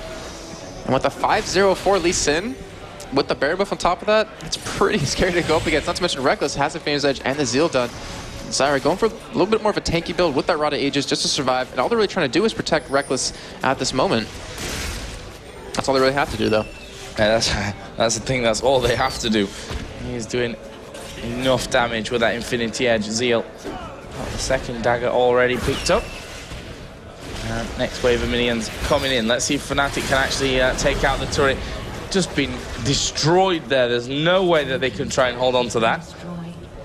Here's a crucial point. If nRated can get a pull over this wall, they will secure that inhibitor turret. They do have Cyanide's ultimate up, as well as sOAZ and xPeke. And what besides... Oh, there's there the pull. it is. Reapered gonna get pulled out, gets caught in midair. Actually manages somehow to get away from that one. StarLast won't be so lucky, though. And the funny thing is, they still have a Mumu's ultimate as well. Yeah. If they decide to go even further into that one, they've got a big wave of minions pushing the bomb, but they are going to go in. Here comes the Amumu ultimate. Actually, Olaf popped his ulti to stop himself going down, but MighTiLy now going to be the next target. He will dash away, but it's only a matter of time until he dies from that. And here is the Nexus, wow, the inhibitor turret going down, and there is a surrender vote coming out from SK Telecom. So FNATIC picking up game number 2 here, 12-4. Sigh of relief, they did it earlier on, 1 game behind, came back to win 2-1. We're now tied in this grand final at 1-1, and well, they have a chance to win it all right here in this final map. Yes, they do. I mean, again, we're talking about sOAZ and how he had all the kills on for Lee Sin. When ended up 6-0-6. Didn't really matter how many kills he had because they still won that anyways. The FNATIC definitely looking very happy right now, especially after that first game because it kind of turned into a stop against them. Able to bring this game back for them, getting a stop. And I do see them talking a little bit as Rekkles looking pretty happy right there on the left side of your screen. And Cyanide and well, nRated looking pretty happy himself. All you can really see is the top of his head, but you know he's got to feel good with the pulls that he landed. Yeah, I mean, definitely. He didn't hit as much as we've seen him from him before, but to be honest, he's hit the crucial ones, and that's really all you need to land at the end of the day. Even at level 1, when he missed that one, probably thinking, oh, that was a chance to get first blood. Luckily for him, his teammates were there behind him to land all their CC in there as well.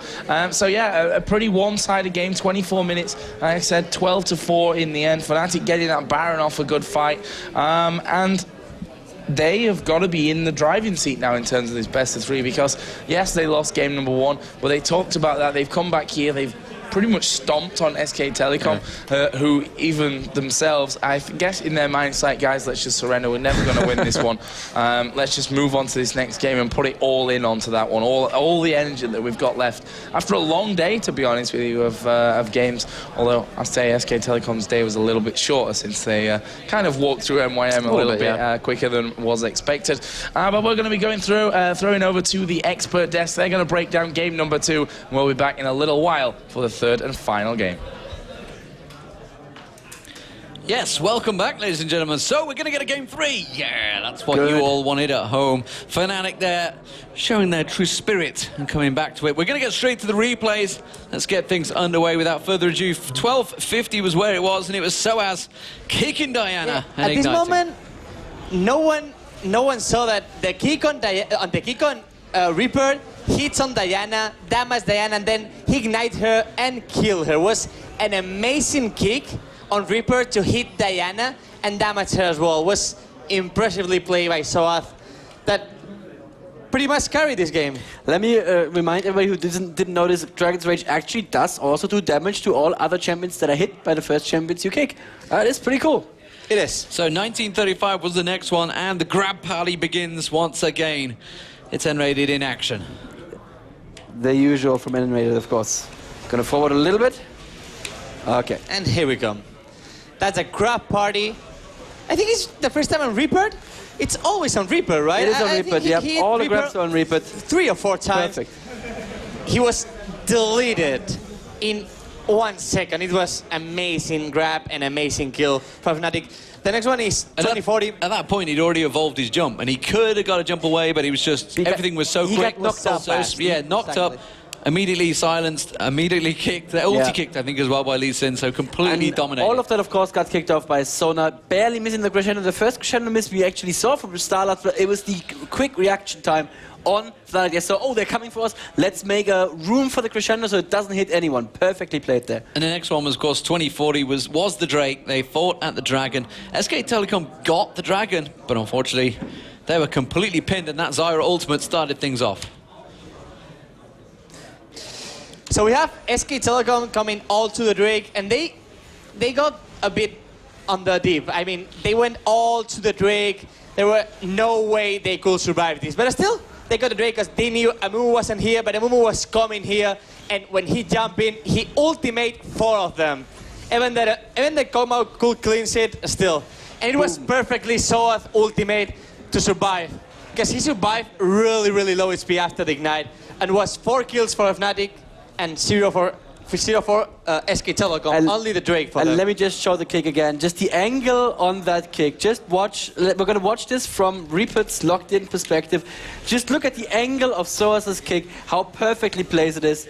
Boom. You go back into the Dragon Pit. No way out at all. Was beautiful play. And of course, that turned it from a 5-4 to a 9-4, and that's a big, big difference in the gold straight away. It turned things massively in their favor. Finally, at 23-20, it's all about the grabs once again. nRated showing Really, he should have probably been in that MVP vote.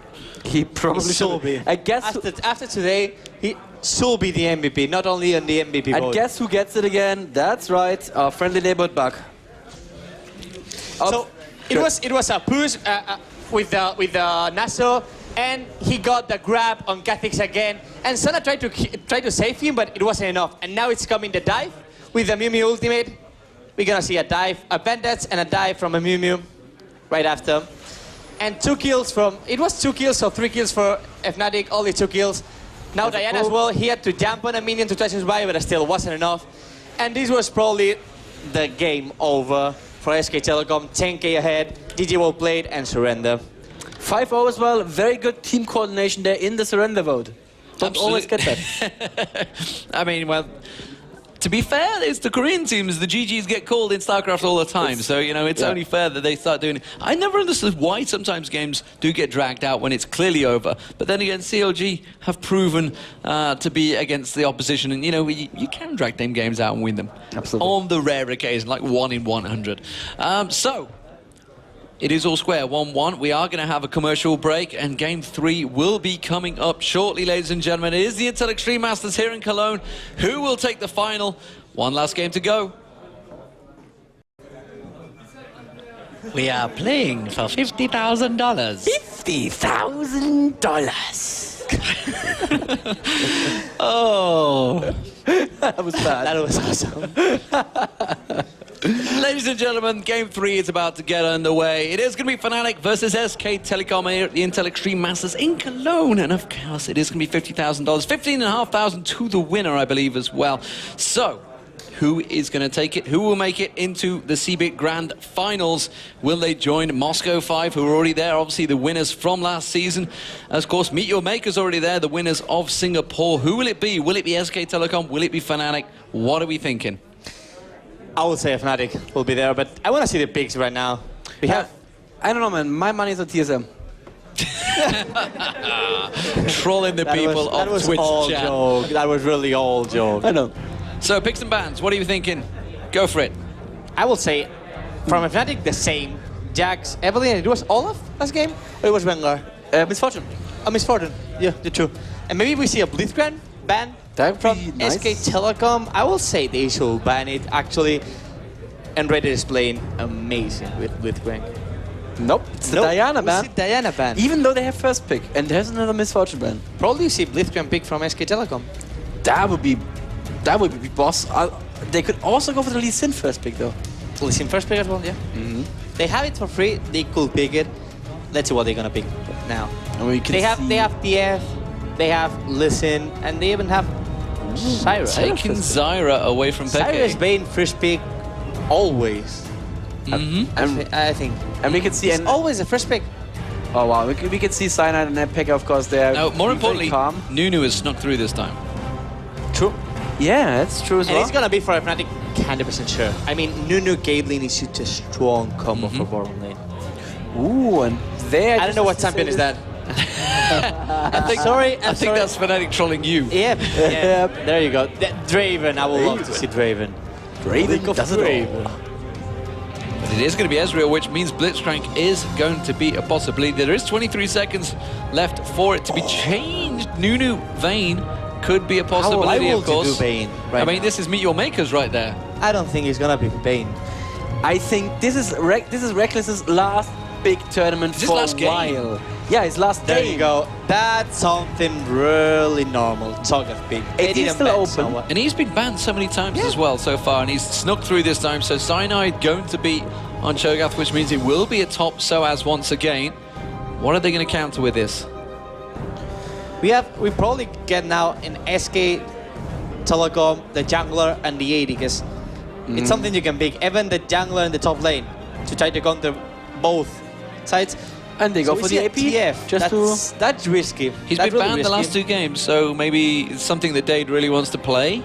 I think if they go TF, I vote that Peke could go even Kassadin or even Ari. And I will love to see Kassadin. Not in Season 2, I think. Do you not think he's going to even go towards that Orianna that's been available for the last few games? No. I would say Ari or Kassadin to just destroy TF on lane. And we see there you go. That's something more normal. As we said they're gonna pick jungler, they're gonna pick top lane, and that's what they're picking now. Now let me ask you, the normal thing you have to do. Do you ever hover on a champion for just a moment, just to confuse the enemy, just to make them think that maybe you're thinking about a TF pick? Is that? I don't think it's for confuse. Well, I don't think it's gonna confuse them. I mean, if they want to pick TF now, FNATIC, what FNATIC has to do is to pick now all the bottom lane. Now 80 and support. You can go like Caitlyn, and I will say they will pick Blitzcrank again. I mean, he's open. Yeah, with Ezreal such left a wonderful tournament with Blitzcrank. Why is not gonna pick Blitzcrank again? But they would go for Ezreal, surely, with that. Well, Ezreal was open last game too, and he didn't go for him, did he? I think so. Yeah, we had a Caitlyn last game as well. He was open, and yeah. And then probably SK Telecom would like to try to pick that TF, but if they... There you go, Orianna. Now SK Telecom gonna probably pick TF. I will say they will pick TF. Why would you leave the support as last pick, though? Because they want to see, they realize that the Koreans won't take Nunu. I see. And they could go Blitzcrank as well, you see. It's completely up to them. They want to see what they're up against. It's just my thoughts. Yep. Well, how would Zed make sense, though? Because he would not. Zed mid? Zed yeah, mid? that's the only way that make sense. To counter Orianna. But still, then they will lack on AP. All the Amumu Syra is not that high AP on jungle and support, but still. Let's see what they're gonna do. I will say, I was going to say TF, but yeah, Czaru is as well a fine pick against Orianna. You don't want to lose the lane. But then the lanes don't make any sense. No. Ah, there we go. That's the Kog'Maw. Yeah, of course it wasn't going to be Zed. Yeah, okay. I mean, Zed was just trolling us a bit. And there we have Kog'Maw and Czaru, and I will bet. And well, even Nunu, even Blitzcrank. I will say Blitzcrank. I would love to see Blitzcrank again. He's playing amazing with Blitzcrank. Why not again? I'm sure the crowd would love to see Blitzcrank one last time here at the Intel Extreme Masters Cologne, because nRated has been a crowd favorite. We can hear it from backstage, how they go wild out there with every single hook that lands. So nRated, make us happy, make the crowd happy. Come on, bring out the big robot. I know with Nunu it's easy to win FNATIC, but please, make us happy. Exactly. It's not about winning, it's about sending a message. Well, it's the last ever game for Rekkles as FNATIC. And they troll us. Wow. But actually, Leona is probably the highest counter to Kog'Maw. Of course. Even with cleans, Leona can use all the CC to stop Kog'Maw. So let's see, I really don't know what to think about these two comps. I prefer SK Telecom. They have Czaru, they have Syra, they have Olaf, and they have a Mumu to stop all the FNATIC combo coming. But FNATIC has sOAZ with Lee Sin again. And we saw such an amazing last game from Lee Sin, carrying all the lanes, coming and destroying everyone at mid lane and top lane and even at Dragon at the team fights. And Reapered on Olaf versus sOAZ and Lee Sin, he was so much stronger with Olaf. In the first game, yeah. In the first game, he was so much stronger. But it wasn't a 1v1. It was 2v1. It was, but by the time it came to a 1v1, it was pretty much lane was already defeated. Yeah. Lane was like so more importantly for me this one, sOAZ. MighTiLy on Karthus versus this time Peke on Orianna. I mean, Orianna, he's going to be so much stronger, I feel. Yeah, but still, Orianna is not a time to kill. We see Peke just swap the summoner spells again. He had Ignite Flash, and he swapped at the last moment to Cleanse Flash. Oh. That's something I was expecting from the Mumu. I mean, if a Mumu ultimates on Orianna, you're dead. If you don't have Cleanse, you're gonna die. So Peke just choose to go Cleanse to survive that, and Rekkles has Cleanse as well. So we have 2 Ignites, 2 Cleanse, no exhaust against Olaf. Let's see how it gonna goes that. So brief word, who's gonna win? One word. FNATIC. I prefer SK Telecom, but I go with FNATIC, so FNATIC. So 2 for FNATIC. Let's see who it is. Joe and Jason gonna bring you the action.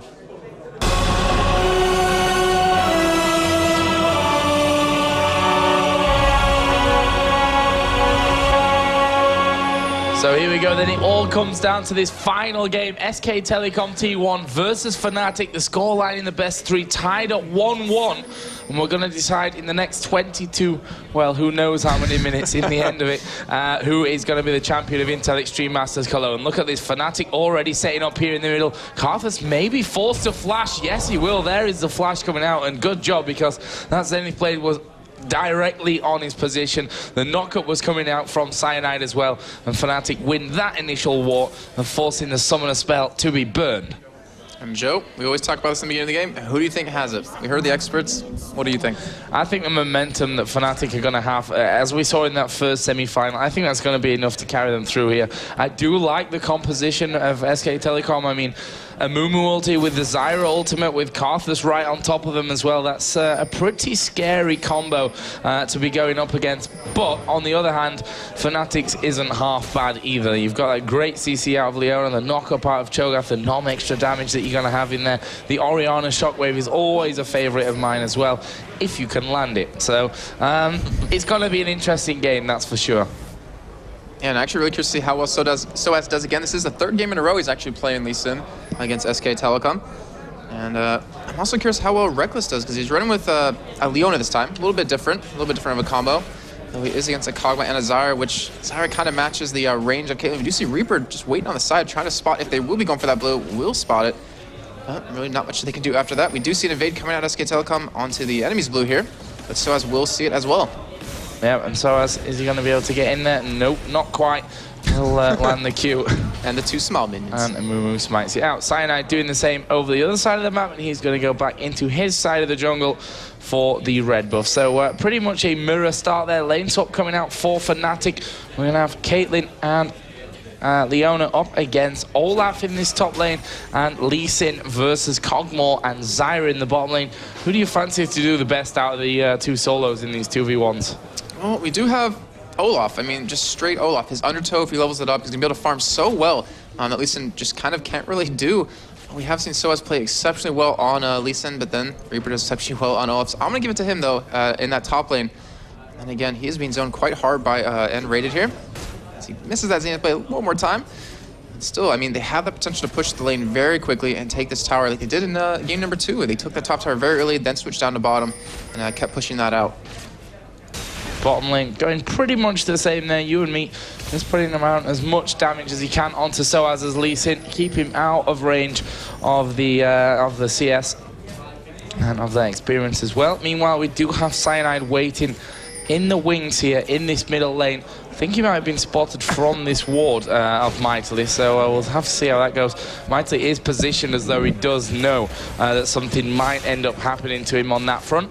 Meanwhile, we see it in his top lane again. Damage already being done to the turret, down to 2,059. Bottom turret, 2,448. So top doing more damage to the tower at the moment. As you expect, though, it's a Caitlyn. I mean, you're able to clear away so quick with that passive. We do see sOAZ going to try to lessen with this Q, but now we are seeing SK Telecom finally push that wave. We don't actually see a gank coming out of Cyanide just yet. Was spotted by a ward as he's just walking past again. Was trying to go for another gank on Karthus. You know, he obviously doesn't have that flash up. Still going back into his jungle. Level 3 double buffs. And obviously going to be trying to level up a little bit more. Actually, he can't really gank this bottom lane until level 6, and even then, he's not going to be able to do too well on that. So they're really counting on this top lane to win and this middle lane to win as well. It's xPeke trying to zone MighTiLy, doing a good job of it as you see him down at half-life. Still sitting on those 3 pots, though. Yeah, doing a really good job so far. xPeke in this middle lane. Thing is, they can't even dive Reaper at this stage. Obviously, he's got level advantage now. He is pretty damn tanky right from the start anyway. And he's just going to be taking everything that comes under his turret. So I was trying to do the same here. 16 to 11 is the difference between those two bruisers that are in the 1 versus 2 lanes. Middle lane, 26 to 20, as we are going to see now. sOAZ coming out. He's going to put the ignite down on towards StarLast. Exhaust is in there. Can Cyanide actually land the rupture here? Yes, he can. They are going to do a lot of damage, but have they got enough to finish it off? There's a flash in. StarLast is still alive, but there's the first blood from sOAZ. Picks up the kill. Cyanide actually flashing away there from the Zyra passive. Pretty wise move in my opinion as well. Probably would have been enough damage to kill him. And that will be first blood coming in for FNATIC. Another first blood for FNATIC. I feel like every time we watch FNATIC so far this tournament, they've had first blood. Yeah, all 6 games today they actually have. And just as I said that they couldn't actually go for a kick in the bottom, and they get it. And they give it over to sOAZ. But yeah, that's great flash out of Cho'Gath. Didn't want to give away that double buff. That was the big thing, because he definitely would have went down eventually to that Kog'Maw. Yeah. And anytime in the top lane, though, they still are pushing away. They do have the turret very low, currently sitting at 700 health at the moment. And sOAZ keeping his turret a little bit healthier than that. And obviously with that gank, it's going to be quite easy to do that. Sitting on about 1,000 gold at the moment to go back with. Going to be building into his brutalizer, which he typically always goes for. We do see Cho'Gath, though, with his boots mobility, with that red buff still up, going to be able to come around yet again onto this bottom lane, since there currently are no wards there. And obviously StarLast doesn't have that flash available. Yeah, this top turret is going to be pressured, but we see Olaf actually going in there onto them. And this is 2v1. Reapered actually will get ignited there. That's going to be enough to send him back. But, well, it done that much damage there. He probably could have ended up getting 2 kills from it. That's how ridiculous that situation was. Meanwhile, we do have Horo coming in to this top lane, still only level 4, so it's all about whether he can land this. Bandage Toss actually just going to flash in there. Bandage Toss will come down. There is the cleanse coming out of Rekkles, and Horo doesn't want to tank the turret up just yet, and it will stay safe there. So 1-0, 8.4 to 6.9 thousand gold. FNATIC with the advantage. And they are going for that lane switch. You see nRated heading down there currently. That's not going to be too far behind, though. sOAZ still coming down as well. They might do the kind of thing they did last game where they actually went for that dragon, and then sOAZ finally went towards that top lane. xPeke putting a lot of pressure onto this mid turret, down to about 1,700 health. We currently see no pink ward, though, and they did it last time without a pink ward. But will they be ballsy enough to do it this time, Joe? They have all 5 members there. It looks like it. It really looks like it. Yep, they are going to start off there. They end up with a Zenon play, just going to drag the dragon out.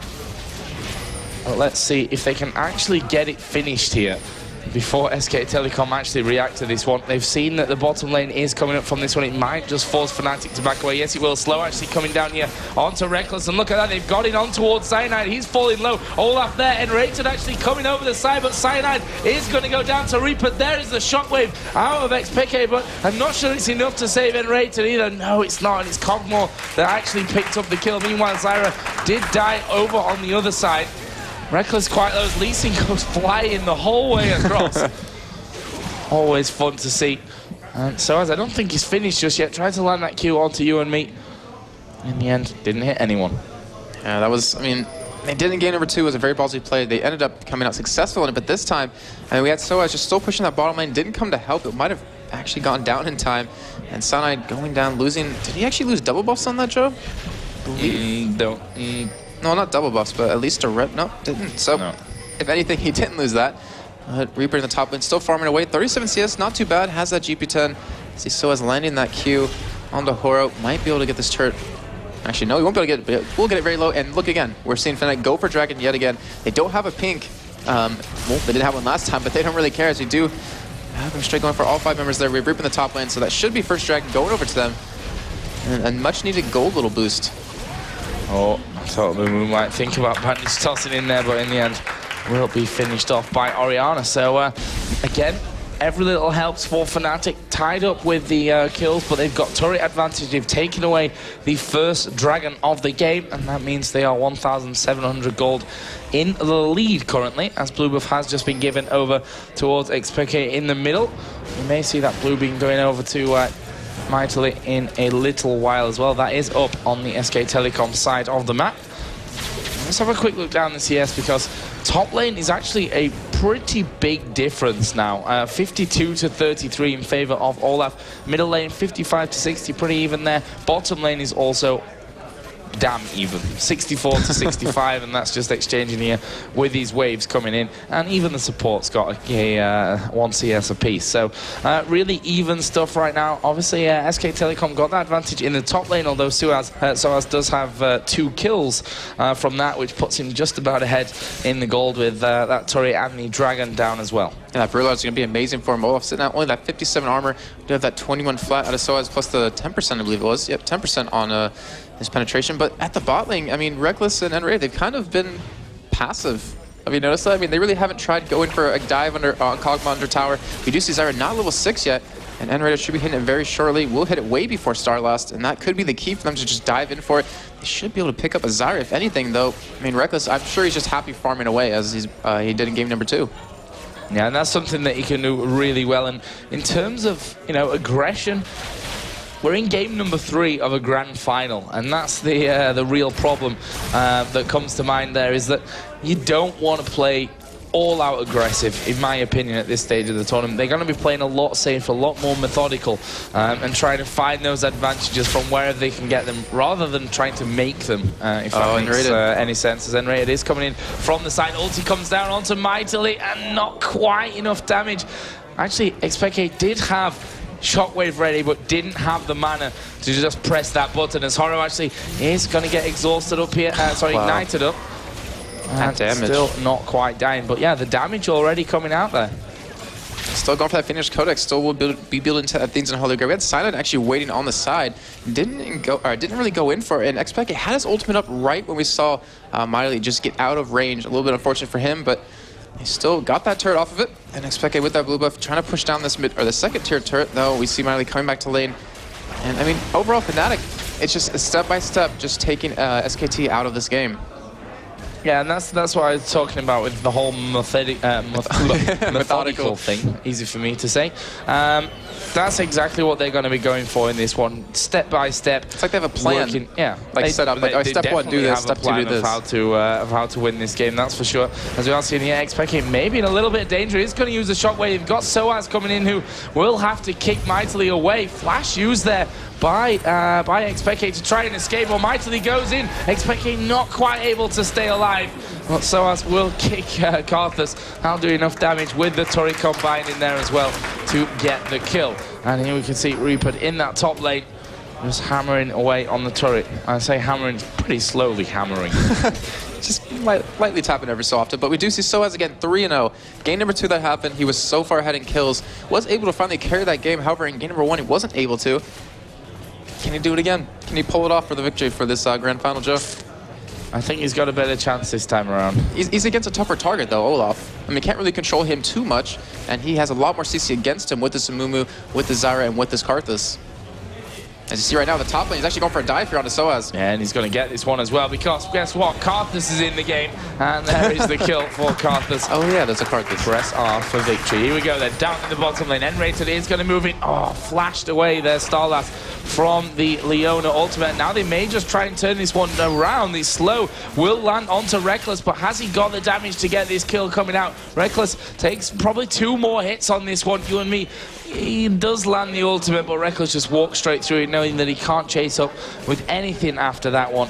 Even though he did have flash there, UandME, which kind of surprised me. Going again on this mid lane, going to head against xPeke, taking a surprising amount of damage. You do see Horo flash in. Oh, that lay waste is going to do a lot of damage. Can he finish him off here? Yes, he can. Horo gets the kill. But we are going to see the turret going down here as well for FNATIC, and we talked about how methodical FNATIC have been about this game so far. Well, the right aggression in the right places can really throw you off that kind of game. Yeah, I mean, that's 2 deaths straight for xPeke in the mid lane. He just got back to lane, ended up dying again, and they're taking out that key player. If they keep him out of the game, that shockwave obviously not going to be doing as much damage as they needed to. Which will pretty much just save their lives in these fights. But yeah, they seem to just want to focus him down the lane. xPeke, you know, have his time at top lane. He obviously did die to Karthus there, but still, they're not really trying to focus on him. We do see him heading down towards this red buff, though. So I should be able to pick up this red pretty much unnoticed. But will he actually turn that around into a bot lane gank? Because that tower sitting at almost half-life. Yeah, he needs to kill the small lizards here as well. StarLast coming in. Will get away with that one, and they did see his position as well. And now, as you said, very bad will for they FNATIC. dive this bottom lane?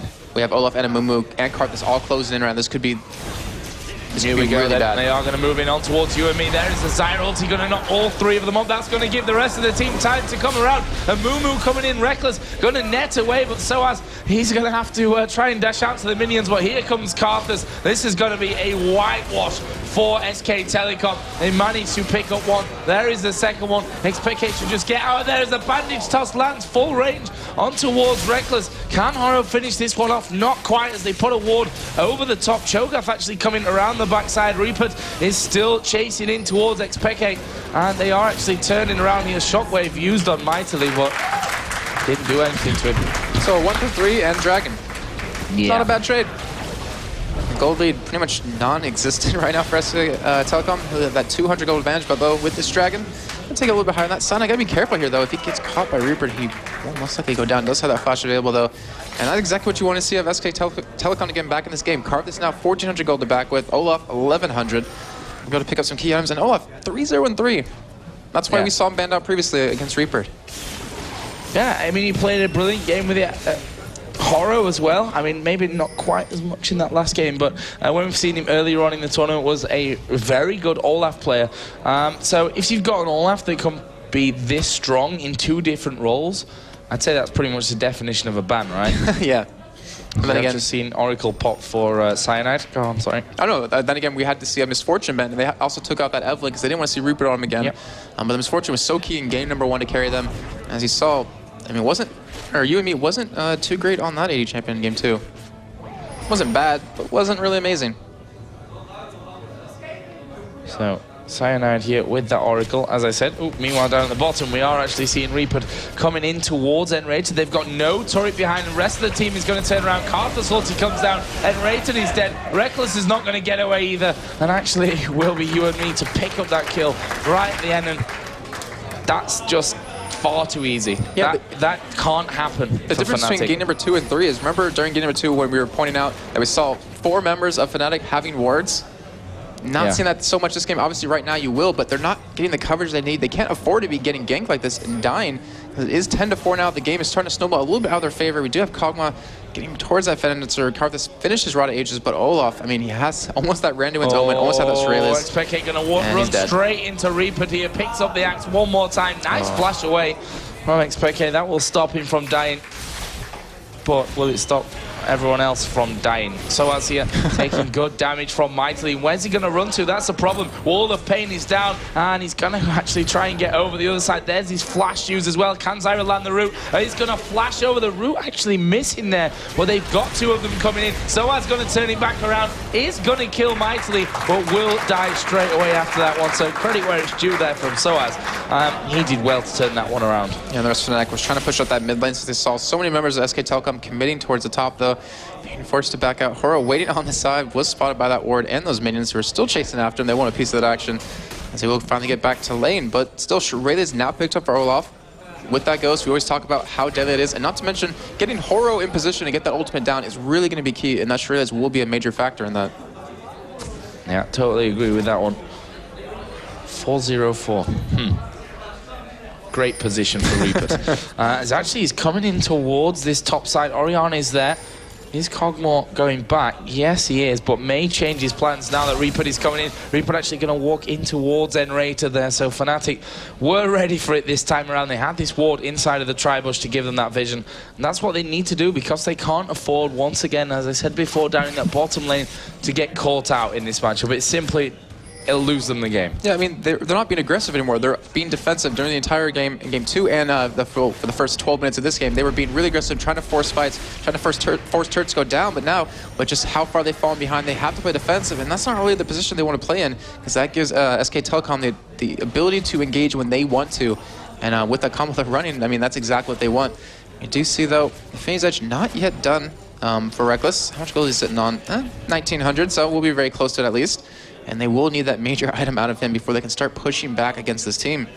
Yeah, but look at Olaf. Yeah, that Randuin's. Yeah. Exactly. Just about to point that out. That means Caitlyn can't kill him unless you get that last whisper. And then even then, I mean, the slow you get from it, from hitting him, and the slow on the proc is really going to shut him down. As long as Olaf can just run into him, it's going to be very bad for Rekkles. Well, he's Olaf, so he can run into him. He goes where he pleases. Forget Mundo. It's Olaf. It's Olaf. That Ragnarok. And a nice little steal away there from xPeke, taking the Wraiths out. And moving into a slower time in the game. FNATIC, I think, have realized that they have to turtle up for a little while, get some gold under their belts. I mean, the problem is, look at the kills.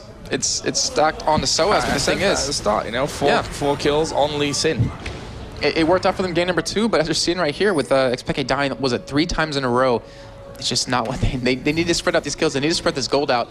They need to get a couple more items. Maybe those sword boots done on Orianna. And eventually that Infinity Edge done for Caitlyn. But still, it's just, he's not able to do what he did last game with it. So Reapered going to farm down in this bottom lane now. Just pushing it. He shouldn't even be too scared of sOAZ, I think. There, you can see that one. Oh, he needs to be scared of the Cyanides there, though, that's for sure. Actually will pop the Randuins. And that will stop them from chasing in onto him. And I mean, he's got 2 items there, really, with that Shurelia's as well. Yeah. He's kind of hard to pin down and to chase and everything to get away from. He's going to be a real terror moving forward in this one. Actually picking up the Negatron cloak as well as he goes home. We do have Dragon come out very shortly, Joe. I wouldn't be too surprised to see a big team fight. FNATIC needs to secure this. However, I don't think they can win a head-on-head fight against SK Telecom at this point, and they're going to have to concede it, which will only make SK Telecom that much farther ahead and complete that many more items. I mean, Olaf, you mentioned the Negatron Cloak. That pretty much nullifies all of xPeke's damage at this point. Not to mention he is 0-3 with only one major item completed. I mean, what does he even need to build next? Maybe a Warmog just to get a little bit more tanky just to take that much more damage? I don't know. I don't think he needs that, to be honest. Or maybe a Zeki's Herald actually for Kogma would actually be very useful. Yeah. SK Telecom actually forced a little bit back there. I mean, xPeke is starting to hurt now with that Athene's Unholy Grail in there. Double Doran's Ring, of course, as well. No pure damage item coming out just yet. They do have that Aegis finished with the Cho'Gath, obviously one over on the other side with a Mumu as well. And as you said, Dragon gonna be coming up here pretty soon. In fact, it's already up. sOAZ has already started it on his own. Little bit of a ballsy move from his side of things. A little bit. SK Telecom are gonna head down there. Karthus is going to be joining. Look at Reapered's position here, just standing inside of that brush as we are going to see Wall of Pain go down. Reapered is going to move in on towards xPeke, and there is the ultimate coming out of a move. xPeke is going to be forced to back away somewhat, but sOAZ is still right in the middle of them. He's not going to last too long, though, as he will kick Karthus. Can Karthus survive? No, not quite, but he is going to get two there as he goes down, plus the ultimate coming in as well. Oh, they've just about survived. What a brilliant bandage toss, and now the axe thrown in. Where's the finisher? There it is. Reapered will find Caitlyn, and that is an ace for SK Telecom. 16-6, 33,500 gold. This is going to be turret number 3 and 4 from SK Telecom. Bad times for FNATIC. What can they do, Jason, in this situation? As Caitlyn I'll let has you know when I find out. fetal position, I am scared. Well, the thing is, they need to take major objectives, but they can't really afford to fight this. See the Infinity Edge finally done for Caitlyn. Aegis being picked up. We did lose an Oracle and a Cyanide, which was one of the things that was kind of keeping in the game because they were able to keep their jungle cleared out of wards, able to put a couple down themselves just so they couldn't get caught so much. But Joe, I mean, it's just not looking good. Down 5,500 gold. That ace is going to give SK Telecom a lot of really good items. As you see, the Giant's Belt picked up for Olaf. Obviously going to be going into that Warmog's armor. And we see, actually, the Rabadon's almost done for Karthus. And when that happens, I mean, that's it. That's pretty much it. When that happens, we're all speechless. So Negatron Cloak actually picked up in there as well for Kog'Maw. And, well, I can see why, to be honest with you. You get that magic damage out of the way. xPeke Shockwave, which is something that's they're going to be relying on FNATIC here to keep them in the game, will pretty much not touch you at this stage of the game. Does have a needlessly large rod now, though, to add some extras in there. But you can see SK Telecom are going to have the Dragon away. No contest for that one. A few wards still up here for FNATIC, but they're all pretty much about to time out. And as I say that, they will, one by one, just drop off the face of the map. So Byron, you know, up and available for the taking, but from SK Telecom's side of it, do they want to risk it at this stage? Why not? They know they can win these team fights. They know that there's currently no Oracle over for FNATIC. You can bait them into a fight. They're going to have to stop it. There's no way they can let that go, or the game would easily be over. So if they bait them into a fight, they obviously have a stronger team fight. No reason not to, as long as they aren't going to plan to commit to that Baron and try to take it down if they do see anyone on FNATIC. Because, I mean, it's a Cho'Gath. It's Cyanide. It's just Cyanide. We know him as, like, the best Baron stealer, or actually, well, any stealer in the game on his jungler. And he's got Cho'Gath on top of it. So here we go then. Look at this. Ball on sOAZ. And the ultimate actually coming down here from the owner onto StarLast, but sOAZ may go a little bit too deep with this one. Czaru ulti is going to come down. sOAZ knocked up and taken down. However, Smite is still there. We've got MighTiLy actually coming in. That was a very interesting way to go about that one, just face checking straight into the bush. They're going to go 1 for 2. Strange from MighTiLy. Yeah, I was like, why? Why? Why? I mean, he did have 2 wards, trying to maybe put down a ward onto that bush. Maybe put one down on towards the top of red, but they knew, you know, Lee Sin had that ball on him, so they knew Orion was in the vicinity. And yet, they ended up losing their own Oracle, as we saw StarLast die. We see another one picked up on him, so obviously not short of money in any way. We do see a Chain Vest coming out of a Mumu, and his Shurelya is almost done, so we might have that second Shurelya out of them. And make them that much easier for them to disengage if they need to, and not to mention engage, which, honestly, why not? Well, we do see Rekkles still farming up this top lane. 218 CS, not too bad. However, He has his 2 deaths and just 3 assists. His counterpart, 2 kills, 1 assist, or sorry, 1 death, 4 assists with 210 CS. So, I mean, the difference CS obviously not as much as you need. And they need to start seeing him coming around in these team fights. We do have the Bloodthirster done, though, on sOAZ, which is the exact same build we saw him go last time, though. He's 5-5-2, falling behind in CS. And against how tanky currently SK Telecom is, I don't really see him being that effective. So that StarLast again going into Baron Pit. And actually the Rupture set the Baron off on a warpath, took StarLast down to half health. And SK Telecom, you know, they do have that item advantage, but you can see they're playing it very, very passively, actually. They're not really 100% forcing these fights to come out there. They're still a little bit worried that, you know, FNATIC at the end of the day do have a decent comp to lock them up. If the ultimates from the owner, that shockwave, end up landing there with the knock-up coming out as well, they could still take down SK Telecom in one of these fights if they don't get it perfectly started. But they are starting to move it out towards this inner turret. Built over Peacemaker says, well, no, you're not. That wave taken out very, very quickly there.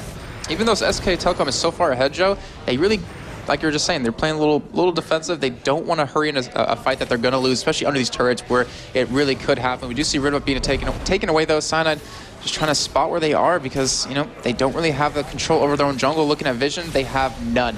Just 1 ward in the Baron Pit, nothing in their own jungle. They can't even run into there unless they're going to want to die. We do have that last ward being cleared out by StarLast. I see Baron not going to be attacking him this time, as they are coming around as a group and ready to pick up an Oracle himself just to help with this vision that they're going to need. Cyanide, I mean, he's getting pretty tanky, but they're going to be lacking quite a bit of damage. Not to mention, they're getting locked down quite easily out of the CC that SK Telecom has. Yeah, that's the thing. One good Amumu ultimate is going to get straight followed up there by the Zyra ultimate. Is Horo going to go in for this one? Will Bandage shots get 3 of them. There is the Amumu ultimate. Zyra ulti going to be a little bit slow, but will go down and knock 2 of them up in the end. They're going to dive straight in and try and finish this one off. Karthus actually dying fairly early on in the fight. Cyanide going low, but here comes that Karthus ultimate, and Reapered is sticking in there. Gets knocked up by Cho'Gath. Axe not quite landing. And that will be a 2-for-1. Karthus dying. Horo was really close to dying. He had like 0 health. Oh, obviously he didn't have 0, otherwise he would have died. But he was super, super low from that one. And again, you know, a 2-for-1.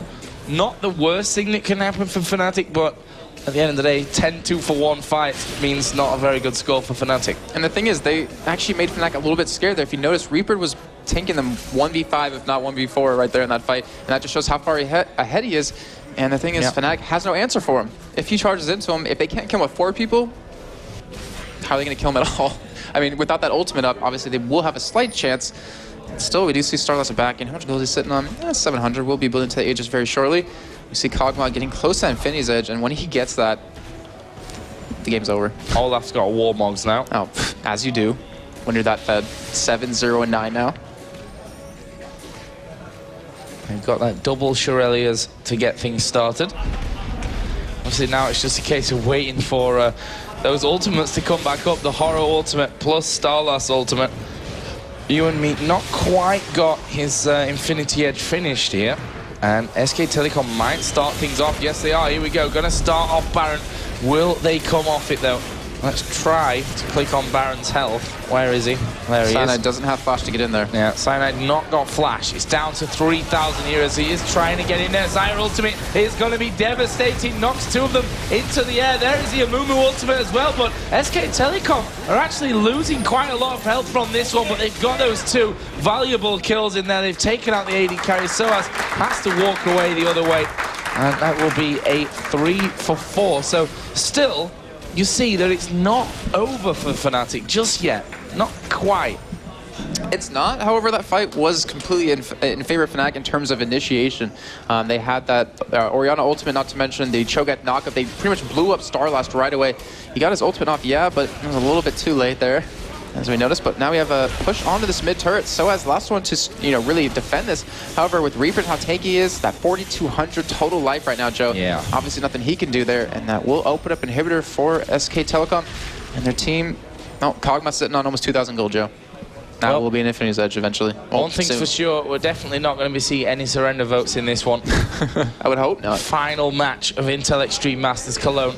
SK Telecom with a nice lead, but is it going to be enough to win the game for them? There's Reapered actually just popping the Shurelias to keep him safe. Does have that Ghost up soon. His Ignite will be up there soon as well.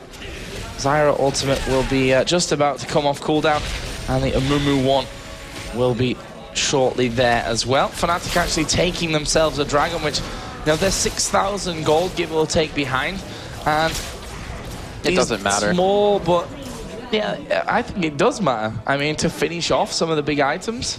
Well, I mean, look at their gold they have on them currently. The only one that was really close was sOAZ, who ended up picking up that last Whisper, but I mean, he was the only one to escape. But if they can't protect Rekkles, then they're not going to win these fights. And yeah, it's not bad. If you have a free Dragon, obviously do take it, but it's not really going to get them the items they really do need to start winning these fights. And Baron obviously not going to be contested for SK Telecom anymore, since that was very close. That was a very close fight. They could have lost it right there and gotten FNATIC back in the game, but they are pushing down this mid turret. And they have double Negatron cloak for all left. Oh gosh, going for that Fawn next. I mean, they have all their ultimates up. We could see another engage coming out very shortly. And if anything, they should, because now Kog'Maw is so much, he's exponentially stronger because of that Infinity's Edge. And SK Telecom here pushing up through the middle. Don't forget that Baron did survive through that. He's probably wondering why he is still alive after all this time. But he is, and that's the important thing. sOAZ waiting off here in this brush to the side. We'll see how he actually gets involved in the fight. Probably just wants to wait and try and get Kog'Maw from that backside. I think Horo has actually just spotted his position there, so UandME will be aware that they could be attempting to dive onto him. sOAZ will get back into the base. The bandage toss actually missing there from Horo. SK Telecom forced away from this inhibitor. That just shows you the respect that they've got for FNATIC now. I mean, there's no turret there, but they are still worried about trying to get into this inhibitor itself. Now sOAZ, he got behind him again, hopping over that wall with that ward. Will he make a big play off it? He's going to get right behind UandME here. He does get that Q on him, though, Joe. Yeah, he's managed to actually get in there on towards Kog'Maw, and he is going to get the kill on Kog'Maw. Let's have a look how the rest of the fight's going to go down. MighTiLy is going to fall. That's 2 kills coming in already for FNATIC. Carcass ulti coming down. Reapered, though, going to get knocked in the air. Have they got the damage to actually finish Reapered off here? He is ridiculously healthy. As Rekkles also taking damage. Reapered going to explode Orianna. And that will be a 2 for 2. But everyone that's still alive is pretty unhealthy, except Zyra, who's still got loads of health at the back. So we saw right there, I mean, they've held on to it. That was all because of sOAZ. He got that amazing initiate right onto UandME, took him out of the fight immediately. And because of that, FNATIC had somewhat of a fighting chance right there, as it was a 2 for 2 trade. And still, well, Caitlyn ulting just for the heck of it. But OS obviously taking no damage. He will have that Fawn done momentarily. Actually, I think he's only, it's about 200, 300 gold short of it. But Rekkles, though, he doesn't seem to be making much of an impact in these fights, Joe. No, and that's, I think, the unfortunate part here for FNATIC. I mean, he's getting low health really quickly. Like, they are focusing him nicely. I mean, I think without sOAZ, without that play from sOAZ actually coming in from the backside and really making sure that he has literally one target in the fight, and that is to kill Kog'Maw, kick him out of there, stop him doing the damage to the rest of the team. Without that, I think FNATIC might have already have lost this game, but sOAZ is doing well, and if they can, you know, keep doing that, there is a chance that they can still turn this one around. I don't think a team like SK Telecom would let that happen again, though, Joe. I mean, you let that happen once, and it's never going to happen again. I mean, but sOAZ, he's very good at his positioning, as we saw right there. He hopped over that wall with the ward to get right behind him and made a big play off it. We do have Horo, though, with an Oracle, going to be clearing out all the vision that FNATIC has in their own jungle. A Horo. Sorry. That's what you did there, Joe. Pretty good. But they are coming back onto this inhibitor. They do have their ultimates back up again, so they could go right for their team fight Kog'Maw, though, this time. Look at him. I mean, he's just hitting this inhibitor from range, just sieging it down. Gotta be a little bit careful here, though, but very low inhibitor. If that does fall, that could be actually Baron being lost to them as well. And we saw Lee Sin actually trying to get around the side. This time they've got wards there. It's like, well, we're going to keep an eye out for that Lee Sin, trying to get into our Kog'Maw. And then Kog'Maw has to get away. And there's Lee Sin again. He's got his own wards down so he can get in and out of that base. Coming in around the side, Q won't quite land on the target that they wanted, and that's what UandME needs to do, is to turn around and just destroy that Lee Sin when he comes in for the attack. Here we go, Silence comes down. There is the inhibitor finally down. Feels like we've been waiting for that for 5 minutes, but SK Telecom finally getting that one out. There is a blue buff available for the taking on FNATIC's side of the jungle. Well, let's be honest, it's not been FNATIC's side of the jungle for quite a long time. Yeah, great play by SK Telecom just to eliminate any extra gold income that they could have. Move it over to his bottom turret. And they should be able to take this pretty scotch-free. I mean, if FNATIC didn't fight earlier, they shouldn't really be engaging here. We do have sOAZ, though. He has a little bit of a better position this time. Unless he has a different entrance into the UandME. Oh, here it is. He's going to go for it. Look at sOAZ. He's going to go in. Oh, he's missed the Q onto Kog'Maw, though, and the rest of the fight going on at the top side here. There is the shockwave. They're going to try and get in on towards Rekkles. He will die. And now Cyanide coming through. Here comes the ultimate out of Karthus. Is it going to be enough to finish off the game here for SK Telecom? We will see nRated go down. And look at Kog'Maw. He's trying to get some revenge on sOAZ. There is a panic shot. Not quite landing.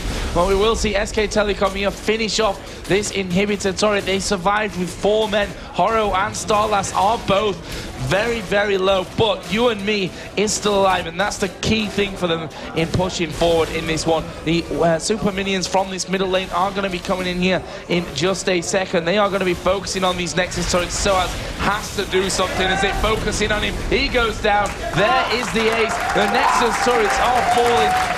There's the first one down. Second one's going to fall as well. Who's tanking up? It's Reapered, who's got 5 million health by this point. There is the second Nexus turret. The Nexus itself is going to fall. And SK Telecom T1 are going to win Intel Extreme Masters Cologne, taking down FNATIC 2-1 in the grand final.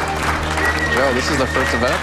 Doing very well. He's been a name for themselves. Took down FNATIC, who did so well IPL 5. Took down the reigning Season 2 World Champion TPA twice. Not a hard team, or actually, sorry, a really hard team to beat, but they do look very happy right there. And, I mean, if I was them, I would be. That was very well played. They had quite a few games today, not to mention day 1, where it was very close for them to get knocked out, ended up coming back and winning the whole thing. Yeah, they played a fantastic best-of-3 here. And now, SK Telecom, as an organization, probably thinking, well, that was a brilliant pickup from us. You know, to kind of bet money on a team this big when your organization is that big is always going to be a risk, but Reapered and co there, I mean, every single name in there should be as big as Reapered is on the international scene, to be honest with you, because they've played an absolutely brilliant tournament. FNATIC obviously going to be disappointed, but they've hit second place, and to be honest, they've hit second place at IPL. They've won DreamHack, they've won the Thor Open. Like, this team, you could say, is the best in Europe right now. Moscow 5 might have something to say about that, but yeah, they might have to. Then we didn't even see CLG play FNATIC as well, so obviously had DreamHack. Yeah, a little bit different right there, but still, I mean, FNATIC, they're still qualified for Intel Extreme Masters Katowice, so they have another event to look forward to in January. Going to obviously train for that, and we've been talking about this. Will Rekkles be able to attend? Because we're not sure, since it is Intel Extreme Master event, and he will still be 16. If he's still on the team. I mean, FNATIC are qualified for Season 3, obviously taking that 3rd place at the European Regionals, which was also an Intel Extreme Masters event, by the way, which is why Moscow 5 are already qualified for CBIT. But the thing is, FNATIC finishing 3rd at Gamescom, taking 2nd here. That actually is quite a lot of points for Intel Extreme Masters as well. So I guess chances are they are probably maybe already in there. You know, I'm not the stats guy when it comes to the whole points and things like that, but FNATIC definitely will be in Katowice. Whether they'll be with Rekkles there, you know, whether they'll have changed someone out in preparation for Season 3 and for the start of that, that still has to, I guess, be discussed and to be found out maybe in the interviews by Zoe afterwards. But really, congratulations has to be given over to SK Telecom. A fantastic lineup of teams that we had here. Their first big tournament under the SK Telecom name. They've come in and they've won it. Yeah, amazing job by them. I mean, they took down FNATIC. They had also CLG here. I mean, obviously they didn't get to play against them. They had CJ ENTUS, you know, their Korean brother, I guess you can say in that sense. But yeah, very well played. We were looking at the scoreboard real quick. Reapered, 12-0-14. And we mentioned this team was made around him, and you see why.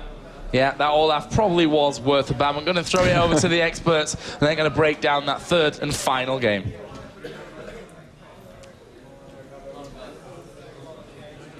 Welcome back, ladies and gentlemen.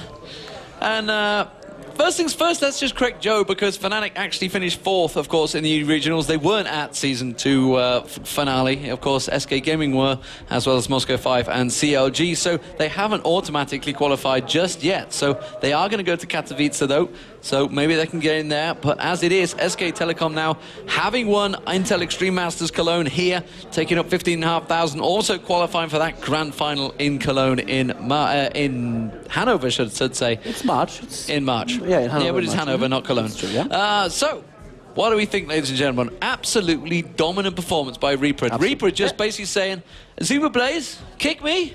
Really?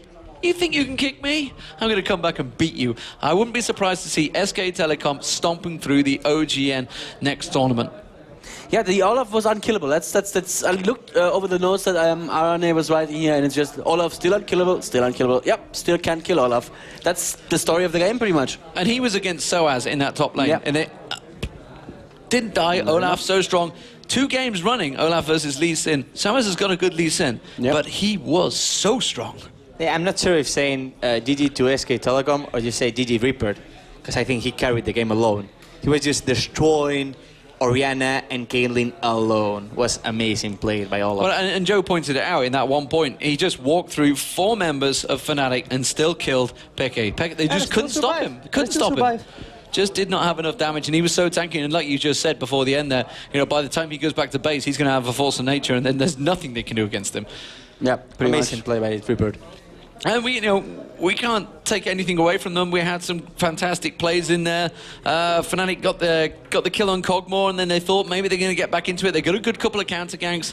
Didn't work out for them though, unfortunately. Yeah, they dive in bottom. That Kog'Maw, he even flashed, but just in the moment he flashed, it was all the SK team coming bottom, SK Telecom team coming bottom, and killed 3 of FNATIC, and that was really huge difference for SK Telecom.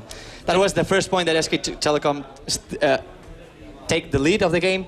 And then I remember a point that at minute 22, SK Telecom got an ace with Cartus only dying for them.